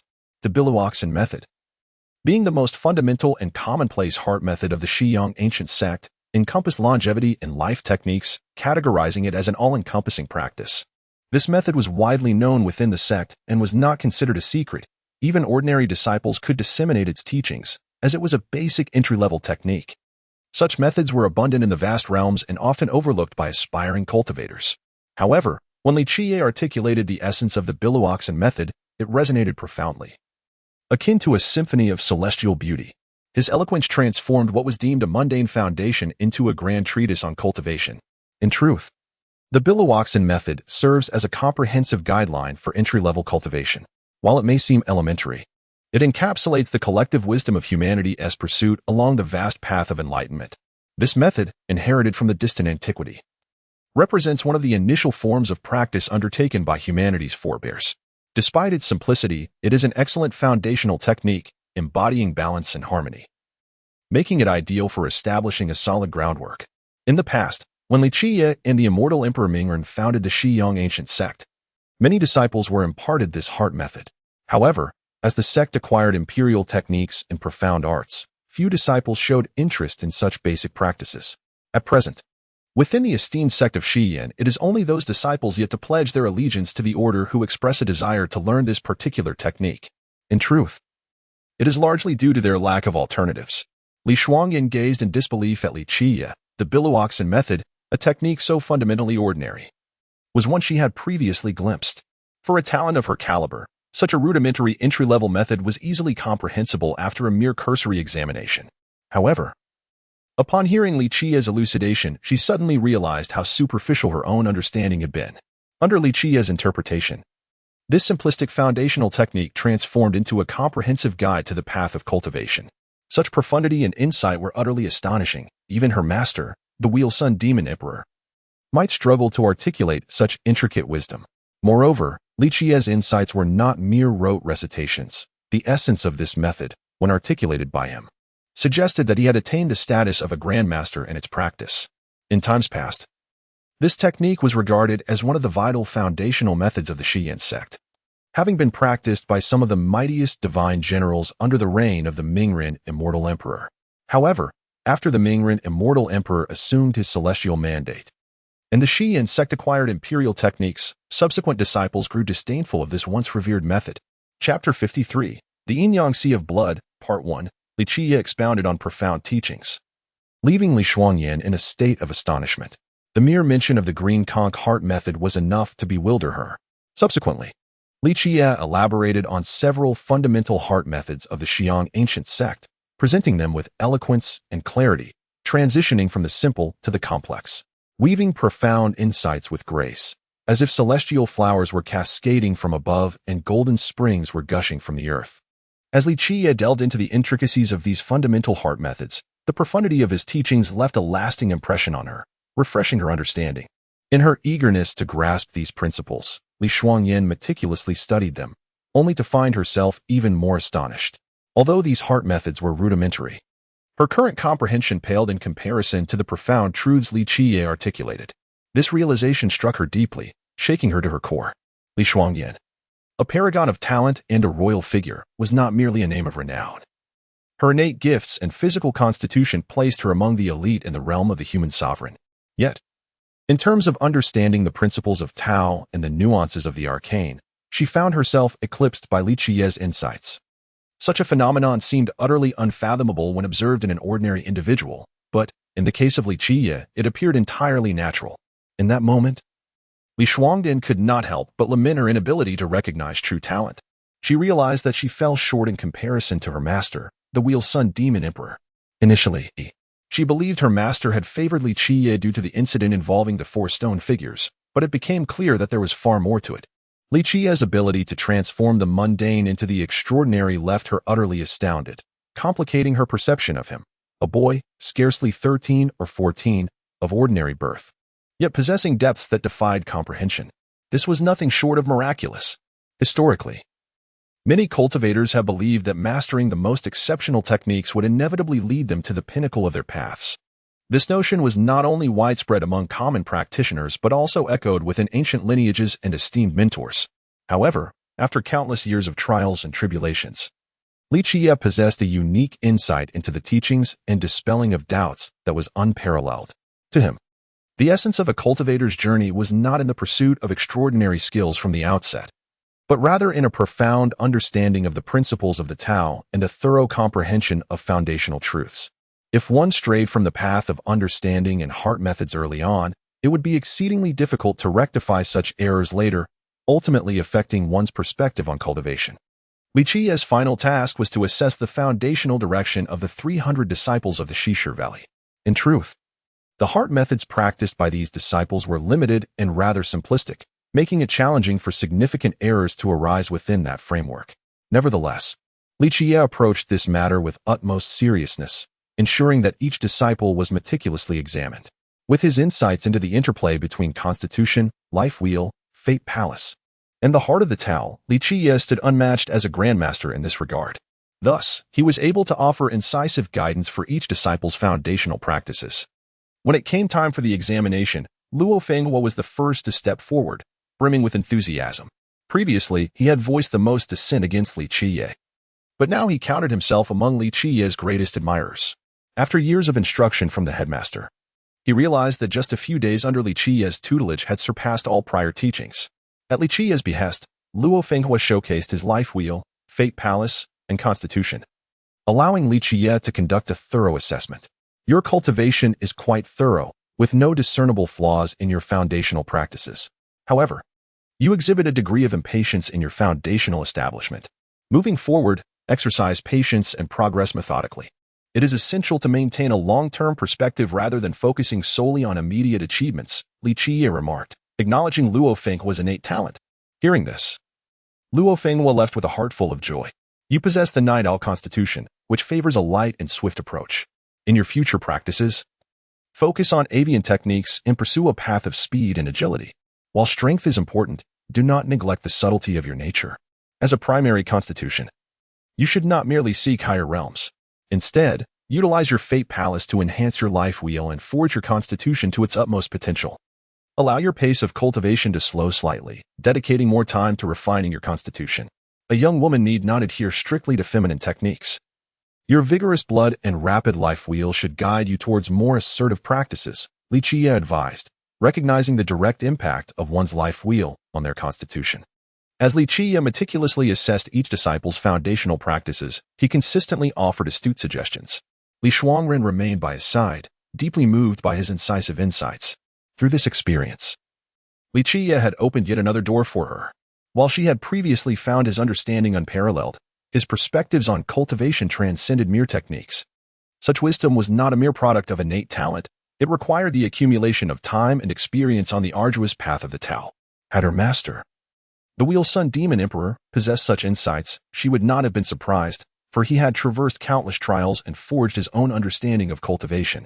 Yet, the astonishing reality remained that Qiye was merely a boy of 13 or 14, leaving her to question whether this was indeed his first foray into cultivation. Taking a step back, even if this was not his initial attempt, how could a youth of such tender years possibly possess such profound depth? The final disciple to step forward for assessment was Zhang Yu. Approaching with a humble demeanor, he rubbed his hands nervously and spoke in a low voice. Master, senior brother, do I have issues with my cultivation? Zhang Yu had been a disciple longer than Luo Fenghua and was among the most senior of the 300 disciples. Despite his age, he had struggled to progress in his cultivation over the years. This was not due to a lack of effort. On the contrary, he was one of the most diligent and hard-working disciples, yet his progress remained stagnant. By nature, Zhang Yu was reserved, and as his cultivation stagnated, he became even more taciturn. Among the disciples of Shishir Valley, many deemed him lacking in talent, including the headmaster, who had ultimately given up on guiding him, leaving him to fend for himself. When Zhang Yu revealed his life wheel, fate palace, and constitution to Qiye, it was evident that his life wheel was hazy, his fate palace unstable, and only his constitution emitted a faint resonance reminiscent of cattle.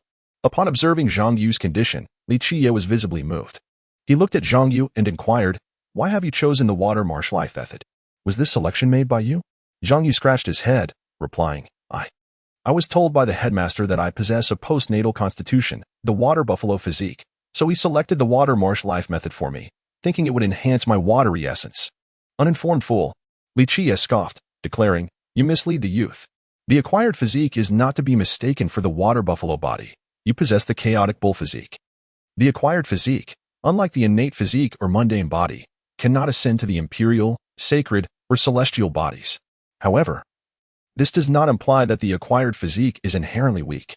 The acquired physique has its own path of cultivation and evolution. For instance, the water buffalo physique can, through rigorous physical training, evolve into the formidable Qiye physique.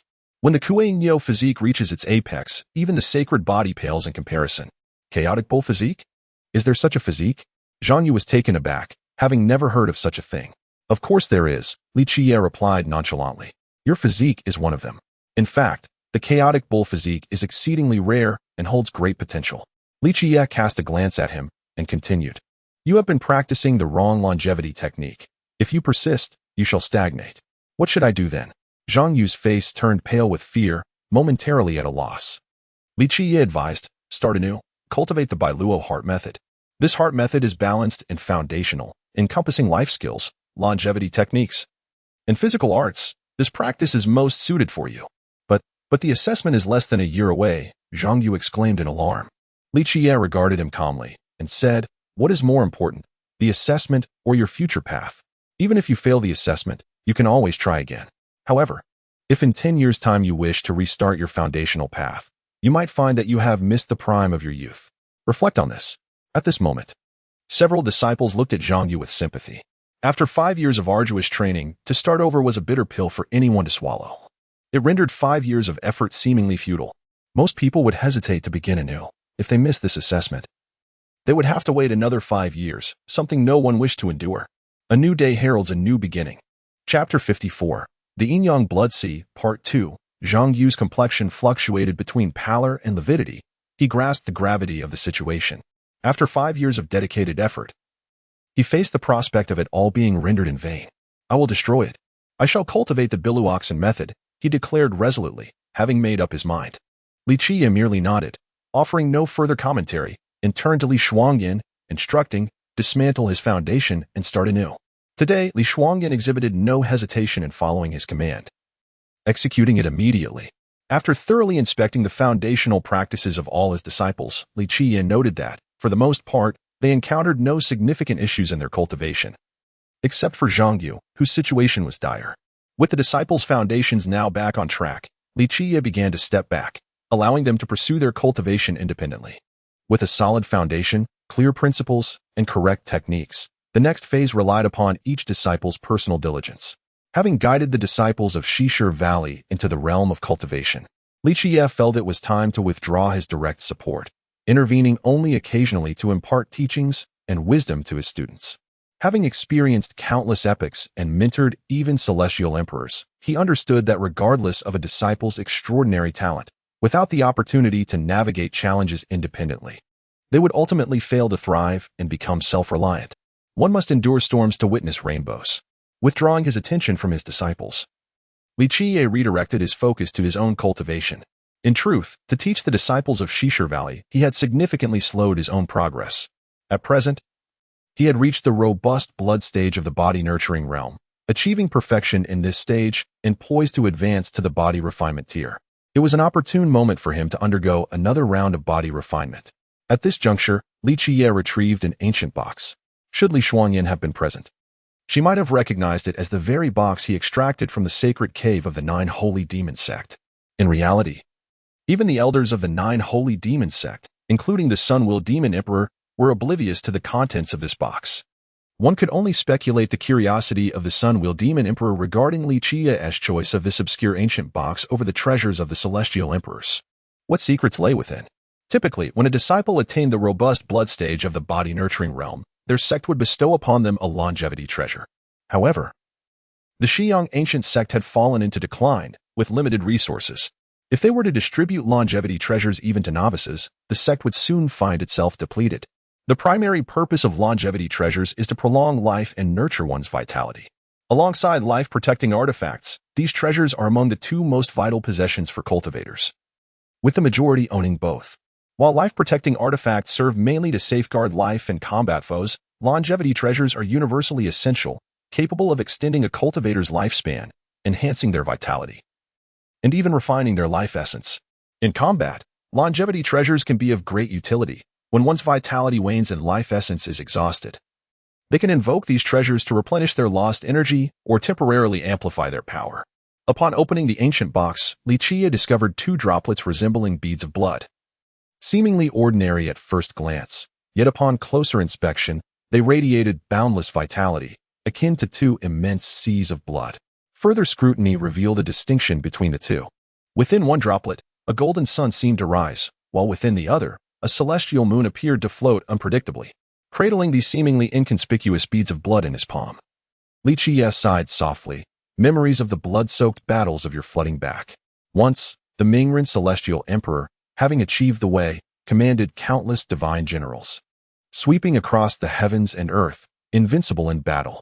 The first battlefield chosen by the Mingren celestial emperor was a site of ancient malevolence.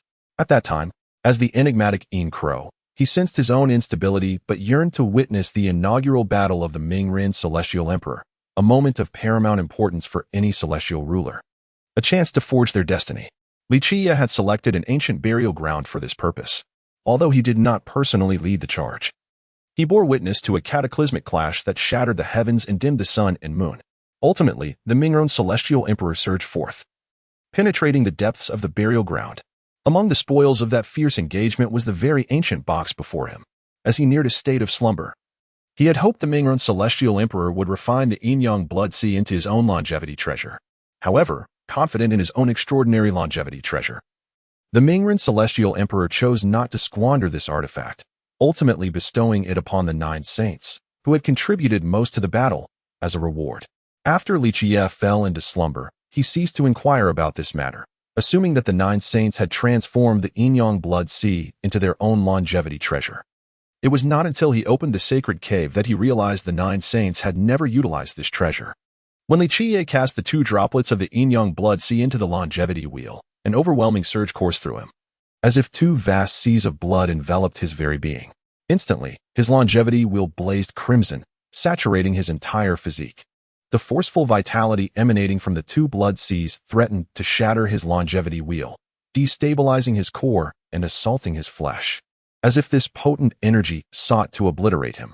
In that perilous moment, the moon spiral sun wheel technique activated with unparalleled vigor, channeling the overwhelming vitality from the blood seas into his longevity wheel with all its might. Under normal circumstances, no other longevity method could hope to harness such unmatched vitality, akin to a small horse attempting to pull a grand carriage. Yet, the moon spiral sun wheel technique defied the odds. The greater the vitality, the more potent its spiral became, propelling the energy with ferocity as it feverishly drew in the vast vitality from the blood seas. However, the yin-yang blood sea was a treasure of immense origin. Even celestial emperors would find themselves awed by its essence. Thus, even the moon spiral sun wheel technique could not fully assimilate all the vitality into the longevity wheel.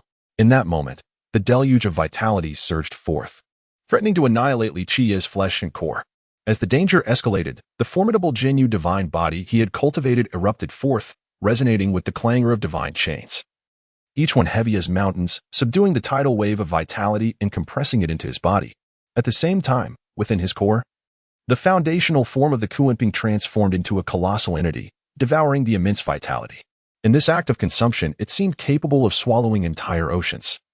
As the foundational Kunping absorbed the boundless vitality, which in turn nourished his true essence. In a fleeting moment, the radiant light of destiny within the life palace shone brilliantly, a spectacle to behold. Under the repeated suppression of the moon whirlpool sun wheel, the prison-suppressing divine body, and the 6 transformations of the Kunping, the 2 blood seas within Qiye's life were gradually settled. They embraced one another, resembling a yin-yang disc, one representing yang and the other yin, akin to the eternal dance of the yin-yang fish amidst the blood sea. At this juncture, the yin-yang blood seas nourished Li Qiye's life wheel, invigorating his vital essence, while the essence flowing through the life will cleanse Li Qiye's entire sinews and bones. Each drop of essence permeated deeply into his marrow, bestowing upon him a transformative sensation. Unbeknownst to him, Li Qiye had already stepped into the realm of body tempering, utilizing the yin-yang blood seas to refine his essence blood, thereby purifying his prison-suppressing divine body, elevating his physical constitution to a new level. The yin-yang blood seas flowed incessantly within the life wheel, appearing tranquil at this moment. However, Li Qiye was acutely aware that with his current cultivation, he could only harness a mere fraction of the blood energy contained within the yin-yang blood seas. If he were to truly unleash the full might of the yin-yang blood seas, it would undoubtedly be earth-shattering, sending blood surging to the heavens, causing gods and demons to tremble. As Li Qiye concluded his practice, he was unaware that Li Shuangyan had already stood outside the door, her exquisitely beautiful eyes fixated upon him. "What kind of demonic technique are you practicing?" Li Shuangyan inquired, her expression filled with astonishment. She had been meditating in her pavilion when an unparalleled surge of blood energy suddenly erupted, only to be swiftly suppressed. Though this change lasted but an instant, it was not beyond the perceptive grasp of a genius like Li Shuangyan, who discerned that the fluctuation emanated from Li Qiye. The sudden wave of blood energy was so overwhelming that it led Li Shuangyan to question whether Li Qiye had been cultivating some form of demonic art. "Do I need to practice demonic techniques?" In response to Li Shuangyan's inquiry, Li Qiye merely smiled and calmly replied. Li Shuangyan gazed at him in confusion for a moment, but ultimately, she refrained from asking further questions and turned to leave. Chapter 55. The Furnace God, Part 1. Ah, Master Brother, your foresight and profound understanding of the great Tao are truly remarkable, as you embody the essence of the sacred arts. Upon encountering Li Qiye, Nanhuiren rubbed his hands together and spoke with a beaming smile. Li Qiye cast a glance at him and replied, "Since you are here to work by my side, spare me the flattery. Speak plainly and be direct." Nanhuiren's face flushed slightly, yet he maintained his composure, showcasing his adeptness in social interactions. He cheerfully said, "I wish to seek your guidance on my cultivation, Master Brother." Li Qiye regarded Nanhuiren and then turned his gaze to Protector Mo, stating indifferently, "This is your wish." "Protector Mo, is it not?"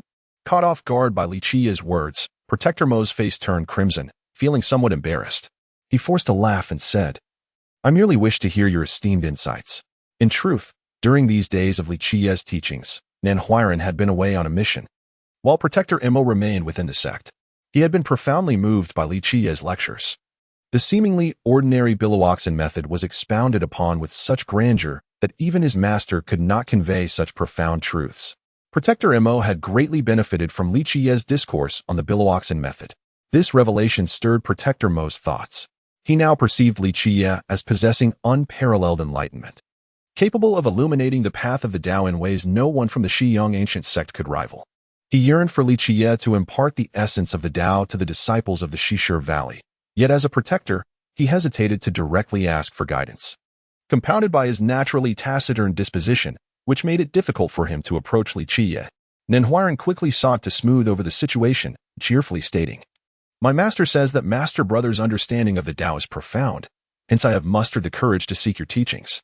Li Qiye did not look at Nanhuiren, but focused on Protector Mo, calmly saying, "Since we are comrades, feel free to express your thoughts candidly." With those words, he ceased any further pleasantries and regarded the two of them. Protector Mo grasped the underlying meaning of Li Qiye's statement. He and his master were among the first to pledge their loyalty to Li Qiye. When he visited, one of Li Qiye's remarks had elevated their status significantly. Now, with Li Qiye reiterating this sentiment, even someone as simple-minded as Protector Mo could perceive the implications. "You are practicing the esoteric technique known as Xiaogong, are you not?" Li Qiye inquired, looking at both Protector Mo and his disciple. Indeed, Protector Mo quickly affirmed, nodding. "Today, I have reached the Tianyuan realm, but I find it quite arduous to refine my destiny's primordial spirit."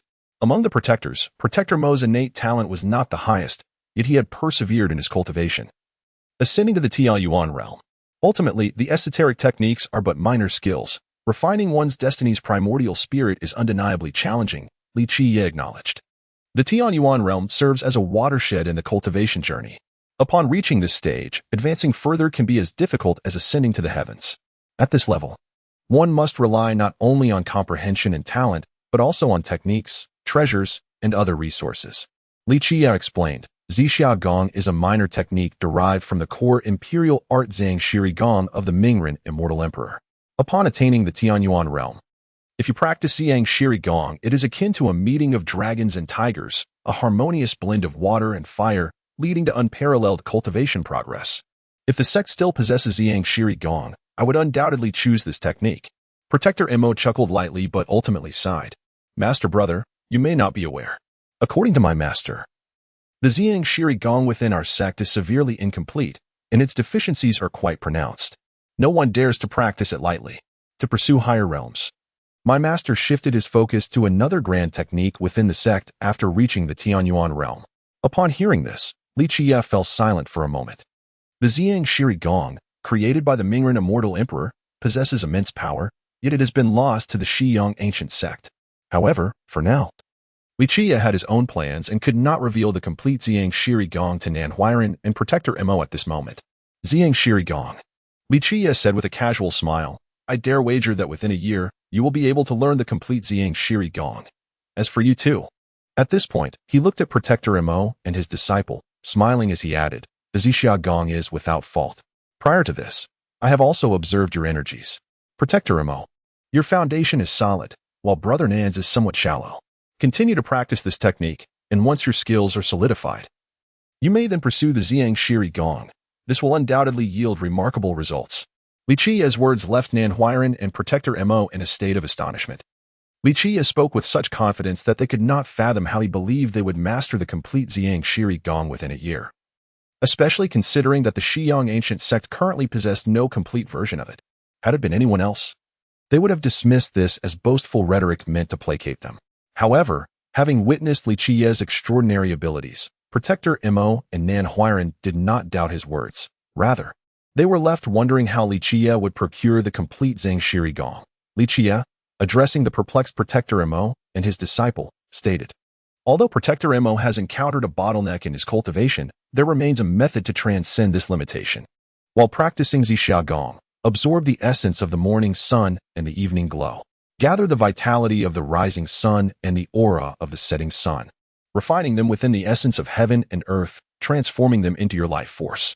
This constitutes another shortcut in practicing Zixia Gong, which both of you can undertake. Heeding Qiye's advice, Protector Mo and his disciple decided to give it a try. Indeed, within a few days, although Protector Mo did not arrive, Nan Huiran came bustling in, excitement radiating from him. Master brother, this is truly extraordinary. Following your method to practice this technique has proven to be remarkably efficient. A single day's practice surpasses 5 or 6 days of my usual training. How did you conceive of such a method, considering you have never practiced Zixia Gong? The results left Nan Huiran astounded, and indeed, his master felt the same incredulity. The outcome was so shocking that it left both of them deeply impressed. Qiye had merely offered a few subtle pointers, yet it had unveiled an entirely new path for them. It's merely a matter of calculation. Qiye replied with a composed demeanor.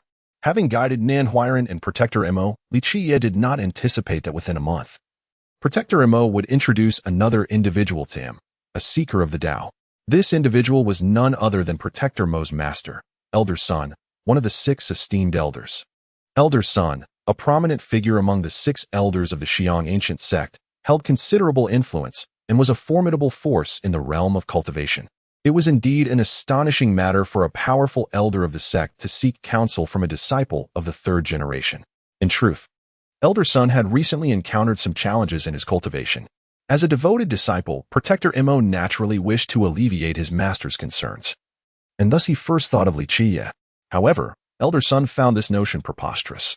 Had it been in the past, he would have likely dismissed Protector Mo's suggestion outright.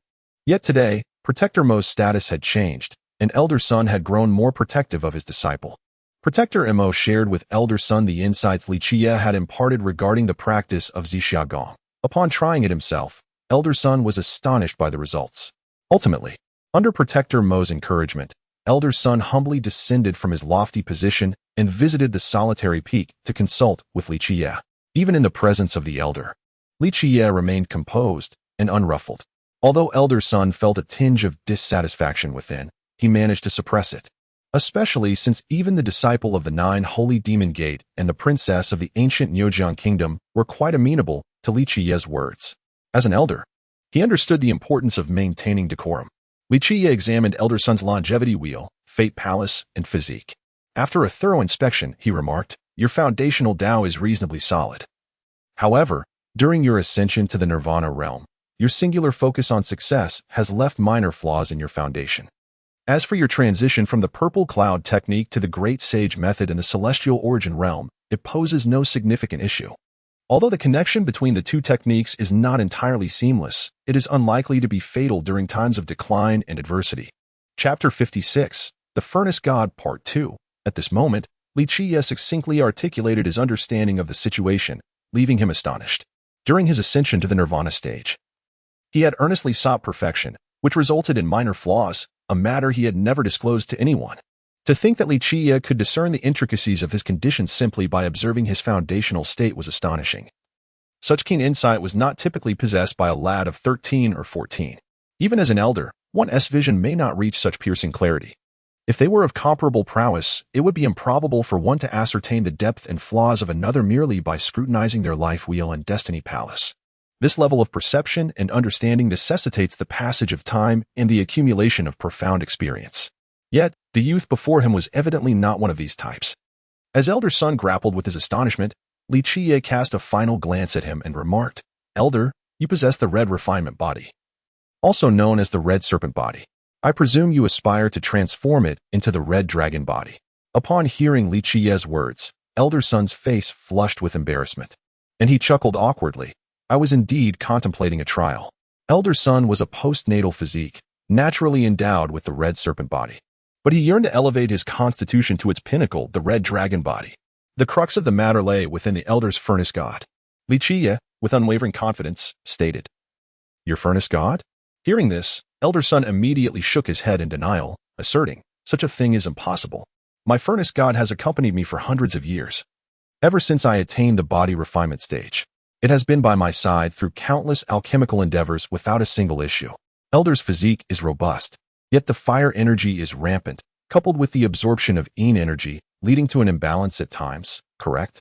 Qiye remarked calmly, "If you doubt me, present your furnace god for my examination." At Qiye's invitation, Elder Sun's demeanor shifted as he had not disclosed his symptoms. Yet Qiye had laid them bare. How could he not be astonished? Amidst his uncertainty, Elder Sun ultimately retrieved his furnace god.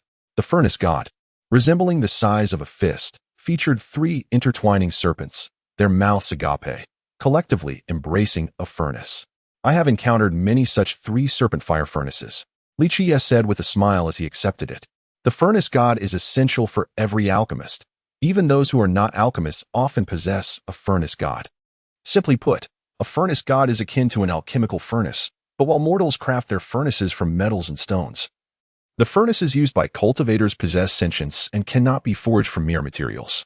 Cultivators must utilize a furnace god, which is, in essence, a naturally occurring alchemical furnace imbued with life. The true origin of the furnace god is cloaked in various interpretations. One theory posits that they were deities summoned by immortals to ignite flames for alchemy during an age shrouded in myth. However, this notion lacks credibility. More commonly accepted is the belief that the furnace god is a product of the earth's essence, minerals, plants, and the like, that, through the infusion of heavenly energy and the trials of thunder and fire, coalesced into a precious furnace, thus becoming what cultivators refer to as the furnace god. Consequently, each furnace god is a treasure forged by the earth, harboring internal flames that, when nourished by spiritual herbs, can cultivate a medicinal repository. Through this process, alchemists can refine elixirs such as body ointments, longevity pills, and life-prolonging potions. Qiye meticulously examined Elder Sun's 3 serpent fire furnace, and with both hands pressed against the fist-sized furnace, he commanded, "Open." Upon uttering these words, the 3 serpent fire furnace expanded into a magnificent treasure furnace, now the size of a tabletop, with 3 serpents formed from the essence of the earth entwined around it. Though not real snakes, they appeared vividly alive. The 3 ethereal serpents opened their mouths wide, collectively grasping the furnace's opening, from which waves of heat surged forth, accompanied by fragrant vapors of medicinal herbs. This was Elder Sun's furnace god, which he had used to concoct countless body ointments, longevity pills, and life potions. The heat emanating from the furnace was a manifestation of the internal flames, a crucial element in alchemical processes, while the fragrant aromas revealed the quality of the medicinal repository within, which significantly influences the efficacy of the concoctions.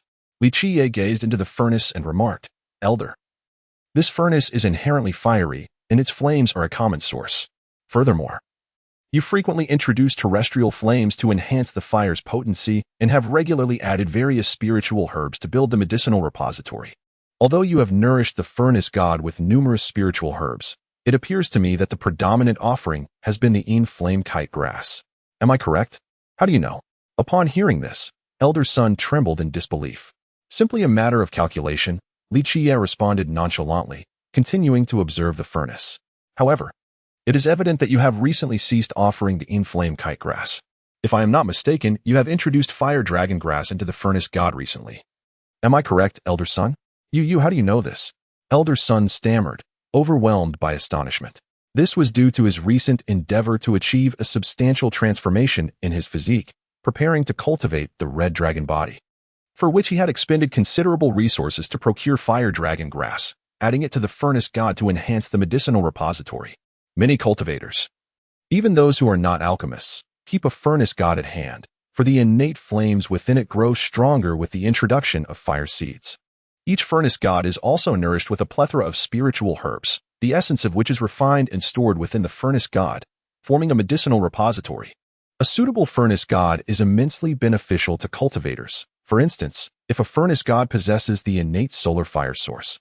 A cultivator of the lesser yang body, one of the 24 royal physiques, can harness the solar fire to refine their own constitution.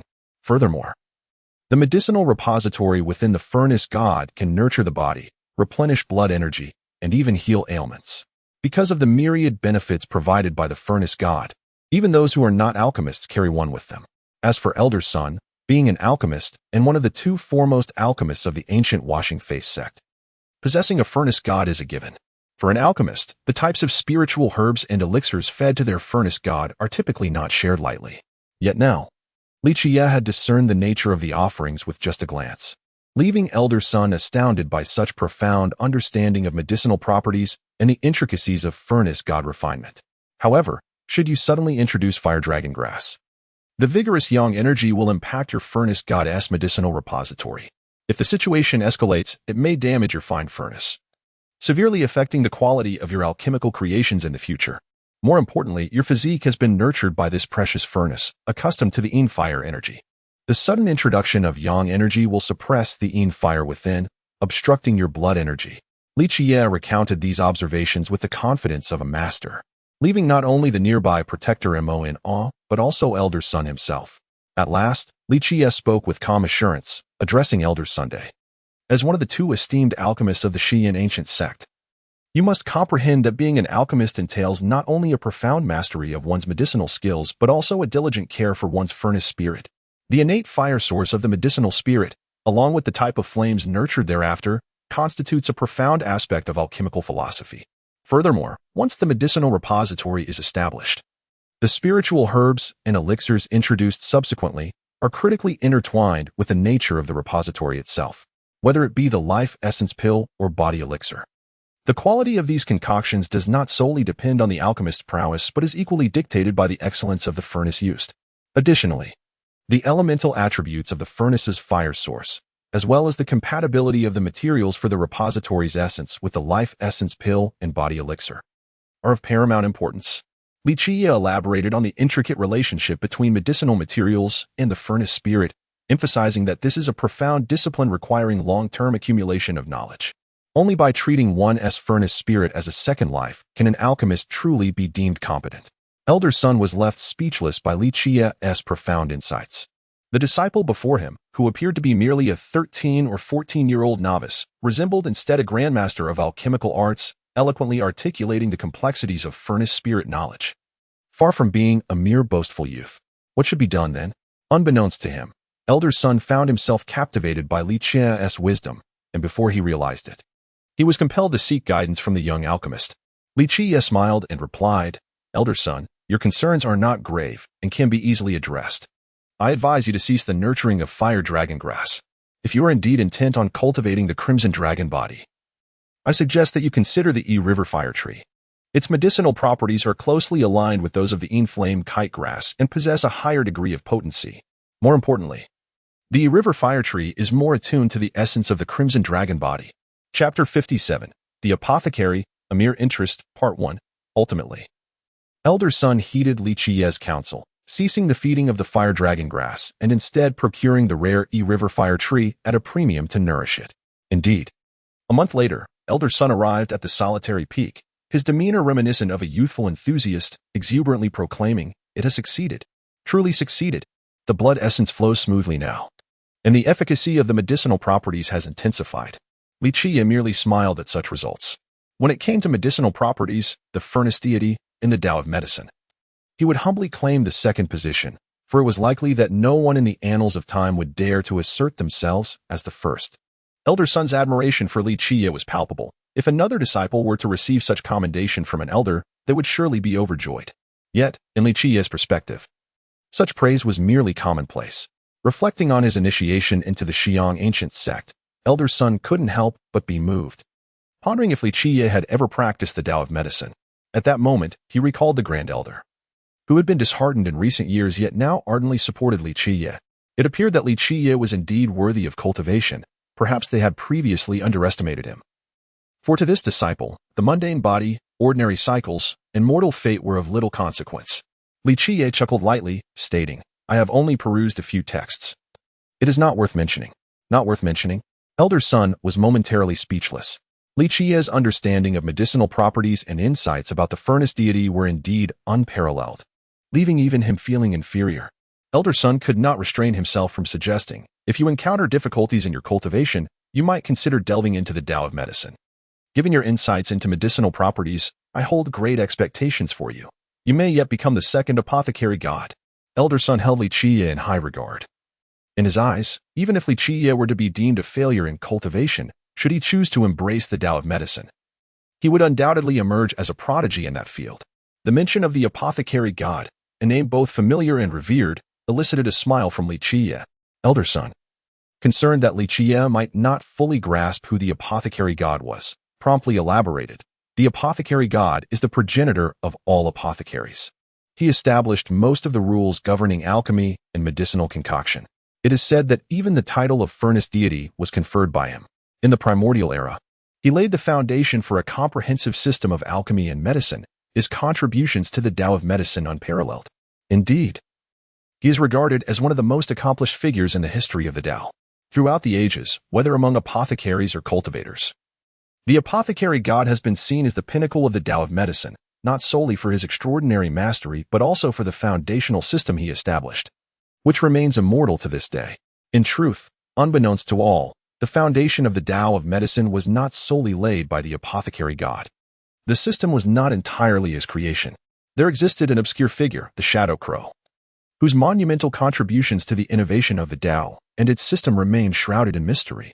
Without the Shadow Crow, there would be no apothecary god. Yet the secrets of this matter are lost to posterity. Contemplating this, Qiye couldn't help but shake his head at the madness of the old man from years past. After achieving the status of apothecary god, that very Shadow Crow had urged him to find a worthy disciple to inherit his legacy. Yet, the old man, in his folly, passed down many precious formulas and texts to future generations, while neglecting the coveted compendium that has been yearned for throughout the ages. Qiye was acutely aware that the old madman had intentionally withheld this compendium. As Qiye reminisced, his pensive demeanor led Elder Sun to mistakenly believe that Qiye was merely yearning for the apothecary god, thinking that he had swayed Qiye's heart. How about transitioning to the Tao of medicine? If you are willing to pursue it, I shall impart my entire life as learning to you. In the future, you will undoubtedly become the most remarkable apothecary in the history of our Qiang ancient sect. Ascending to the rank of elder or even sect leader will be but a mere formality, Elder Sun encouraged, recognizing Qiye's potential. In contrast, had it been any other disciple, hearing that an elder wished to take them as an apprentice would have elicited overwhelming excitement. They would have eagerly bowed to express their gratitude. However, Qiye's response was rather subdued. With a smile, Qiye replied, "I appreciate your kind offer, elder. But the Tao of medicine is merely an interest of mine, a way to indulge in leisure. Such words rendered Elder Sun momentarily speechless, his forehead beaded with sweat. If it had been anyone else, they might have deemed Qiye's words as arrogance. Yet, Elder Sun was not inclined to think that way. Instead, he felt a sense of frustration, lamenting that Qiye was squandering his remarkable talent. Elder Sun was truly exasperated. He felt a surge of anger rising within him, but managed to suppress it. Ultimately, he maintained a congenial demeanor, saying, "Take your time to ponder. If you ever come to a decision, do not hesitate to seek me out." Qiye acknowledged Elder Sun's goodwill with a mere smile, and seeing Qiye's demeanor, Elder Sun could only sigh and take his leave. In truth, Elder Sun had not lost hope. A few days later, Protector Mo also appeared at the solitary peak. Upon encountering Qiye, Protector Mo appeared hesitant, fumbling for words, struggling to express himself, yet ultimately saying nothing substantial. "Is Elder Sun hoping for you to persuade me to pursue the Tao of medicine?" Qiye surmised with a knowing smile. Protector Mo felt somewhat awkward, managing a dry chuckle as he replied, "My master does have that intention, but whether to pursue it or not remains entirely your choice. No one dares to impose." In reality, Protector Mo was acutely aware that Qiye was a person of strong convictions. He was simply unable to refuse his master's request. "The Tao of medicine is merely a source of joy. I shall contemplate it when time permits," Qiye remarked with a smile. Time passed swiftly, and 3 months slipped by. The training of the 300 disciples of the Shishir Valley no longer required Qiye's concern, as he himself had attained perfection in the body-tempering phase of the incipient realm. Upon reaching this level of completion, Qiye prepared to ascend to the third stage of the incipient realm, the baptism. The baptism stage is of paramount importance for cultivators, particularly for those possessing innate bodies and royal physiques, as it represents their first opportunity to forge their physical form. This stage not only relies on cultivation but also necessitates the use of body essences. For cultivators, generally speaking, the higher the grade of body essence, the better the forging process. However, various limitations exist throughout the cultivation journey. For instance, an individual with an innate body would find it more advantageous to select innate body essences for their first forging, as they would absorb the essence's quintessence more readily, and because the innate body essence aligns better with their physical constitution during their inaugural forging. In truth, within the Qiang ancient sect, most disciples reaching this stage had no choice but to utilize acquired body essences for their first forging. The reason was straightforward. The sect had fallen into decline and faced significant financial constraints. Only the direct disciples of elders could hope to access innate body essences. Qiye calculated the time. It was nearly ripe for him to undergo the body forging process, prompting him to seek out the Grand Elder. In reality, Qiye could have forged his body long ago, but he had postponed the process to stabilize the balance of yin and yang blood essence within his life wheel. Upon meeting the Grand Elder, the latter was taken aback and astonished upon hearing Qiye's intent. Looking at him, the Grand Elder inquired, "You have reached the baptism stage of the incipient realm?" Upon reflection, it has been less than a year since Qiye joined the Qiang ancient sect to pursue his path of cultivation, and he has astonishingly reached the baptism level of the body concealment realm. Such an achievement marks him as a prodigy in any sect. It is essential to note that Qiye possesses an ordinary body, ordinary wheel, and ordinary fate, making this feat seemingly impossible. Therefore, when the Grand Elder finally comprehended the situation, he gazed at Qiye and inquired, "Are you practicing the Moon Whirlpool Yangwul technique?" Chapter 58, The Apothecary. Just an interest, Part 2, given Qiye's extraordinary aptitude. The only plausible explanation for him achieving such a realm within a year is that he must have cultivated the Moon Vortex Yangwul technique. Indeed, this matter is no secret within the Qiang ancient sect, and Qiye has nothing to conceal. He simply states it calmly. Upon hearing this, the Grand Elder fell silent for a moment. Were it any other disciple, he would have surely advised against practicing such a technique. However, does Qiye even have a choice? With a mortal body, a mortal wheel, and a mortal fate, no matter which technique he selects, the outcome is likely to be not much different. Eventually, the Grand Elder spoke. "The materials for the Imperial Body Ointment have been prepared by the sect. However, you must be psychologically prepared. Aside from the main ingredient, the other materials have an age of over 100,000 years, with some even exceeding 110,000 years. The main ingredient, the beast essence of the hellish iron bull, is slightly below the 100,000-year mark. Therefore, you should be ready for the potency of this ointment." At this point, the Grand Elder added, "The sect has made every effort for this ointment. I hope you do not let us down. In truth, regarding the ointment, it was more accurate to say that the Grand Elder had exerted himself to the utmost. He had invested significant resources to ensure that Qiye could marry Li Shuangyan. Qiye smiled, reassuring the elder. In reality, he was also prepared. Considering the decline of the Xiyang ancient sect, gathering the materials for an imperial body ointment was no small feat after a brief silence. The Grand Elder continued, there is another matter that is somewhat troublesome, and that is regarding the apothecary. Within our sect, the foremost experts in the art of medicine are Elder Chao and Elder Sunday. As he spoke, the Grand Elder looked at Qiye and said, in terms of medicinal prowess, Elder Chao surpasses Elder Sunday. Elder Sun can refine the ointment 6 times without issue. But for 7 times, he may struggle a bit. Elder Chao, however, should have no problem refining it 7 times. Qiye chuckled inwardly, fully aware that Elder Chao would not be keen to refine the ointment for him. The Grand Elder, unwilling to delve deeper into the matter, merely remarked, Elder Sun is quite willing to refine the ointment for you, though he cannot guarantee the potency. Do not worry about the refining of the ointment. How about this? You prepare the materials, and I will manage the refining process. Qiye stated confidently. It was expected that Elder Chao would be unwilling to assist him, and there was no need for him to plead for assistance. Very well. The Grand Elder, seeing Qiye's unwavering confidence, nodded and said, I will instruct the disciples to prepare the materials for you. Just let me know when you are ready to refine it, and I will have them delivered. Accompanying Nan Huiran were several disciples from the Shirshir Valley, all of whom wore grim expressions. Has the sky fallen? Qiye inquired. Glancing at Nan Huiran quickly replied, Senior brother, the sky has not fallen, but your courtyard has been demolished. My courtyard has been demolished?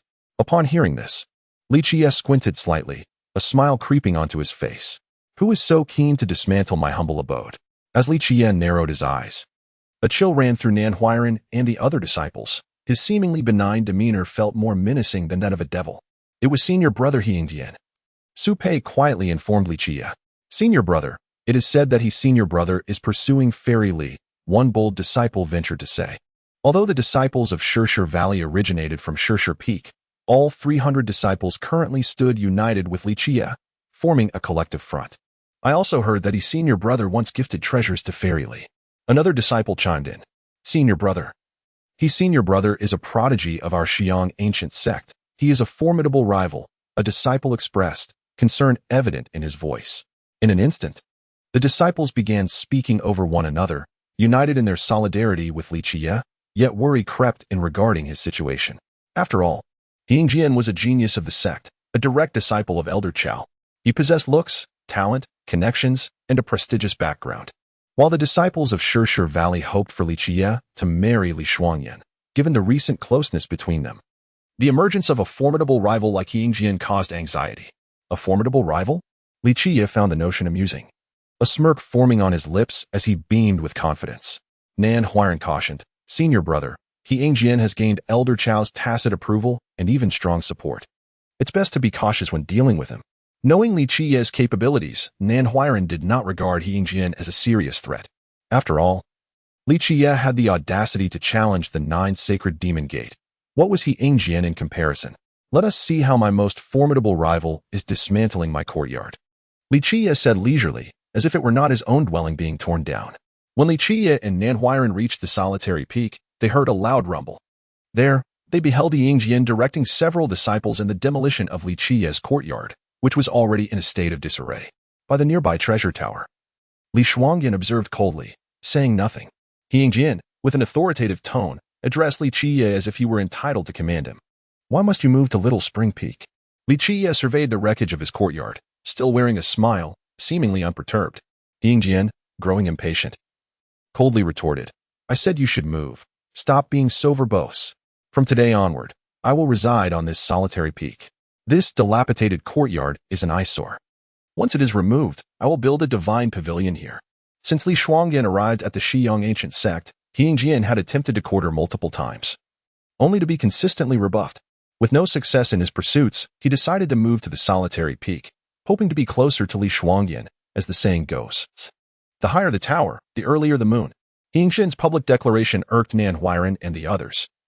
It was common knowledge throughout the sect that Li Shuangyan and Qiye were bound by a marriage agreement. Now, Jian pursued Li Shuangyan openly in front of Qiye, showing blatant disregard for him. As for Li Shuangyan, she regarded He Yingjian with the same disdain one might have for a fool, wondering how he could be so reckless as to provoke Li Qiye. Did he not realize that even her master, the Sun Demon Emperor, held Li Qiye in high regard? What was He Yingjian compared to that? Li Qiye chuckled at He Yingjian's antics. He was well aware of the latter's attempts to woo Li Shuangren. He had absolute confidence in the woman by his side. Such trifling matters hardly warrant his attention. Now that He Yingjian has audaciously encroached upon his domain, he could not help but chuckle softly. Casting a pitying glance at He Yingjian, before addressing Li Shuangyan, "Are you merely going to watch your courtyard be dismantled? Is this not an internal affair of your Shiyang ancient sect?" To his surprise, Li Shuangren responded with a faint smile, her beauty captivating enough to enthrall nations. "What are you still lingering here for? Depart at once. Is Gufeng a place for you to remain? From now on, Gufeng shall be my sanctuary for introspection and cultivation. Should you dare to intrude upon this sacred ground, you will face repercussions as dictated by sect rules." At that moment, He Yingjian's expression turned frosty, and he barked his reprimand. While Li Qiye remained unfazed by He Yingjian's words, Nan Huiran and the others seethed with indignation, particularly Nan Huiran. For Gufeng had been allocated to Li Qiye by the elders. Now, He Yingjian's brazen seizure of Li Qiye's mountain and the destruction of his abode, coupled with threats of sect punishment, was intolerable and utterly outrageous.